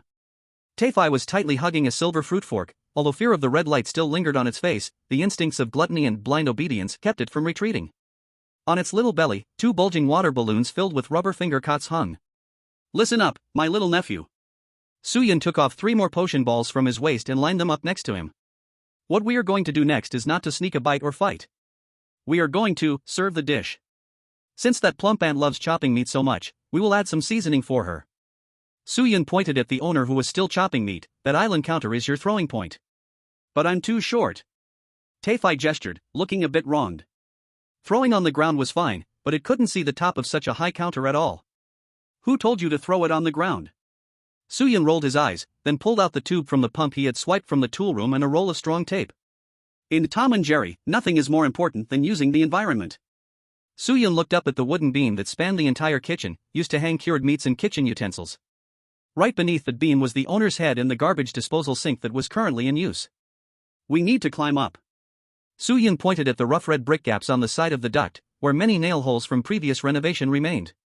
The beam is our bombing zone. This was not only to create chaos. It was also for, if the phone booth fragments were to be found. Soo-Yun had not forgotten the wooden shirt. To access the memories of those big heroes, he first must not die, and secondly, must locate the fragments. And in this kitchen, the only container that might be hiding fragments was not a drawer, but rather the one mentioned in the diary. The vortex itself must be invested with a token. Perhaps the fragments are in the belly of that garbage disposer. Only by throwing in those so-called order tokens, jamming the grinder and blowing open the shell, will the fragment hidden at the deepest level burst forth, spewing out with the filth. This is a gamble. Soo-Yun took a deep breath and tightened that heavy revolver again. Taefei, do you remember the throwing posture I taught you? Use strength, accuracy doesn't matter. What matters is you need to make that water balloon explode. Whether it explodes on that woman's body, or on that cat, or even in that pot of soup. As long as there is fireworks, this night, locked by rules, will have a tear we can rip open. Taefei nodded as if it understood, but its eyes grew firm. It extended its little chubby hand and made a throwing bomb gesture, accompanying it with a sound, boom. Yes, exactly boom. Soo-Yun chuckled, a bit cold and a bit insane. This is precisely what the diary demanded, absolute absurdity. In this S-level horror dungeon, in this bloody kitchen, 2 mice were plotting a high-altitude bombing that should only exist in cartoons. This itself was a great mockery of the rules. Go! With Soo-Yun's low shout, the 2 mice left the cover of the ventilation duct. They did not land. Instead, like geckos, they began to climb toward the ceiling along the gaps and pipes of the wall. Below, in the red glow, Tom's paper eyes suddenly angled upward. It seemed to sense something and looked up. When it saw the two sneaky mice carrying green bombs, a flash of surprise crossed its eyes, quickly transforming into excitement. These little troublemakers are up to something again. It gently twitched its paper-like body. Since someone was lighting the fire above. Then this piece of paper on the ground was also ready to dance with the wind. 3,999. 4,000. The sound of the mistress chopping meat continued. She didn't raise her head at all. She didn't know that two miniature mortars named Jerry and Typhe had already been set up on the beam above her head, caked with oil and dust. And the bomb, capable of driving all creatures mad, was already hanging above her. Everything was ready. Chapter 45, waiting for a green signal flare on the greasy beam ceiling. 4,015. 4,016. That counting sound was monotonous, cold, and echoed with despair, like an old mechanical pendulum. In this dark red light, with each chop from the lady's knife, it was no longer just about processing ingredients, but nailing shut the order of this house, again and again, like hammering a coffin lid. She intended to chop all chaos and uncontrollable factors into pieces on this scratched cutting board. Above her head. One of Soo-Yun's claws was deeply embedded in a thick wooden beam, his whole body nearly hanging in the air. The air here was 100 times worse than in the pipes. The heat mixed with the smell of old grease clung to him like a sticky spider web. Each breath felt like a spoonful of rancid lard stuffed into his lungs. Hang on tight, Typhe. Soo-Yun didn't dare to look back, he only communicated through his taut back muscles. He could feel a sweaty, trembling little chubby hand clutching the base of his tail tightly. This path is too slippery. He cursed inwardly. This beam, used for hanging cured meat, hadn't been wiped in decades, accumulating a thick layer of greasy grime on its surface. Even with Jerry Mouse's climbing skills, walking on it was like dancing on a greased glass surface. Just a slip of the foot, even if it doesn't mean death, falling down would land perfectly into that bubbling purple poison pot, directly adding a meal for the crazy woman chopping meat below. We need to go to the middle. Soo-Yun stared at the midpoint of the beam. There hung a few shriveled, blackened hams, or perhaps the thighs of some creature, positioned right above the massive double sink. The left sink was connected to the sewer, while below the right sink was that humming garbage disposal. That was the target's bullseye. Soo-Yun adjusted his breathing and tightened the somewhat slipping potion bottle on his back again. Inside it contained the remaining X mixture, the last strategic reserve apart from those few water balloons.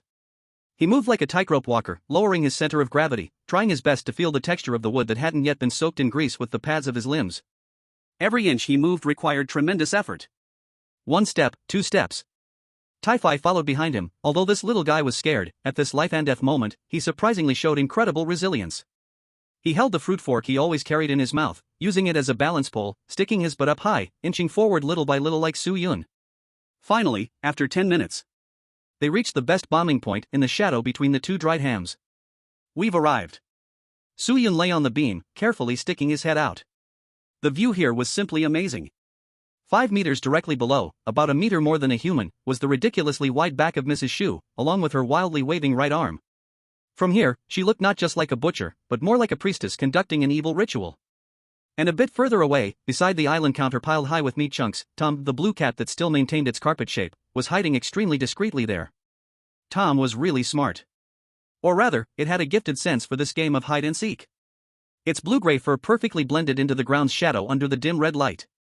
Only its bulging eyeballs rotated silently but dramatically as Soo-Yun moved on the beam. It saw Soo-Yun. It also saw the 2 rubber balloons filled with green fluorescent liquid that Soo-Yun was loosening in his hand. Soo-Yun said nothing. On the beam, he made an extremely simple gesture towards Tom below. First, he pointed at the balls in his hand. Then he made an explosion gesture. Finally, he pointed at the still running garbage disposal. Tom's eyeballs slightly shrank. It understood. In those hundreds of episodes of Tom and Jerry, this kind of mutual understanding without words had long been etched into their bones through countless explosions. This mouse was up to something. And it was going to be big. As the only 2 rebels in this house, Tom's long-suppressed desire for revenge ignited in that instant. Its flat body began to tighten subtly. That was the sign of a compressed biscuit, no, a compressed spring ready to launch. Soo-Yun withdrew his gaze. He knew that as soon as this bomb went off, this cat would definitely follow the rhythm. Typhi, give me those 2 balls. Soo-Yun took the other 2 water balloons from Typhi's arms. Now, he had 4 biological grenades filled with X mixture in his hands. The effect of this potion was infinite amplification of desire plus physical form mutation. If it hit the mistress, how would her desire to cleanse everything be amplified? If it flowed into the sewer, what would those filthy things hiding in the dark become? But this is exactly what Soo-Yun wanted. Order must collapse, chaos can then reconstruct vitality. 4,400. The sound of meat being chopped below remained mechanical and stable, like a countdown clock.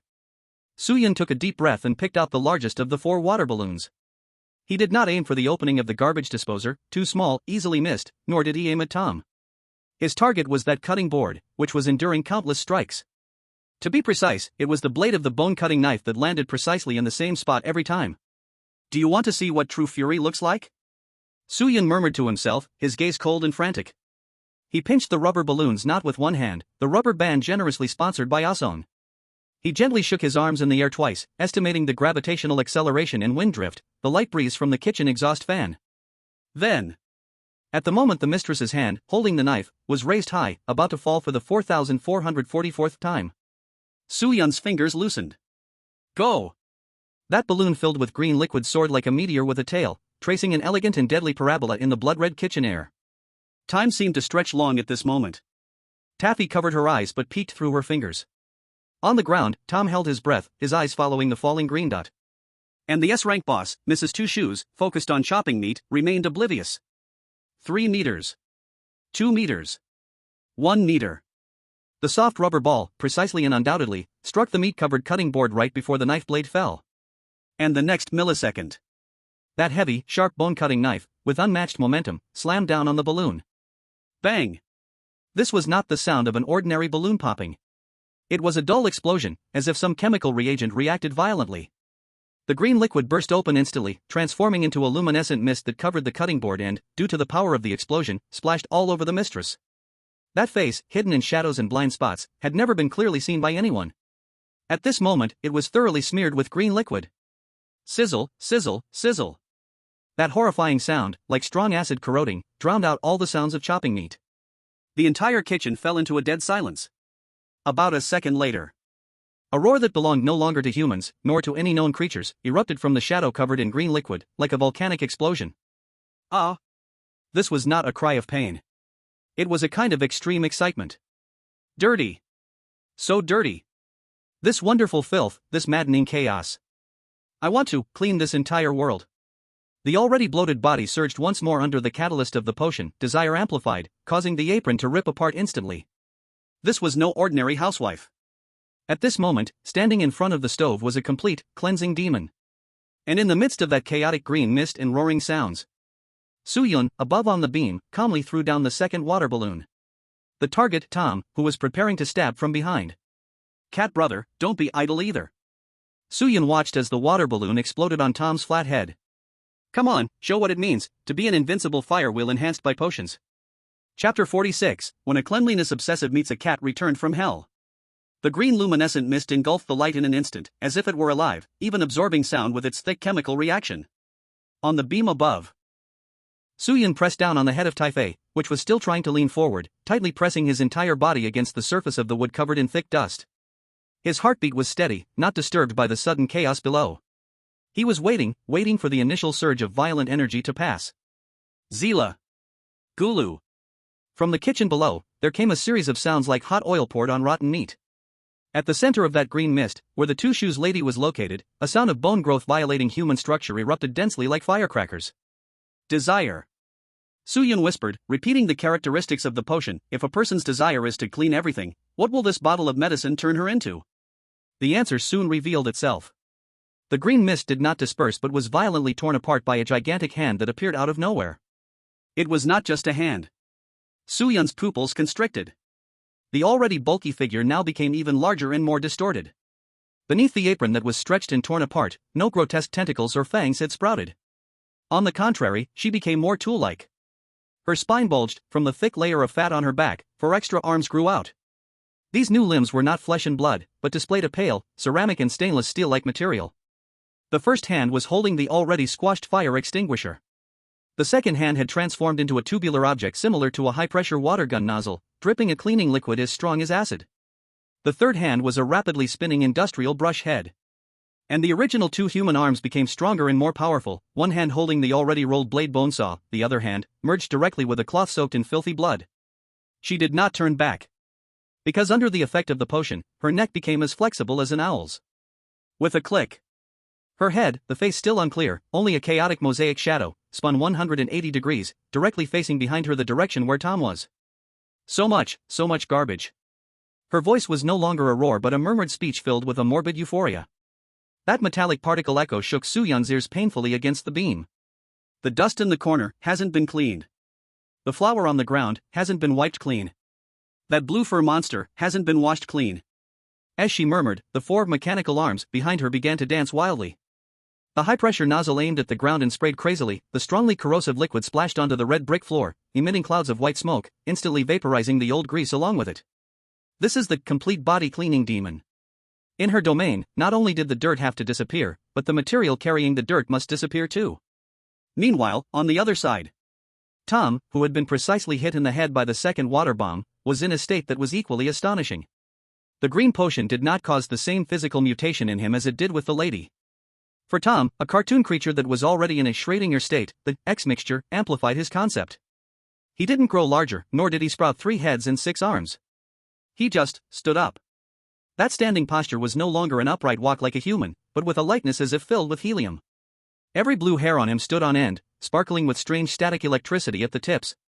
His originally flat body, like a carpet, now swelled like a gas-filled balloon, transforming into a muscular, extremely strong cat with an inverted triangle shape. This was a tribute to the form after drinking the secret milk in the animation. Meow. Tom let out a low, magnetic, even slightly villainous cat sound. It stretched out its fist, which had become as big as a sandbag, and gently touched its incredibly hard biceps, revealing a confident smile of "I am invincible." Fear? It did not exist. A collar? It had long been blown away. Now, all that was in its mind was a pure desire called revenge. Bang!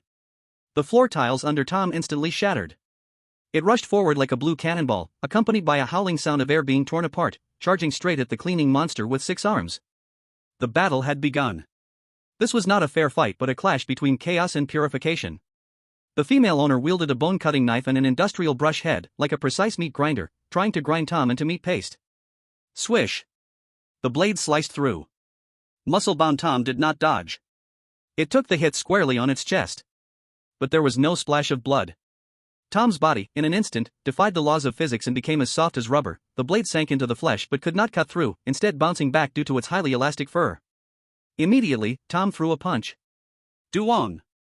That punch landed solidly on the female owner's stomach. Though it did not inflict a fatal injury due to her massive frame, the cartoonish force of the impact pushed her back half a meter, causing the island counter behind her to shake. Roar! The female owner was furious, and the high-pressure nozzle behind her sprayed a stream of venom at Tom.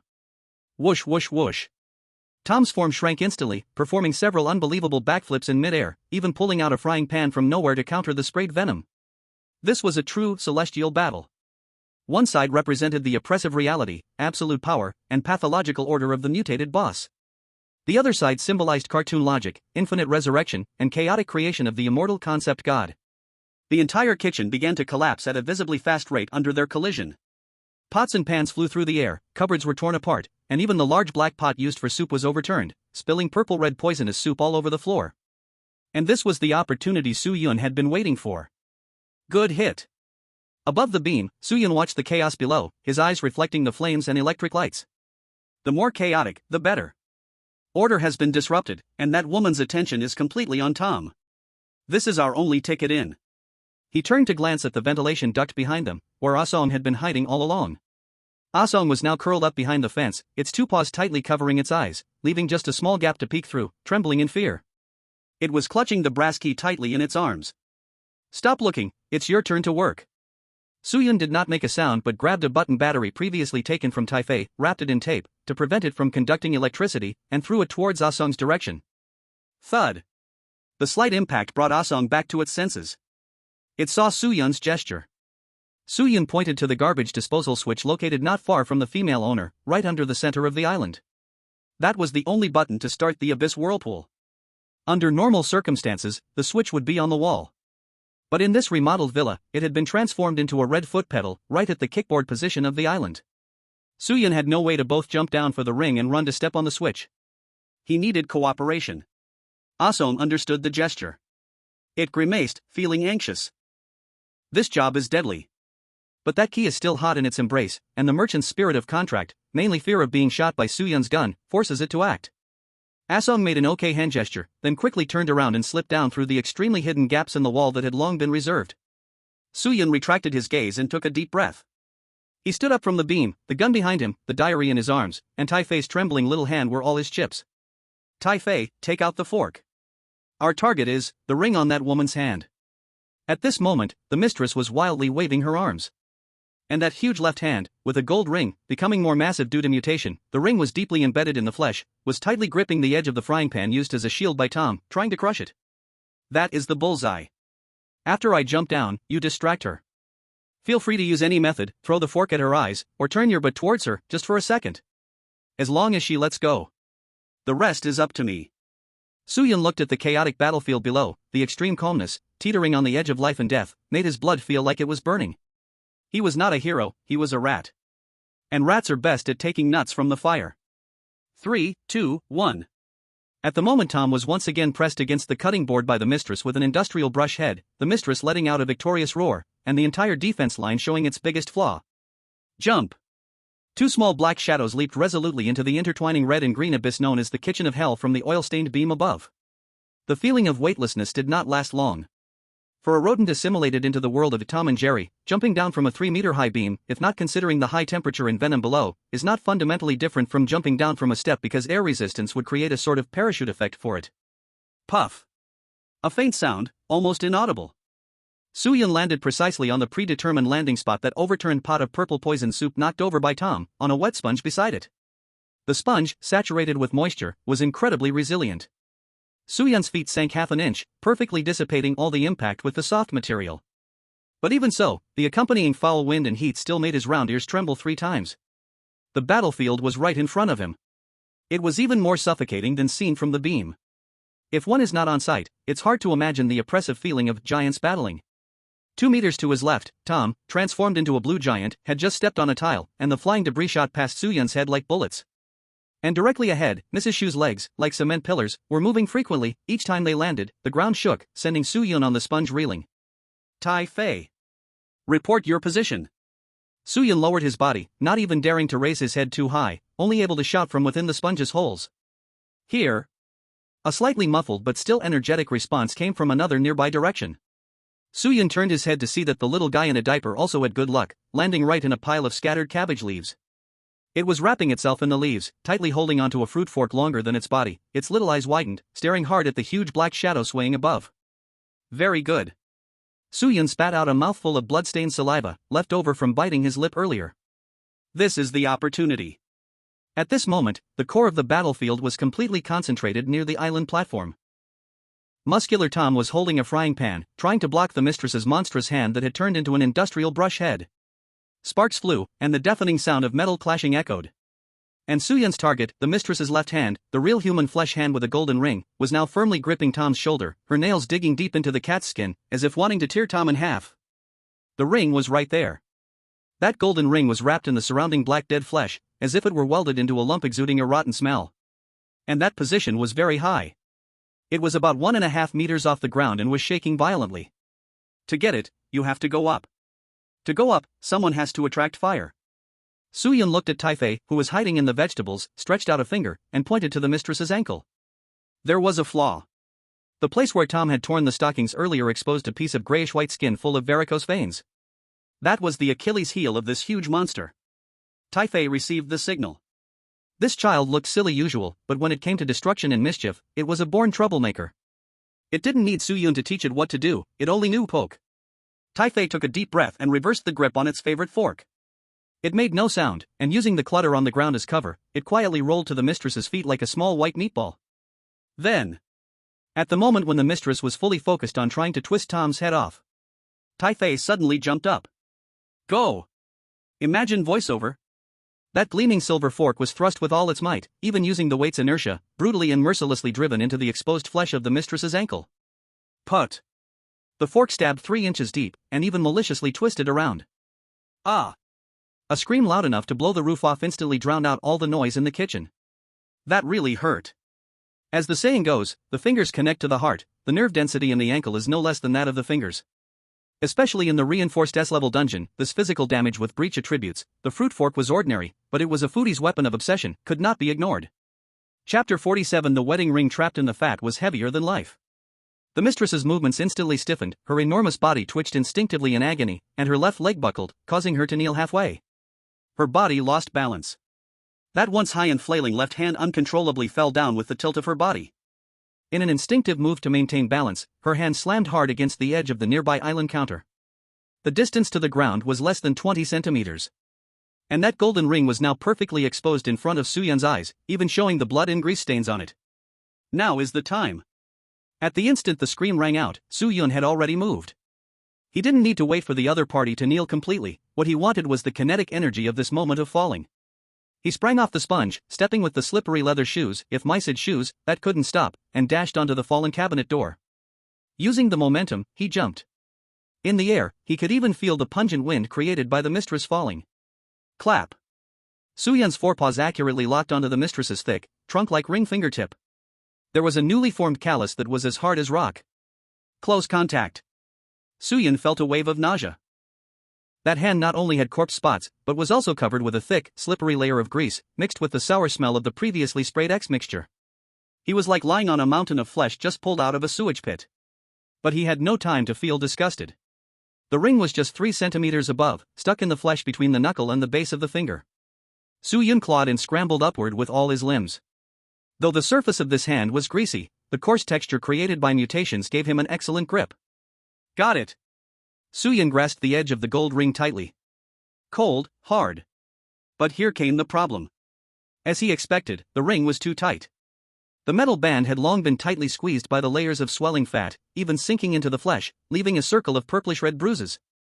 If he tried to pull it out normally, it wouldn't budge one bit. Unless he cut off that finger. But Soo-Yun only had a not-so-sharp bone spur in his hand. And the mountain of flesh beneath him was gathering strength again in its fury. The foot that had been pierced by the fork was already building up power, and the body that had lost balance and knelt was trembling, preparing to stand. Once she stood up, Soo-Yun would rise with that hand, and then it would be free fall to think about getting down. Quick!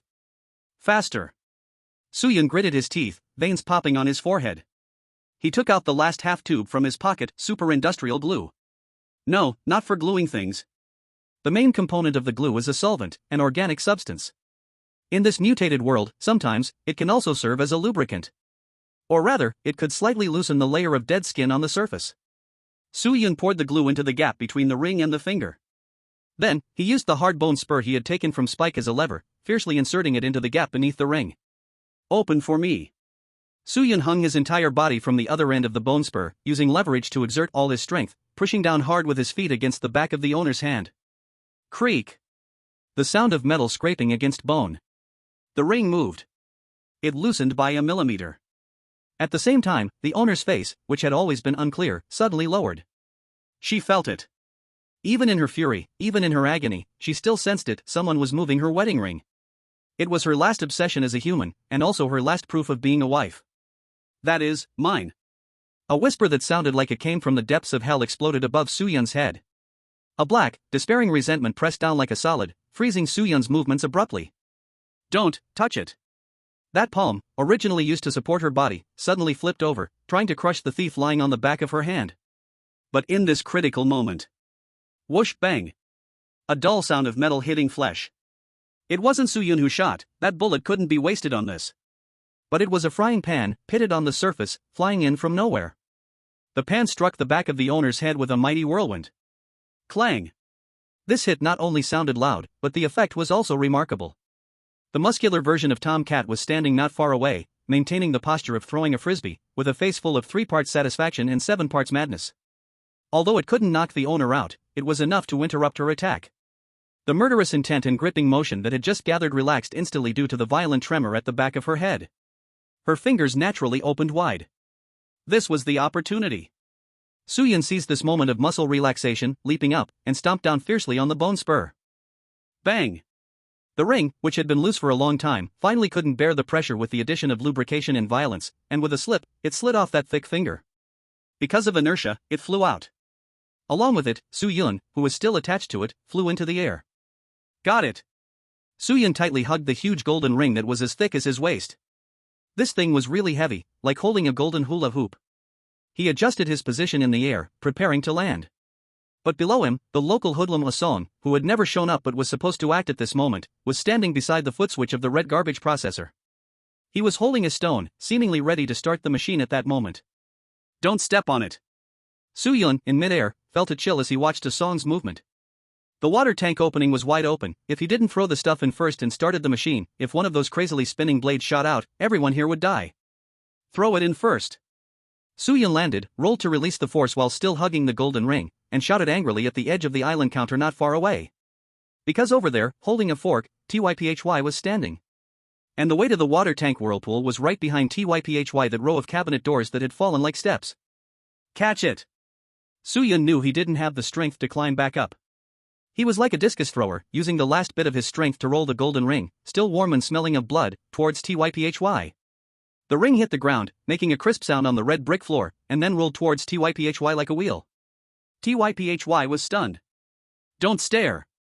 That's our life. Kick it, into the hole. Soo-yun shouted. Because behind him, that mountain of meat that had just been knocked out by a frying pan was already entering.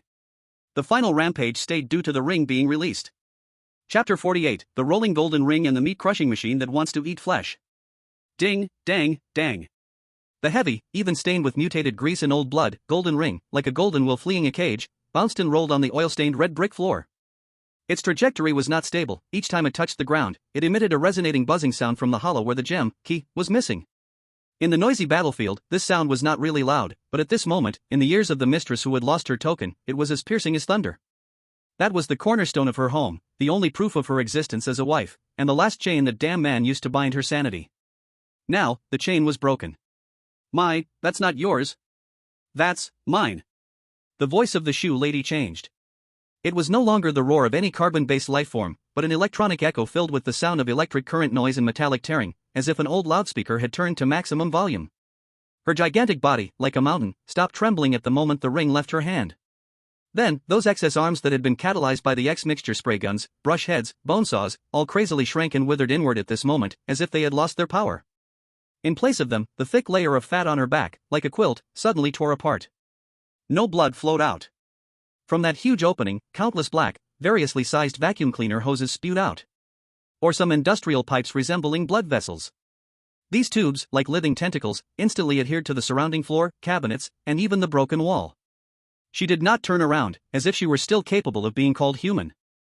It forcibly moved over the ground, twisted and contorted, like a giant spider, relying on the pull of countless pipes.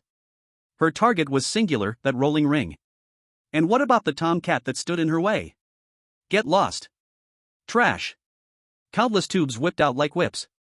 The muscular version of Tom didn't even have time to assume a defensive stance before being overwhelmed by the overwhelming and strongly sucking attack. It let out a choked whimper, its whole body was forcefully whipped away, sticking to the ceiling like a blue wallpaper, unable to come down for a long while. Without the tank's cover, only the fragile output remained.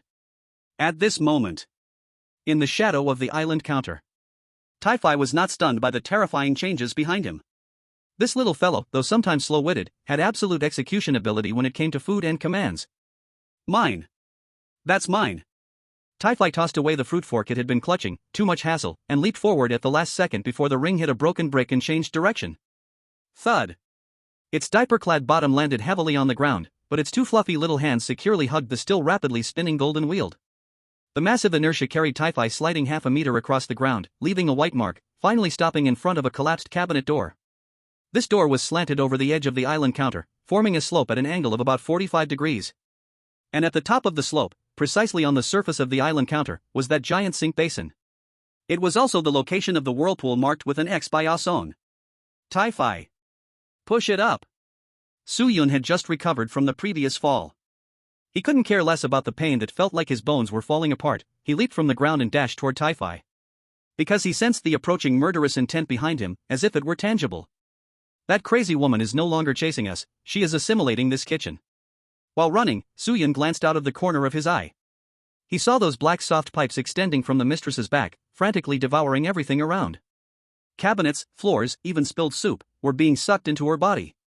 As she consumed, her size kept increasing, truly becoming a moving garbage fortress. They had to throw the ring into the grinder before being crushed by this fortress. Typhy also knew the situation was urgent. It gritted its teeth and pressed its head against the heavy gold ring, using its short legs to push against the rough wood grain of the door panel, starting a difficult climb like Sisyphus pushing a boulder. Huff. Huff. It was too heavy. This was not just the weight of metal. In the rules of the strange tale, this was an item that carried the core obsession of the boss. The closer they got to the destruction point, the sink, the greater the invisible resistance became, like walking against a strong wind. Tai-Fi's feet began to slip. The ring even showed signs of rolling backward. Don't stop. A pair of warm hands pressed on Tai-Fi's back. It was Su-Yun. He had arrived. Since we worked together to snatch it, let's send it off together. Su-Yun didn't waste words or have time for dramatic speech. He firmly pressed his shoulder against the other side of the ring, forming an angle with Tai-Fi. 1, 2, push. The strength of the two little mice combined. The gold ring, which had wanted to roll back, finally began to slowly but steadily roll upward again. An inch, then another inch.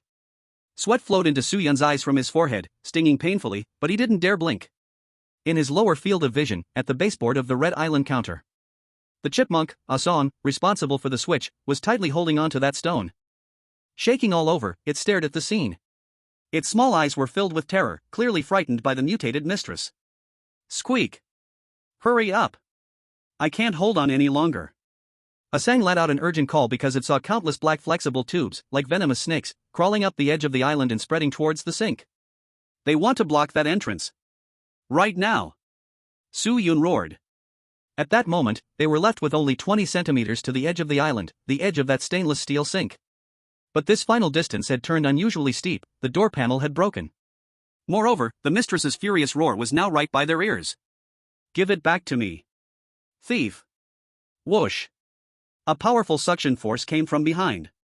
It was not a vacuum cleaner, it was the negative pressure generated by the mistress's body itself. Su-Yun felt like a leaf in a fierce wind, his claws barely able to grip the ground. Tai-Fei was even blown up off the ground, with only its two hands tightly holding onto the ring. The ring was about to fly back. In a moment of crisis. Bang! A crisp sound of metal clashing echoed. The blue paper cat, Tom, which had been stuck to the ceiling, tore itself down at the crucial moment. It did not return to its original form, rather, it used this drifting shape, riding the suction, and pounced directly onto the mistress's face, or more accurately, onto the air intake that was sucking in. Physical blockage. Tom used its body to cover the mistress's face. The suction stopped abruptly. Well done. Silly cat. Su-Yun felt his body lighten, as the weight pressing down on him like Mount Tai suddenly vanished. Seizing this fleeting opportunity, he suddenly pushed hard with his hind legs. The last push, get inside. He and Tai-Fei almost roared, pouring all their energy into that ring. Gulyolu. The ring finally crossed the highest point, leaped over the top of the door panel, and shot up onto the stainless steel surface. Then, on the smooth metal surface, it traced a golden arc, with a kind of fateful momentum, straight down into the unfathomable. Stainless steel sink. Clang. Splash. The ring fell into the basin, making a crisp impact sound. But it wasn't over yet.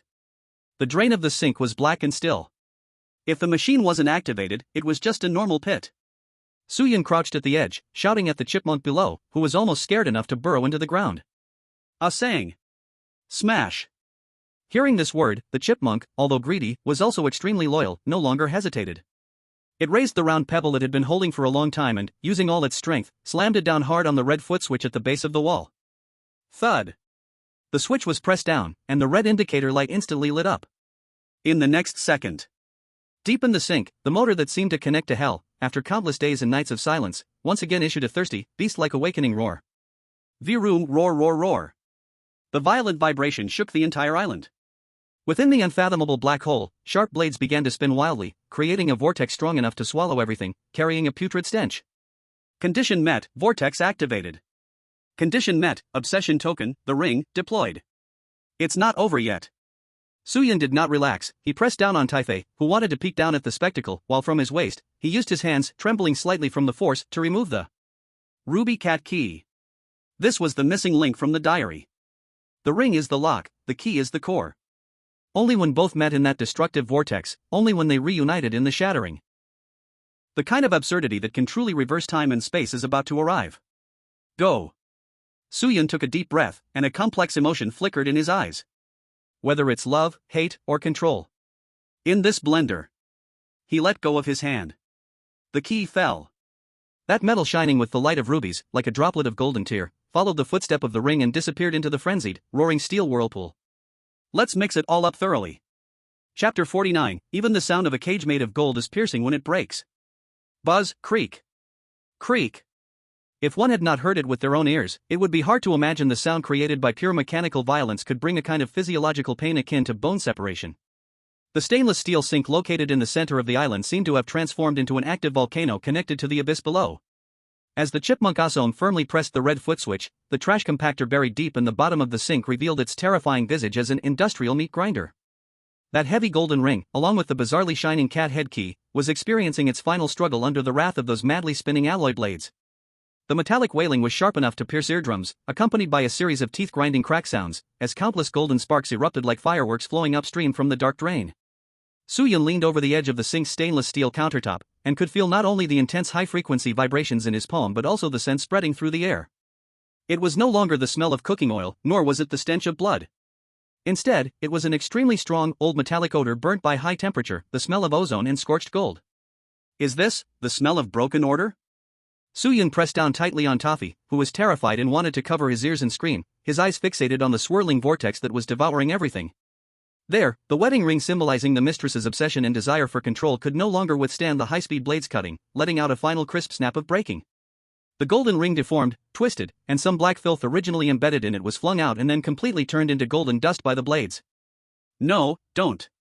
From behind, the mistress's voice came, now no longer roaring, but becoming extremely terrified and weak. It was like a giant who had lost its backbone. Soo-Yun did not look back, but he could clearly see the scene behind him through the reflection on the stainless steel wall, like a mirror. The garbage fortress that had been infinitely expanding, devouring everything around it, seemed to have been pressed the pause button. Those black vacuum hoses that had grown from her back, waving as if trying to grasp something, instantly withered and turned gray like blood vessels that had lost energy, then drooped down weakly, crashing heavily to the ground and raising a cloud of dust. And the mistress's massive body was visibly melting. It was not turning into water. Instead, the thick layers of fat on her body, that blood-stained apron, and even those red slippers were disintegrating into chunks of black pixels, or rather, burned photo fragments, falling and dispersing in the air. For the first time, the word weak appeared on this S-class bizarre body. She lost her anchor point. Without that ring, she was no longer the goddess ruling this house, but just a pitiful woman who had been abandoned by her husband, driven mad by loneliness, and ultimately devoured by her own obsessive desires. Tom.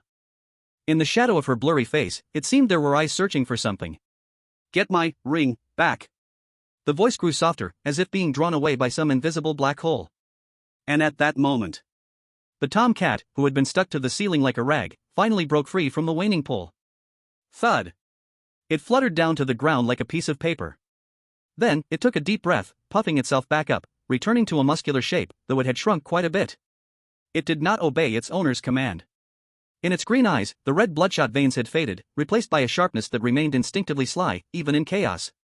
It glanced at the crumbling owner and then at the sink that was spewing sparks. Then, it made an unexpected move. It walked over and picked up the bent stainless steel pet bowl, with Tom written on it, that had been knocked away in the earlier fight. It did not attack the owner or chase a mouse. It simply held the empty bowl in its two paws, walked over to the shaking sink, and slammed it down onto the counter. Ding! It looked at Soo-Yun with complex eyes. There were no words, but the message was very clear. Stop hesitating, it's time for the final course. Soo-Yun understood. Even the cat was urging him. The diary clearly stated, 3, the mouse that represents nothingness, Jerry's true heart that can never be caught. The ring was destroyed, representing the crumbling order of the heroine. The cat was here, and it had actively participated, representing the release of violent shackles. Now, the swirling vortex still needed one last thing to fill the void, to complete the closed loop that would reverse reality. True heart. Soo-Yun, after jumping down from the beam, slowly stretched out his right hand that he had not let go of. In his palm was the piece of cheese he had treasured since entering the instance, the one he had even refrained from finishing during the hungriest times. Cheese. This was a top-grade item he had snagged from a mousetrap through a battle of wits in the first chapter, something he couldn't get from Asome, and it was the material foundation for him and Tai-Fei to survive until now. In this villa full of malice and death, the small, chipped triangular piece of cheese was the whole world in a mouse's eyes. It represented hope for survival, a sense of satisfaction, and the eternal, unique ultimate pursuit in the cartoon Tom and Jerry. For a mouse, nothing is more true-hearted than food. Soo-Yun looked at the cheese, a bitter smile creeping onto his lips, mixed with a touch of relief. He turned his head to look at Tai Fei beside him. This little glutton seemed to realize what Su Yun was about to do. It stared at the cheese, drooling, its little chubby hand reaching out to grab it, but when it met Su Yun's gaze, it pulled back. Though a bit silly, it sensed that this ritual was important. Important enough to even sacrifice the tastiest treat. Give it to it, Tai Fei said pitifully, covering its eyes, turning away, as if bidding farewell to an old friend. Well done. Su Yun rubbed Tai Fei's head. Then, he took a step forward. The dark, whirling, roaring sink was right in front of him. Inside, golden dust mixed with sewage, forming a murky whirlpool. Go. Su Yun said no more, no grand words or emotional speeches. He simply tossed it gently. That piece of cheese, the source of life for him. Also a half piece of cheese, the trump card, drew an unremarkable parabola in the air. It passed through the red light. It passed through Tom's staring gaze. It passed through the charred smell lingering in the air. Finally, it fell precisely into the center of that steel whirlwind. Goodoo. Unlike the previous metallic clashes. This time, that violent shredder emitted a bizarre sound, like a burp after a big meal. Then, the wildly spinning blades actually stopped. All noise in the kitchen disappeared in that moment. Time seemed to freeze at that instant. No explosion. No shockwave. Instead, a soft, pure, and no longer strange white light rose slowly from the depths of the stopped sink, like a tender sprout breaking through the soil. The white light was not blinding, but carried an indescribable warmth and healing sensation. It swept across the island counter stained with pus and blood, turning the bloodstains into ketchup. It swept across the deformed Tom, his terrifying muscle masses quickly fading away. It swept across the collapsing shadow of the hostess behind. Su Yun closed his eyes, feeling this power brush against his cheek. He knew. The absurd end was a return to reason. That endless farce belonging to Tom and Jerry was finally about to begin. Chapter 50, The dawn has come, even an S-level quest must have breakfast. The white light was not blinding, nor did it have the burning sensation from imagined energy collisions. It was like a warm morning fog with a soft focus effect, silently brushing through this battered kitchen. Su Yun instinctively squinted his eyes and raised his oil-stained paw to shield his forehead. A few seconds later, the light faded. The low-frequency rumble that had pressed against his eardrums, like deep-sea diving, completely vanished. In its place was an unbelievable quiet that belonged to the trivialities of life. And a clear, cheerful bird chirping sound. Chirp, chirp. The sound came from outside the window. Su Yun slowly opened his eyes, looking ahead in a daze. That kitchen, once blood-red like skinned innards, was gone. The dark red poisonous blood flowing on the ground had somehow turned into puddles of slightly sticky, yet sweet-smelling ketchup and strawberry jam. And that garbage disposal, which had spewed sparks like an active volcano, was now as quiet as a dead object. On its stainless steel edge, the thick layer of black grease had vanished without a trace, replaced by a new, mirror-like gleaming metallic shine. Even a faint lemon scent of dish soap could be smelled. Is this over? Su Yun looked down at his hands. Empty. The half-piece of cheese he had thrown away as his heart was gone, and the key that once mattered for life and death was also gone. He felt his body unprecedentedly light. That cold oppressive feeling, which had clung to his bones from the bizarre rules, seemed to have been drained by that whirlpool just now. Oh. Beside him, Tai Fei carefully removed its hand from covering its eyes. It sniffed, and its previously frightened big eyes suddenly lit up. It pointed not far away. On the island counter, once piled high with rotten meat, stood a plate of warm, golden brown, crisp butter toast. Beside it was an intact glass bottle filled with pure white milk. This is how the normal world should be. Su Yun did not rush to move. His gaze quickly swept to the two massive S-level beings in the center of the battlefield. In the middle of the dissipated white mist, a wooden high stool that had been chopped into pieces lay there, still intact. At this moment, it stood there completely unharmed. And on the stool above it, the two-shoe lady, once a terrifying demon god transformed into a moving garbage fortress, with 6 hands and countless tentacles, now resembled an ordinary housewife who had been greatly frightened, her 2 hands clutching the still baggy but newly white apron hem, curling up comically in the small space of the stool. Her red slippers were pressed tightly together, and despite her weight of at least 200 pounds, an inexplicable sense of delicacy radiated from her at this moment. Oh! My goodness! How can there be a rat in my kitchen? She screamed. But this was no longer a deathly whisper like metal grinding, it was filled with a lively, somewhat hysterical, yet purely hysterical anti-style scream. Thomas! Where have you, lazy cat, gone to die? Didn't you see a mouse dancing on my cutting board? She waved the intact frying pan in her hand but dared not leap down to hunt, she simply displayed her physiological fear of this creature called a rat. This was the most classic opening scene of a cartoon. Ha! Soo-Yun looked at this scene, and even though her body was not fully relaxed, the corners of her mouth could not help but rise. Order had not collapsed. Or rather, only that order named reality and cruelty had crumbled. What replaced it was the original, absurd and safe order of this cartoon world. In this order, cats are afraid of dogs, people are afraid of mice, bombs don't kill, and frying pans can only flatten faces. It really has been a long time. Soo-Yun turned her head and looked towards the corner of the kitchen. There, the once potion-enhanced muscle man Tom was now lying on the ground, displaying a somewhat dazed posture. His exaggerated muscles had long since deflated like a balloon, returning to the blue-gray, soft-furred house cat. He blinked his signature big green eyes, first looking at the shiny new surroundings, then at his screaming owner on the stool, and finally, his gaze landed on Soo-Yun. Their eyes met.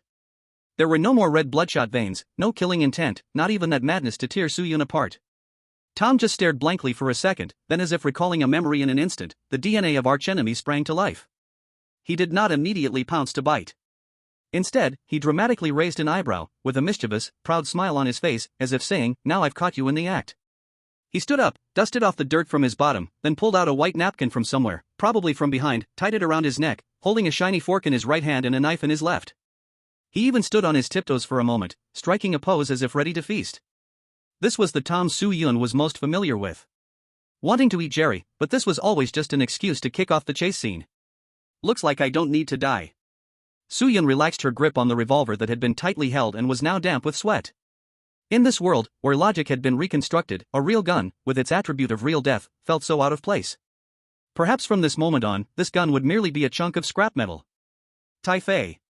Soo-Yun patted her stunned nephew, "Hold your fork properly. We are getting ready to have breakfast."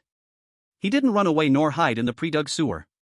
In front of Tom, Soo-Yun even quite arrogantly and slowly pulled out a banana peel from behind her, passed on from Ason, effortlessly tossing it onto the brilliantly polished floor between him and Tom. This action was full of provocation and full of ritual. "Come on, silly cat." Soo-Yun waved his finger. The next second, Tom let out a lively meow, like a fool with the intelligence of only 3 years, ignoring the obvious banana peel, and rushed forward. Then, swoosh bang. An extremely standard pose of slipping on a banana peel. Tom spun 3.5 times in the air, face first into the ground, turning himself into a cat-faced pizza. And Soo-Yun took this chance, pulling Tai-Fei, and very calmly jumped up on the counter that held toast and milk. The morning sunlight poured in through the blinds, warmly shining on him. Soo-Yun took a bite of the warm, butter-scented toast, looking at the lush green lawn outside the window, and the big dog Spike lazily stretching in the doghouse. A hint sound named Level Up did not ring as urgently as before. But above Soo-Yun's field of vision, that bright red, countdown death clock had stopped at some point. In its place, a line of golden English words, as if printed by an old typewriter, slowly appeared. The end? No. Just the beginning. In the Dragon Kingdom live broadcast room, billions of viewers watched this scene of playful bickering, seeing the mouse sitting at the table drinking milk, while the cat was struggling to lift himself off the floor. There was a full minute of silence. Then, the comments exploded. Am I still not awake? Is this the set of the S-Class horror movie earlier? Why do I not feel scared when I see Tom fall, but instead want to laugh? I'm crying, really crying. For the 9th time, our chosen one in the Dragon Kingdom doesn't have to die anymore? I have nothing to say, Soo-God is amazing. He didn't just clear the dungeon, he turned the dungeon into his own playground. And in the villa, Soo-Yun swallowed the last mouthful of milk, looking at the scene before him gradually becoming illusory. He knew that somewhere in this strange world, the door to the next stage had already opened. But before that, he wanted to do one last thing. Soo-Yun turned around, and very gentlemanly waved at the still wrestling with the floor Tom, who hadn't disappeared yet. Thanks, buddy. See you next episode. Chapter 51, the so-called S-Class settlement, gave a bunch of unreasonable rewards. The sunlight in the kitchen gradually became somewhat illusory, like an overexposed old film photo, the edges beginning to shimmer with layers of white light. Soo-Yun sat at the countertop filled with the scent of butter, the piece of unfinished toast in his hand had turned into countless flying light points with the invasion of light. On the floor opposite him, Tom, who had just restored himself from the cat-faced pizza state and was preparing for the 99th capture attempt waving his knife and fork, suddenly froze. It did not dissolve menacingly like monsters in horror movies with the break of dawn, but kept that extremely comical charging posture, tongue out, eyes wide, both feet still kicking in the air, then, like a simple drawing that hadn't been finished, the lines gradually faded away. But in the moment before completely disappearing, Soo-Yun clearly saw that Tom's bright green eye slightly turned, making an extremely provocative face at him. That gaze was very clean. No hatred, no intent to kill, only a teasing sense of, let's play again next time. Goodbye, old buddy. Suyun said softly. He reached out a small hand still stained with ketchup and grasped at the air in this crumbling world. Then, a feeling of weightlessness hit. It was not darkness, but a kind of extreme, pure white. When Suyun once again felt the solid ground beneath him, he was no longer the tiny mouse that had to burrow into the sewer to survive. He looked down and saw human hands and that familiar, cheap t-shirt. That long-lost human perspective even made him feel a bit dizzy for a moment. Congratulations! Chosen 1 Suyun from Dragon Country, you have successfully completed the S-level instance, the Unrestful Villa. Completion method, unique hidden ending, absurdist restoration. The cold, grand mechanical voice now seemed to have a subtle fluctuation to Suyun's ears, as if even the system was confused by this ending.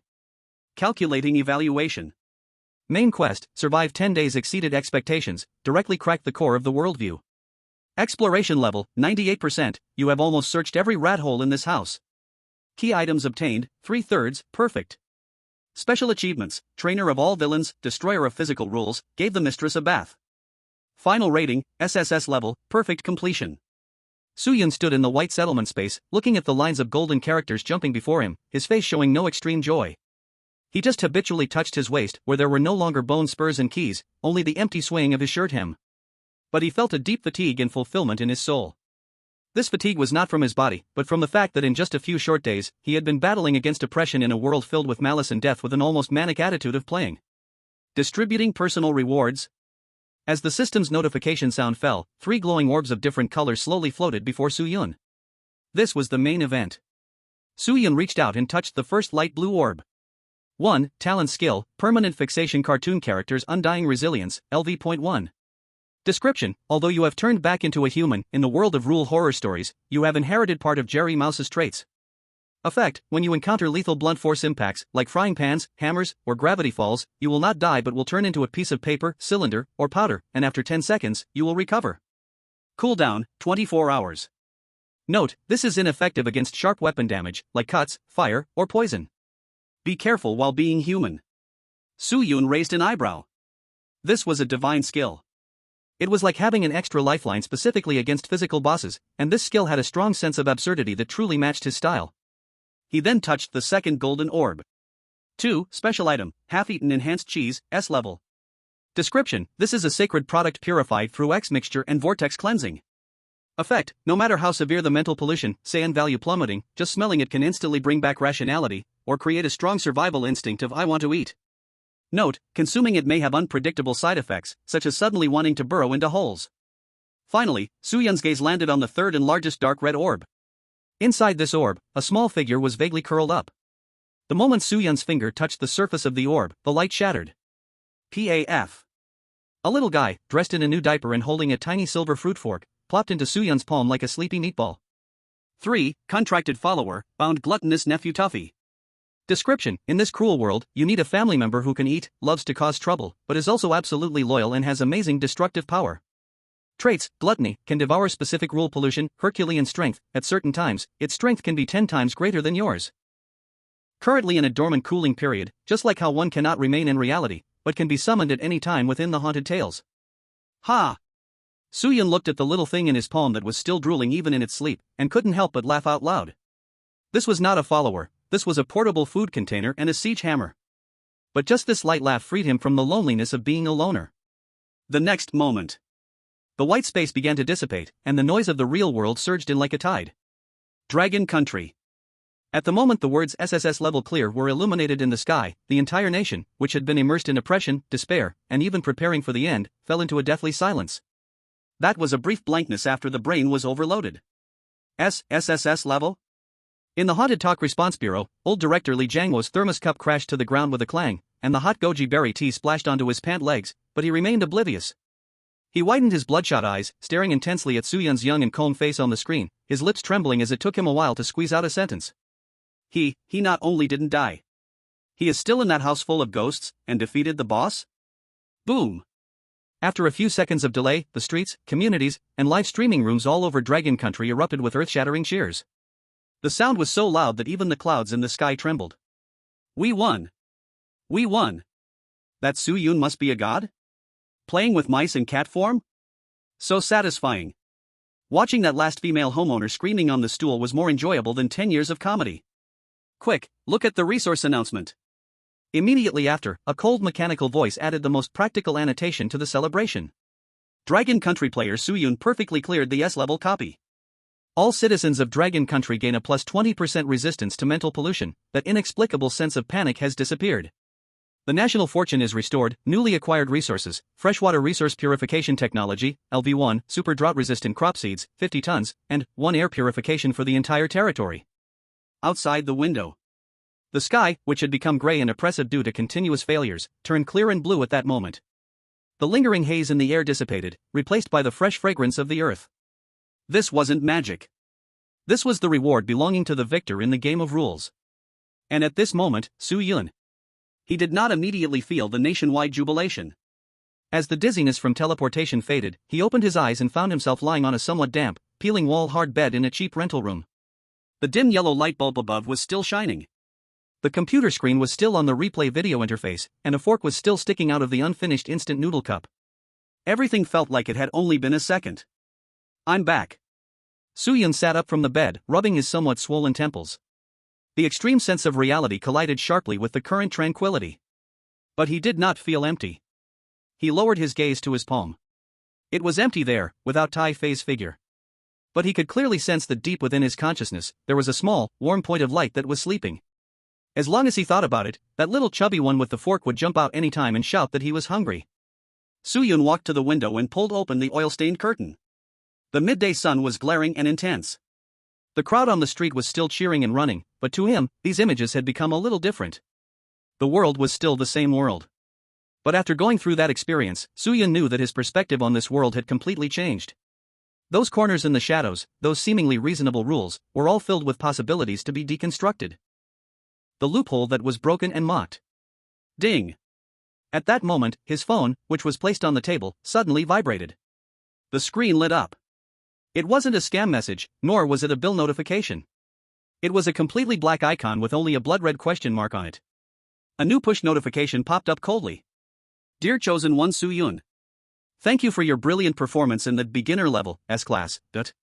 Since you are so skilled in this absurd fairy tale logic, we have prepared for you an even more childlike, yet more cruel stage for the next show. Countdown to the next copy, 7 days. Preview: if you tell a lie, your nose will grow longer, so if you tell the truth, will you be eaten by wolves? Suyun looked at those words, his eyes slightly narrowing. A longer nose? Lying? Pinocchio? The smile at the corner of Suyun's mouth grew wider. All right. It seems I still need to learn how to be an honest good child. Chapter 52, the instant noodles are still warm, but there are already uniformed people standing outside. The air in the rental apartment was stuffy and murky, filled with a cheap beef noodle seasoning smell and a dusty atmosphere fermented from not having the window open for a long time. Suyun threw his phone onto the old computer desk, which had been taped up. The red glow on the screen, countdown 7 days, gradually faded, leaving a barely noticeable shadow in his slightly bloodshot eyes. Huff. He took a deep breath, feeling the real air filled with smog and dust entering his lungs was even more reassuring than the buttery scent he had smelled in the kitchen. On the table, the cup of instant noodles he had just cooked before entering the creepy tale copy was still steaming gently. The paper lid was slightly lifted, revealing the wavy noodles that had soaked a bit too long. It seems the flow of time in the two worlds is different. Suyun picked up a plastic fork and stirred the soft noodles. In that place called the Unrestful Villa, he had spent a full 10 days, thrilling days that felt like dancing on the edge of a blade. He had battled wits for some cheese and a cat, risking his life for that family drama. And here, in the real world, barely 10 minutes had passed. Even the noodles hadn't completely cooled down. This strong sense of spatial dislocation momentarily made Suyun's taut nerves feel hazy. He instinctively looked at his palm. There, pale and slender, with human fingerprints, there was no layer of thick brown fur, nor any signs of being stuck by strong glue. But just a thought. Deep in his consciousness, that little gray ball of flesh, Tai Fei, curled up and wearing a new diaper, would flip over in his spiritual space, letting out a satisfied gurgle. Not a dream. Suyun lifted a forkful of noodles and shoved them into his mouth. The cheap taste of MSG burst on his tongue.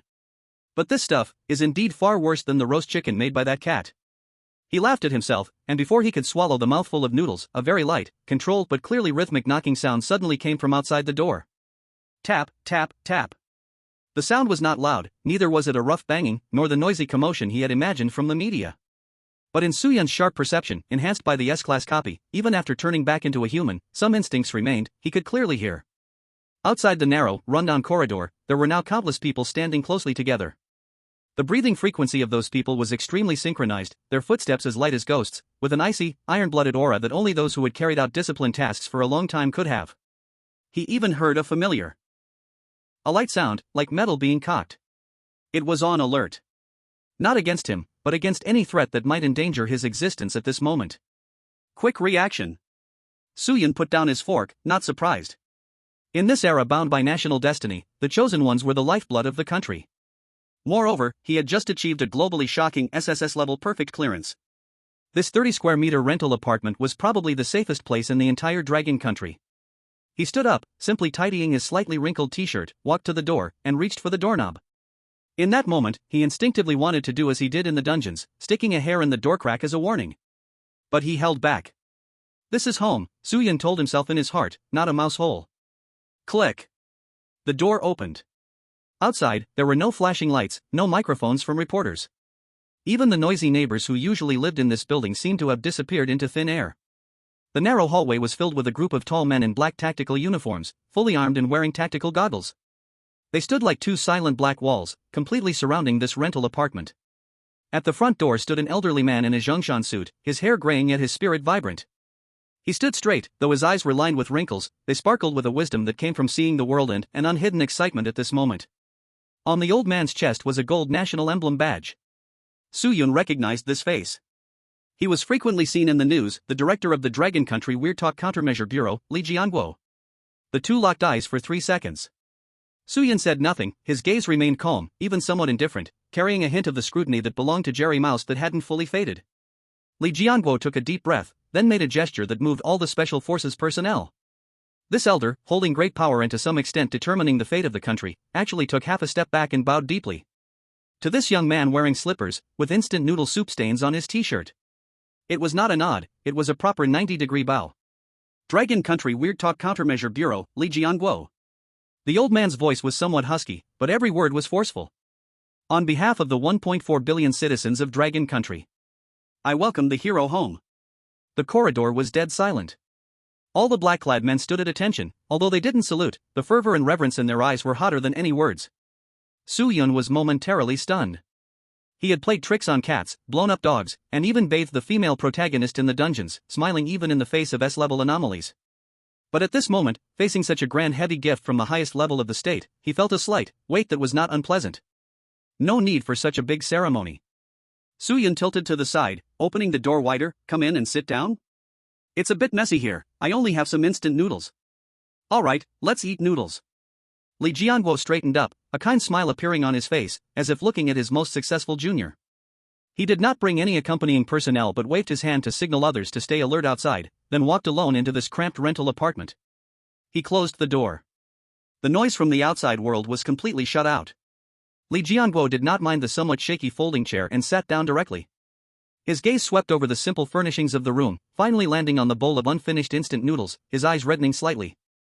You have endured hardships. The old man sighed, the country is sorry for you kids. Just lucky. Suyun sat back on the edge of the bed, his demeanor not appearing stiff. After experiencing life and death, worldly authority was hard to make him feel nervous again. He pointed at Li Jianguo, then pointed at himself. We shouldn't be here just for small talk, right? In 7 days, it's the next round. Upon mentioning the next round, Li Jianguo's expression instantly became serious. He pulled out a sealed black folder from his pocket and placed it on the table. You're right, Mr. Su. We are here this time, first to bring your parents to a safe place. Don't worry, it's a nursing home within the red walls, enjoying national-level treatment. Secondly, Li Jianguo pointed at the folder, an urgent analysis our think tank made regarding the new teaser. Suyun picked up the folder and opened it. On the first page was the blood-red logo and teaser. Next round of the copy, Pinocchio's Lie Maze, tentative title. If you tell a lie, your nose will grow longer, so if you tell the truth, will you be eaten by a wolf? Below were dense annotations from top psychologists, folklorists, and logicians of the Dragon Kingdom. Analysis 1, Fairy Tale Reversal. The core of the original Pinocchio is honesty, but the teaser mentions wolf. This means honesty may not be a virtue, but a bait. Analysis 2, Physical Mutation. Nose growing longer may not just be an adjective but a real physiological change. In strange tales, such bodily transformation often accompanies a decrease in sanity or loss of function. Recommended strategy. Su Yun quickly scanned a few lines and then closed the folder. The expert's analysis makes a lot of sense. Su Yun commented lightly. Li Jianguo leaned forward slightly, so what do you think? Su Yun took out the invisible bone spur he had brought back from reality, as a bound item, and twirled it in his hand. But they forgot one thing. There was a hint of confidence in Su Yun's eyes, a kind of conceptual deity confidence that only appears in this specific field. In this game, whether it's cats catching mice or the adventures of Pinocchio, their underlying logic has never been logic, but innocence. Su Yun's lips curved up slightly as he looked at Li Jianguo. Director Li, have you seen the ending of Pinocchio? Li Jianguo was taken aback, recalling, Pinocchio turned into a real boy because of honesty and bravery? That's the happy ending. Su Yun shook his head. In the original dark fairy tale, Pinocchio was hanged by the fox and cat on an oak tree, swallowed by a shark, and almost sold to a circus to jump through fire hoops. What kind of story about honesty is this? Su Yun's eyes narrowed slightly, revealing an inscrutable chill. This is clearly at **** how an disobedient bad child is beaten into submission in a world full of liars **** brutal educational film. Li Jianguo felt a chill run down his spine. Su Yun pushed the folder back. Help me prepare some things. Since I need to survive in this world full of liars and play the role of a puppet whose nose grows when he lies and who dies if he doesn't lie, then I might need to practice how to be a qualified lumberjack. Su Yun pointed at his nose, a teasing expression on his face. After all, if the nose is too long, it gets in the way. I might consider sawing it off as a weapon to stab that wolf's butt. That sounds reasonable, doesn't it? Looking at the young man smiling while saying such absurd things, Li Jianguo's momentary shock turned into an unprecedented light in his eyes. Yes. Conventional logic can't save the Dragon Kingdom. Only this kind of thinking, stranger than strange tales, can open a path for survival through that desperate fog. Whatever you need, just say it. The old man stood up, his tone firm. Even if you want gold bricks from the Forbidden City to smash a wolf, we will bring them to you.